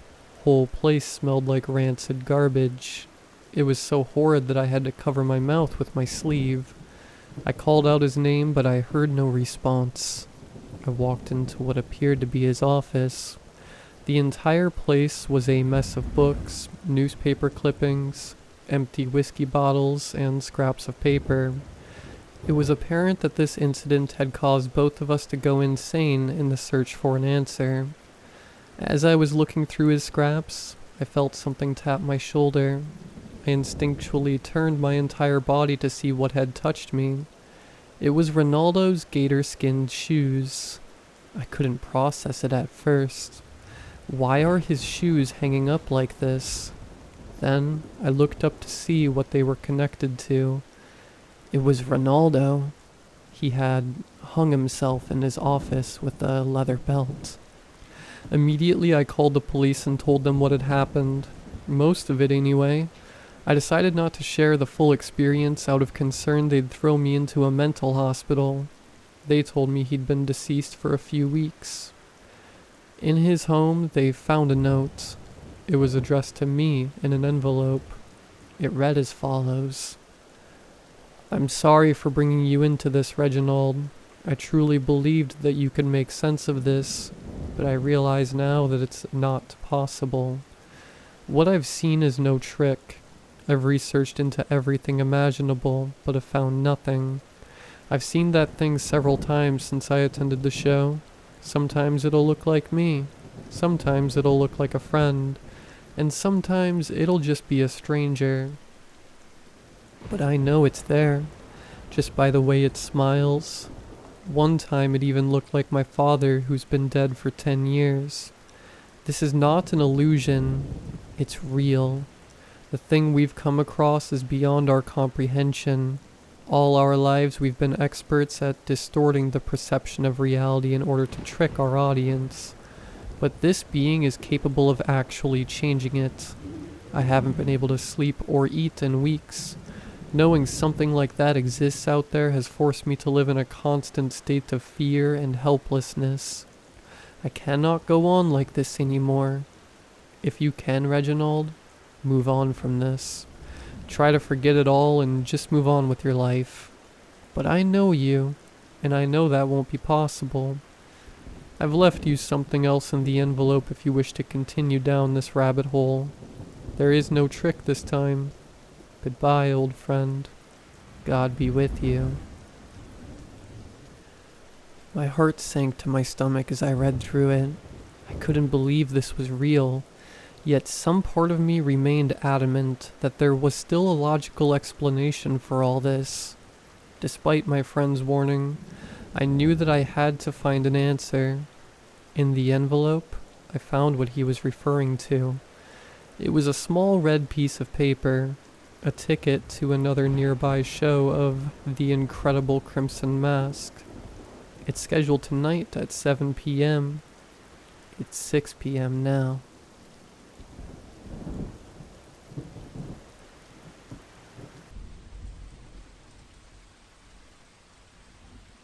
Congrats, Mr. Wooten. You're hired.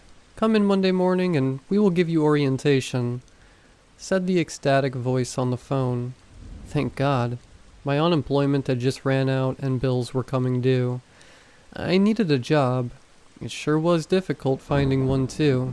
You see so many nobody wants to work complaints, but hardly anyone is hiring. I laid out a first day business casual outfit, trimmed my beard, and awaited. I pulled into the parking lot the following morning to meet an enthusiastic HR rep. She led me to my supervisor, Mr. Hatch. Mr. Hatch, I want to introduce you to your newest employee, Mr. Wooten, she said as she waved me a goodbye to leave me with my new superior. Hello, Mr. Wooten. We're so excited to have you here. Let me show you your cubicle and show you what you will be doing. He walked me to my desk area and showed me countless training videos.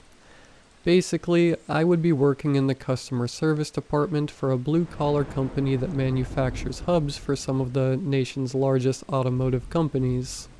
Sounds great, right? If you will, kindly log into your email and read your introduction email, and come see me if you have any questions, he said as he walked off. I logged on the computer and read the email. Hello, new employee. We here at Redacted look forward to having you as a team player in supplying hubs to our great customers. We take great pride in our product, but also in our commitment to maintaining a positive work ethic. In your work desk, there is a copy of our standards and rules. We have a very strict code of conduct, but I'm sure you will agree it is for the best. While we do understand it is difficult to remember all the rules, we encourage you to study them frequently. Make flashcards if you must. If you have any questions regarding the rules, please contact your supervisor, who will be happy to elaborate. Unfortunately, we have a strict no rehire policy. Thank you. Axel Sharp, Plant Manager. There was also a link in the email that showed me a cartoon umpire do a 3-strike count, and then a lumberjack hit a man with an axe. It was hilarious, as it was extremely pixelated like an old video game. Well, that's what's interesting. I figured I may as well thumb through the book. A lot of the rules made sense. Rule 7. We do not discuss politics in the workplace. Rule 22. While it is okay to talk sports, the conversation must end before arguments arise. Rule 31. No personal cell phone use while not on break. And then some of them were odd. Rule 45. Keep an extra change of clothes in your locker should you have a spill. Rule 1. Always keep a smile on your face. This helps keep the rest of the rules easier and boosts everyone's mood. Strange, I thought. I did consult with my supervisor, and he assured me that the rules are a lot, but they are for the betterment of the company. That accidents do happen, and rules do get broke.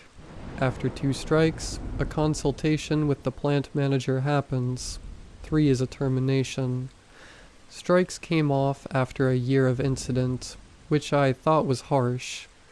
He also reminded me to fix my shirt as it was becoming untucked. The following weeks were going okay. I was getting a hang of the job. The pay was decent and I had made a couple commissions. We were called for a mandatory plant meeting.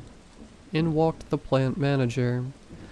Mr. Sharp was a very tall and stout man. He is built like a tank and had some python-like arms. He was wearing a red flannel tucked into his khakis. Well, thank you for coming in, crew. As many of you know, we always have a meeting regarding employees getting terminated. However, there is a new employee. Will you say hello to the family, Mr. Wooten? He winked. I gave a generous smile and waved to the room. Thank you, Mr. Wooten. Now, we are going to bring in Mr. Butler into the room and refresh everyone on our rule policy. Bring him in, Mr. Inning. A short man wearing a Dodgers hat. Hats were okay on Fridays. Brought in a man duct taped to a chair. The man was bleeding and bruised and sniffling. I recognized him. That was Mr. Jinx. He was one of the blue-collar guys that ran the CNC equipment. On August 4th, Mr. Jinx microwaved salmon in the break room, breaking Rule 17. The crowd booed. On October 19th, he was 1 minute late clocking in. Need I remind everyone? Please give yourself extra time to get here. Our attendance policy doesn't allow tardiness. Rule 2, and finally, he jammed his finger today while operating equipment and used a swear word, breaking Rule 11. You guys know what we do. Axe 'em! My coworkers yelled in unison. I sat there nervously as I felt a pit in my stomach. Inning handed Sharp an axe, and with one swift motion, Mr. Jinx's head was rolling towards me. I screamed and began to faint, hearing Mr. Inning yell, "Wooten, strike one." I awoke in the nurse's office with a cold towel on my head and a ginger ale in my hand. "Welcome back," I heard from Mr. Hatch. "Thought we lost you there a second." "I need to go home," I said as I tried to stand up. "I wouldn't do that if I were you, Wooten." He said coy-like, "You wouldn't want to get 2 strikes on the same day. You already got one from Rule 18, making a disturbance. Here, let me help you up. Go change your clothes and get back to your station." I worked the rest of the day and looked through the book again. Rule 100, no quitting. Rule 87, no whistleblowing to outside sources.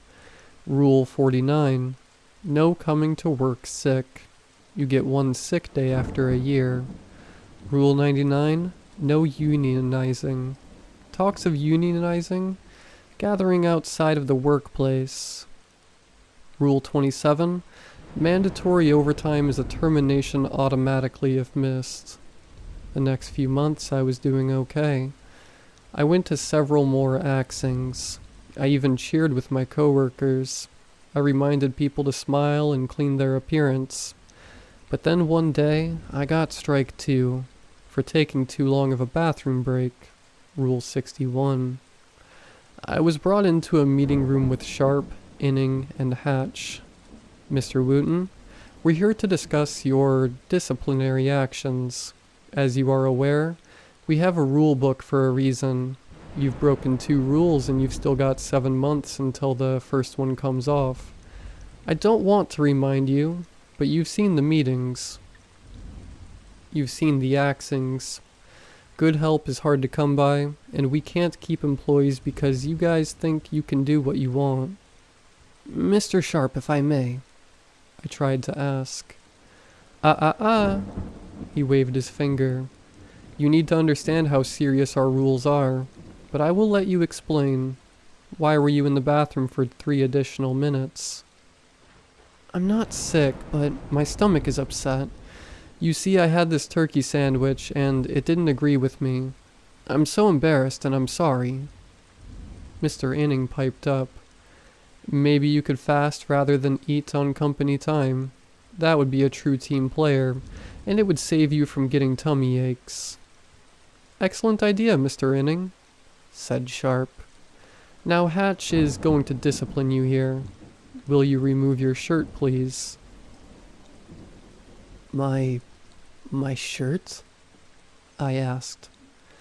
Yes, the next 3 minutes won't be a rule-breaking time. Please refrain from profanity to the best of your ability. I removed my shirt and Inning held my hand. One more strike and you're out. Hatch came up with a branding iron that was red hot and stuck it to my chest. I screamed at the intense pain I was feeling as tears rolled down my cheeks. Inning quickly covered my mouth and grinned. They beat me a couple minutes. At the end of the period, Sharp looked satisfied. Well, I feel this was a productive meeting. I think Mr. Wooten here will remember his lesson and not break any more rules. Plus, he is showing his company pride. He was referring to the company logo that was burned into my skin. Nearly a year from my initial strike was almost up. I had seen 20 axings. I worked overtime, missed family gatherings to attend family functions, and was even leaving the house very early to make sure I had an extra hour in the parking lot so I wouldn't be late. But some things are out of control. A traffic jam, a city bus had flipped on its side and blocked the road. I took back roads, sped but was caught by a trooper going 20 over. After a stern talking to and a ticket, I sped off again once I knew he was gone. A school bus stopped to let kids off, but I ran past it. I ran stoplights and cut off a few cars. I made it to the parking lot and looked at my clock. 1 minute late. 1 minute late. That's strike 3. I saw the security guard point at me and, on his siren, yell for me to come in, but I U-turned out. I just made it past the gate before it could pin my car in. I heard Inning yell at the guard, "You let him get away. That's strike 1 for you." HR has all my info. They know where I live. I drove past my apartment to see the security guard waiting by my door the following day. The only choice I have now is to run. I won't share where I'm at. You never know where internal affairs are.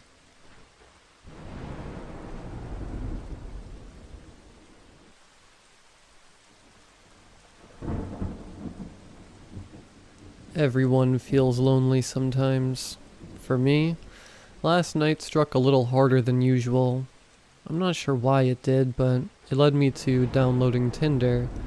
When irrational thoughts get to you, you start to think of irrational solutions to your problems. I figured I would get on Tinder and swipe the night away, as it seemed like the easiest way to fix my problem. I have always believed that dating apps aren't made to pair you with a potential lover, but rather to make you feel insecure, so you spend more time on the app.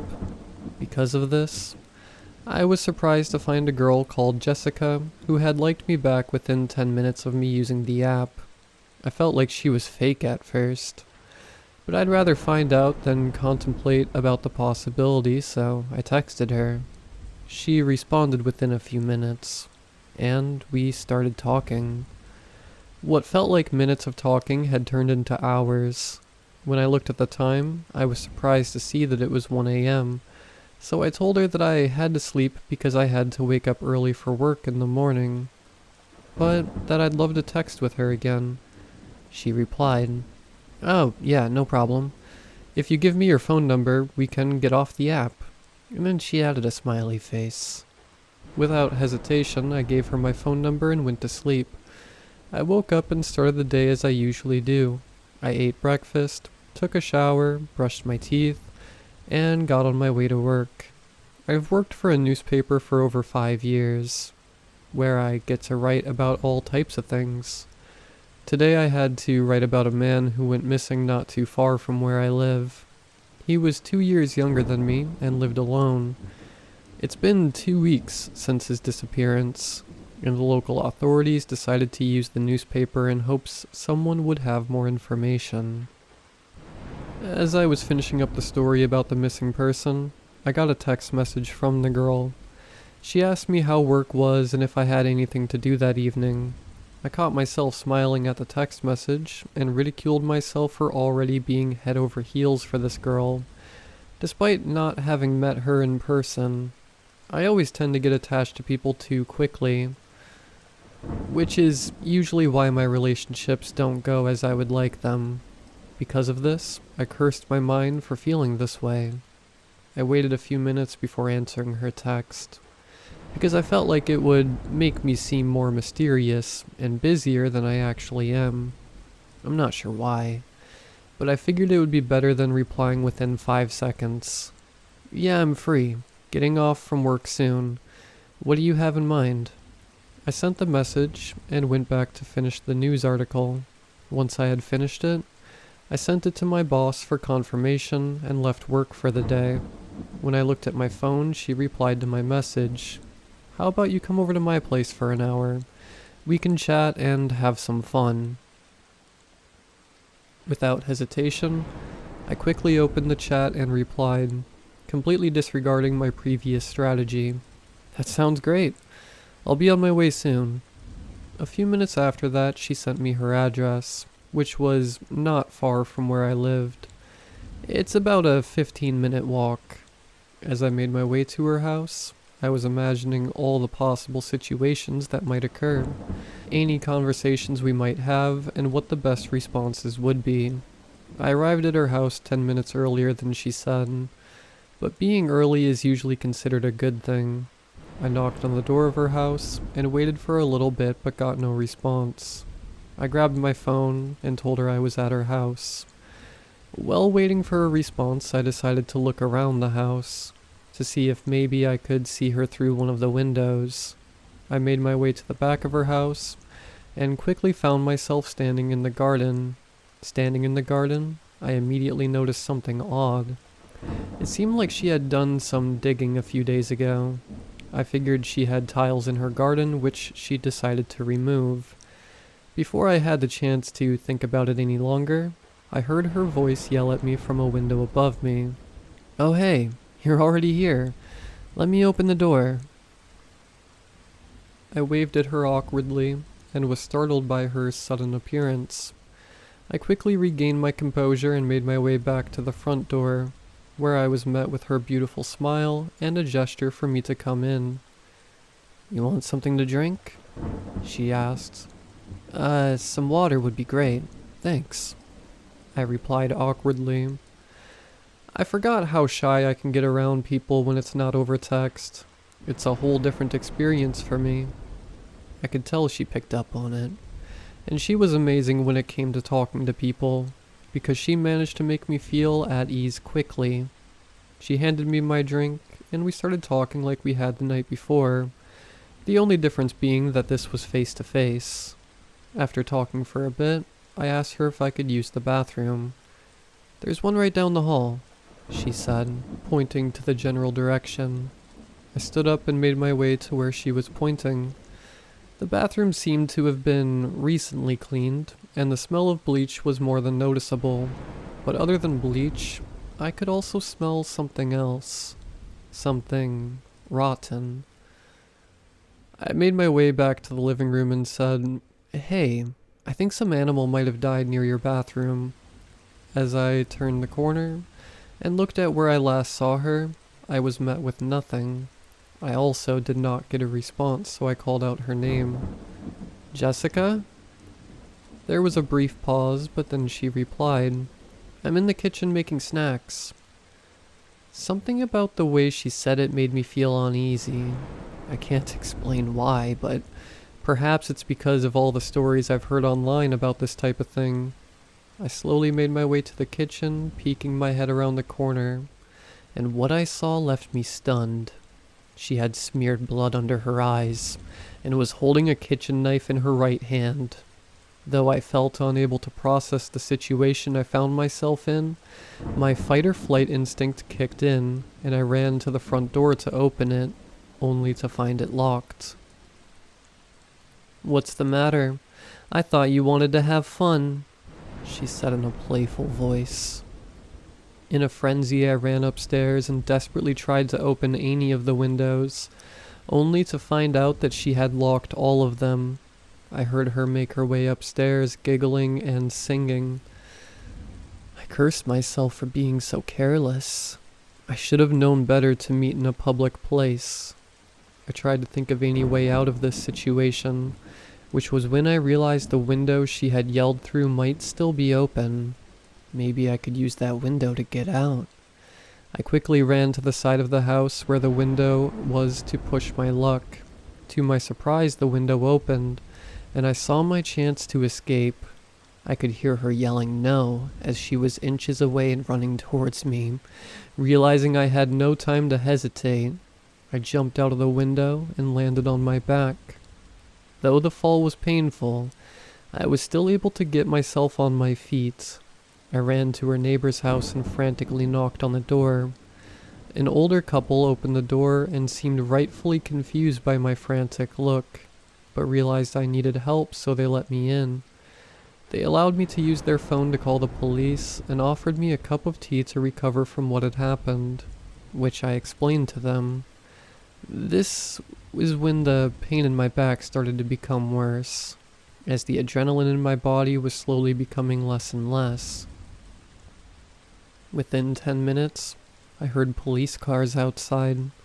One of the policemen knocked on the door and asked me what had exactly happened. While I was explaining to him everything that had happened, the other cops kicked the door in after Jessica did not open the door. A few minutes later, the cops came out of the house with her laptop, a blood-filled bottle, and a cup of fingernails. The only thing that seemed to be missing was Jessica. She probably left as soon as she realized I would call the cops. I got the medical attention I needed, and was offered a drive back to my house by one of the policemen. I was completely exhausted and fell asleep within a few minutes. I took some days off from work to recover from what had happened, because I felt like I needed some rest. A couple of days later, I learned that Jessica had been a part of an online cult which seemed to worship Satan.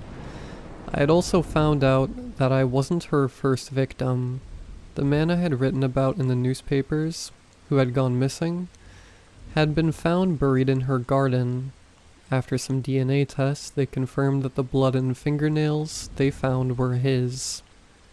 I have deleted Tinder since then, and decided to never download it again. There's still no information about where Jessica is, but I'm glad I never gave her my address.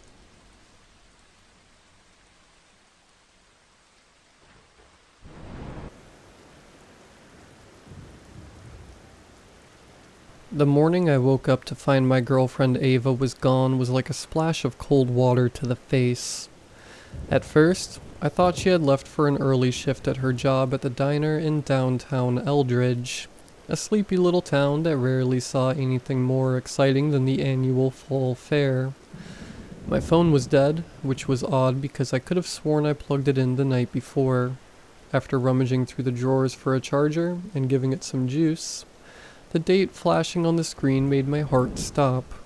February 17th, 2024. That couldn't be right. Last night was February 16th, 2023. I stumbled out of bed, my heart racing as I dialed Ava's number, only to be greeted by the cold, impersonal tone of a disconnected line. The streets were just as confused and silent as I felt. Neighbors milled around, some in tears, others with a dazed look I probably mirrored. It wasn't just Ava. Others were missing too. We're doing everything we can. The sheriff assured everyone at the press conference, his eyes hollow, reflecting a year of question with no answers. The police investigation stirred up more confusion than clarity. The only common thread was the last thing anyone could recall, a thick, unnerving fog that had swallowed the whole town. Hours turned into days, and with each passing moment, the weight of our collective amnesia pressed heavier. Then the visions started. At first I thought they were nightmares, fragments of a subconscious trying to make sense of the nonsensical. But when I overheard Mrs. Henderson at the grocery store whispering about the shadows she'd seen in her dreams, I realized these weren't just personal demons. Others were all seeing them as well. In the days that followed, a makeshift support group formed. We were a band of the bereaved, each of us missing a piece of our lives, desperately searching for answers in a town that had none to give. We met in the back room of Eldridge's library, a space generally offered by the librarian Sarah, who was missing her husband and children. The meetings began as a way to share information, any leads that the police might have overlooked, but they quickly devolved into something much darker. It was during one of these gatherings, under the sterile buzz of fluorescent lights, that we first spoke of the visions. As the meetings unfolded, a shared narrative began to emerge, pieced together from the fragments of those gathered in the dimly lit back room. It was a story that seemed too bizarre, too otherworldly to be anything but the collective imaginings of a town gripped by loss and confusion. Yet the details were too consistent, too vivid to dismiss outright. Every account converged on a single scene, a clearing in the woods, enveloped in a fog so dense it felt alive, almost sentient. None of us remembered how we got there, yet the place was eerily familiar, as if it had always been a part of the town's landscape. Hidden in plain sight, and at the center of the clearing stood a large stone altar, ancient and worn, its origins lost to time. The memories were fragmented, like shards of glass reflecting pieces of a whole we couldn't quite grasp. But as we shared, the picture became clearer, and a chilling realization settled over us. We had all been there, standing in a circle around the altar, our hands joined in a pact we could scarcely comprehend. As the conversation spiraled deeper into the shared darkness of our memories, I found myself speaking without thought, my voice a stranger to my own ears. "It was the only way," I heard myself say. "The only way the fog would let the town go." The room fell into a hushed silence, the weight of my words hanging heavy in the air. Then from the back, the voice of my neighbor Tom cut through the quiet. "Can you still taste them?" Those 5 words were like a key turning in a lock I didn't know existed. A floodgate of memories opened, and with it came a rush of visceral, undeniable truth. I was back there, in the clearing, the fog caressing my skin with cold fingers, and there in my hands was flesh, cooked human flesh. The horror of the realization was paralyzing, but even as my mind recoiled, my senses betrayed me. The taste, the texture, it was all there, horrifyingly vivid. As if watching through someone else's eyes, I saw myself take a bite, the act so barbaric yet so achingly familiar. And then I saw it, the remnants of a tattoo on the charred skin. The revelation hit me like a truck, sending me spiraling into a nightmare I couldn't wake up from. The words, "Ava loves Hunter," inked on the charred forearm were unmistakable. My stomach revolted as I hunched over, the contents of my gut splattering onto the cold library floor. The world didn't just spin, it capsized, plunging me into a dark sea of guilt and disbelief. As I tried to catch my breath, grasping for air that suddenly felt too thick to breathe, Sarah's screams tore through the eerie silence of the library. Her cries, raw and filled with an agony that words couldn't possibly capture, echoed off the walls.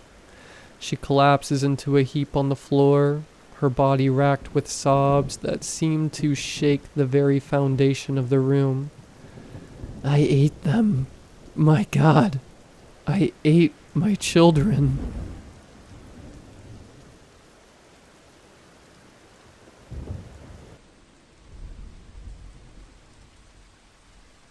It started with an accident. A tiny one. My heel striking the curb at just the wrong angle, twisting the bones till they popped. The doctors wrote it off as a minor strain, sent me home with a pat on the back and a script for painkillers. It was my brother, a math major, who pointed out the coincidence.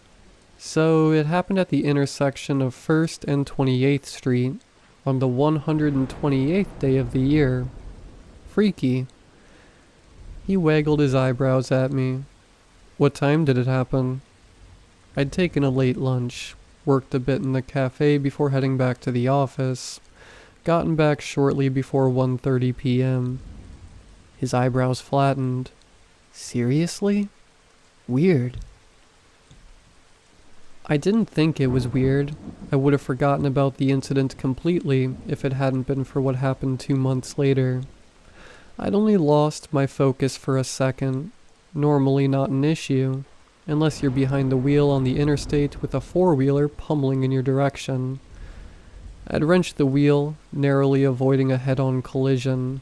I veered over to the shoulder and waited for the smell of burnt rubber to leave my nostrils. When I chanced to look at the dashboard clock, it read 1:28 p.m.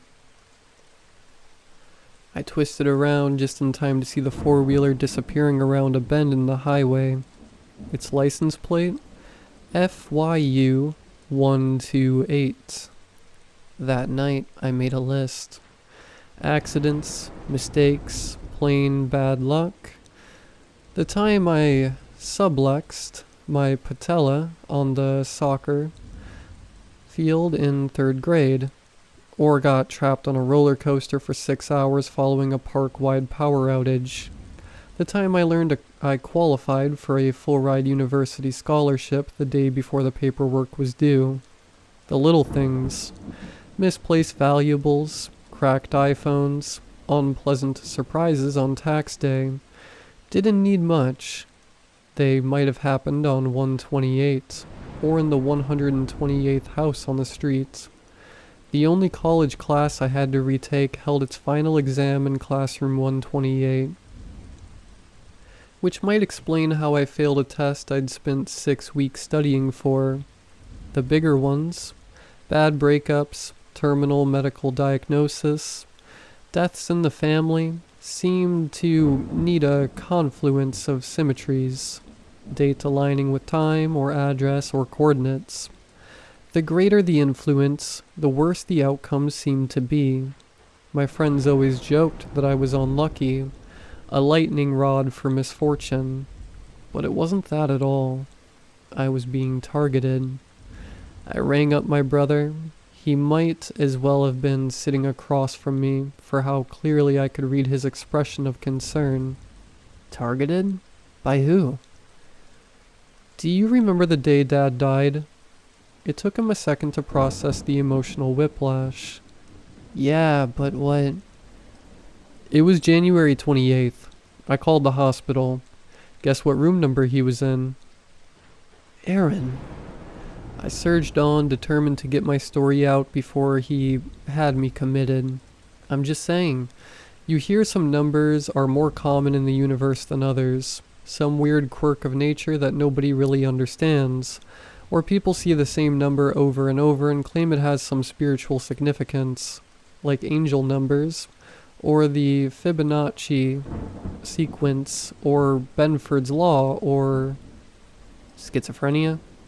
He suggested. Shut up. Here's my theory. There are entities, intelligences, whatever you want to call them, that express their will under certain conditions. In my case, the appearance of a specific sequence of numbers. Just pretend for a second that it's possible. What would you do? I'd roll over and wait to die. Statistically speaking, there's no way to avoid a number. Numbers are the blueprint for everything, you see. They're the language of nature. They're... He stopped himself. realizing too late that he'd allowed himself to get swept up in the intellectual exercise. He cleared his throat. But this isn't about reality. This is about your perception of it. What do you mean? Well, let's take the accident. Do you remember how fast you were driving? I don't know, 80? Do you know how many kilometers per hour that is? I felt a chill walk slowly down my spine. Exactly. And if you wanted to take it further, how many times do you see a 128-degree angle, or read the 128th page in a book? The point is, you're not aware of these instances, so you don't experience any bad luck. And anything that is affected by your perception, not the undeniable fact of reality, has to originate inside your head. Or, I suggested, you just made it easier for it to find me. As I stared at my phone, a pop-up alerted me that the 49ers had won by a landslide score of 1-28. My weather app notified me that it was raining again, coming up on 1.28 inches of rain. I had a missed robocall. 128-555-3647.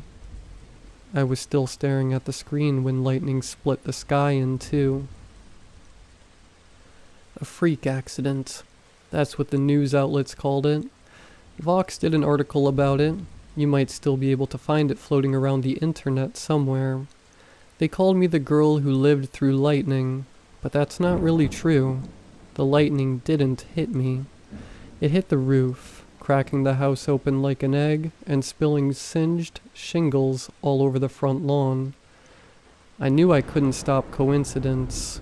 I couldn't avoid the manifestation of this thing, this entity, any more than I could stop the march of time. But I could try. My brother was right.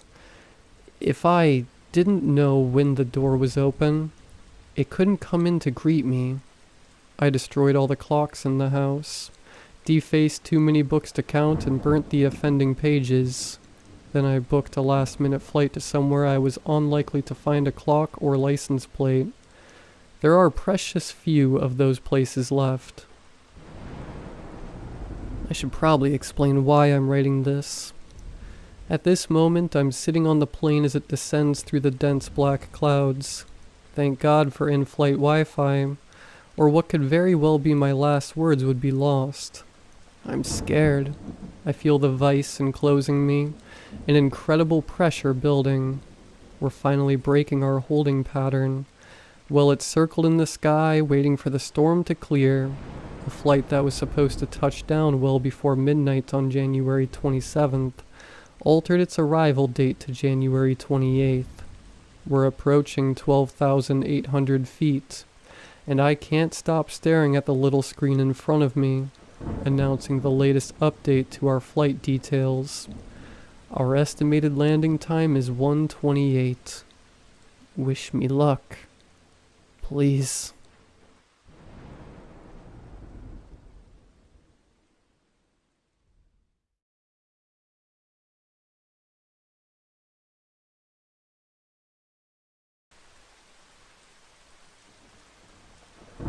Not to brag or anything, but I'm an exceptional human being. Not only am I intelligent, I'm also handsome, charismatic, and humble. So, to think this horrifying incident would happen to such a great guy like myself, honestly shocks me. My story begins in the summer of 2022. I just finished my sophomore year at one of the top universities in the country. I had a girlfriend named Alexis. Her family was poor. She could only afford to go to a community college. She also had to work part-time at a fast food restaurant. This is where I met her. Stupid girl, but she was hot. Also, she was very quiet and reserved. So she had some positives. I planned on upgrading from her after I got my degree. The only other friend I really had was my college roommate, Troy. He was a complete dork. He was really into ghosts, demons, and other superstitious stuff.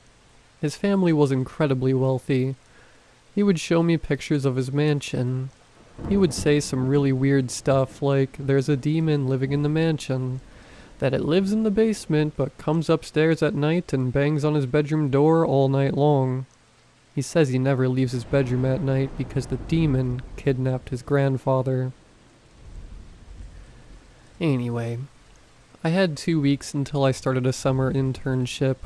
I wanted to spend time with Alexis, but she seemed to be getting bored with me. I then thought of an idea. I remembered Troy saying that he was taking a trip with his family to Japan the whole summer. The mansion would be completely empty. I could take Alexis to the empty mansion and impress her by saying it's mine.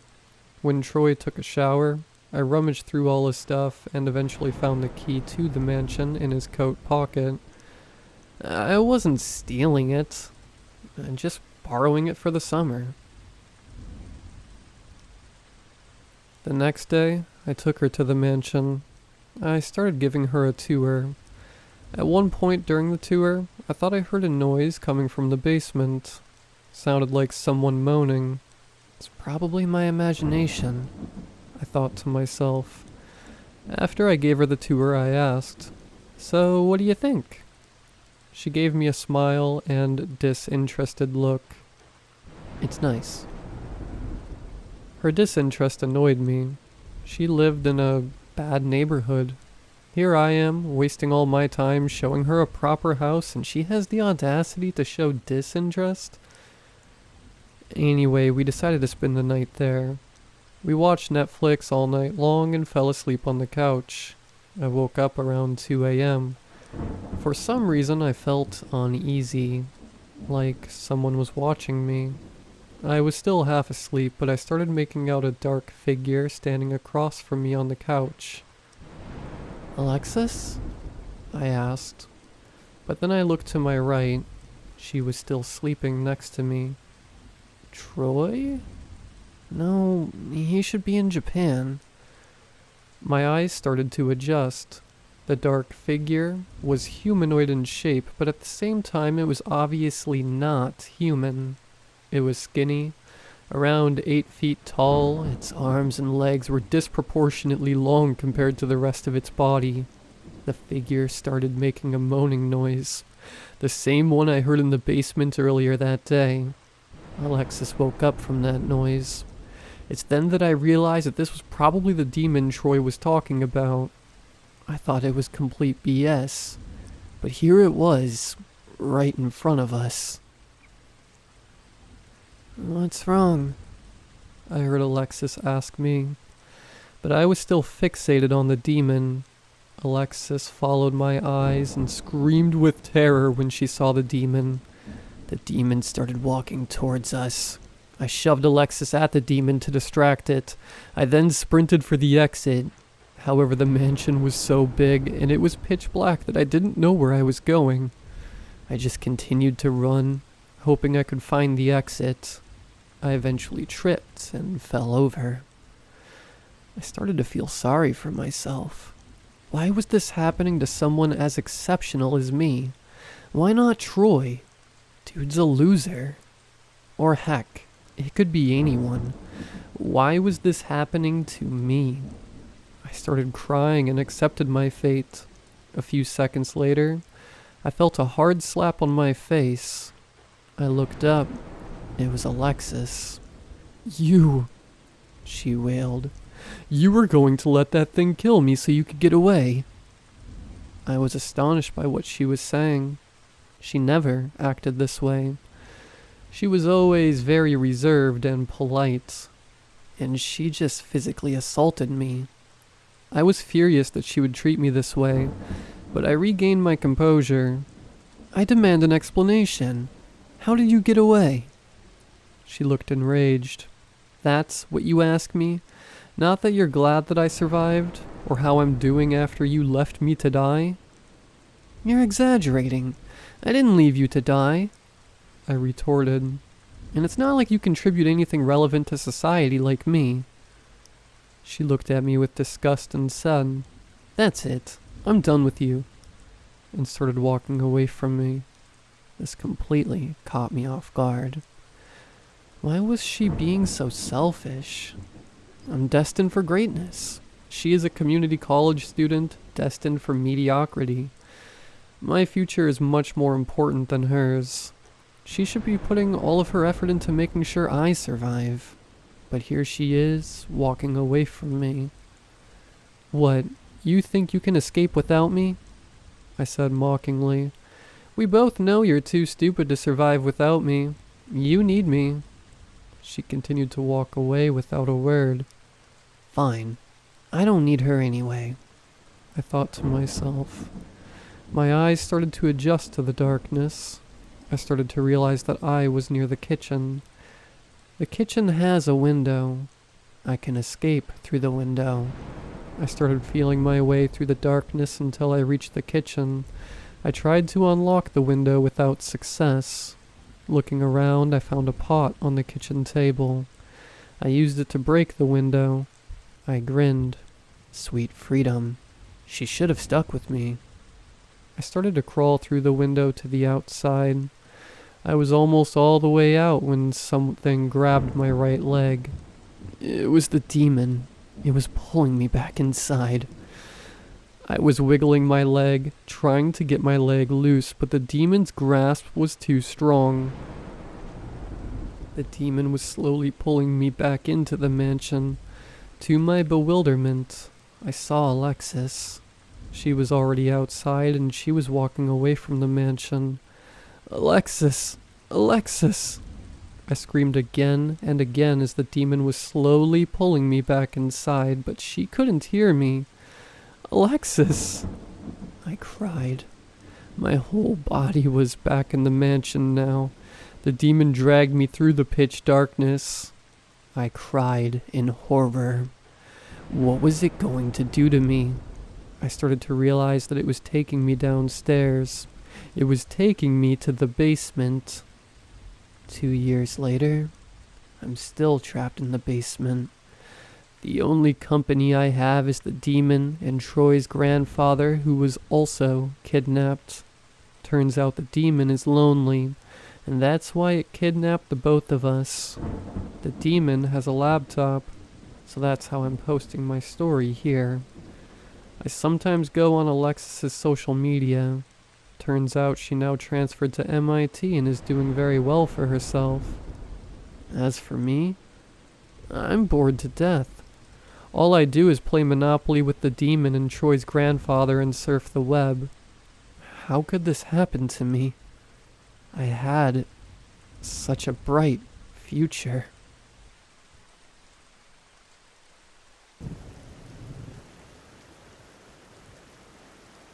I'm an undergraduate civil engineering student at a college. I won't say which one specifically, but it's in the northeastern United States. I share my apartment with one other person, Hall. She's a biomedical engineering major. Neither of us were perfect roommates, obviously, but I'd say we're pretty good friends, having bonded over the difficulty of freshman year engineering courses 3 years ago. 2 nights ago, I was sitting on our couch when Hall came out of her room, looking ready to head out somewhere.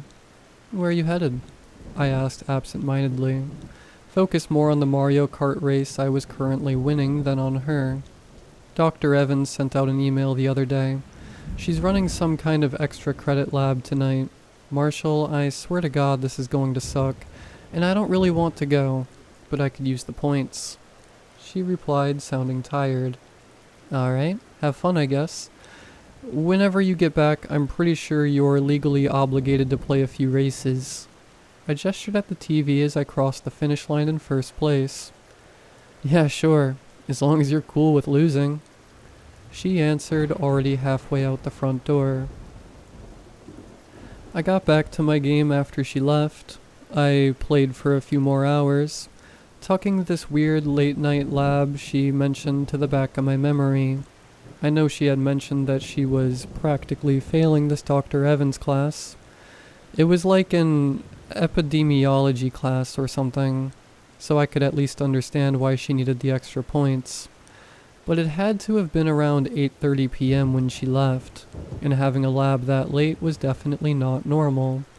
I lost track of time for the next few hours, and before I realized it, it was almost midnight. I headed over to the kitchen, threw a frozen meal in the microwave, and thought about texting Hall to make sure she was okay when I heard the front door open. I looked out to the living room, and there she was.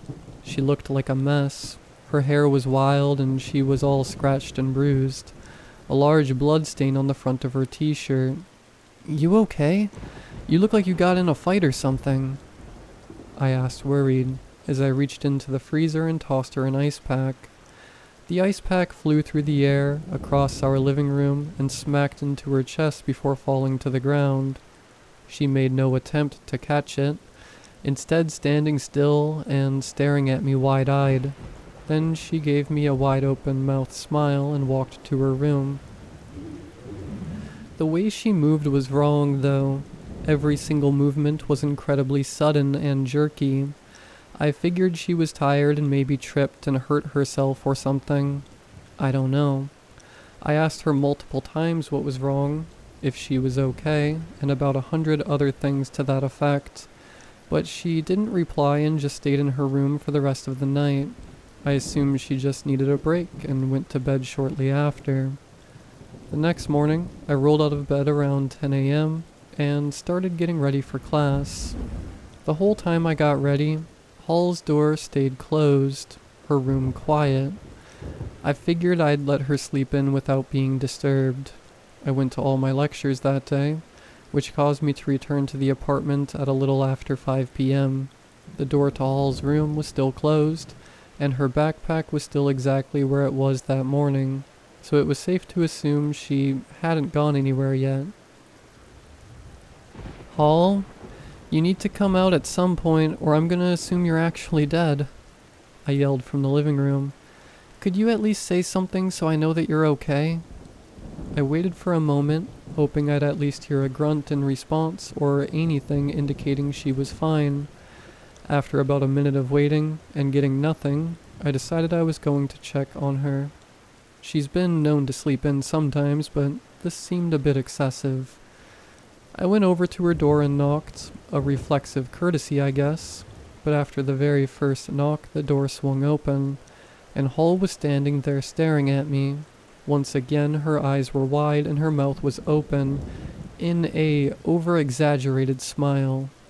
I won't say it wasn't a little creepy for sure.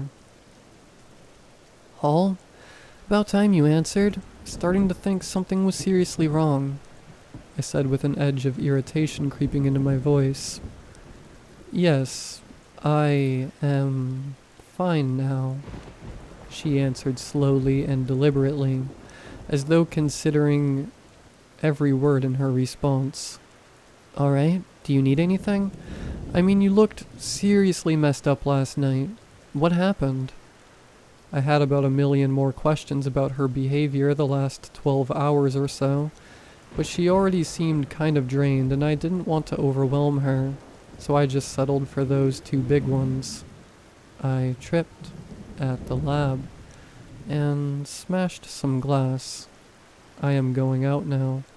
I am so hungry. She responded, her words again distant and deliberate. I muttered out a quick protest, insisting that I would go out and get something to eat, and she could just chill in the apartment, since she didn't look much better than she did the night before. To be honest, she arguably looked worse than the previous night.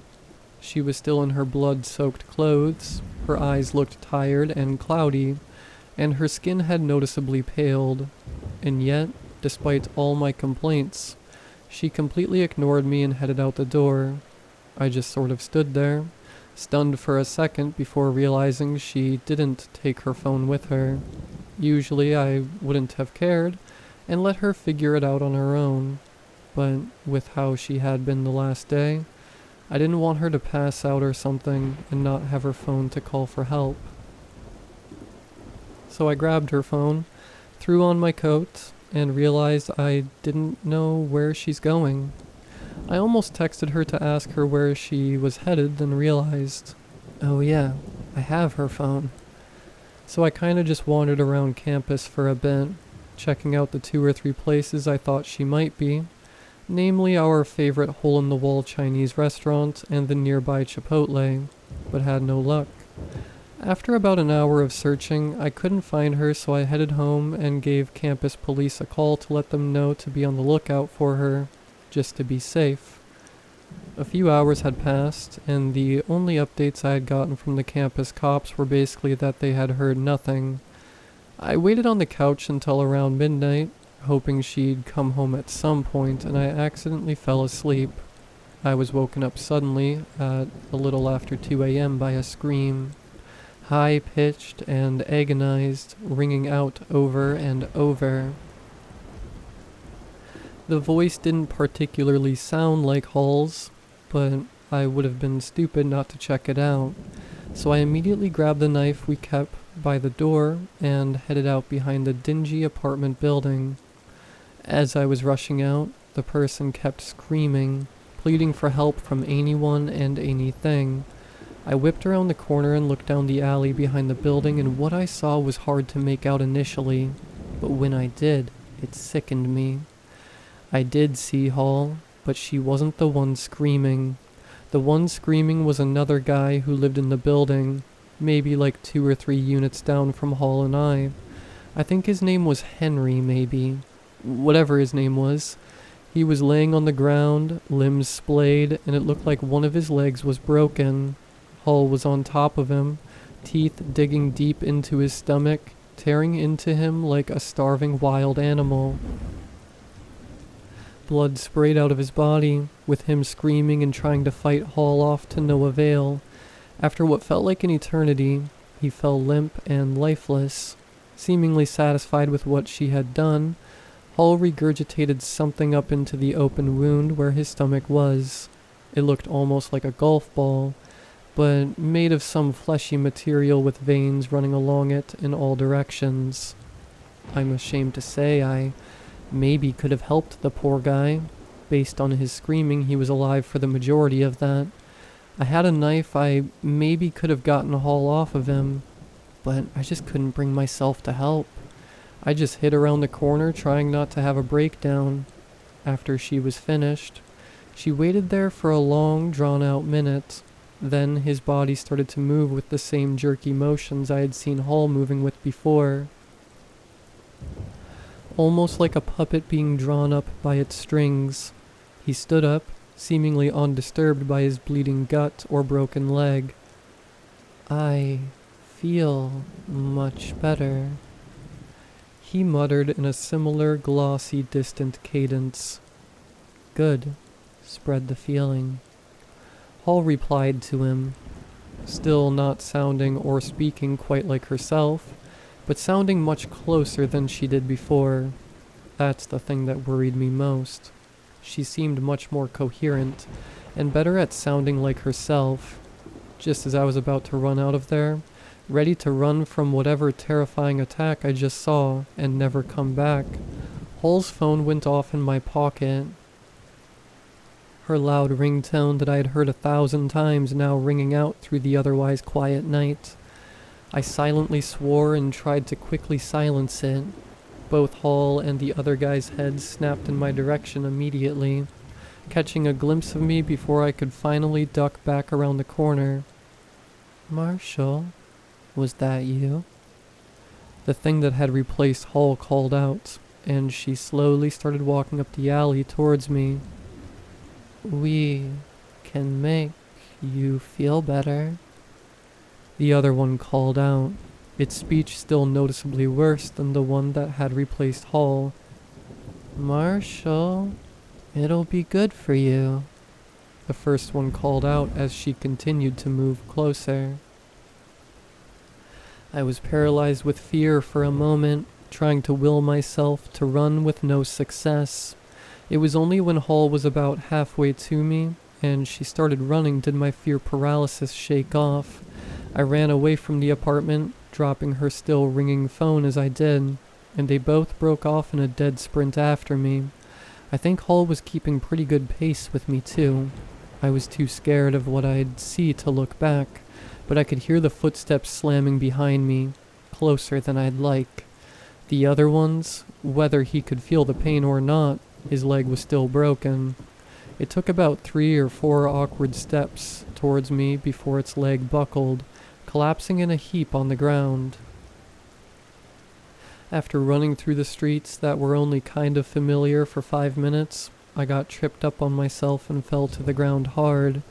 The thing that was imitating Hall was on top of me instantly, clawing at my chest with her nails and trying to fully pin me down. Panicking, I lashed out with my legs and planted a foot in Hall's chest, knocking her off of me for only a few seconds. The few seconds was all I needed to grab the knife and plunge it into her upper thigh over and over again. Feeling confident that she could no longer chase me, but not wanting to stick around, I continued running for another 20 minutes, fueled by nothing but cortisol and adrenaline. I ran until I got to my friend Devin's dorm on the other side of campus, and frantically pounded on the door until he let me in. I must have looked terrible, panicked and bleeding from my partially sliced open torso. Devin could tell that something was up and told me I could stay with him for a few days. I thought about calling campus police, but thought against it, as it would probably incriminate me more than anything else. I needed to get away from that place. I don't know if something happened to Hall at that night lab she went to, or if the night lab was even a real thing, but I just need to get out of here. I don't know if these things are going to spread the feeling to the whole campus, but I'm not staying around to find out.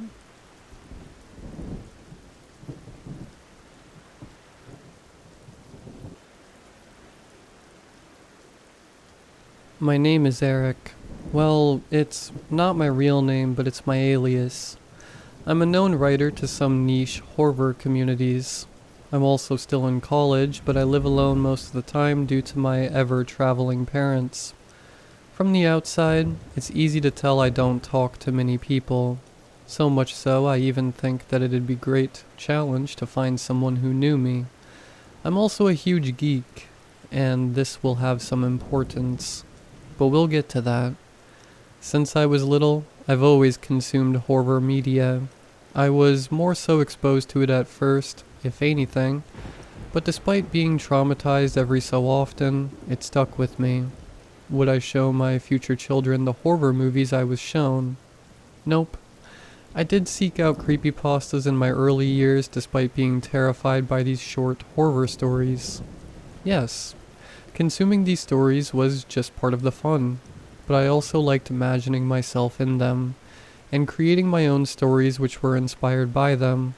I told myself throughout these experiences that I'd never be a victim if it were me, whether it was a slasher, if there was a monster, or anything. If I could fight, I would. How exhilarating. A brave hero making a last stand against impossible odds. Sure, they might die fighting a giant machete-wielding monster, but they'll look cool in the process. Anyways, there was a girl I met at the supermarket about 3 weeks ago. She was pretty, looked no older than me, and was overly nice. On any other occasion, this would have been an absolute win, and just maybe I could sleep without feeling so alone for once. The way we met set off an alarm in my head, however, and for some reason, I didn't want to celebrate just yet. Please don't call me a loser. I haven't gotten to the geek section yet. The way we met felt a little forced. It was a cliche of bumping into a girl and picking up her books, but in this case, it was a basket of groceries. Her mannerisms were forced, or so I thought at least. She asked me a lot of basic questions, like my name and about family and whatever, things I would normally lie about and such. To my surprise, she caught me off guard with one question when she asked if I was single. When I obviously answered yes, she looked relieved. Now, I'm not a bad-looking guy, and even then, that doesn't matter all too much from the couples I've seen online or wherever. But her reaction embarrassed me a little. I also noticed beforehand that I was talking about myself. It felt like as if she already knew all that I told her. Like, this was old information to her. I don't know how else to describe it, but she wasn't pleasant to be around overall. I don't think I did anything wrong in this interaction, nor did I overshare or say anything suspicious, but afterward, I couldn't help but feel odd. If you can put two and two together, I think we all know where this is going. This was my first time meeting her, but I doubt it was her first time meeting me. I think, as in, I can't confirm it, but I basically believe she's been stalking me for a while at this point, speaking retroactively, of course. At some point, I started to notice faint scratches near the front of my door. I have one of those doors where mail can be slipped through a lot, and recently the floor was getting covered in marks where the mail would drop. I didn't think much of it then, but I wouldn't be surprised if she was using an instrument of sorts to grab my mail through the slot, causing scrapes across the floor as she did so. The suspicious activity finally crossed my threshold when I compared the pictures of successfully delivered packages versus what I saw when I arrived home to bring them inside one evening. The package was slightly shifted from how it appeared in the picture, with several small pebbles clearly not matching up. Call me paranoid, but we aren't in a windy season. The package also opened a little easier than it should have, but maybe that's just me being me with my overthinking tendencies. Either way, from that day forward, my packages were normal. I made sure of it. It's creepy, but she must have caught on that I was catching on to her specifically. I doubt she thought that. Heck, I'd forgotten entirely about her by then. I have far too many things on my mind at all times of the day. Remember how I said my parents are always traveling? That was a bit of a lie, but I don't think it's worth explaining, or rather, they aren't worth talking about. I bring this up because I use their old room as a studio to work on several hobbies of mine, whether it be writing, drawing, or scrolling through various online communities. At the time, I was reading a story posted on a website about a protagonist who obtained a bad habit of people watching. But it was then that I heard my front door from across the house creak open and shut in the span of a second. My spine felt as if it were caressed by a ghost, but I kept my cool as much as I could, unable to forget about the odd occurrences. I truly thought someone finally had entered my house. In my studio, because I'm a geek as briefly stated earlier, I have a katana and a ninja sword type thing. Ninjas aren't real, I don't think, but I only recently figured out what this sword is meant to be, just so I could attempt to describe it here. I bring this up because I trust the sword over my katana any day of the week. The katana I have is from a mall. It's sharp, yeah, but swinging it isn't comfortable at all. The ninja sword is very sharp, probably sharper, and much easier to swing. The only downside is that it's about a foot shorter than my other blade, but beggars can't be choosers when someone just entered my house. My studio room is at the very back of the house, opposite of the front entrance. When entering the house, you need to walk through the hallway, keeping straight and passing up several rooms. The kitchen is on the left and living room on the right. Then you'd reach my studio. With my sword in hand and a hollow feeling in my chest, I gently opened the door and stared at the front entrance, wondering if I could see any signs of someone entering. Although I couldn't confirm my suspicions visually, I could tell that the door was unlocked as usual. From the corner of my eye, from behind the counter that was not far from me which separated the kitchen from the living room, I saw a silhouette charging at me. I met their gaze instantly, seeing a girl running toward me with an axe you'd buy at the supermarket. She swung the back of the axe toward my face, and I was barely able to dodge backwards with a large leap. She stood still after that initial swing hit the wall. She probably barely recognized that I had a sword in hand. I seemed to have forgotten up until then myself. In front of me was a girl about my age, a little shorter than me, who had blonde hair and blue eyes. She had a backpack strapped over black sweats. Even her sneakers were black. I could also make out the handle of a knife that crudely stuck out of her pocket. It took me a second, but I realized that this was the same girl from the supermarket I'd met a few weeks back. As for me, I couldn't move. My mind was working, but my body stood frozen as I looked at her. Sleep paralysis is the best way to describe what I was experiencing. Not being able to move, but being very capable of thought. Watching as a monster stalks you, while being unable to defend yourself. She was a girl with a small figure who held an axe. She looked innocent, but her intent was to kill me, and it disturbed me greatly. I could audibly hear my heart pumping blood throughout my body, and my chest felt a mix of tightness and emptiness. My palms were basically dripping with sweat, and my legs wanted nothing more than to drop. I tried speaking but couldn't. All that escaped were cackles that were audible only to me. I could only imagine how stupid I looked from her point of view. After what felt like an eternity of helplessness, I could move again. Right away I tried speaking but still couldn't. If anything, it made my body feel weaker, so I gave up talking altogether. I didn't know why she was here with murderous intent, but what I did know was that by looking at her face, I could tell she was pumped with adrenaline too. The sword I held was shorter and lighter than the axe. I felt confident enough in my abilities regardless, and even then, she wasn't scary in nature at all. As I said earlier, it was the context of the situation that disturbed me, not her. If she were to swing at me just as she did moments ago, no doubt I could dodge and counter her. I was only concerned if she were to perform an overhead swing once the axe weighed much more than my sword, and even then, blocking an axe looked tricky to me.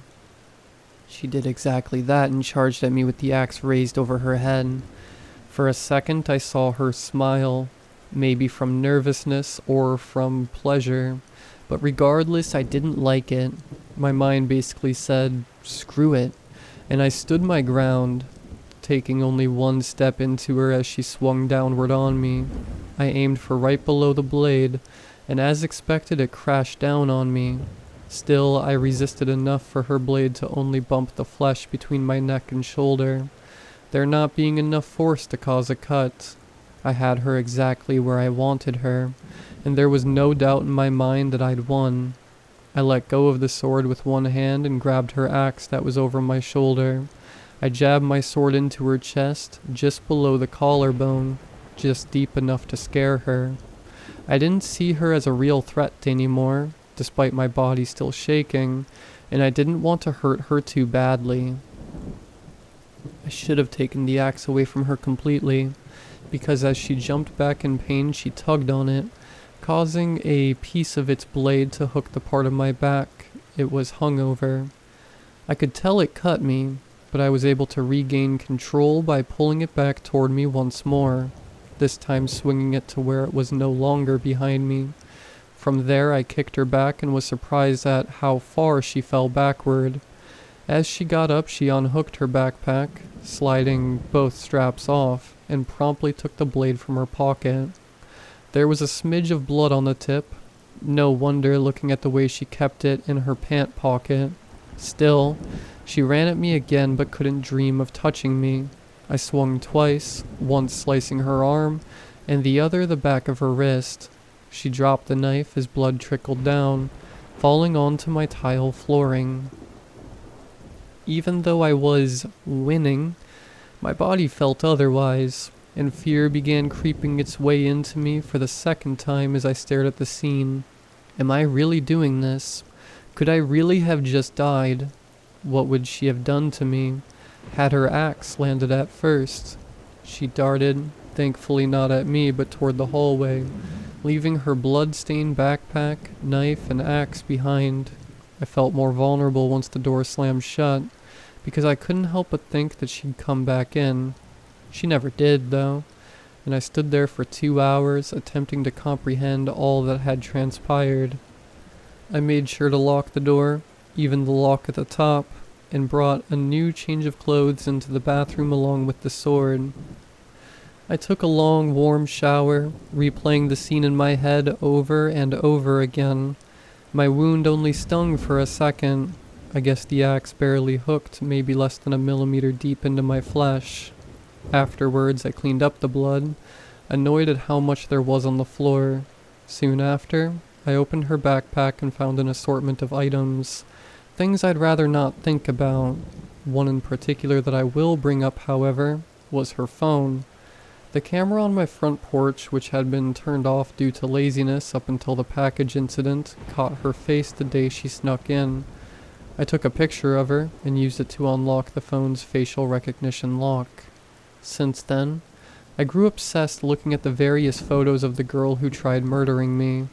It was thrilling to know that she failed, and that she was living in fear, knowing very well I was alive. In just hours, I'd read all her texts, all personal notes I could find, and scrolled through her socials. She was a normal girl, which confused me but added to my amazement. I wanted to learn everything about her. My blood was screaming her name. It was just like the horror novels I've read/written, and it wasn't long until I came up with the idea to finally meet this devious mistress. I was able to find wireless earbuds connected to her phone that had their tracking setting enabled. How ironic that she was so nonchalant about being tracked. I've been keenly watching her in person these past few days since then, as it didn't take long to find out where she was staying at. You seem so interesting, and I'd like to know you better, which is exactly why I'm going to leave this note at your front door. Don't bother throwing away your earbuds and fleeing. I already have a few ways to find you regardless.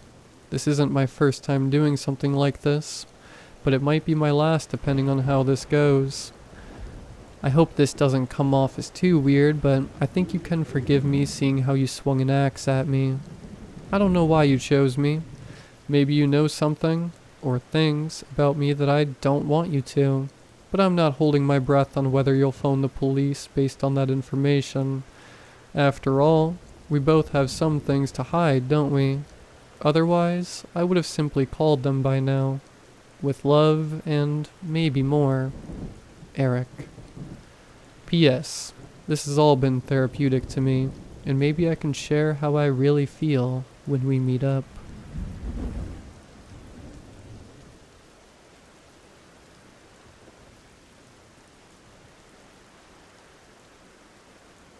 I don't really know where to start.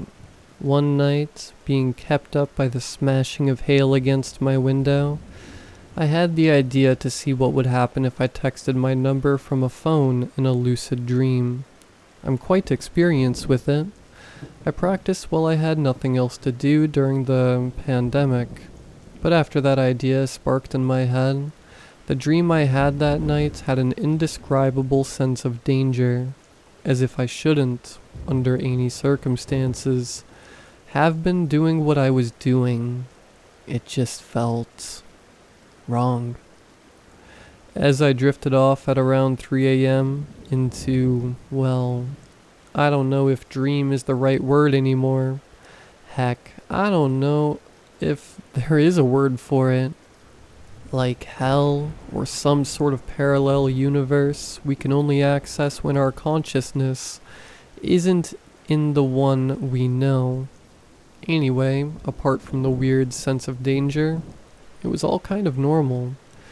First, I played around a bit, floating through my house, using the comebacks you only think of after an argument. Then I remembered what I was there for. I picked up a phone, typed in my phone number. It actually took me a few minutes because, you know, how it's pretty hard to read properly in dreams. After starting a WhatsApp conversation with myself, I texted hi and thought nothing of it. Then after I enjoyed myself some more, I woke up to my alarm. Of course, I dreaded having to go to work in the morning, having not fell asleep till 3, but regardless I got up and started to get ready. I tried to connect my phone to my car's Bluetooth speaker. A rush of pure mortification made my blood run cold, as I read a text message from a random number at 5:01 a.m. saying hi. After the initial rush, I thought maybe I was overreacting. After all, it's a pretty generic text message. When I finished work at 4 p.m., I asked around if anyone knew the number, to which my answer was no. Weird, but not enough for me to think anything of it. Going back to sleep that night, I thought I'd try again out of curiosity. It felt a bit more dreadful this time, almost like I was being watched. And my once familiar home, which I lived in with my family, a wife and 2 kids, was deserted. Paint peeling off the walls, black mold everywhere, like an abandoned house. However, being the idiot I am, I reached for my phone, typed in my phone number, and typed an indistinguishable text, 1161. This is Dream Me texting 2812. As I put the phone down, I caught myself out of the corner of my eye. It seemed pretty tall. Humanoid, but evasive. I thought I'd best just wake up before my thoughts affected the lucid dream. I guess you could say this is when it all started. When I woke up that Saturday, I once again received a text message from the same number, reading 1161. This is Dream Me texting 2812. I froze in shock. Have I made the next best scientific discovery ever? Or have I found a way to enter a parallel universe through dreaming? Neither. I gave them a way in. My family weren't home that morning. A deafening silence rang through the house when I put my phone down and got up to go to the bathroom. And there it was, a message in blood on the mirror. We woke up with you. But that wasn't the worst of it. I pulled back the shower curtain to reveal my wife and 2 kids dead, with their throats slit in the bathtub. I got in my car and drove, and that's the worst part. I've been hiding in the woods for a month now. No one has come looking.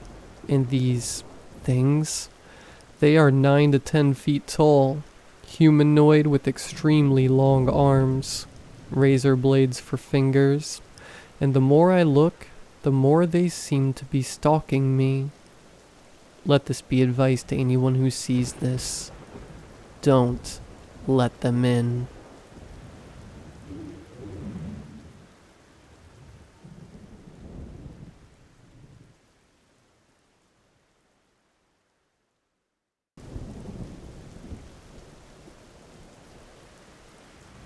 Living on this street has always been synonymous with peace. My name is Lucas, and just like my routine, my life unfolds peacefully in a small town. I usually take long walks amidst nature, bask in the sun, and enjoy life as I work from home. However, my family is the opposite. They thrive on hustle, noise, and crowds. Personally, I don't know how they manage it. But since the feeling is mutual, I let it be. Because of this, I moved here and adopted a cat to not feel so lonely, and it was one of the best choices I ever made. Mr. Munchkin was perfect, almost human-like in intelligence. He knew how to take care of his business in our backyard, burying it far away from home, and he even hunted some rats or other animals that might steal food. As I said, small-town life. His company was comforting, especially on silent summer nights when I sat on the porch, gazing at the stars in the clear sky alongside him. However, things began to change. A new family moved into the house next door, the Petersons. They were normal, too normal. That's what bothered me. I saw them arriving in their moving truck, a father, a mother, a son, and a daughter, all impeccable, the father in a well-pressed suit, the mother with a radiant smile, wearing a flared dress and an apron, the son with his school backpack, a uniform from some baseball team, and the daughter in her princess dress. It was what one would expect from a movie family, like asking an AI to create a family without giving specific details. It was somehow eerie. The following days were as usual, with Mr. Munchkin patrolling the backyard and me working on my projects. However, I began to notice small changes. Mr. Munchkin started to act more reclusive, skittish. He used to come running to greet me when I came home, but now he seemed to avoid my presence. Not just mine. He stopped visiting the yard as often. I even had to buy a litter box, since it had been a while since I had to worry about that. Initially, I attributed this to some minor incident, or maybe the presence of the new neighbors, perhaps an indisposition. Speaking of the Petersons, well, I'm not one to pry or anything, but it was hard not to notice. They were rarely seen leaving the house, almost always keeping the curtains closed. At night sometimes, I heard murmurs coming from their house, as if they were talking quietly. The last straw of oddity was when I saw Mr. Peterson sitting in the backyard, alone on a full moon night.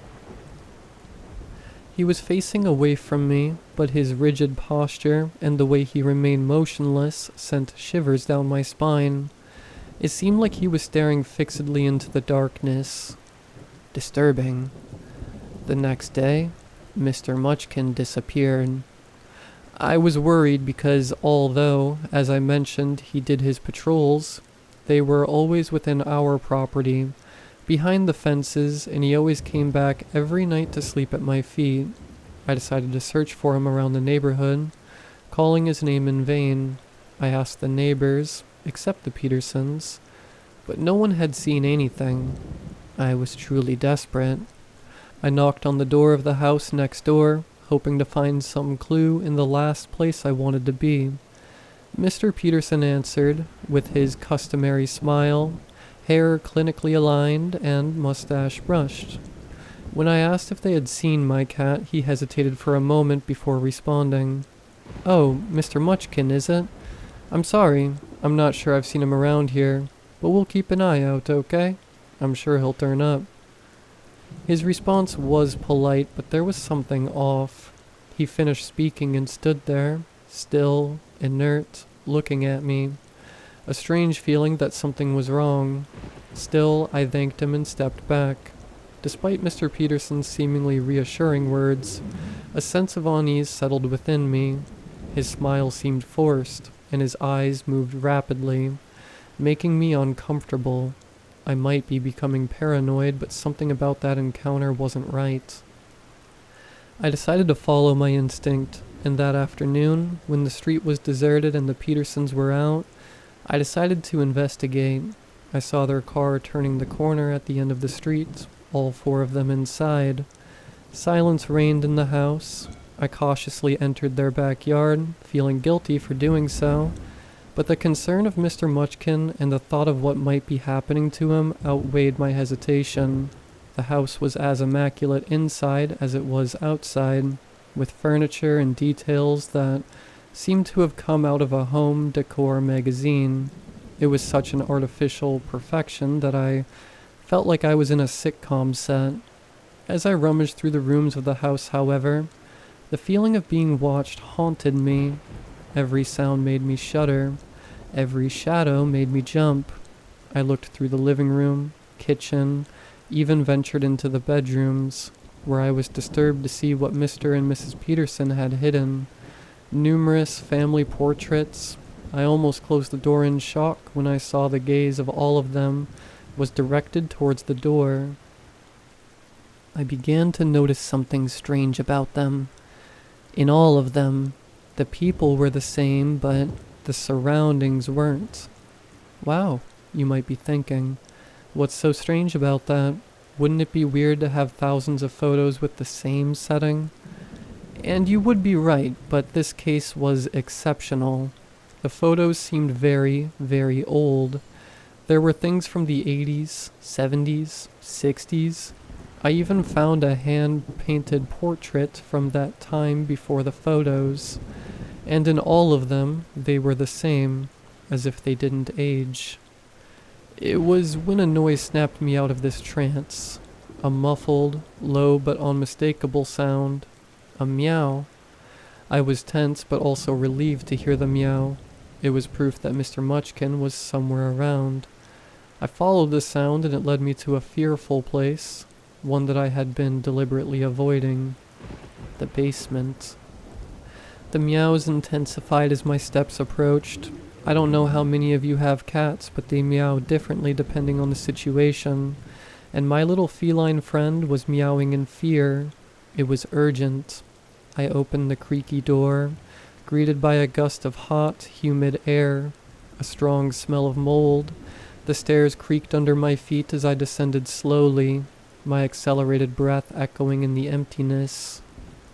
I followed the meow, now clearer. I supposed he was huddled in a corner, scared, so I began to head towards the back of the room. But then, my eyes started to adjust, slowly, to the darkness. I stopped walking. My heart raced. I had to appear calm, but now, panic had consumed my mind. My chest began to heave as I breathed in more and more of that intoxicating air.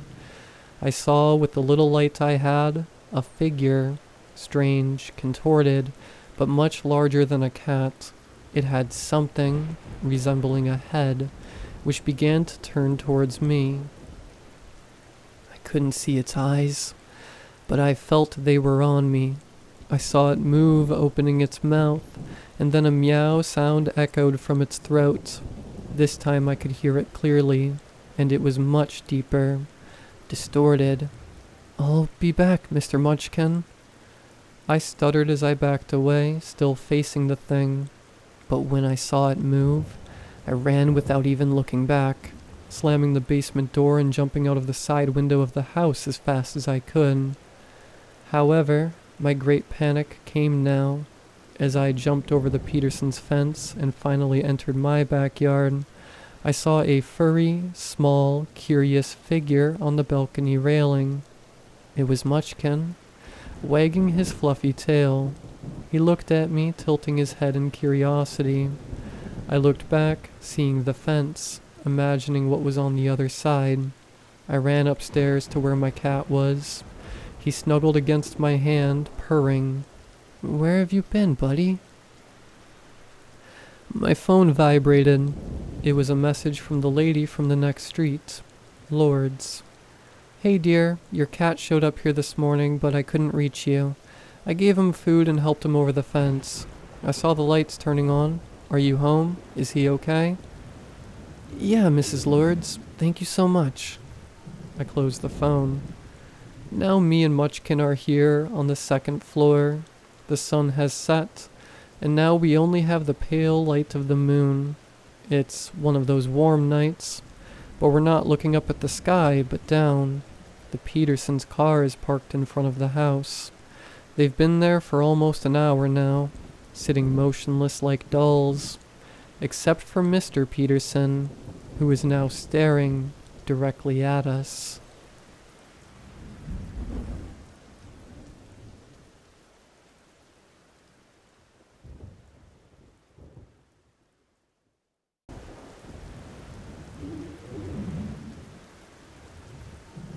Scritch, scritch, scritch.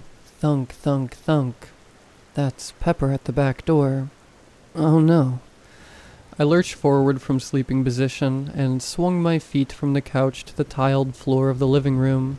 My phone, which must have been laying on my chest while I napped, catapulted towards the end of the couch where my feet rested a second ago.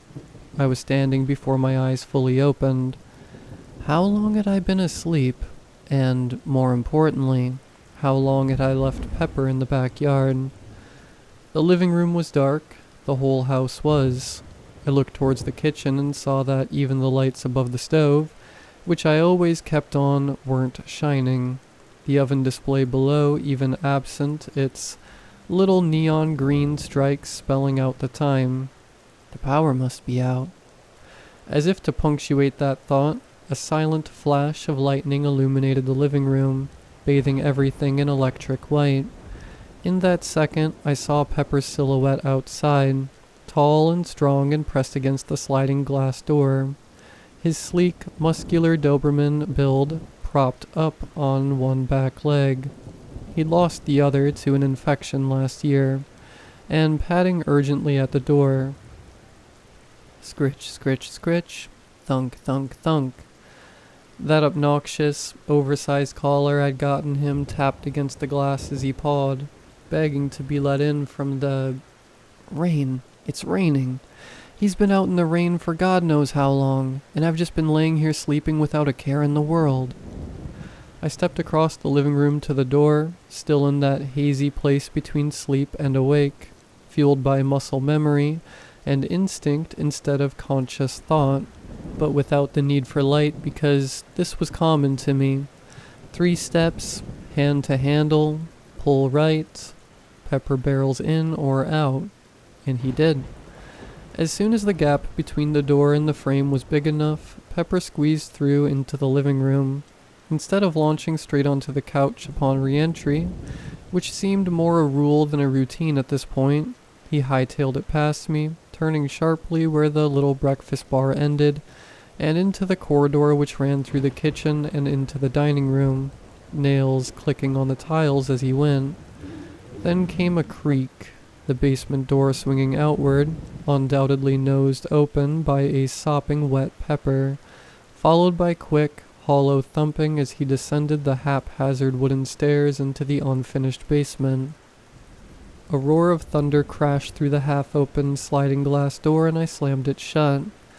The entire series of events, waking up, noticing the power was out, letting Pepper in, and hearing him scurry down into the basement had probably taken 25 seconds start to finish, but now the urgency had bled out of the situation and I stood alone, or so I thought, in the living room, rubbing the last crumbs of sleep from my eyes and ready to rejoin the world of the entirely awake. He must be real upset with me. I began brainstorming ways to make it up to Pepper, to apologize in dog language for leaving him out in the rain, and all of them started by coaxing him out of the basement with a handful of treats. The dried salmon skin probably, stinky, high-reward stuff. It was still nearly pitch black in the living room and my eyes hadn't yet adjusted. I moved back towards the couch, leaned forward, and plopped an open palm onto the cushion, sliding across the fabric in search of my phone. Its flashlight would help me find the treats, and the treats would get Pepper out of the basement and into a warm towel. My hand groped across the center cushion and down towards the far side of the couch where my feet had been resting a moment ago. And there they bumped into something. Something warm and smooth and trembling. Whatever it was recoiled slightly when I touched it, but settled back into my palm. Then I felt a cold, inquiring touch on my cheek, followed by the wet slap of a tongue and the pungent smell of kibble breath. Pepper? I was awake now, and it all rushed back to me. I had let Pepper back in before the storm started, before I drifted off to sleep on the couch. In fact, I'd had to move my legs out to make room for him between myself and the backrest. And now, with my eyes adjusted to the dark, just enough to see outlines, I can make out his shape, coiled into the far corner of cushions with my hand on his haunch. But his nose wasn't pressed to my cheek anymore. It angled instead to the dining room where Pepper had just run. But Pepper's right here. The whole thing flashed through my head again, waking up, seeing Pepper at the door, letting him in, and hearing him hurtle through the house and into the basement. Was it even real? Some half-awake sleepwalker's dream, maybe.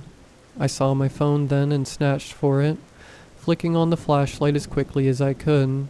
Sure enough, there was Pepper on the couch, pressed tightly into a defensive posture and trembling terribly, glancing back and forth between me and the dark outline of the dining room archway. He's just scared of the thunder. I made the rest of it up, right? To be sure, I dropped the beam of light from Pepper to the floor, swiveled around and began tilting my phone towards the back door. Brown, muddy paw prints. I gasped and moved forward, hunching over even more to get a better look. They were there all right, clear as day, and they looked like peppers, not only in size but in gait. I could see that there were only 3 paws. Quick math, that's 3 legs. And then I remembered seeing the big collar on him while he was outside, and hearing it clunk against the glass as he pawed away at the back door.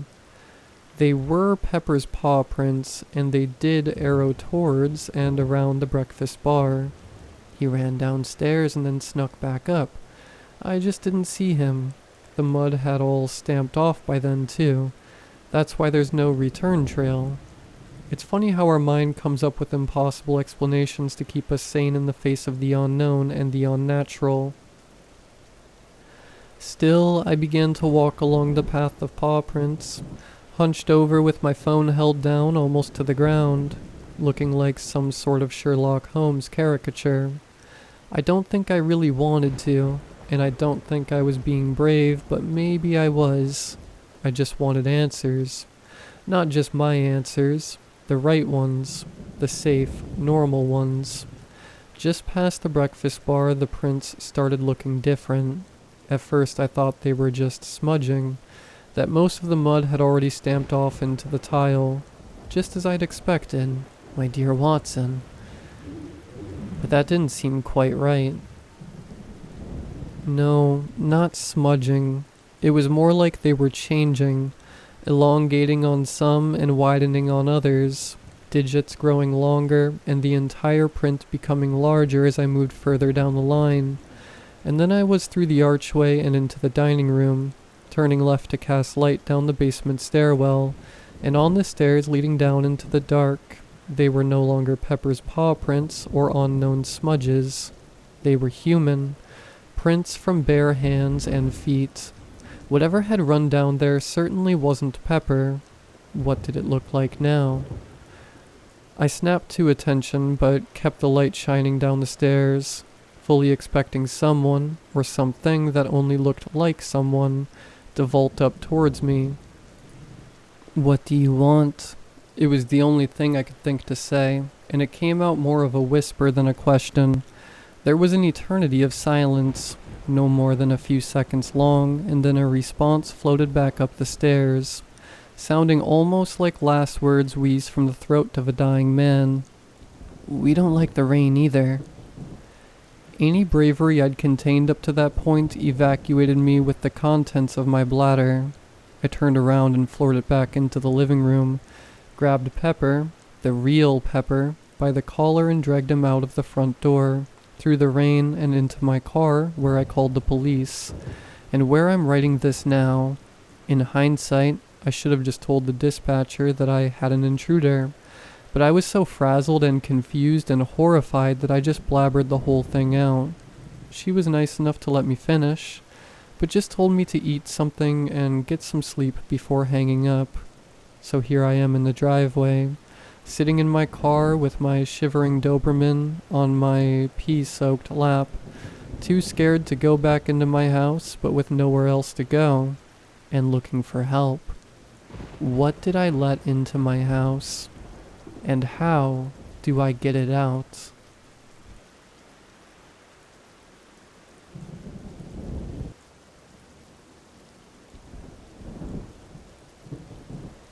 Uncle Felix was always the kindest man. He'd bring me and my little brother, Scotty, a present every time we visited. Always interesting things. A rope necklace with what he claimed was a dinosaur knuckle hanging from it. A real pearl he'd found on one of his many overseas trips.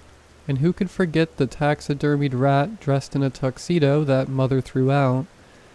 He had a square jaw, a bald head, and a loud laugh. Always a slap on the back for Father, a kiss on the cheek for Mother, and Aunt Cal would follow him in beaming with a Tupperware container of pasta or lasagna. Uncle Felix was the sort of overly friendly uncle that would merit a raised eyebrow if mentioned. It was always seen as creepy for an uncle to love his niece and nephew. But Felix and Cal had no children of their own, and they were more like second parents to me. The news that Felix and Cal were taking a trip to the Great Basin Desert was no surprise to me. They were always off somewhere. In fact, I did not know until they had left. But once their week-long trip turned into 2, then 3, the missing posters began to sag in the rain, and the police report went stale. 2 weeks ago, Mother and Father were about to prepare us for the news that Felix and Cal might never return, a fact I had already accepted but Scotty had not. When the phone rang, Father sighed and got up to answer it. His voice turned from disbelieving to relief, then worry. He took the phone upstairs to his study, where he continued to talk in a hushed whisper. Scotty, Mother, and I all sat at the kitchen table, waiting for news of what was happening. Father called Mother to come up. About half an hour had passed. I could hear raised voices. When they came down, Father herded Scotty and I into the kitchen for a family meeting. He sat us down with a very serious look on his face. Uncle Felix has returned from the desert. He was found wandering in Alaska, disoriented and lost. Auntie Cal has not been found yet. Felix has been in hospital for 3 days, and he'll remain there for 2. After that, he'll be coming to stay with us for a while. Scotty and I were happy Felix was back and would be staying here, but the loss of Cal was a shock. Scotty began to cry. I held him. The desert was not kind to Uncle Felix. You are not to ask him any questions about what happened there. Mentioning Auntie Cal around him is strictly forbidden. Do you understand me? We nodded. We had never seen our father like this. So urgent and snappy. Felix has a small scar on his face now. You are not to ask him about this either. And if you start seeing anything, if anything changes, you tell me. Do you understand me? The night before Felix was going to arrive, I was eavesdropping on Mother and Father, arguing in hushed voices in their room. What else was I to do? They refused to give me any more details. I told you this is a bad idea. We are putting our children in danger. He is my brother, Kate. We take him in no matter what. He got lost in the Great Basin and ended up in Alaska. Something terrible happened, and to bring Felix here is dangerous. What if we get displaced too? You should have taught Lee and Scotty about this, about what happens to people in your family. This is over. It's settled. I know how to be more careful than Felix. If something arrives with him, if something tries to displace us, I will stop it. Did your dad teach you that? The crazy one who tried to fight them? He got marked, just like Felix. And then they came for him and you and Felix. Do not bring Dad into this. Father's voice had a hollow danger in it that ended the argument. I crept back to my room. For the first time, I did not feel entirely safe. Not at all. That argument was proof that my parents may not be able to protect me and Scotty. I was afraid. Scotty and I watched out of my window the next morning, waiting for Felix's car. A few passed our house that looked similar to his, but my nervous excitement fizzled out as they kept on driving, until, at last, a taxi pulled up and a tall, broad-shouldered man with the hood pulled up on his sweater climbed out. Scotty and I fought over who would be first to greet him. Father broke us up and answered the door. Felix stepped inside, and I rushed to hug him, but stopped when I saw his face. A small scar? Father had to be joking. The entire left side of Uncle Felix's handsome face was burnt. His left eye was missing. His ear was gone, and worse by far, the scar had melted his cheek to the bone, so that his teeth were exposed, twisting the left side of his mouth into a permanent, mangled grin. The flesh surrounding it was a raw pink, tight and shiny. Scotty gave him a trembling hug, as did I. It was still kind old Uncle Felix, even though he was scarred, even though he did not hug us back, or crack a joke about Father's thinning hair, or even smile. Dinner was eaten quietly. We brushed our teeth. We went to bed at the time we were supposed to. Something was wrong. Something I couldn't fix. Uncle Felix's eyes were hollow, his breathing slow. A terrible sadness hung around him, a darkness that blocked out light. I cried that night. It felt as though I had lost Felix as well as Cal, even though he was here. I tried to close my eyes and go to sleep, but something woke me. It was only a slight disturbance, nothing more, but my eyes snapped wide open. I sat up in bed and stayed like that for some time. I needed fresh air, I decided. My window jammed, and while I stood there trying to rattle it open, I glanced outside. Something was there, just beyond the tree line of the forest that stretched for miles behind my town. It was almost invisible, crouching in the rippled moonlight filtering through the trees. I could only see half of it, the trunk of an oak tree almost obscuring it. I caught a glimpse of a pale shoulder and a flash of black feathers. It wasn't looking at me, its vision instead fixed on the patio. I hadn't noticed, but Uncle Felix sat there, lounging in a deck chair, a cigarette hanging from the corner of his mouth. He didn't see me. He was staring back at the thing, defiance in his remaining eye. What was he doing? The patio door flung open and Father rushed outside. He grabbed Uncle Felix by the shoulders and shook him. He was yelling something I couldn't hear. Father hurried him inside, casting a fearful glance towards the forest where the creature was now gone. Father's instructions the next morning were clear. Do not leave the house, under any circumstances. Scotty didn't understand why. Mother sat in stony resolution, and Uncle Felix looked annoyed. It turned out we didn't need to leave the house. The thing found us anyways. I woke with a jerk in the middle of the night. Whatever had woken me was still there. I could feel it, a presence that scraped against my mind. My closet door was ajar, the horrible cliché I had seen too many times in horror movies. I didn't want to look, but I had to. It was crouched half inside my closet, moonlight from the open window glinting off its puffy, pale skin. It was swollen, bloated, like it had been soaked in water. Molting black feathers were stuck in its shoulders, like the creature was made of clay and someone had poked them roughly in, leaving spaces in between. 2 black eyes bulged like tumors from its face. It waved at me. A sick, sour taste spread up my throat. I raised my hand hesitantly, before changing my mind. Its pulpy features twisted into a frown. I was about to call for Father or Mother, but Uncle Felix opened my door. The creature's face lit up with a gleeful grin when it saw me.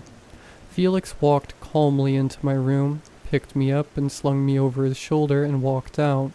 I did not struggle, nor did I ask what was happening. I trusted Uncle. The second we were out into the passage, Uncle Felix sprinted. He ran with me out the front door. At this point I began to scream, and threw me roughly into the back seat of Mother's car, where Scotty sat also, tears running down his cheeks. Felix ran back into the house, leaving the car door open. I slammed it shut. Did you see it too? Scotty's voice wavered. All I could do was sit in silence. I was also crying. Mother shoved me into the middle seat, then sat behind me. Father drove, and Uncle Felix tore at his nails in the passenger seat. Father's gun rested in his lap. When we ran out of gas, it was nearly 2 a.m. Father recited every swear word he knew. Mother dug her nails into her arm until it bled, and Felix rested his head on his knees. You are not to leave the car. Felix hissed at us. I will handle this. You were marked by it. You leave this car, you won't come back. Father sounded so angry that I feared the gun lying in his lap would come into use. The worst thing that could have happened next promptly happened. Scotty, poor terrified Scotty, flung his door open and ran into the night. What I did next made our situation much worse. But what else was I to do when my 8-year-old brother was out there alone? I ran after Scotty. The darkness was disturbingly thick, like clouds of swirling tar. I screamed for Scotty over and over again. A faint howl was my only response. My throat was raw. A stitch in my side doubled me over and my lungs felt fit to explode when I came across Scotty. He was lying on the ground, his arms covering his head, and above him, hundreds of birds, all black crows, ravens, blackbirds, starlings, dive-bombed him. Their shrill caws tore the night in two, their beaks and claws cutting into Scotty as they dived at him. There were so many that it was as if the darkness had come alive, a shrieking, whirling cloud of feathers. I tried to run to him, to help, but the birds drew me back. My arms bled where they had clawed me, and when I saw it, in a gap between two wings, in the center of the swirling cloud of black, a single white bird hovered. Where its wings met its body, there were black feathers. Its eyes were black too, like shiny glass. They were fixed on the darkness behind me, where Uncle Felix skidded to a halt. His scar made the left side of his face look ghastly in the low light. "Come for me." Felix's voice sounded so broken, so sad. The white bird dived for him. The screaming black flock followed closely behind. Felix ran. I went to Scotty, who lay whimpering, bleeding from hundreds of puncture marks where the birds had attacked him. I heard running footsteps. It was Father, who picked up Scotty and I, and tore back to the car. He bundled us into the back seat. "Kate?" Mother was loading the shotgun, walking back the way we had come. The darkness yawned around her, swallowing her like a greedy mouth. "Stay there," was all she said to us. 10 minutes passed. 15. We sat in the back seat, Father in the front. We stayed deathly silent. I had so many questions, but they were stillborn as I changed my mind each time I opened my mouth. I heard a shot, then another. After 20 minutes had gone by, something shifted in the darkness. It was Mother, a grim expression on her face. Blood trickled from her nose. A bird hung from her hand by its feet, a gaping, ragged hole in its chest. Red blood was tarred across its white feathers. Mother threw the shotgun into Father's lap. She slammed the bird down onto the dashboard. "I'll sleep in my own bed for the remainder of tonight." I write this at my window, watching the bonfire Mother and Father have lit. They're burning the white bird's body, and Uncle Felix's things too. Scotty sits beside me. The birds cut his arms and chest up pretty bad, but they didn't get his face or neck. He's upset that his favorite shirt got torn up. I'm upset that Uncle Felix won't be coming back. My closet door is shut, in case you were wondering. Scotty's favorite toy, a stuffed raven, the last gift Uncle Felix gave him, is being burnt too. He doesn't want it in his room. Father has promised to tell me more about what happened. Scotty will know too when he is old enough. I'll edit this if I get the chance.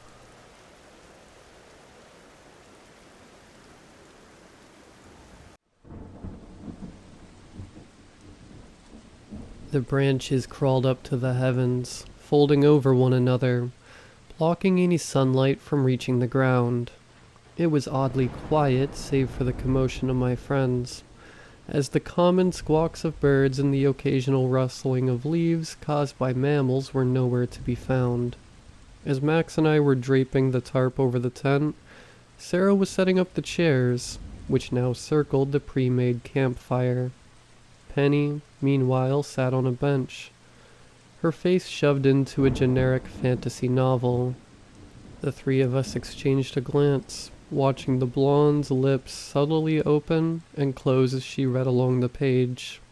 She was so engrossed in the book that she didn't notice Sarah slithering behind her.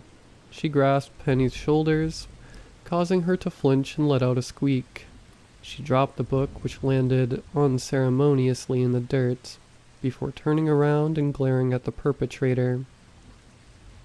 "Don't give me that look," Sarah chuckled, raising her hands defensively. "You're in a camp with all of your friends, and the best thing you can think of doing is reading a book? Penny, no offense, but that's lame." Penny, who was already fidgeting under the gaze of the group, began wringing her hands together, biting her lip. She turned away, refusing to make eye contact. "I didn't want to come here anyway," she murmured under her breath, her attempts to hide her frustrations less than successful. I let out a sigh, leaning on the opposite side of the bench from her. She immediately tilted her head up, teal eyes piercing through my gaze. "Alright, listen. How does this sound? You can decide what we do today." She perked up at that, though her expression was still laced with uncertainty. "Really?" Her voice teetered between excitement and skepticism. "Yeah, really," Max ushered, trying to give me a look that told me to reconsider my tactic. I simply shook my head, silently telling him I knew what I was doing. He rolled his eyes but yielded, crossing his arms. "Well, I guess I've always wanted to see you guys hunt." She trailed off, her nails swiping at the bits of dead skin hanging off her fingers. Sarah's face twisted in confusion, tilting her head to the side. "Hunt? Like hunting deer or something?" "Yeah, or rabbits. Anything, I guess." Max laughed at the suggestion. "Well, we'd have to leave camp for that. Are you sure that's what you want to do? You can't just give up halfway because you're too scared." Penny's face flushed, her hands collapsing in on themselves. "No, I won't back out. I want to see," she muttered, her voice a candle's flame compared to the forest fire that was Max's. It looked like she was regretting her choice, but didn't want to prove Max right by getting cold feet all of a sudden. Sarah, eyebrows furrowed, opened her mouth to question Penny's decision, only to be cut off by a thunderous clap. "All right, well, you heard the boss," Max scoffed, rummaging in the car and producing 2 hunting rifles, one of which he passed to me. Even after how many times I've used it, I still couldn't get over how heavy it was. Its weight dragged me down with it, and I just barely caught myself before it could escape my grasp. "Just so you're aware," I began, propping the firearm against a nearby tree as I grabbed my backpack. "These are pretty loud, so you're gonna want to stay back. They might damage your ears if you're not careful. Not to mention, hunting takes a really long time. With how quiet it is, I'm not even sure we're gonna see an animal. Oh, and also..." "Okay, we get it, Johnny boy," Max interjected, his tone oozing with sarcasm. "Penny's a frail, fragile flower. We'll make sure no deadly rabbit starts, I don't know, gently gnawing on her." Penny's face lit up in hot red, Sarah's giggling hiding the girl's mumble of a response. "Let the boys have this one," Sarah attempted to whisper, though her words still reached the 2 of us. "It's the only thing they're good at." I rolled my eyes, slinging the pack onto my back before following Max's steps. "That so? Then I'm sure you can handle yourselves, so I'll be going without." Before I could finish, Penny's shuffling footsteps already reached behind me, her body centimeters away from mine. I could practically hear Sarah's eyes rolling as she awkwardly jogged to catch up with us. It was weird. The woods were usually filled with noise, birds squawking, branches swaying in the wind, and the occasional scurrying of rodents. So when the only sound consisted of dry leaves crumbling beneath our feet, the grip my fingers had on the gun tightened. Sarah attempted to fill the void with snide remarks, only to be silenced by, much to our surprise, Max. Each hush left her even more flustered, clearly frustrated with having the resident joker taking her role of the responsible one. I thought that this was all in my head, that my paranoia was causing inconsequential details to appear unnatural. That was until I took a look at Penny. Her eyes, the same hue as the sky above, constantly darted to every corner of the forest. Her body seemed to slouch more and more every time, wrapping her arms around herself to block off any attacker. It was hard to tell if this was just how she usually acted, or if she too felt the urge to check behind her every now and then.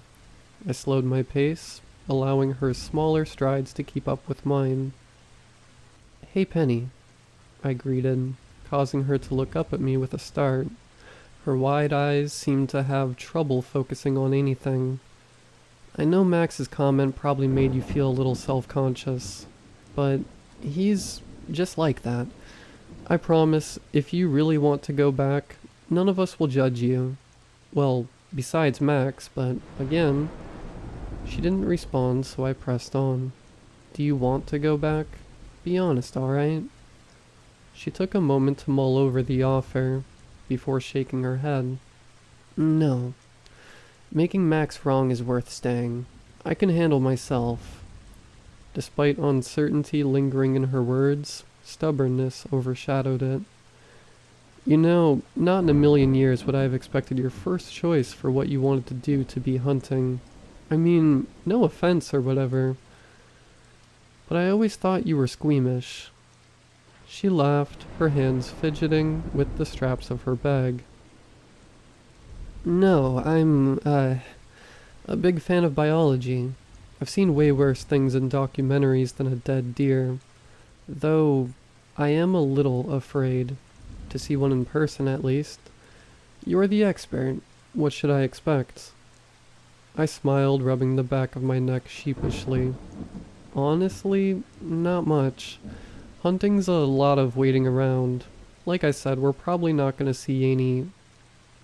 Max's voice rang out across the barren forest and, on instinct, I readied the firearm. "There's a wolf. It's..." His voice trailed off. The fear that was once hunting his words, morphing into confusion. "What the hell? Is it dead?" I motioned for Penny to stay as I approached the carcass, keeping my gun aimed at it just in case. As I neared where Max stood, the reason for his bewilderment became apparent.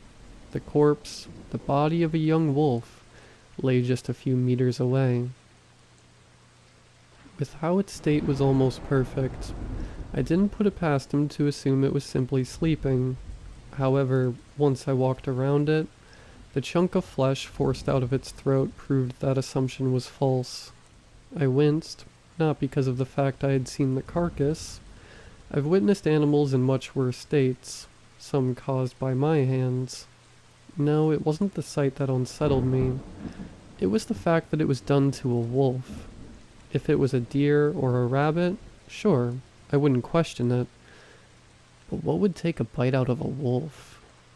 The potential answers to that question made me shiver, and I stood up, deciding that this wasn't safe anymore. However, before I could turn to the group and announce it, Penny brushed past me, and kneeled next to the animal, studying its wound. "Guys," she murmured, reaching her hand just close enough so that they weren't touching the matted tufts of fur jutting out of the sopping wound. "This bite, I don't know how to say it. It just looks weird. It's sloppy. The flesh is all stringy like whatever took the bite had to pull just to tear the flesh off." She pulled her hands away, wiping it on the grass next to her despite no physical contact being made. "The bite marks look too small. Too, like, a house dog or something." "A dog, Penny? Really?" Sarah's sudden aggression surprised the rest of us, and even she seemed to be taken aback by it. Her nails dug into her skin, a flash of fear overtaking her, who was always the most sound of mind.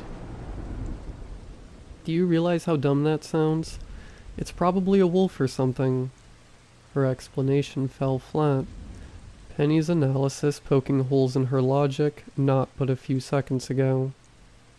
What? Why are you freaking out? Do you not think we were gonna see a dead animal? Max's attempt at reassuring her was not as successful as he'd hoped. In fact, it only caused her agitation to spike, her words coming out with uncharacteristic venom. The two's conversation barely lasted before Penny's meek voice cut through the argument. It doesn't have teeth. The statement, as if it were a sentence from a different language, was met with silence. Sarah's already light face now grew as pale as snow, lower lips barely trembling as she fought back the urge to let her fear show. They're gone. Well? Max scratched the back of his neck, dark eyes glaring through the carcass in an attempt to make sense of the situation. Maybe a native did it. We're close to some native villages, and they've got those rituals, right? Jesus Christ, Max! Sarah's form now seemed to be quivering, the lightest of touches enough to set her off. Her eyes avoided the wolf with conspicuous intent, clearly attempting to direct her sudden burst of fear toward a different emotion. You can't say stuff like that. Hey, my voice felt foreign, as it was the three who were carrying the majority of the conversation. Sarah, you're right, but let's not turn this into an argument. I'm sure all of us are on edge, so why don't we call it a day and head back? Like hell, he scoffed, arms crossing over one another. A wolf got into a fight or whatever. It gets some weird injuries and dies. The end. So what? Missing teeth, a massive chunk of its throat gone, and a bite pattern that's apparently similar to a house dog's? I shot back, puffing my chest out in an attempt to at least level the playing field out with Max's tall stature, to little success. You don't see anything wrong with that? I'm just as disappointed as you, man, but I don't want to risk getting mauled over some hunting. His eyes lit up with a fire that indicated this conversation would go nowhere, but the flame was swiftly put out as he sighed. Fine. His features softened, guilt etching itself onto his face. Hey look, I'm sorry, alright? I didn't mean to be like that. Let's just head back. I felt my shoulders sag, the potential fight draining me more than I'd care to admit. It's all good. I patted his shoulder, a gesture he physically cringed at. This was a bad spot to camp anyway. We should have just gone to a public one, where we didn't have to worry about any predators. Speak for yourselves. Sarah's usual snark finally returned, if a little forced. I actually agreed to come camping because I wanted to be mangled by a bear. Max rolled his eyes, though a subtle chuckle still escaped his lips. My attention returned to the crouching girl, her fingers still tracing the edges of the fatal wound. Penny? No response. She seemed to be completely engrossed in the carcass, teal irises practically piercing through the chunks of muscle and flesh. Only when my fingers made contact with her shoulder did she jolt her head up, narrowly missing my chin. We're gonna head out, so if you want to stop probing that dead animal, now would be great. A shade of pink splashed across her face as she rose, dusting her hands off. Before she could even finish muttering her apology, Max stopped once again, bringing forth a groan of irritation from Sarah's lips. What now? She hissed, to which Max simply raised a finger to his lips. My heart lurched, expecting to see another carcass, or worse, the cause of the previous one, but as his lips stretched into that grin I knew so much, I wasn't sure if I should have been relieved or even more worried. There's a deer, right there. He pointed, and sure enough, with its back facing us, stood a young buck. Its coat was a soft brown, the occasional splotch of white speckling its hind legs. Its head was buried in the foliage, munching away at the leaves and shrubbery. As my eyes flicked between the animal and Max, I noticed him already beginning to aim. Like reading my mind, he held a hand up, stopping me from going on another tangent. It's not moving. I have a clear shot. The noise is gonna scare whatever animal or monster you guys think is out here, so let me get the shot off before you start complaining. I knew better than to attempt to wrangle the rifle out of his arms, so I instead looked toward Penny. Well, guess you got your wish, I joked, her expression immediately twisting into regret. But really, you should close your ears. It's going to be really loud. She nodded hesitantly, bringing her palms up and tightening them against her ears. Sarah, rolling her eyes at the display, opted to plug them with the tips of her fingers. She leaned in my direction, her voice barely below a shout as she tried to compensate for the soon-to-be ringing. Are you going to cover your ears, or do you want to impress her that bad? Instead of entertaining her jab, I slowly pushed my hand closer to her sides, knowing she wouldn't be able to block it without sacrificing her hearing. Hey, I'm sorry, jeez. She shuffled away, opting to shove her fingers back into her ears. Max's finger curled around the trigger, the firearm readying itself for the impending shot, before the percussion of gunfire shook the ground beneath me. A lack of panicked birds fleeing from their homes would have unnerved me, if not for the sight of the deer. Though I was sure Max got a clean shot through its skull, the animal remained standing, its only movement consisting of its jaw clamping down harder on the vegetation. Max leaned back, the rifle now aimed at the ground. Once steely eyes were now wide with confusion, dark eyebrows knitted in frustration. He muttered something under his breath, either a curse or a question. Sarah, who had been plugging her ears with a smirk, now let her arms drop to her sides. The fear I saw earlier returned in full force, her previously pale face now a ghostly white. Did you miss? She squeaked before clearing her throat and repeating the question in a more confident volume. I thought I landed the shot.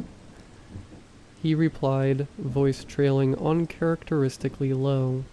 It only became apparent just how silent it was when the eventual ringing faded, leaving nothing in its wake. Not even the sound of my breathing could fill the suffocating void. Why isn't it running? The question shared by the group only left one mouth, Penny's, as Max and Sarah remained speechless, anxiously waiting for someone to answer. I didn't have enough time to alert the others as I saw Max's shaking finger tighten around the trigger once again. This time, when the shot rang out, a burst of blood burst from the other side. The bullet tore straight through the skull of the animal, allowing me to see the greenery on the other side, and yet it still stood. No, even worse. It was moving. The deer's head lifted, rusty marionette strings forcing its mouth away from the vegetation. Mechanically and with little motor control, its body turned. One foot stumbled over another, causing it to trip over itself, and I could hear Sarah let out the breath she held since Max first pulled the trigger. Her relief was short-lived as the herbivore caught itself, the sudden halt in movement causing a chunk of something to spill from somewhere within its throat. As its face came into view, Penny gagged, hand clasping over her mouth. Its left eye, once full of life, retained not a single trace of color. A gray, lifeless orb bulged out from sunken sockets, tendrils of red snaking from the ends of its pupil. Its right eye, however, was no longer there. Viscera shot out from the hole where its eye once was, brain matter oozing out like honey. Its neck could barely keep its head up, The skull limped despite the deer's attempts to keep its eye on us. All of that would have been enough to make my legs give out and for me to run screaming, but what truly did it was the fact that instead of rows of flat, dull teeth, monstrous fangs lined its rotten gums. Like the blades of a bear trap, they gnashed together, so large and out of place that it forced its mouth to remain open in a permanent, savage gape. Tufts of black fur jutted out from between each overlapping tooth, the strands swaying in the wind ominously, the same color as the wolf's fur. Max immediately unloaded the clip into it, uncaring what the string of percussion might do to us. Each destructive explosion caused my ears further harm, my hands doing little to block out the noise. Sarah had already fled from the scene before the rifle could finish its barrage. It continued stumbling to us, each bullet taking a chunk of bone and flesh from its face, but doing nothing to slow its advancements. Feet held by nothing but sinew and tendons dragged across the dirt, the clicking of its hooves reverberating through my ears.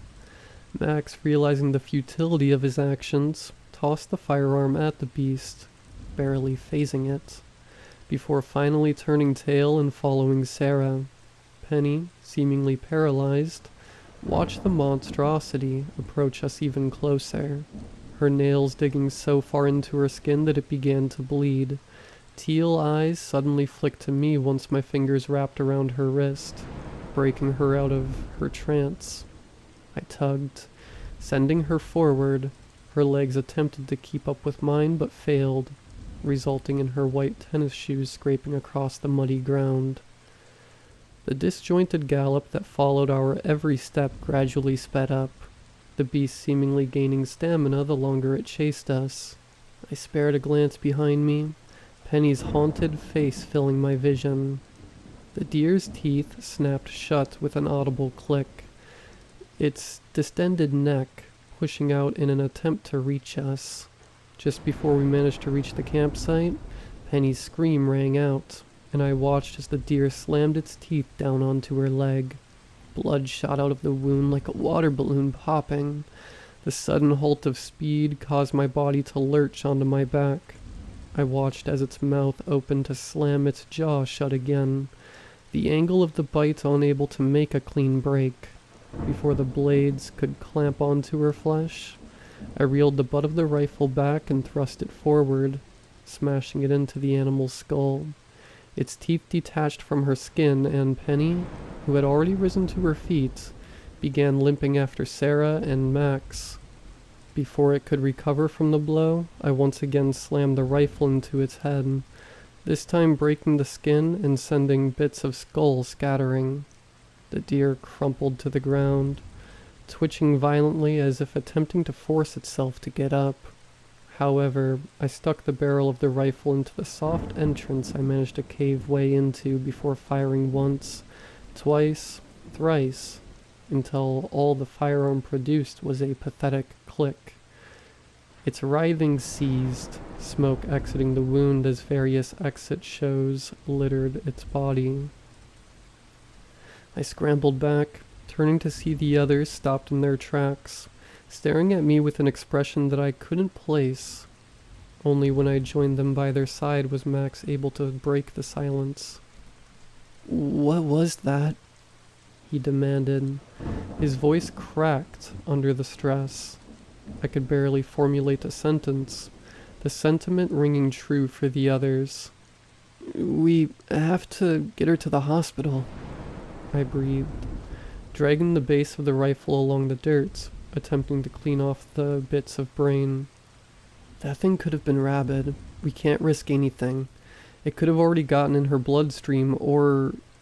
My words died out, causing silence to fill the air once more. I placed my hands on my knees, letting out a shaky sigh. "Can someone drive?" "Too dangerous." Sarah winced, looking up as the sun's rays, which were already muted as a result of the branches overhead, dissipated to nothingness. There is at least a mile of nothing but trees from here before we get to the main road. We'd crash before anything could happen to Penny. Okay, does anybody know first aid? Sarah gingerly raised her hand, which I nodded at. Okay, get her to the car and patch her up. Penny, if you feel anything change, and I mean anything, tell us, alright? We're gonna stay for the night, but if you so much as feel uncomfortable, we're out of here. She nodded, her eyes refusing to leave the shallow wound left by the deer. Upon arriving at the campsite, Sarah and Penny both immediately sat down, with the former grabbing the medical kit from the tent. I turned to Max, who was kneeling over the campfire and attempting, albeit failing, to light the pile of twigs. What was that? My voice trailed off as Max shook his head, refusing to meet my gaze. Don't ask. His head shot up, his glare causing me to stumble back a few steps. The less we have to think about it, the less we're gonna have a problem. We just need to get her to a hospital, and then we can forget this ever happened. Max, drop it. His shout rang out any argument I had, his voice reaching the two. Penny's wide eyes were directed at Max, making frequent stops to mine. Her expressions were akin to a patient awaiting bad news, fear interlacing her teal irises. Sarah gave Max a silent warning, to which his shoulders dropped. Just drop it, man, please. I nodded silently, turning my attention to the makeshift first aid Sarah was providing Penny. How are you? Penny's head suddenly jolted up, a movement that never failed to startle me. It didn't help that my paranoia was already at its maximum, causing my muscles to tense. As brown met a familiar shade of teal, I allowed myself to relax. How are you holding up? I continued once I realized Penny wasn't going to respond. She barely nodded her head, her eyes growing distant a few moments later. Her eyelids fluttered, attempting to concentrate on staying open. Sarah seemed to notice this, as the back of her hand lifted to touch Penny's forehead. Not that bad, all things considered. I thought you were burning up, but you just seem tired, she concluded. Penny barely acknowledging her comment, with a sigh, Sarah gently brought Penny's head down to her lap, fingers interlacing with Penny's blonde locks. We should head to bed now. I think she's had enough excitement for one day. That's probably for the best, I agreed. Noticing that the source of light was now reduced to the dying embers Max attempted to ignite. Me and Max will take turns keeping watch. We'll wake you guys up the moment there's any sun so we can get Penny to a hospital. Sarah hummed in approval, gently tapping Penny's cheek, whispering something that caused the blonde's form to rise. She was practically dragged to the tent by Sarah, who gave a small wave before disappearing behind the fabric. Max and I stood in silence, neither daring to make the first move. I'll take the first watch, he muttered, fingers digging into his pockets as he fished out a cigarette. Least I can do for losing my rifle back there, right? You can sleep now. I got this. His attempt at humor was not that great even by his standards. Right. Disappointment etched itself onto his face as my lack of reaction caused him to sigh. If anything happens, please wake me up. He nodded, fighting the cancer stick before collapsing onto a chair, his stare fixated on the tree line. I spared him a final glance before entering the tent, which was situated across the girls' tent, though the inferior of the two. I didn't pay the jutting rocks digging into my skin any mind, though the sense of dread I felt in the forest no longer loomed over the air like a thick smog. That still didn't mean I could ignore the fact that there was something wrong.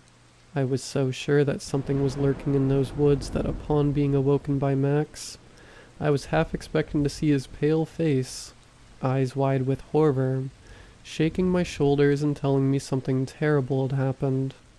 But all I awoke to was his dull expression, eyelids drooping with exhaustion. "Your turn." By the end of his words, he fell onto the sleeping bag, his loud snoring already sounding off before I exited the tent.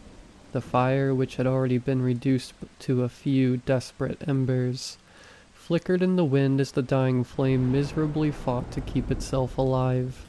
I tossed a few logs into it before beginning my first trek around the campfire, my body desperately screaming at me to return to my sleeping bag.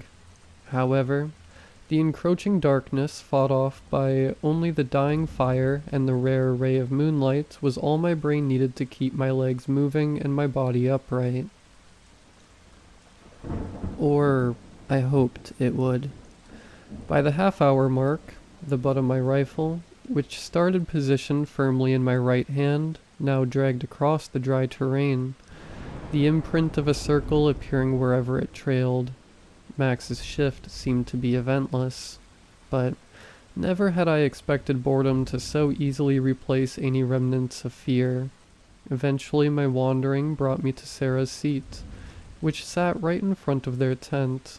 I carefully sunk my weight into it, careful not to make too much noise and potentially wake Penny up. It was quiet, far too quiet. Yes, it may have been the dead of night on a day with little wind, but I still found myself yearning for the chirps and trills of distant insects. Irritation was a preferable emotion to isolation, I figured. Each time my head bopped down, eyes threatening to close, a howl of wind would pierce through the silence and jolt me awake. The sun was beginning to rise, making up for the dwindling flames of the campfire, when I was shaken out of my stupor once more, but this time, it wasn't the sound of leaves swaying in the wind, nor was it the snapping of twigs. It was wet. Though barely audible, the crude squelches instantly brought me to my feet as I walked to the side of the tent where Sarah slept. "I get that you're hungry, Sarah, but you really shouldn't be up right now," I ushered, my voice careful not to rise too high. "Get some sleep, all right?" However, the sloshing sound didn't cease. In fact, it only got louder, a faint smack of the lips accompanying it. My heart sank and a sudden wave of fear washed over me. "Come on, Sarah. Penny's gonna wake up." Nothing. With an agitated groan, I walked in front of the tent, fingers clamping down on the metallic zipper, giving Sarah one final chance to announce herself. I unzipped the entrance, only for a pungent odor to hit me square in the nose. The moment the scene inside was made visible, my heart lurched forward and bile began rising from my stomach. The lack of light did nothing to hide the obscene amount of crimson splattered against every surface of the tent, the source of both the sound and the smell becoming apparent. Sarah's limp body sprawled out across the inside of the tent, chest caved in, one of her arms having been torn completely off. Tendons and ligaments hung out from the shoulder, bits of skin and muscle still clinging on to the bone. My eyes traveled up, catching sight of golden strands sticking to one another, dried blood causing ropey threads to form. Frail fingers dug into the gaping hole, bringing pieces of flesh into her gnashing maw. Eyes, once mimicking the sky, now glowed a vile yellow, pupils dilating irregularly. My gaze finally descended to where the gauze once sat, where an inflamed, yellow wound pulsated. As the realization dawned on me, the form paused, head jolting up like an animal sensing prey, her neck twisted hard enough to tear her head off, exposing rows of crumbling teeth, not at all fit for tearing meat. My heart hammered against my chest at such velocity that I didn't hear the percussion of my rifle, nor the sound of Penny's mangled body landing on the ground, nor Max's heavy footsteps as he approached. By the time the piercing ringing blocking my ears faded, his fist had already connected with my jaw, sending me sprawling to the ground. The impact of the blow didn't hurt as much as the sudden shock, which kept me frozen in place. Max immediately got on top of me, his fingers wrapping around my neck as he continuously applied pressure. I could barely point my finger in the direction of the tent and choke out a few unintelligible syllables, but thankfully he understood what I was implying. The grip around my throat loosened, and he looked toward where my finger was pointed. He yelled, scrambling off of me. His eyes hesitated, unsure what part of the situation warranted his attention the most. "Sarah, Penny, John, what did you do?" I simply shook my head, my hand rubbing where his fingers once were. I didn't." My words barely passed through the aching in my throat, voice hoarse from Max's assault. "Penny, the deer, it made her like this, Max." I wanted to say more, but as the reality of our situation dawned on us, a sudden crushing weight forced my words to die out. It was too ridiculous. I had already imagined countless scenarios for how we would explain this to the police, and each one was less plausible than the last. A mix of a laugh and a cough escaped my lips, and absurdity of the situation taking away the realization that I had just witnessed my two closest friends die gruesome deaths. Luckily, Max was too busy checking the state of Sarah to pay attention to my hysteria.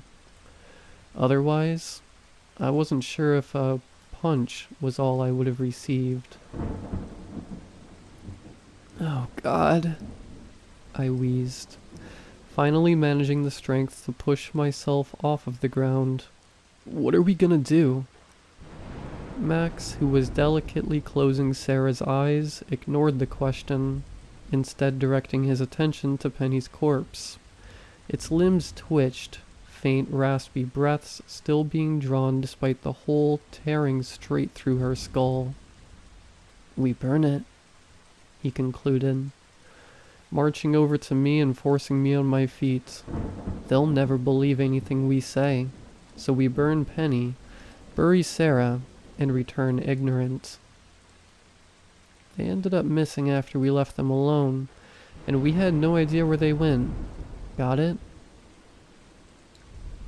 His fingers dug into my skin, shoulder blade shifting painfully.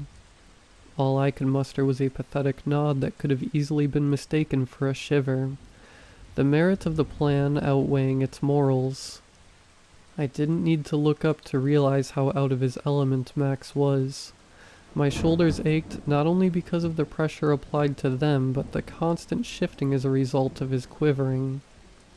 "I'll bring the shovel," I muttered, gently prying Max's fingers off of my shoulders.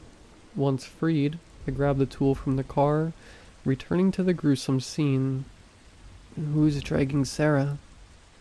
The words felt heavy on my lips, and the moment they left, a rush of guilt flooded through my veins.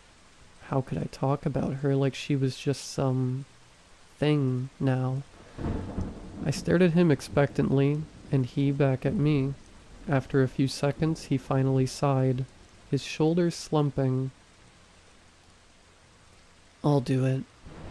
He entered the tent, giving me room to grab Penny's ankle, the one that the wound wasn't located on. Though the feeling of the flesh, soft and pliable, sent my heart racing, I refused to acknowledge it. Max finally exited, Sarah's broken figure dragging along the ground, blood pooling beneath her. The walk through the forest was silent, neither of us daring to utter a single word. A mixture of fatigue from the lack of sleep and the events that transpired caused my vision to blur. The only thing keeping me awake was the feeling of her limb in my hand. I was so caught up in the daze, I didn't notice when Penny's body began to resist, her fingers clawing at the dirt, desperate to break free. I did notice, however, when 5 bony digits wrapped around my ankle, forcing me back to reality. My hands fumbled for the shovel and slammed the sharp tip down, uncaring who or what the source of the appendage was. There was a sickening crack, and a guttural groan escaped Penny's lips. The limb, its state of rot increasing exponentially, was cleaved clean off, dark, cold blood dyeing the dirt, and the shovel an inky black. Her other hand came up without skipping a beat, but by the time the decayed fingers wrapped around my calf, Max was already aiming his rifle. The percussion caused my ears to ring, but the sudden release of weight was worth it.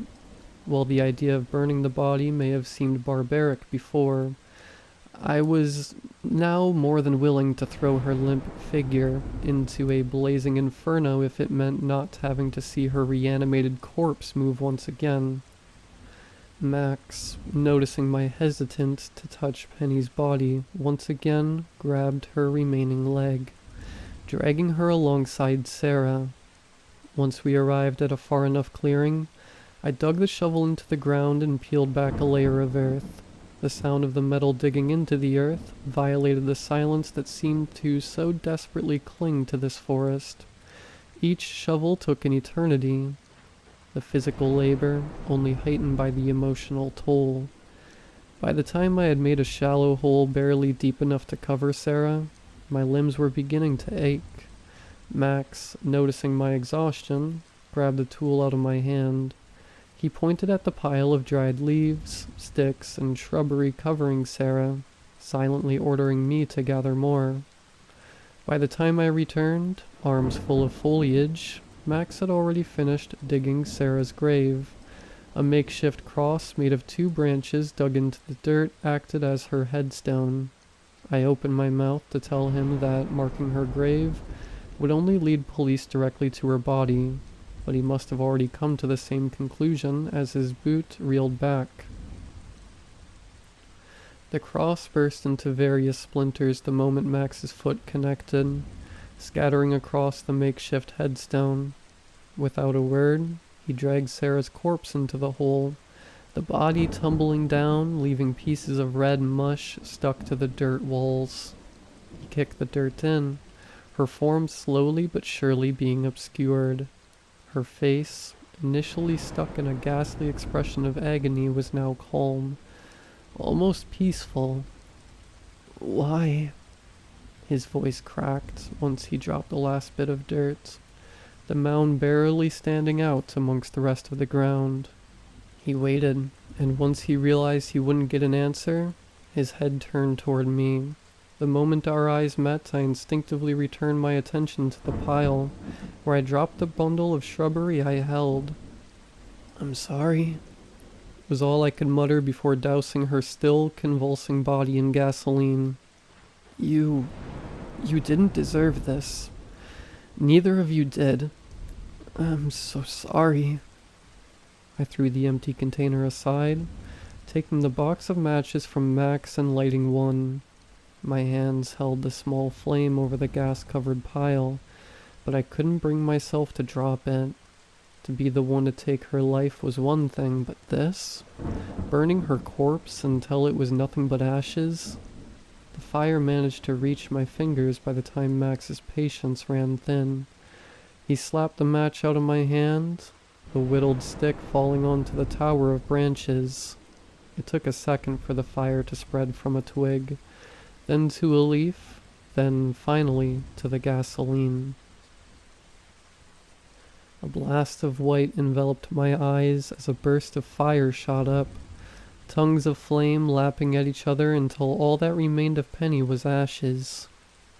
The walk back was just, if not quieter than the walk to, now that the sound of dragging corpses was absent.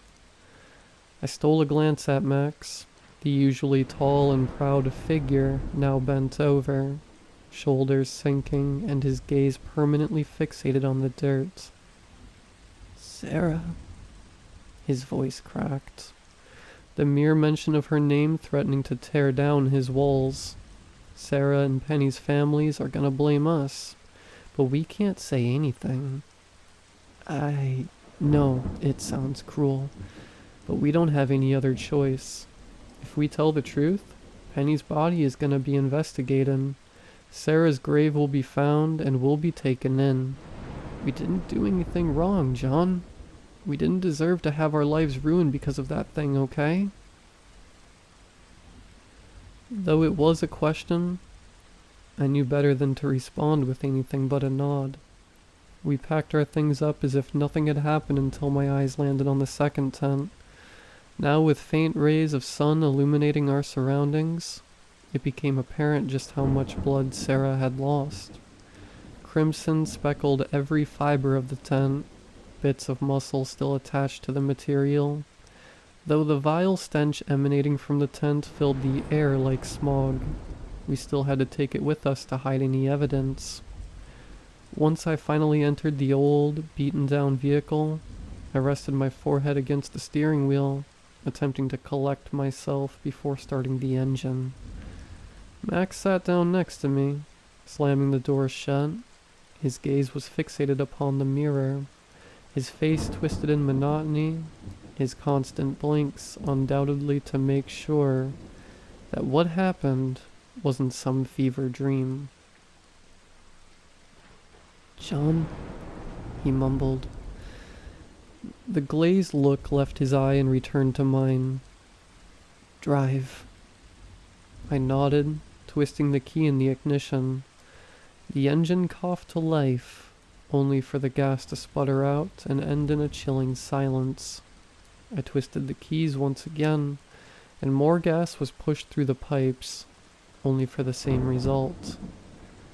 Max's lips curled into a scowl, and he snatched the keys out of my hands, repeating the action. However, the outcome was much the same.